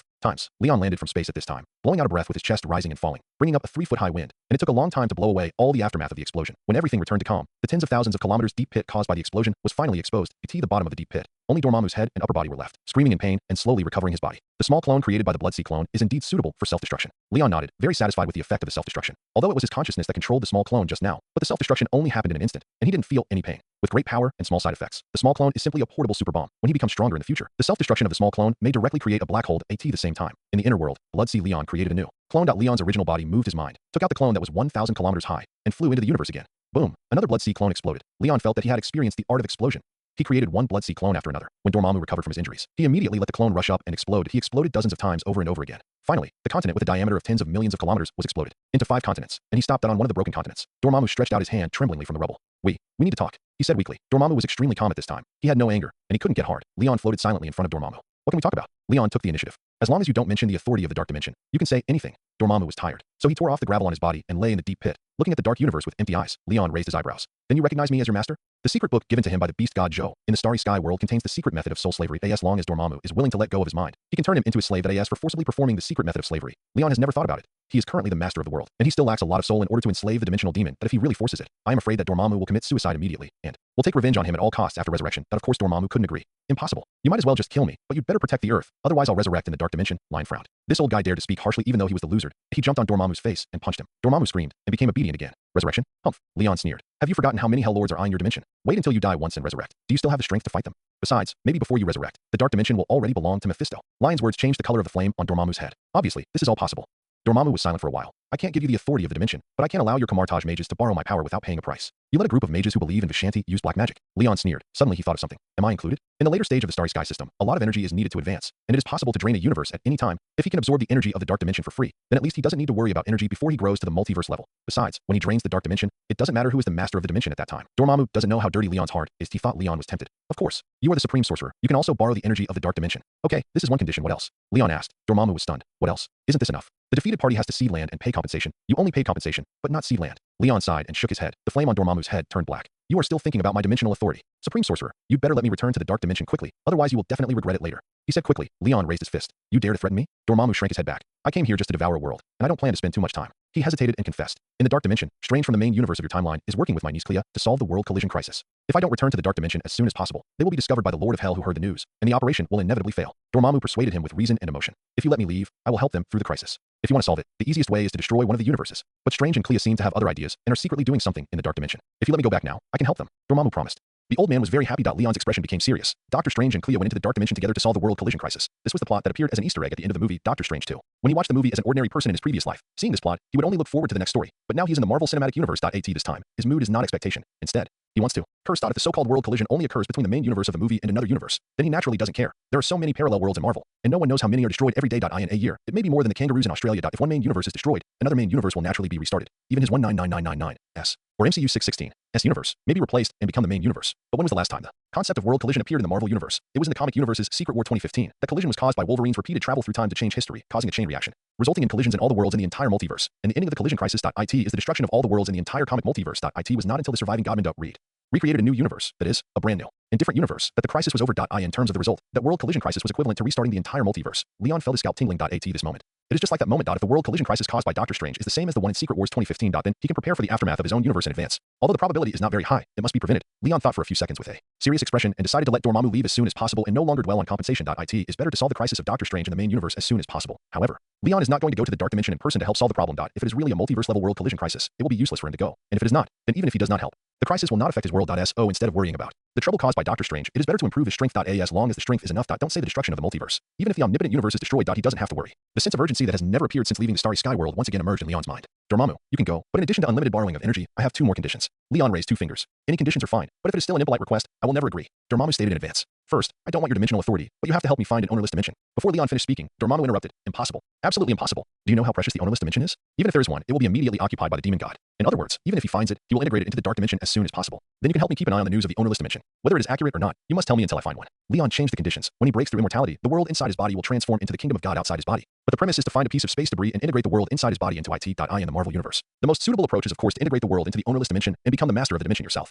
That's fine. I agree. Dormammu breathed a sigh of relief. It was just a few messages. He had no loss at all. What's the second condition? He asked. When you go back, you have to help Doctor Strange and the others through the crisis. If you fail, you have to tell me the news as soon as possible. Leon said. No problem. It's very simple. So you plan to go to the rescue if something goes wrong? After hearing the last condition, Dormammu finally regained his spirit and stood up from the rubble. No, I want to see the scene of 2 universes colliding and then being destroyed. At this moment, Leon was as ruthless as the fish that had been killed in Stark's house for 19 years. Dormammu felt he was a little ruthless. Are you really the Supreme Sorcerer? I have seen the darkest Strange, and he would pretend to say sympathetic words at this time. You really like to talk about Strange. Okay, sign this contract, and you can go back to the dark dimension to find him. Lion stretched out his hand. A golden contract made of energy emerged and quickly expanded to a length of hundreds of meters. It was recorded with dense magic runes. Recording the 3 conditions agreed by the 2. The bottom of the contract. It was written that the price of unilateral breach of contract if Dormammu breached the contract, he would have to pay 90% of the dimensional authority to Vashandi, the witness of the contract. All 3 conditions were agreed by Dormammu himself. He did not intend to breach the contract and did not find any traps in the contract, so he did not care about the price of breach of contract, but he was still speechless. Such a high breach of contract price, even Vashandi would be tempted. Supreme Mage, you are really dark. If it is not high, they will not take action, and this magic contract will not be binding on you. Leon smiled. Hiki, whatever you want. Dormammu signed his name on the contract with dimensional energy. The golden contract immediately burst into a dazzling light and disappeared on the spot. Very good. The contract is established. Leon waved his hand and took back all the space gem energy that enveloped the microcosm.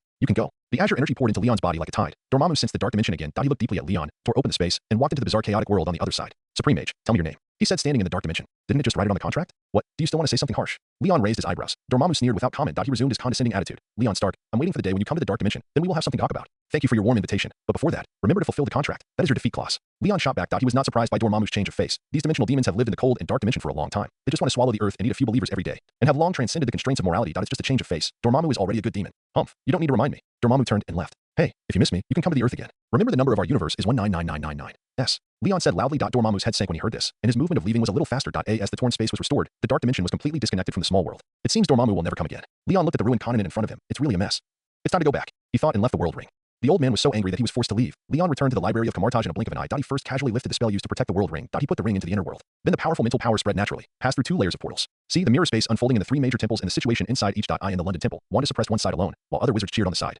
and Hulk sat on the side with his chin propped up and pouted. I in the Hong Kong temple, Quicksilver and Wong and others worked together to solve the demons. The New York temple was a little different. I saw the temple scene that was infinitely expanded by the mirror space. Mark armor, hundreds of meters high, sat on the ground, with countless hyphae growing from his body, blocking the hell passage tightly. From the looks of it, the hyphae had even extended into the passage, killing people in the hell opposite. It can only be said that he is worthy of being an Avenger. And he hit the enemy's lair while fighting. However, the hell opposite could tolerate Tony's behavior, which obviously showed that the master was not at home. Needless to say, he must have gone to the dark dimension to pick up leaks. But Dormammu has now returned to the dark dimension. It is estimated that the master of hell will be driven back to hell soon. Leon stretched out his hand. The energy of the space gem that filled the world inside his body surged out, carrying part of his power through the portal, then through the space channel, entered the world on the other side of the 3 channels respectively. Then, the space energy dissipated, and all the power from Leon exploded. While killing countless hell and dimensional creatures, he also destroyed the space channel. The war is over. Thank you for your hard work, everyone. Leon's voice rang in the ears of everyone in the 3 holy temples. Whether it was the mages who were fighting or watching the battle, their eyes lit up at the same time. The Supreme Mage is back. The mages all knew that Leon was going to fight Dormammu. Since he could come back safely, it means that Dormammu is gone and the Earth is safe. I have destroyed the space channel opened by other dimensions. You can all come back. Leon's voice echoed in everyone's ears, with a kind of soothing power. The mages responsible for operating the mirror space finished casting spells one after another. The mirror was broken, and everyone returned to reality. Lined up to walk through the portal and return to Kamartaj. The mages who gathered here because of the death of the Ancient One a month ago gathered together again at this moment. Leon asked Wong and Mordo to take everyone to the martial arts training ground to rest.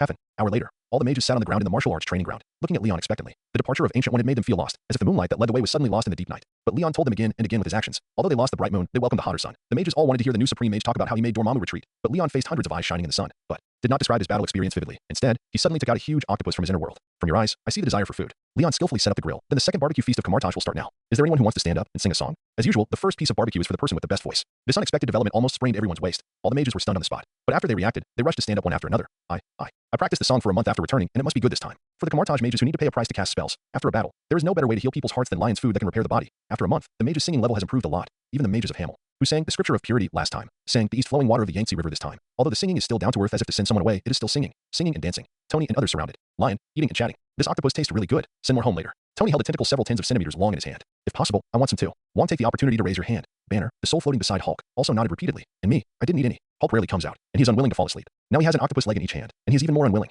Pietro also raised his hand weakly. I want it too. Okay, you can have it. I have a lot of this stuff. Leon agreed to all. There are so many that you didn't share before. Tony bumped Leon with his shoulder. Also, if you didn't close the space channel just now, I would have killed my way through hell. He is here to take credit. Wanda also raised her chin. I also solved all the big octopuses by myself. Hulk next to him curled his lips when he heard this, and turned around silently to continue chewing the octopus legs. Hey, can you stop mentioning octopus? We are eating octopus now. That thing just now is too disgusting. Mordo's face darkened. He could not forget the embarrassment of being tossed around by the tentacle monster. Unfortunately, no one paid attention to him. I'm not bad either. I killed every one of those demons. Pietro wiped his nose. Wong interjected. But I got more last hits. Except Mordo and Hulk. Everyone surrounding Leon had an expression of come and praise me on their faces. I can see it. Leon pointed his finger. You all have contributed. You can beat the enemy with all your skills. He didn't leave Mordo and Hulk aside. In addition, Hulk's mood is so stable this time, which is also amazing. Mordo is also the same. The subordinates of the demon will affect their sanity. Thank you for your hard work. Several people were immediately relieved by Leon's praise, especially Pietro. He seemed to continue eating the octopus nonchalantly, but in fact, the corners of his mouth had secretly hooked to his ears. This is the supreme sorcerer, Superman/brother praising them. How can people not be happy? Leon then changed the subject. But those dimensional creatures and hell demons are only the lowest existences. Dimensional demons and hell lords are all guys at the same level as Dormammu or even stronger. If you want to protect the Earth, you have to continue to become stronger. In order to cope with the possible multiverse crisis, Leon felt that in addition to becoming stronger himself, he also had to let everyone feel some pressure appropriately. But they who had never come into contact with dimensional demons obviously did not have an intuitive feeling about this. Speaking of Dormammu, Tony rubbed his chin. I wanted to ask you when you just came back. How strong is that Dormammu? How did you drive him away? The surrounding mages heard Tony's question and cast their eyes over and listened attentively. Leon looked around and smiled. Stories are so boring. Why not come and watch it together? He casually sprinkled a bottle of water into the air, used magic to shape it into the shape of a movie screen, and fixed it in midair. Then he touched his forehead with his index finger, slowly drew out a bright blue line, and threw it into the screen. This is a magic similar to the pensive in Harry Potter. It can directly play the extracted memory fragments. The water was flowing, and the water was flowing. The screen formed by the liquid rippled slightly, and a layer of colorful pictures slowly appeared. It looked like a very ordinary 2D screen, ready to play a real movie. But this is magic. If it only projects pictures and sounds into the water, it would be too low to be on the stage. When the picture appeared on the screen, everyone present felt dizzy at the same time. It was as if a big hand grabbed their souls. Then it was quickly pulled out of the body and stuffed into the screen. It felt like being grabbed roughly from head to toe. The mages were a little embarrassed when they regained consciousness. But the next moment they saw the scene in front of them, they threw all their emotions behind them. Hundreds of wizards were floating in the air without support. A few meters below were the supreme wizard Leon and the traitor Cassius who were talking. Everyone realized that they had entered Leon's memory. Hulk, who was confused about the situation, roared, and Banner jumped towards Cassius with a scream. But the two of them passed through Cassius' body together. They could only watch here and could not have any influence. Tony looked around curiously. It was his first time to come to a star outside the Earth. Even the worlds he and Leon traveled through twice were on Earth. Leon has more and more good things. Did he travel through many worlds by himself? Tony touched his chin. Sure. Pietro next to him suddenly raised his finger. Be quiet. I can't hear their conversation. Although watching memories in a way similar to holographic projection can greatly enhance the sense of substitution, but hundreds of people were talking around the two people in the memory, and there was no viewing experience at all. The mages also discovered this problem, and soon quieted down to eye in the desert with rolling yellow sand. There was only the conversation between Leon and Cassius. The mages had a strong sense of substitution. When they saw that Cassius had listed all the benefits of the dark dimension, he almost said that the air there was sweeter. The mages felt as disgusted as if they had eaten a fly. They thought to themselves that the Supreme Mage would definitely teach this traitor a lesson next. However, the next second, they saw Leon take the initiative to join Cassius' side. The mages all opened their mouths wide, as if they had seen a ghost. If this memory scene was not shown to them by Leon after his return,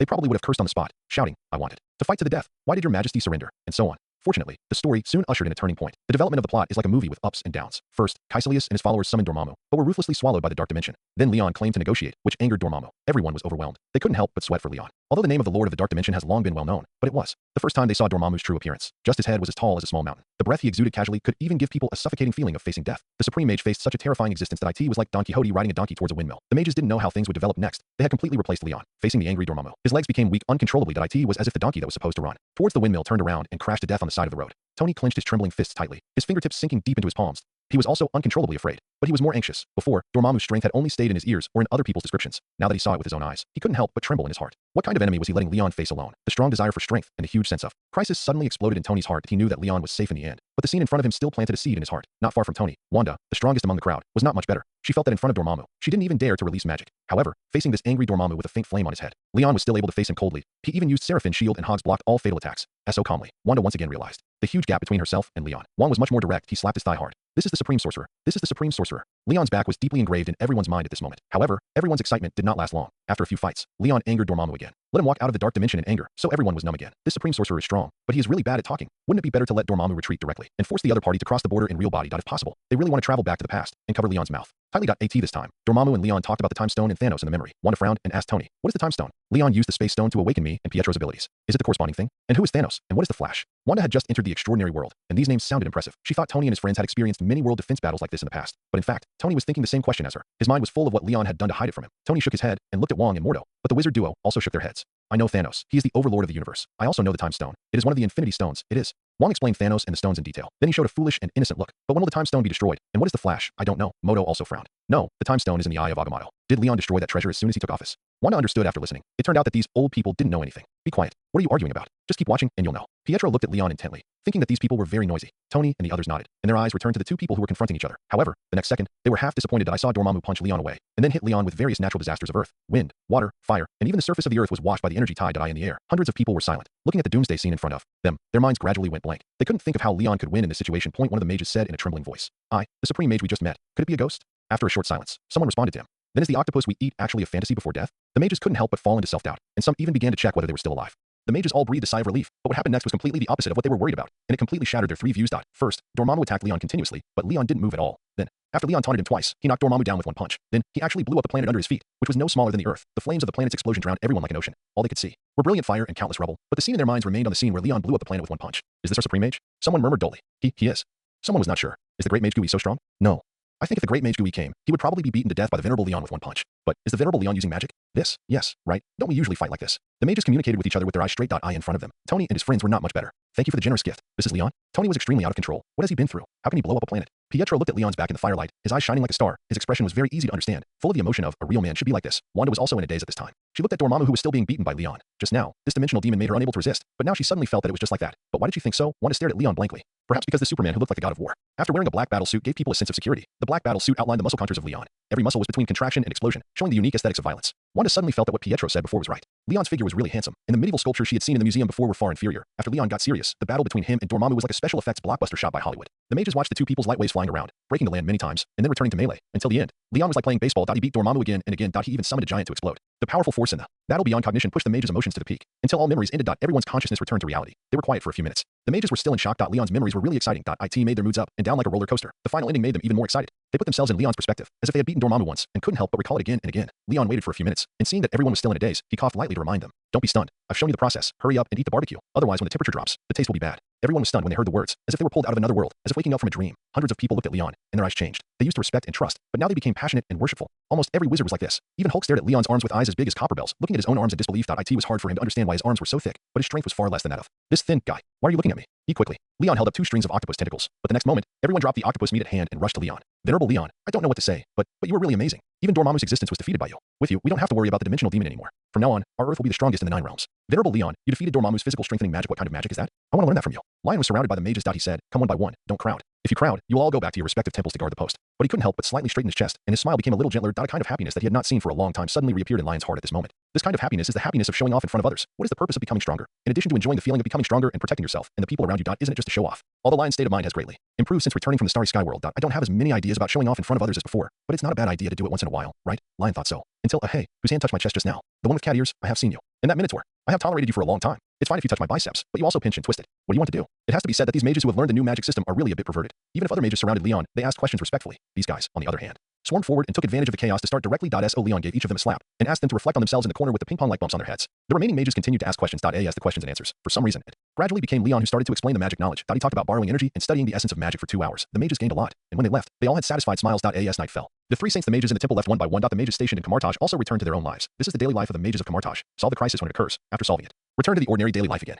Hidden under the prosperity of the world. No one will know that a group of people in robes just prevented a world-destroying crisis. But this time it is a little different. The mages who left will spread the name and exaggerated achievements of the supreme mage Leon throughout the magic field. Wait until all the mages leave. Tony and his friends finally have the opportunity to talk to Leon in detail. Okay, the dimensional war is over, and everyone can go home. Leon said. He took out a few potions that can view battle memories and handed them to Mordo. Mordo, you will throw these memory potions into those invading hells later and let them deal with it themselves. Mordo was stunned for a moment and immediately understood. Are you trying to deter them? I understand. After watching the memory of Leon beating Dormammu, Mordo, as the diplomatic ambassador of Kamartaj, straightened his back. Should we also throw one dimension of the beholder? He even felt that it was not enough. Leon glanced at Mordo. Forget about the beholder. He usually doesn't invade the earth, and it would be irrational to really provoke him. It's better to have less dealings with Cthulhu-like things like the beholder. After that, he looked at the king beside him. Also, although Dormammu promised that Kamartaj could borrow his power without limit in the future, but you two still have to warn the mages not to use the power of the dark dimension unless it is the most critical moment. Although there is no price to pay, that kind of power naturally has the characteristics of corroding the mind. I don't want to come back one day and see all the extreme lunatics, Leon said. Modo nodded seriously. With the counterexample of Caecilius, I believe the mages will weigh it in their hearts, and don't worry, I will always supervise them. Modo was right. The king agreed. Not many people would actively use Dormammu's magic. He pointed at the library and smiled teasingly. Just like not everyone is like you, who dares to read any banned book in the library, right? Lion squinted at him. Wong, you are here again, always thinking about my reading banned books. If you want to blame you can only blame Ancient One, she allowed it.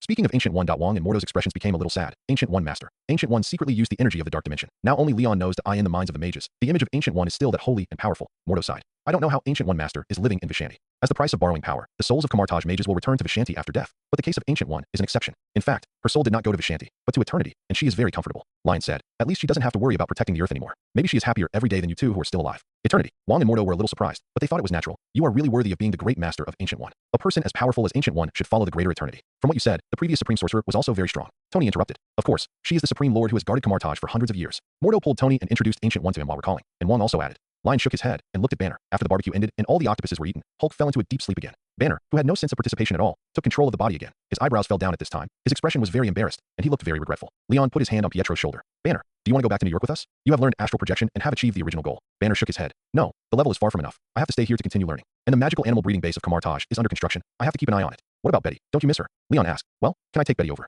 Banner scratched his head embarrassedly. She is a biologist, and she must like those small animals very much. You can go to Wong and Mordo to discuss this. The two of them are now the butlers of Kamartaj. Leon threw away the work that should have belonged to the supreme sorcerer without hesitation. Then he turned his head with a smile and looked at the Maximoff brothers and sisters. I say, you two haven't touched enough. On his chest, 2 hands of different skin colors touched there, and even pressed tentatively occasionally. Whoa! Wanda immediately made a low sound like a small animal when Leon turned his head and quickly withdrew her hand. Her snow-white face quickly flushed, and she turned her eyes to the ground to cover it up. Pietro smiled carelessly, with his palm still on Leon. As expected of a Superman, the muscles are really great. He even gave a thumbs up. After watching the battle memory. Leon's status in Pietro's heart rose sharply, and he returned to the level of an idol again. As soon as he got closer, he couldn't control himself. He couldn't help but feel Leon's explosive muscles. He imagined that this body of muscles would grow on his body one day. He even instigated Wanda to touch it with him. Pietro's teeth were shining in the corners of his grinning mouth, and his bright eyes seemed to have a strange light under this gaze. Leon was not happy at all when he was praised, but a chill ran down his spine. Pietro, if you look at me with that groundhog look again, I will make sure you turn into a groundhog. If you want muscles, go home and train yourself. Leon slapped Pietro in the face, causing him to do 3.5 turns in the air, and finally fell to the ground with his butt sticking out and died peacefully. Then he opened a portal with a flick of his finger. He grabbed Pietro by the collar and threw him in. Then he asked Wanda, who was in a daze. Your apartment is across the street. Do you want to go by yourself, or let me take you there? Wanda trembled all over. I will go by myself. She hurriedly ran and jumped through the portal like a rabbit that had escaped from its trap. When she turned back, Leon waved his hand. You and your sister have done a good job today. Go to bed early. You will go to school in 2 hours. Remember not to skip classes. After that, he closed the portal. The last moment. The wailing of the brother and sister about going to school came from the other side of the door. Although the two were the same age as Leon and went to the same university, the pressures they faced at school were very different. Going to school is really a nostalgic word. Banner put his hands on his waist and showed a professor smile. If you miss it, you can go again. Leon said. In the future, I plan to let Wong build a magic academy to form a more systematic wizard training system, and then you will have another chance. Banner scratched his head. It sounds good. After returning from Hogwarts, Wong always felt that something was missing here. He even wanted to learn from Hogwarts and get a train here. Then he will definitely like this future job. Lion first sent the black-clothed people who had watched a big show and had eaten and drunk enough back to New York. Then he walked towards Tony and the other two, who were chatting happily. This time,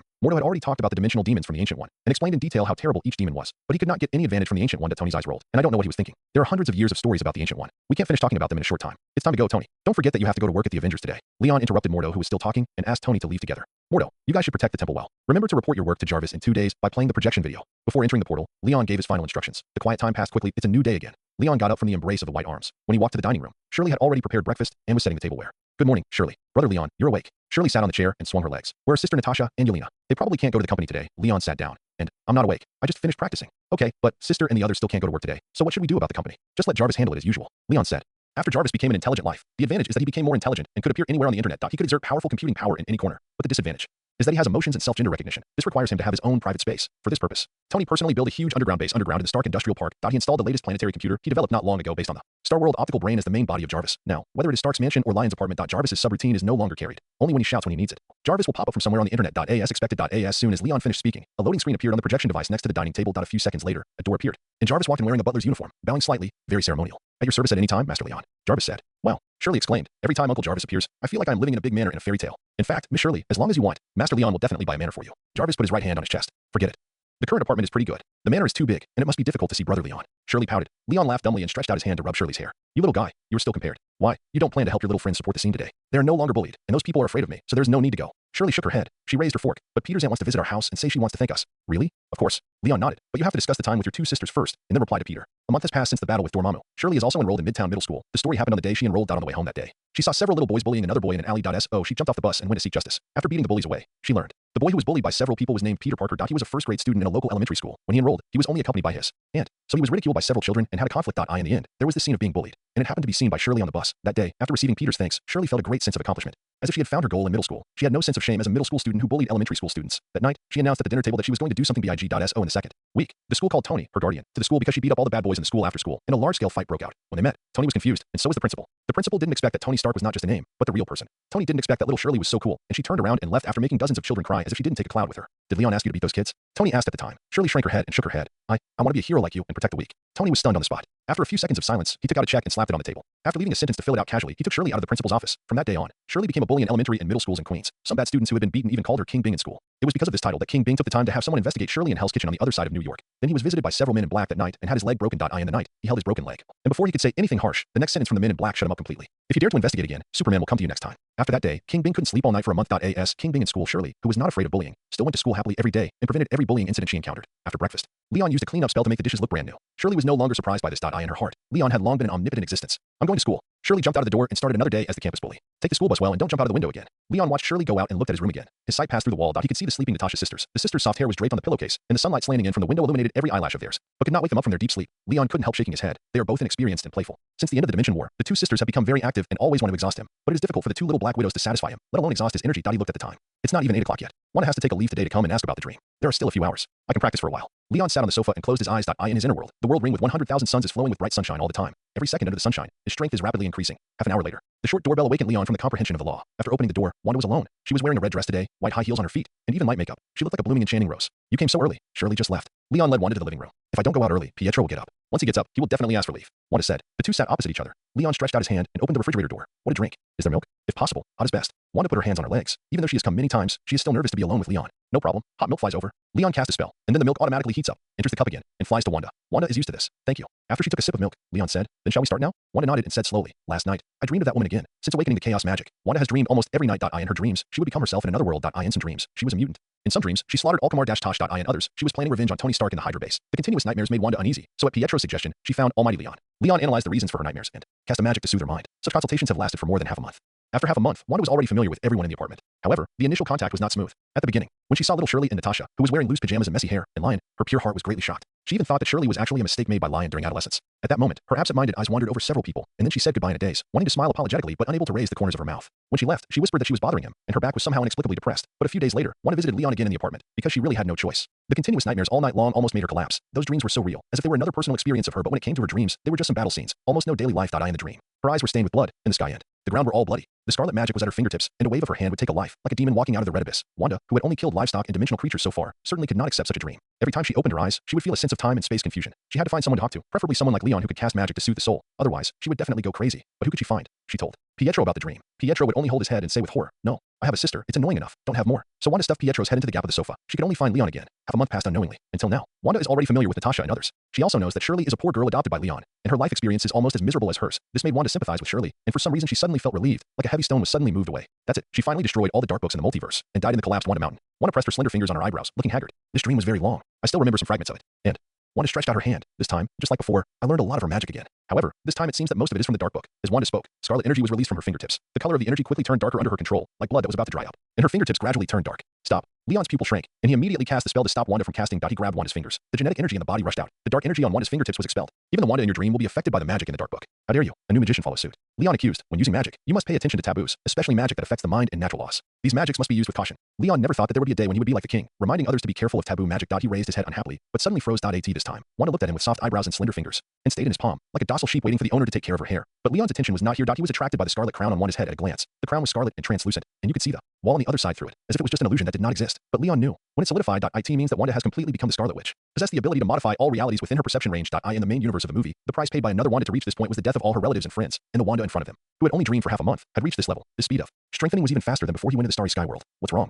Wanda blinked in confusion. Blink. She touched the top of her head. Is there something on my head? Leon covered his face with his hands. No, I'm just a little envious. Envy. Wanda was even more confused. I mean, we have to sort it out again. Leon first stretched out his hand and pointed his index finger at Wanda's forehead, releasing mental magic to help her relieve mental stress. Then he narrated, the so-called dream, at certain moments, is a window for us to peek into other selves in parallel universes. We have discussed that the Wandas you saw in your dreams are actually your counterparts. First of all, in your dream, most of the other Wandas awaken their abilities because of the Mind Stone, and only you awaken with the Space Stone. Secondly, other Wandas have never dreamed of being in parallel universes. Only you have encountered this situation. And what you dreamed of in your dream were almost all battle scenes. After the dream ends, the magic or skills used by another Wanda in the battle will also be mastered by you, right? Yes, that's right. Wanda nodded vaguely. She has been immersed in the magic performed by Leon, with her eyes slightly closed and a relaxed and comfortable expression from time to time. Her eyebrows will be slightly shaken and her shoulders will be tilted back. It's as if Leon is actually giving her a shoulder relaxation massage. Then all the problems may come from the space gem. Lion continued to analyze. Every Wanda is born with chaos magic. The role of the gem is just to activate it, like a key, to open the door to potential. And the strength of chaos magic has never changed. Only the skills and methods of the user have changed. The more sophisticated the skills, the more profound the casting method, the stronger the chaos magic cast. According to what you said, other Wandas whose talents are activated by the mind gem will be better at controlling the mind than you. I think it should be the mind gem that makes them better at developing the use of chaos magic in the mind. And what the space gem brings to you may be the ability to communicate and learn with Wanda in other worlds through dreams.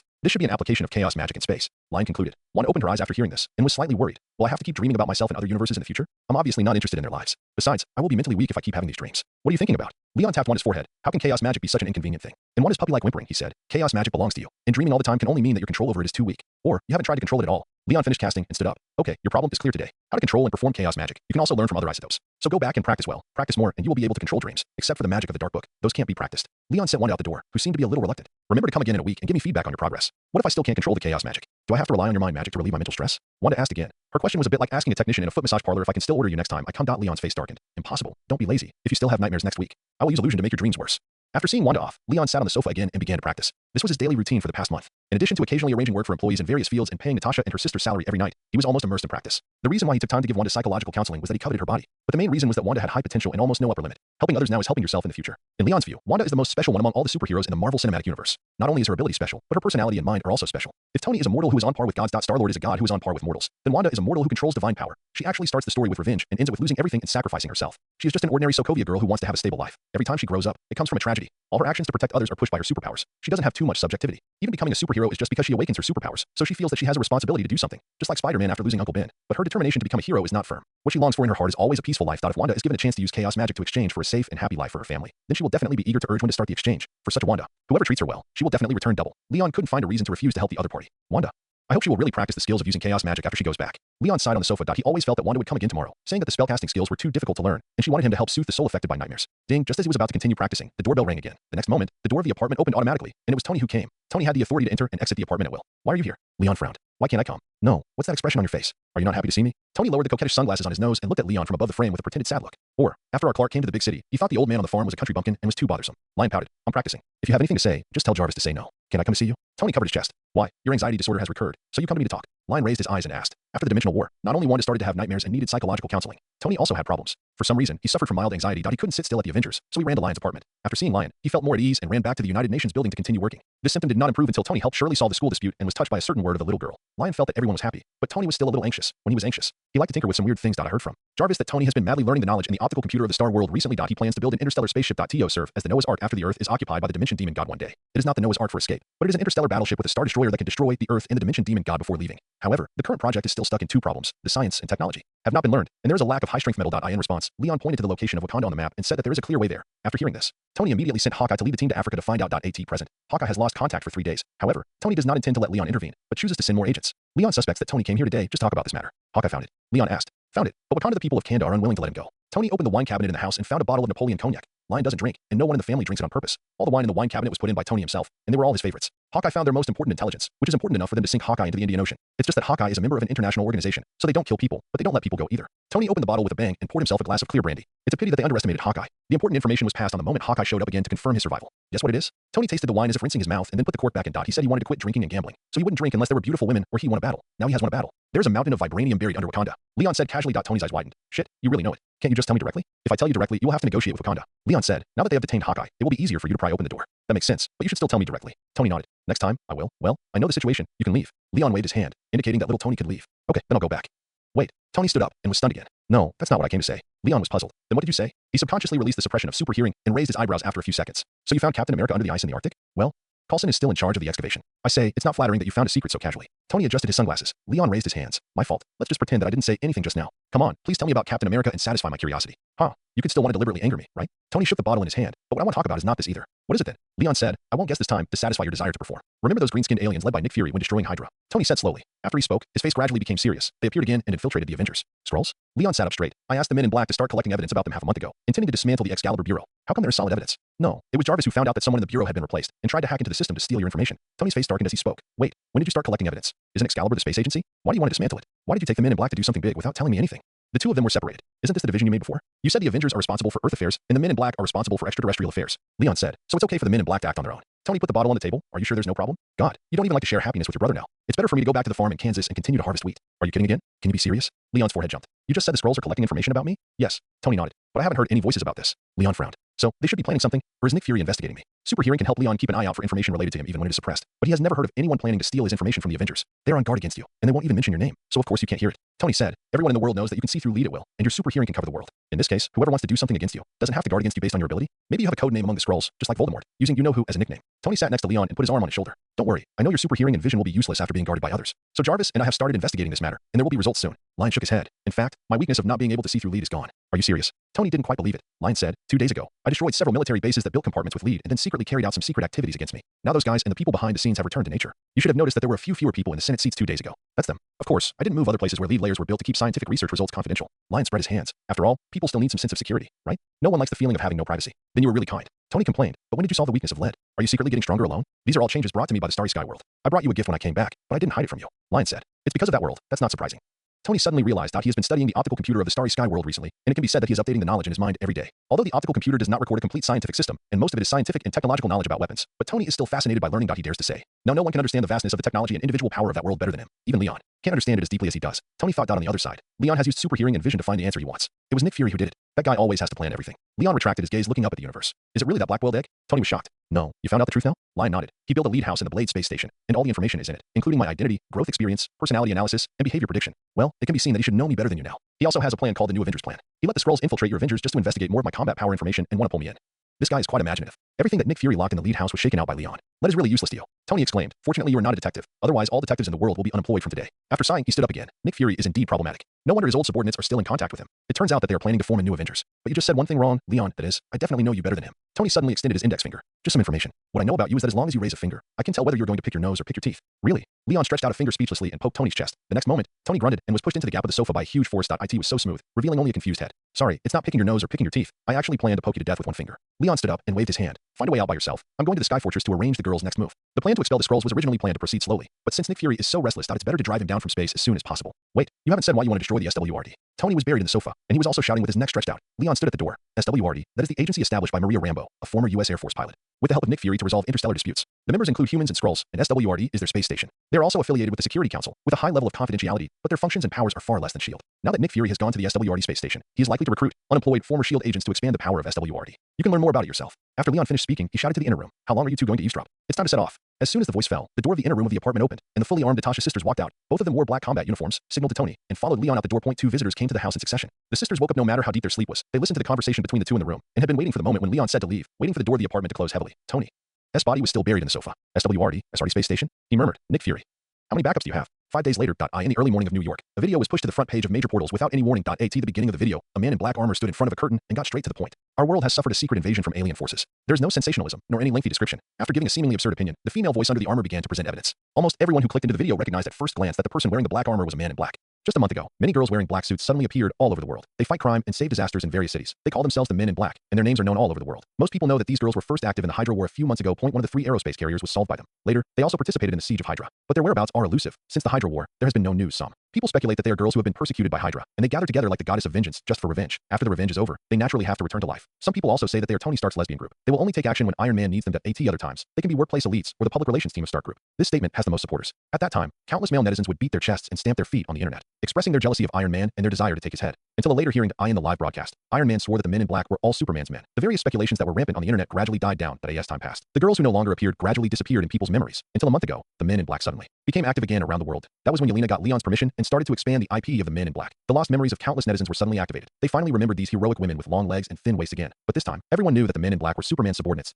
Superman supporters stood up and said that Superman sent his black nuns to redeem the world's human beings. The opposition also refuted that. The reappearance of these Valkyries was Superman's first step in preparing for his dictatorship. The two sides quarreled fiercely on the internet. Open any web page. You can see the text of the two parties arguing in the comment area. According to Shirley, those 2 days, even if she opened a video of Snow White, there would be people using objects to describe people, saying that the queen was thinking about killing the princess all day long, which was unforgivable, and Superman was like the queen, and the princess was just an ordinary person. Then there would be supporters who jumped out immediately, saying that the prince was Superman, and the queen was Hydra, who had died long ago. Fortunately, all these disputes gradually disappeared after Supersound Company launched the movie Men in Black, with the same name as the Men in Black. The movie tells the origin and purpose of the Men in Black. The Men in Black are a group of poor girls rescued by Superman. Their doctrine is that everything is false and everything is allowed. Their duty is to maintain extraterrestrial relations and prevent evil aliens from invading the Earth. The movie begins with the destruction of the Red Room, a pseudonym for the Red House, by Superman and Iron Man. The story follows the story of a group of miserable girls struggling, redeeming, growing up and suffering, and finally destroying Hydra. The movie was not promoted for a long time, but it was released less than a week later. The global box office exceeded. The other movie, The Dark Knight Batman, released by Super Inc. Company at the same time. That's right. While Super Inc. Company is developing local IP, it has not given up DC's IP. That it's just because local superheroes make people feel more involved. The DC series of superhero movies are not too popular, except Superman. Men in Black really pushed the girls into the public's field of vision. When the video on the homepage of the portal website is opened, a figure wrapped in black armor appears. Almost all netizens recognize the other party's identity. They knew that the other party might be speaking on behalf of Superman. That's why they didn't refute the fantastic words at the beginning of the video at the first time. The Man in Black in the video presented one piece of evidence after another. They didn't need to refute it, because the evidence is irrefutable. The Earth has indeed been infiltrated by aliens. We first noticed the existence of aliens in this video. In the video, the Man in Black stretched out his palm and slid from top to bottom, and the screen switched to an online video from several months ago. In the screen, there is a Hydra space mother the command room inside the ship. Most netizens have seen this scene. In the command room, the former director of S.H.I.E.L.D. was confronting dozens of Hydra agents with his men. While they were talking, someone suddenly opened fire, and the next moment, the sound of gunfire was like rain. The number of people on both sides was not equal, but they fought back and forth until someone on the side of the director of S.H.I.E.L.D. fell down and turned into a green-skinned non-human creature. The picture paused here and then jumped back to the Man in Black. The Man in Black said, "The green figure that fell down at this time is the invading alien." A few months ago, this strange figure had attracted the attention of all parties. But at that time, the official explanation, or the former director of S.H.I.E.L.D. Nick Fury, was that the deceased was an enhanced person, and the changes after death were the side effects of the enhancement potion. It has to be said that he almost fooled everyone in the world, but he couldn't fool the Man in Black. We traced the network data at that time and found a video that was secretly intercepted. The screen jumped again. It was still the same scene. This time Nick Fury and others were tied up in the corner of the command room. A Hydra agent walked past them, but after a few steps, he was shot dead on the spot by someone who looked like the leader of Hydra. After the agent fell to the ground, he quickly turned into a green man. Then several people in the command room exclaimed. The leader of Hydra immediately turned the gun and fired 6 shots at the 6 people who exclaimed. 6 agents fell to the ground one after another. All of them were green-skinned men. Seeing this scene, countless faces in front of the screen were stunned. It was reasonable to have one enhanced man, but 7 of them suddenly appeared, and they were all from Hydra. Is this reasonable? The most important thing is that according to the Man in Black, this video was intercepted. Why was it intercepted? Isn't it because there is a truth that cannot be told? At this time, the screen paused again and switched back to the Man in Black. This was originally a video that the Tide organization was going to upload to the internet, but it was intercepted by a mysterious force. In fact, it was Leon who specifically instructed Agent K to keep this video until such a critical moment before releasing it. But that's definitely not the right thing to say. The disbanded Tide organization took the blame again. The unusualness of the 7 green-skinned men in the video made us quite alert. The Man in Black continued. So in the following period of time, while we were destroying Hydra, we were also tracking down these green-skinned people in the video. After several months of investigation, we found traces of them in countries around the world. Following these clues, we found the truth. The Man in Black took a deep breath. The green-skinned people in the video are aliens called Skrulls. They are a group of interstellar refugees who were placed on Earth by the former director of S.H.I.E.L.D., Nick Fury. If this is just a group of harmless aliens, then we can barely understand his behavior as Earth's goodwill to other planets. But these Skrulls are not harmless. They are gangsters in the universe, invaders. The Skrulls were born with a strange ability. That ability allows them to imitate the appearance of others and copy their memories without physical contact. This is not alarmist, but the horrifying truth we discovered when we were tracking down Nick Fury. The Man in Black waved his hand to switch the screen. This is a surveillance video. In the dark night, a white man in a windbreaker stood under the dim street light. The straight tube-like light enveloped him, and the rest of the street was dark under the surveillance. Suddenly, a hooded figure walked into the light from the vague darkness. The two sides seemed to have communicated. The hooded figure suddenly pulled out a knife from his bosom, stabbed the white man's neck neatly, and then gently held him up. Then, the hooded figure took off his hat, revealing a green face. Under the light, the face gradually turned into a white man's appearance. The picture stopped abruptly. The Man in Black reappeared. The person killed in the picture is Rowan, a mid-level intelligence officer of MI6. We can see in the surveillance that his carotid artery was pierced, and he is dead. But in reality, Mr. Rowan is still working in MI6, and even became an ace agent. At this point in the video, the barrage suddenly increased, directly filling the entire screen. At a glance, it was all exclamation marks or question marks, and everyone was expressing their inner shock. The Man in Black was still showing evidence. Not only this ace agent, we also found many surveillance videos that had been deliberately destroyed. The picture began to play and jump continuously. After that, it took a full 10 minutes. They were all surveillance videos from all over the world. Some were black and white, some were color, some were blurry, and some were high definition. Some took place in remote alleys in New York, and some took place in the busiest streets in Serbia. In each video, a Skrull replaced an Earthling. Some of the replaced people were terrorists, and some were key figures in various departments. As the video played, the faces of the people watching the video became worse and worse. Even the vendors who were far away from political life, and even the beggars on the streets of New York. Watching these surveillance clips at this time, I couldn't help but feel cold in my heart. Suddenly I felt that the world I was in was extremely strange. Any person who walked by seemed to be a scroll. These surveillance clips were all original videos that Jarvis recovered from data garbage after entering one closed LAN after another with the help of the men in black. When Tony saw these surveillance videos the day before, his face was so gloomy that he couldn't even speak. In the video, dozens of surveillance clips were played.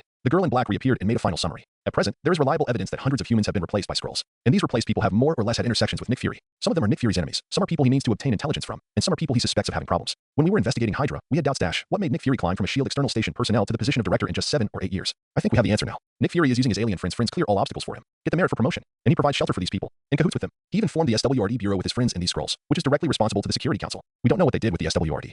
However, according to the investigation of the men in black, the number of scrolls on Earth now is as high as 1 million. And there are more scrolls in the universe, rushing to Earth on spacecraft. As soon as the quantifier million appeared, the brains of countless people in front of the screen went blank. There are millions of aliens on Earth who can change into other people's appearances and copy memories. What a joke. Is the world going to end tomorrow? At this moment, people on Earth first thought that the Earth was doomed. The sonorous voice of the man in black in the video has become their biggest hope at this time. Some of them live in the dark and are afraid of the world. Some of them have replaced some dying people in the shelter and are active on Earth. But there is no doubt that these cosmic gangsters are gradually entering human society. They're learning from humans and integrating into humans, with the goal of replacing humans one day. Faced with cosmic gangsters like the Skrulls, we in black will never choose to let them go. From now on, the men in black officially warn the Skrulls, leave the Earth. In the next 3 days, we will deploy equipment that can identify the Skrulls to countries around the world. Everyone watching this video, especially politicians from various countries, from now on, be careful of all threats around you. Be careful of the Skrulls. The video ends here. The screen goes out and turns black. But on the black screen, various bullet comments are still flowing. These Skrulls are really damned. Fuck you. We were attacked by Hydra a few months ago, and now a group of Skrulls are popping up again. I was wrong. I was wrong. SuperMan and the men in black are really protecting the Earth. They don't want to be a dictator. Please send the identification equipment to Chicago as soon as possible. No wonder I always feel that something is wrong with my wife recently. She comes home very late every day, takes a shower as soon as she comes back, and is not interested in that matter. Now I know that she was replaced by the Skrulls. Woo woo woo, my wife. I will kill that Skrull now to avenge you. Great Trinity Superman. Please bestow your grace and redeem these confused lambs. Superman.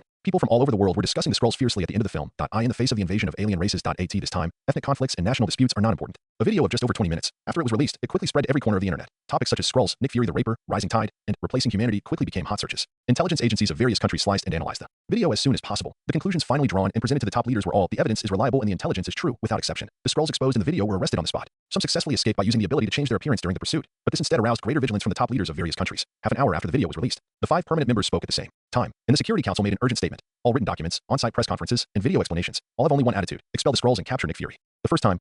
What the hell? In the cold outer space. In an inverted cone-shaped space station, the Divine Blade space station, Nick Fury was watching the video of the man in black at his desk. He blurted out curses. He sneered at the alarmist remarks of the man in black in the first half of the video. He thought it was just a counterattack from the Stark brothers. After all, the brothers found out that he was sending people to investigate Leon's information, so it was normal for them to fight back. Nick Fury didn't care about it. He fast-forwarded the video and began to think about countermeasures. Although the video had caused a stir on the internet, but it was only a temporary sensation. The internet has no memory. He only needs to deal with the 5 permanent members, and the voices on the internet will fade away no matter how lively they are. The current situation is not even a crisis in Nick Fury's eyes. Compared with this video, he is even more concerned about why Tony Stark can discover the infiltration of the Skrulls. The transformed Skrulls not only have the memories of the original owner, but also carry the advanced equipment of the S.W.O. or Point D. No matter how you think about it, they should not be discovered. Nick Fury's thoughts gradually drifted away, but suddenly the man in black in the video pulled his drifting thoughts back. Hearing the man in black introduce all the information about the Skrulls like a treasure, Nick Fury's face sank, and he didn't understand why the other party knew so much about the Skrulls. He even began to wonder in his heart whether Superman and Iron Man met the Kree and obtained this information. But the following video content made Nick Fury's heart sink. Dozens of surveillance videos that should have been destroyed fully and thoroughly exposed the capabilities and threats of the Skrulls. Nick Fury could already imagine the crazy look of the top leaders of various countries at this time. Because he had Captain Marvel as his backing and had shared hardships with the Skrulls, he could be sure that they were trustworthy. But the politicians on Earth didn't know. And the people who were replaced in the video, they were indeed his enemies or mission targets. And their political achievements that led to his promotion to S.O. He couldn't deny the relationship either. Now Nick Fury felt that things were a bit tricky. But the next moment, he heard the man in black in the video spit out the quantifier million. Nick Fury's eyes widened suddenly. Fuck? Millions of Skrulls? Where did the million come from? Aren't there only a few thousand? He wanted to deny the assertion of the man in black, but in his heart, he also doubted the Skrulls. On the other side of the Earth, the remains of the Chernobyl city, the abandoned city, should have been emptied, in the air filled with nuclear radiation. Even the birdsong should have been terrifying. But among the ruins, a few green figures passed by from time to time, raising the field of vision. You can see countless green people crowded around the nuclear power plant. Most of the Skrull refugees gathered here. The maintenance workers originally stationed around the nuclear power plant have long been secretly replaced by them. This abandoned city has welcomed another group of residents. The Skrulls are not affected by nuclear radiation. The various nuclear leak sites on the Earth are their best habitats. Even satellites rarely pass through these places. They can safely regard this place as their temporary home. And Chernobyl is called New Skrullis by them. The so-called Skrullis is the long-destroyed hometown of these Skrulls. The new name of Chernobyl undoubtedly represents their desire to stay on Earth forever. At a warehouse in the abandoned nuclear power plant at this time, Skrull General Taros and his wife Soren, along with a group of Skrull high-ranking officials, gathered here. They sat around a long table. The projection device on the table projected the video of the man in black in front of everyone. The video had been played over and over again. The warehouse was extremely quiet, and the atmosphere was as tense as a taut string. General, what should we do now? Someone asked in the suppressed silence. Taros rested his hands on the table and watched the looping video. Silent, still silent. The general who led the people to find hope could not come up with an idea at this time. That IT took a lot of effort to slowly speak. Wait for Nick's news. He and Captain Marvel promised to help us find a habitable planet and will not let us down. Immediately someone raised a question. But he can't protect himself now. General, the United Nations has issued a notice to arrest him. He will find a way. Taros was unsure, so he could only close his eyes and not look at his people. IT said, he is Nick Fury. We all have to believe him. Then, what if he fails? Can we take the initiative to confess to the Earthlings and ask them to allocate a piece of land to us? This time, Taros closed his eyes and did not answer. The Skrull leaders who could not get an answer also closed their mouths and stopped asking. Taros is a dove among the Skrulls, and the leadership he led is mostly doves, but it does not mean that there are no war advocates. General, why don't we declare war directly? A very young Skrull stood up and slammed the table. IT looks very thin, and its eyes are full of hostility. Anyway, many of us have been arranged by Nick Fury to serve in the top leadership of various countries. As long as we declare war, their top leadership will be in chaos, and we may not be unable to win. We can even directly replace them in their weapons department and control nuclear weapons. The young man's plan is very radical. Shut up, Gravik. Talos immediately scolded. IT slammed the table hard, and the sound scared everyone. Don't think of using force against the Earth. Never. Talos was extremely serious. But Gravik was unwilling. I said shut up. Don't mention this topic again. Until Gravik clenched his fist and closed his mouth unwillingly. Talos rubbed his forehead and sat down. Sure enough, no matter where the young people are, they are all equally impulsive, belligerent, and ignorant. These people have no idea how strong Captain Marvel behind Nick Fury is. Besides, there is a Superman on Earth now. How can the Skrulls fight these monsters? Let's adjourn the meeting. Go back and wait for news. It won't be too long. Talos waved his hand. The senior executives left one after another. Soon, only Taros and his wife Soren were left in the warehouse. Don't worry, Nick won't give up on us. Soren stroked her husband's forehead with her hand. Taros sighed. I hope so. Beep. At this time, its communicator vibrated, and it happened to be a call from Nick Fury. It's Nick. Taros was shocked. After the call was connected, Nick Fury's virtual projection appeared above the projection device. Without waiting for Taros to ask, Nick Fury went straight to the point. Taros, tell me honestly, what are you hiding from me about the destruction of Skrull? Taros' expectant eyes froze when he heard the words that IT wanted to refute, but its eyes dodged uncontrollably. IT could only shake its head, nod and say, I promise, you know everything you should know. Really? So what the man in black said in the video is false? Or are there some things I shouldn't know? Nick Fury raised his tone.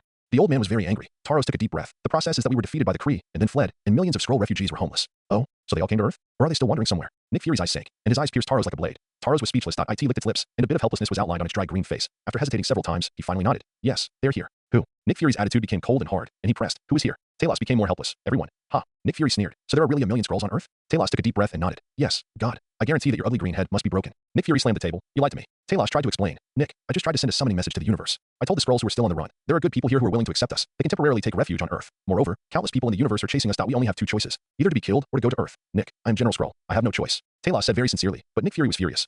There's no choice. It's all for your people. This is reasonable.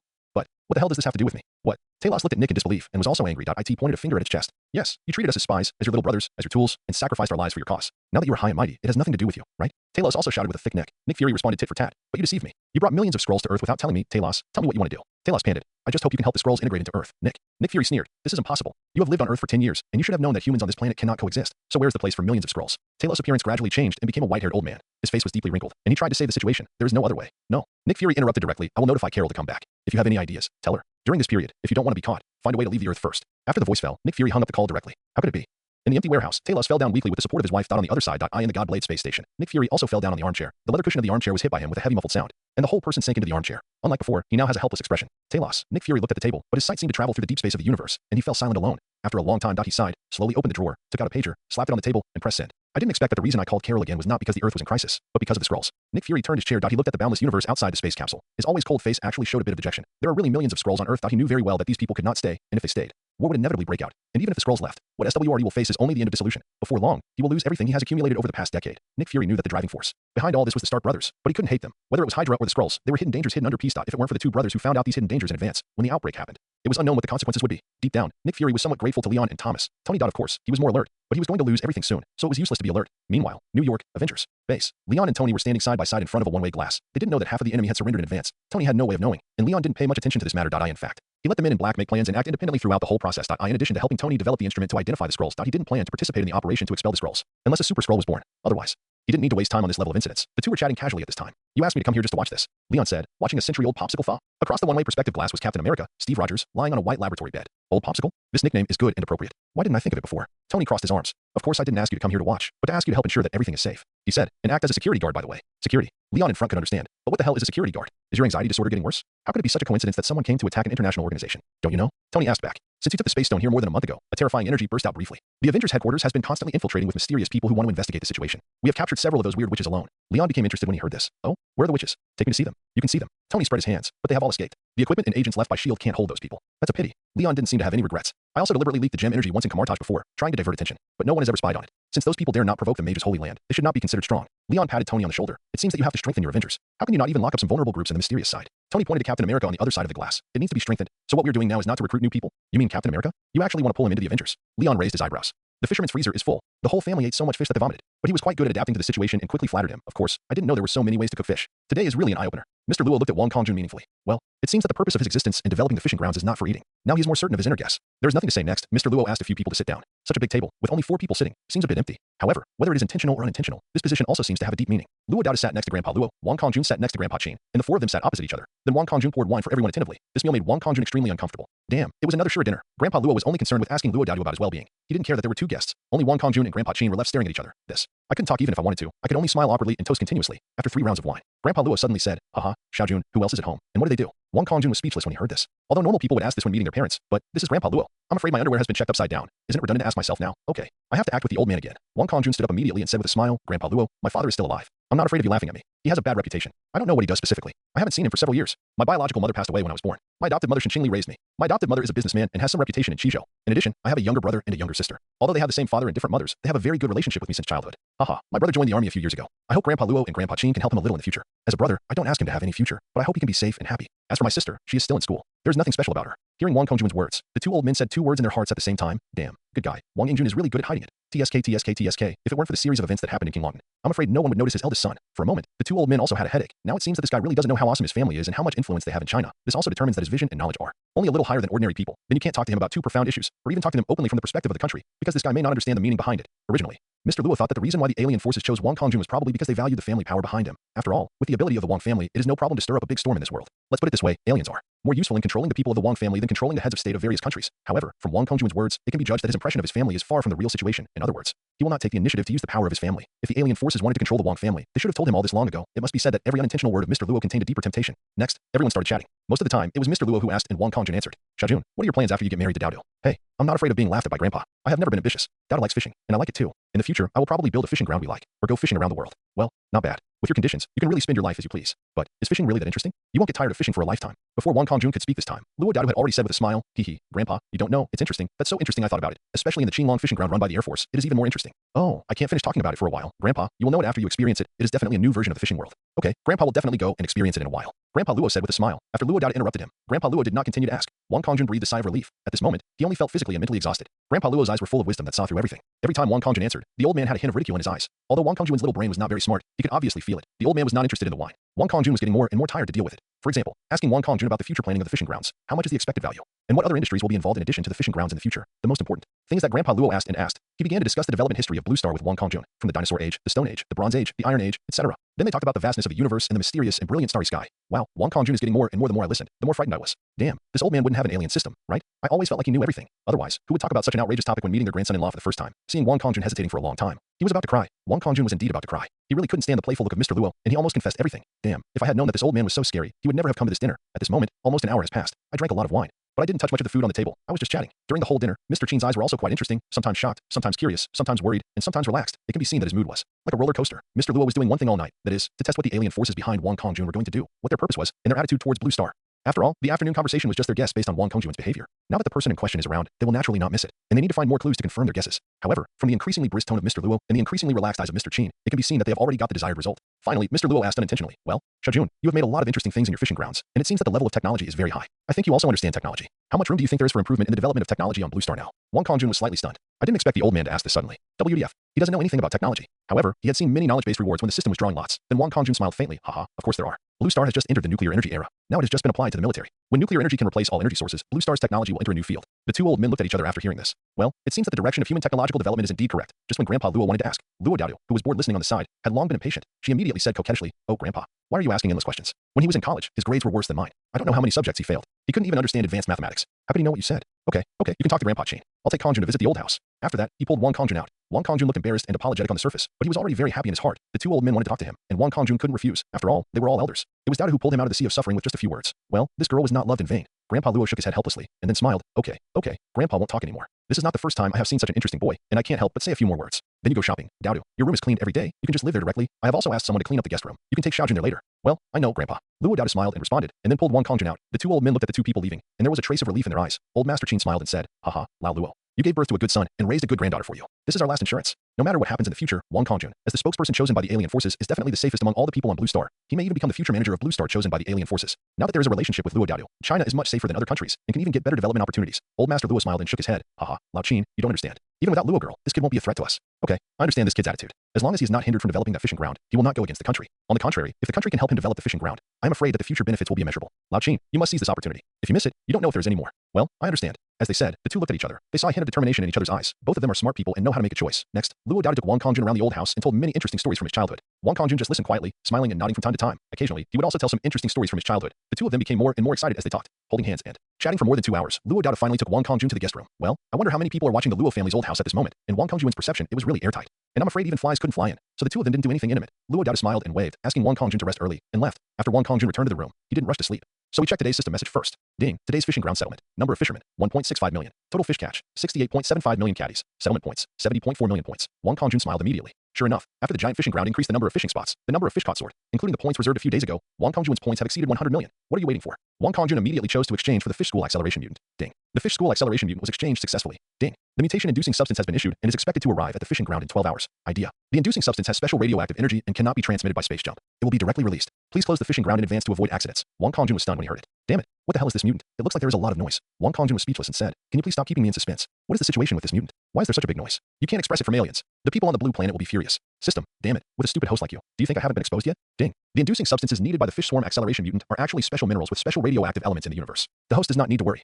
The radioactive elements of these minerals are within the controllable range. They are only effective for fish and will not affect any other blue planet creatures. Because this radioactive substance will affect the stability of the space channel, it cannot be directly released using space jump technology. So, at this time tomorrow night, there will be a meteor shower within the Qinglong fishing ground, and countless starry sky meteorites will fall within the fishing ground waters. This kind of release is unstable and uncontrollable. Affected by the rotation and revolution of the blue planet, it is impossible to accurately locate the exact position, and there is a slight error. Therefore, in order to avoid hurting anglers, I suggest that the host do not open the fishing ground at this time tomorrow. Fuck. So awesome. The weather was very hot, but the weather was very hot. Wang Kongjun was stunned. However, he was happy again. Hiki. This is a good feeling. Meteorites from outer space are still highly radioactive, as we all know.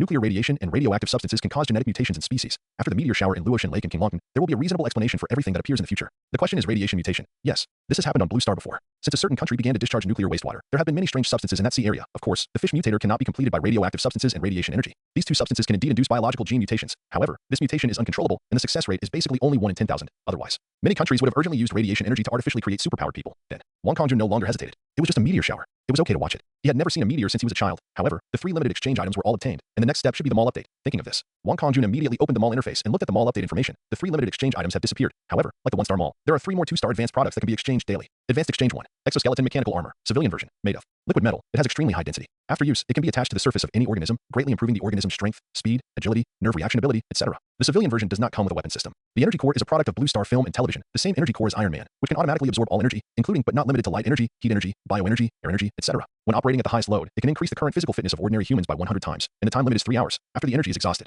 The exoskeleton mechanical armor automatically shrinks and enters the charging state. During the day, there is sufficient light energy, and it only needs to be charged for 6 hours, and at night, it needs to be charged for 12 hours. When not operating at full load, the use time is increased. When the energy consumption is less than 10%, there is no time limit. Exchange price, 10 million points. Wang Kongjun's eyes flashed. Good guy, as expected. Advanced products are all high-end products that far exceed ordinary 2-star products. The first one is so awesome. TSK. If it is increased by 100 times, it will be a force of 10,000 genes. You don't need to walk a few thousand genes of fish. Just take off. This thing is used with 2-star fishing gear, and you can deal with giants below 10,000 genes at will. However, just like the advanced products in the 1-star mall, these things can only be used within the fishing grounds. Otherwise, it would be amazing. Chinese soldiers, each with a set, just a little effort. It is already the limit of each country. However, Wang Kongjun is just thinking about it. This thing is really expensive. 10 million points? It is already 1,000 times the price of a reconnaissance aircraft and a luxury fishing chair. And now the largest fish in the fishing ground is only more than 2,000 pounds. How can you use a butcher knife to kill a chicken? It can be said that the cost performance is extremely low, and it is not within the scope of Wang Kongjun's consideration at present. What Wang Kongjun doesn't know is that 100 times improvement. This is already the strength of a superpowered person of a super limit level. Its value is immeasurable. Don't think that the super limit level is lame just because the Wang family is all infinite level. In the past 100 years, there are less than 100 infinite level people in the entire Blue Star, and less than 1,000 super limit level people. It can be said that there is no top power among billions. In addition to the infinite level, the super limit level is also an uncontrollable existence in this world.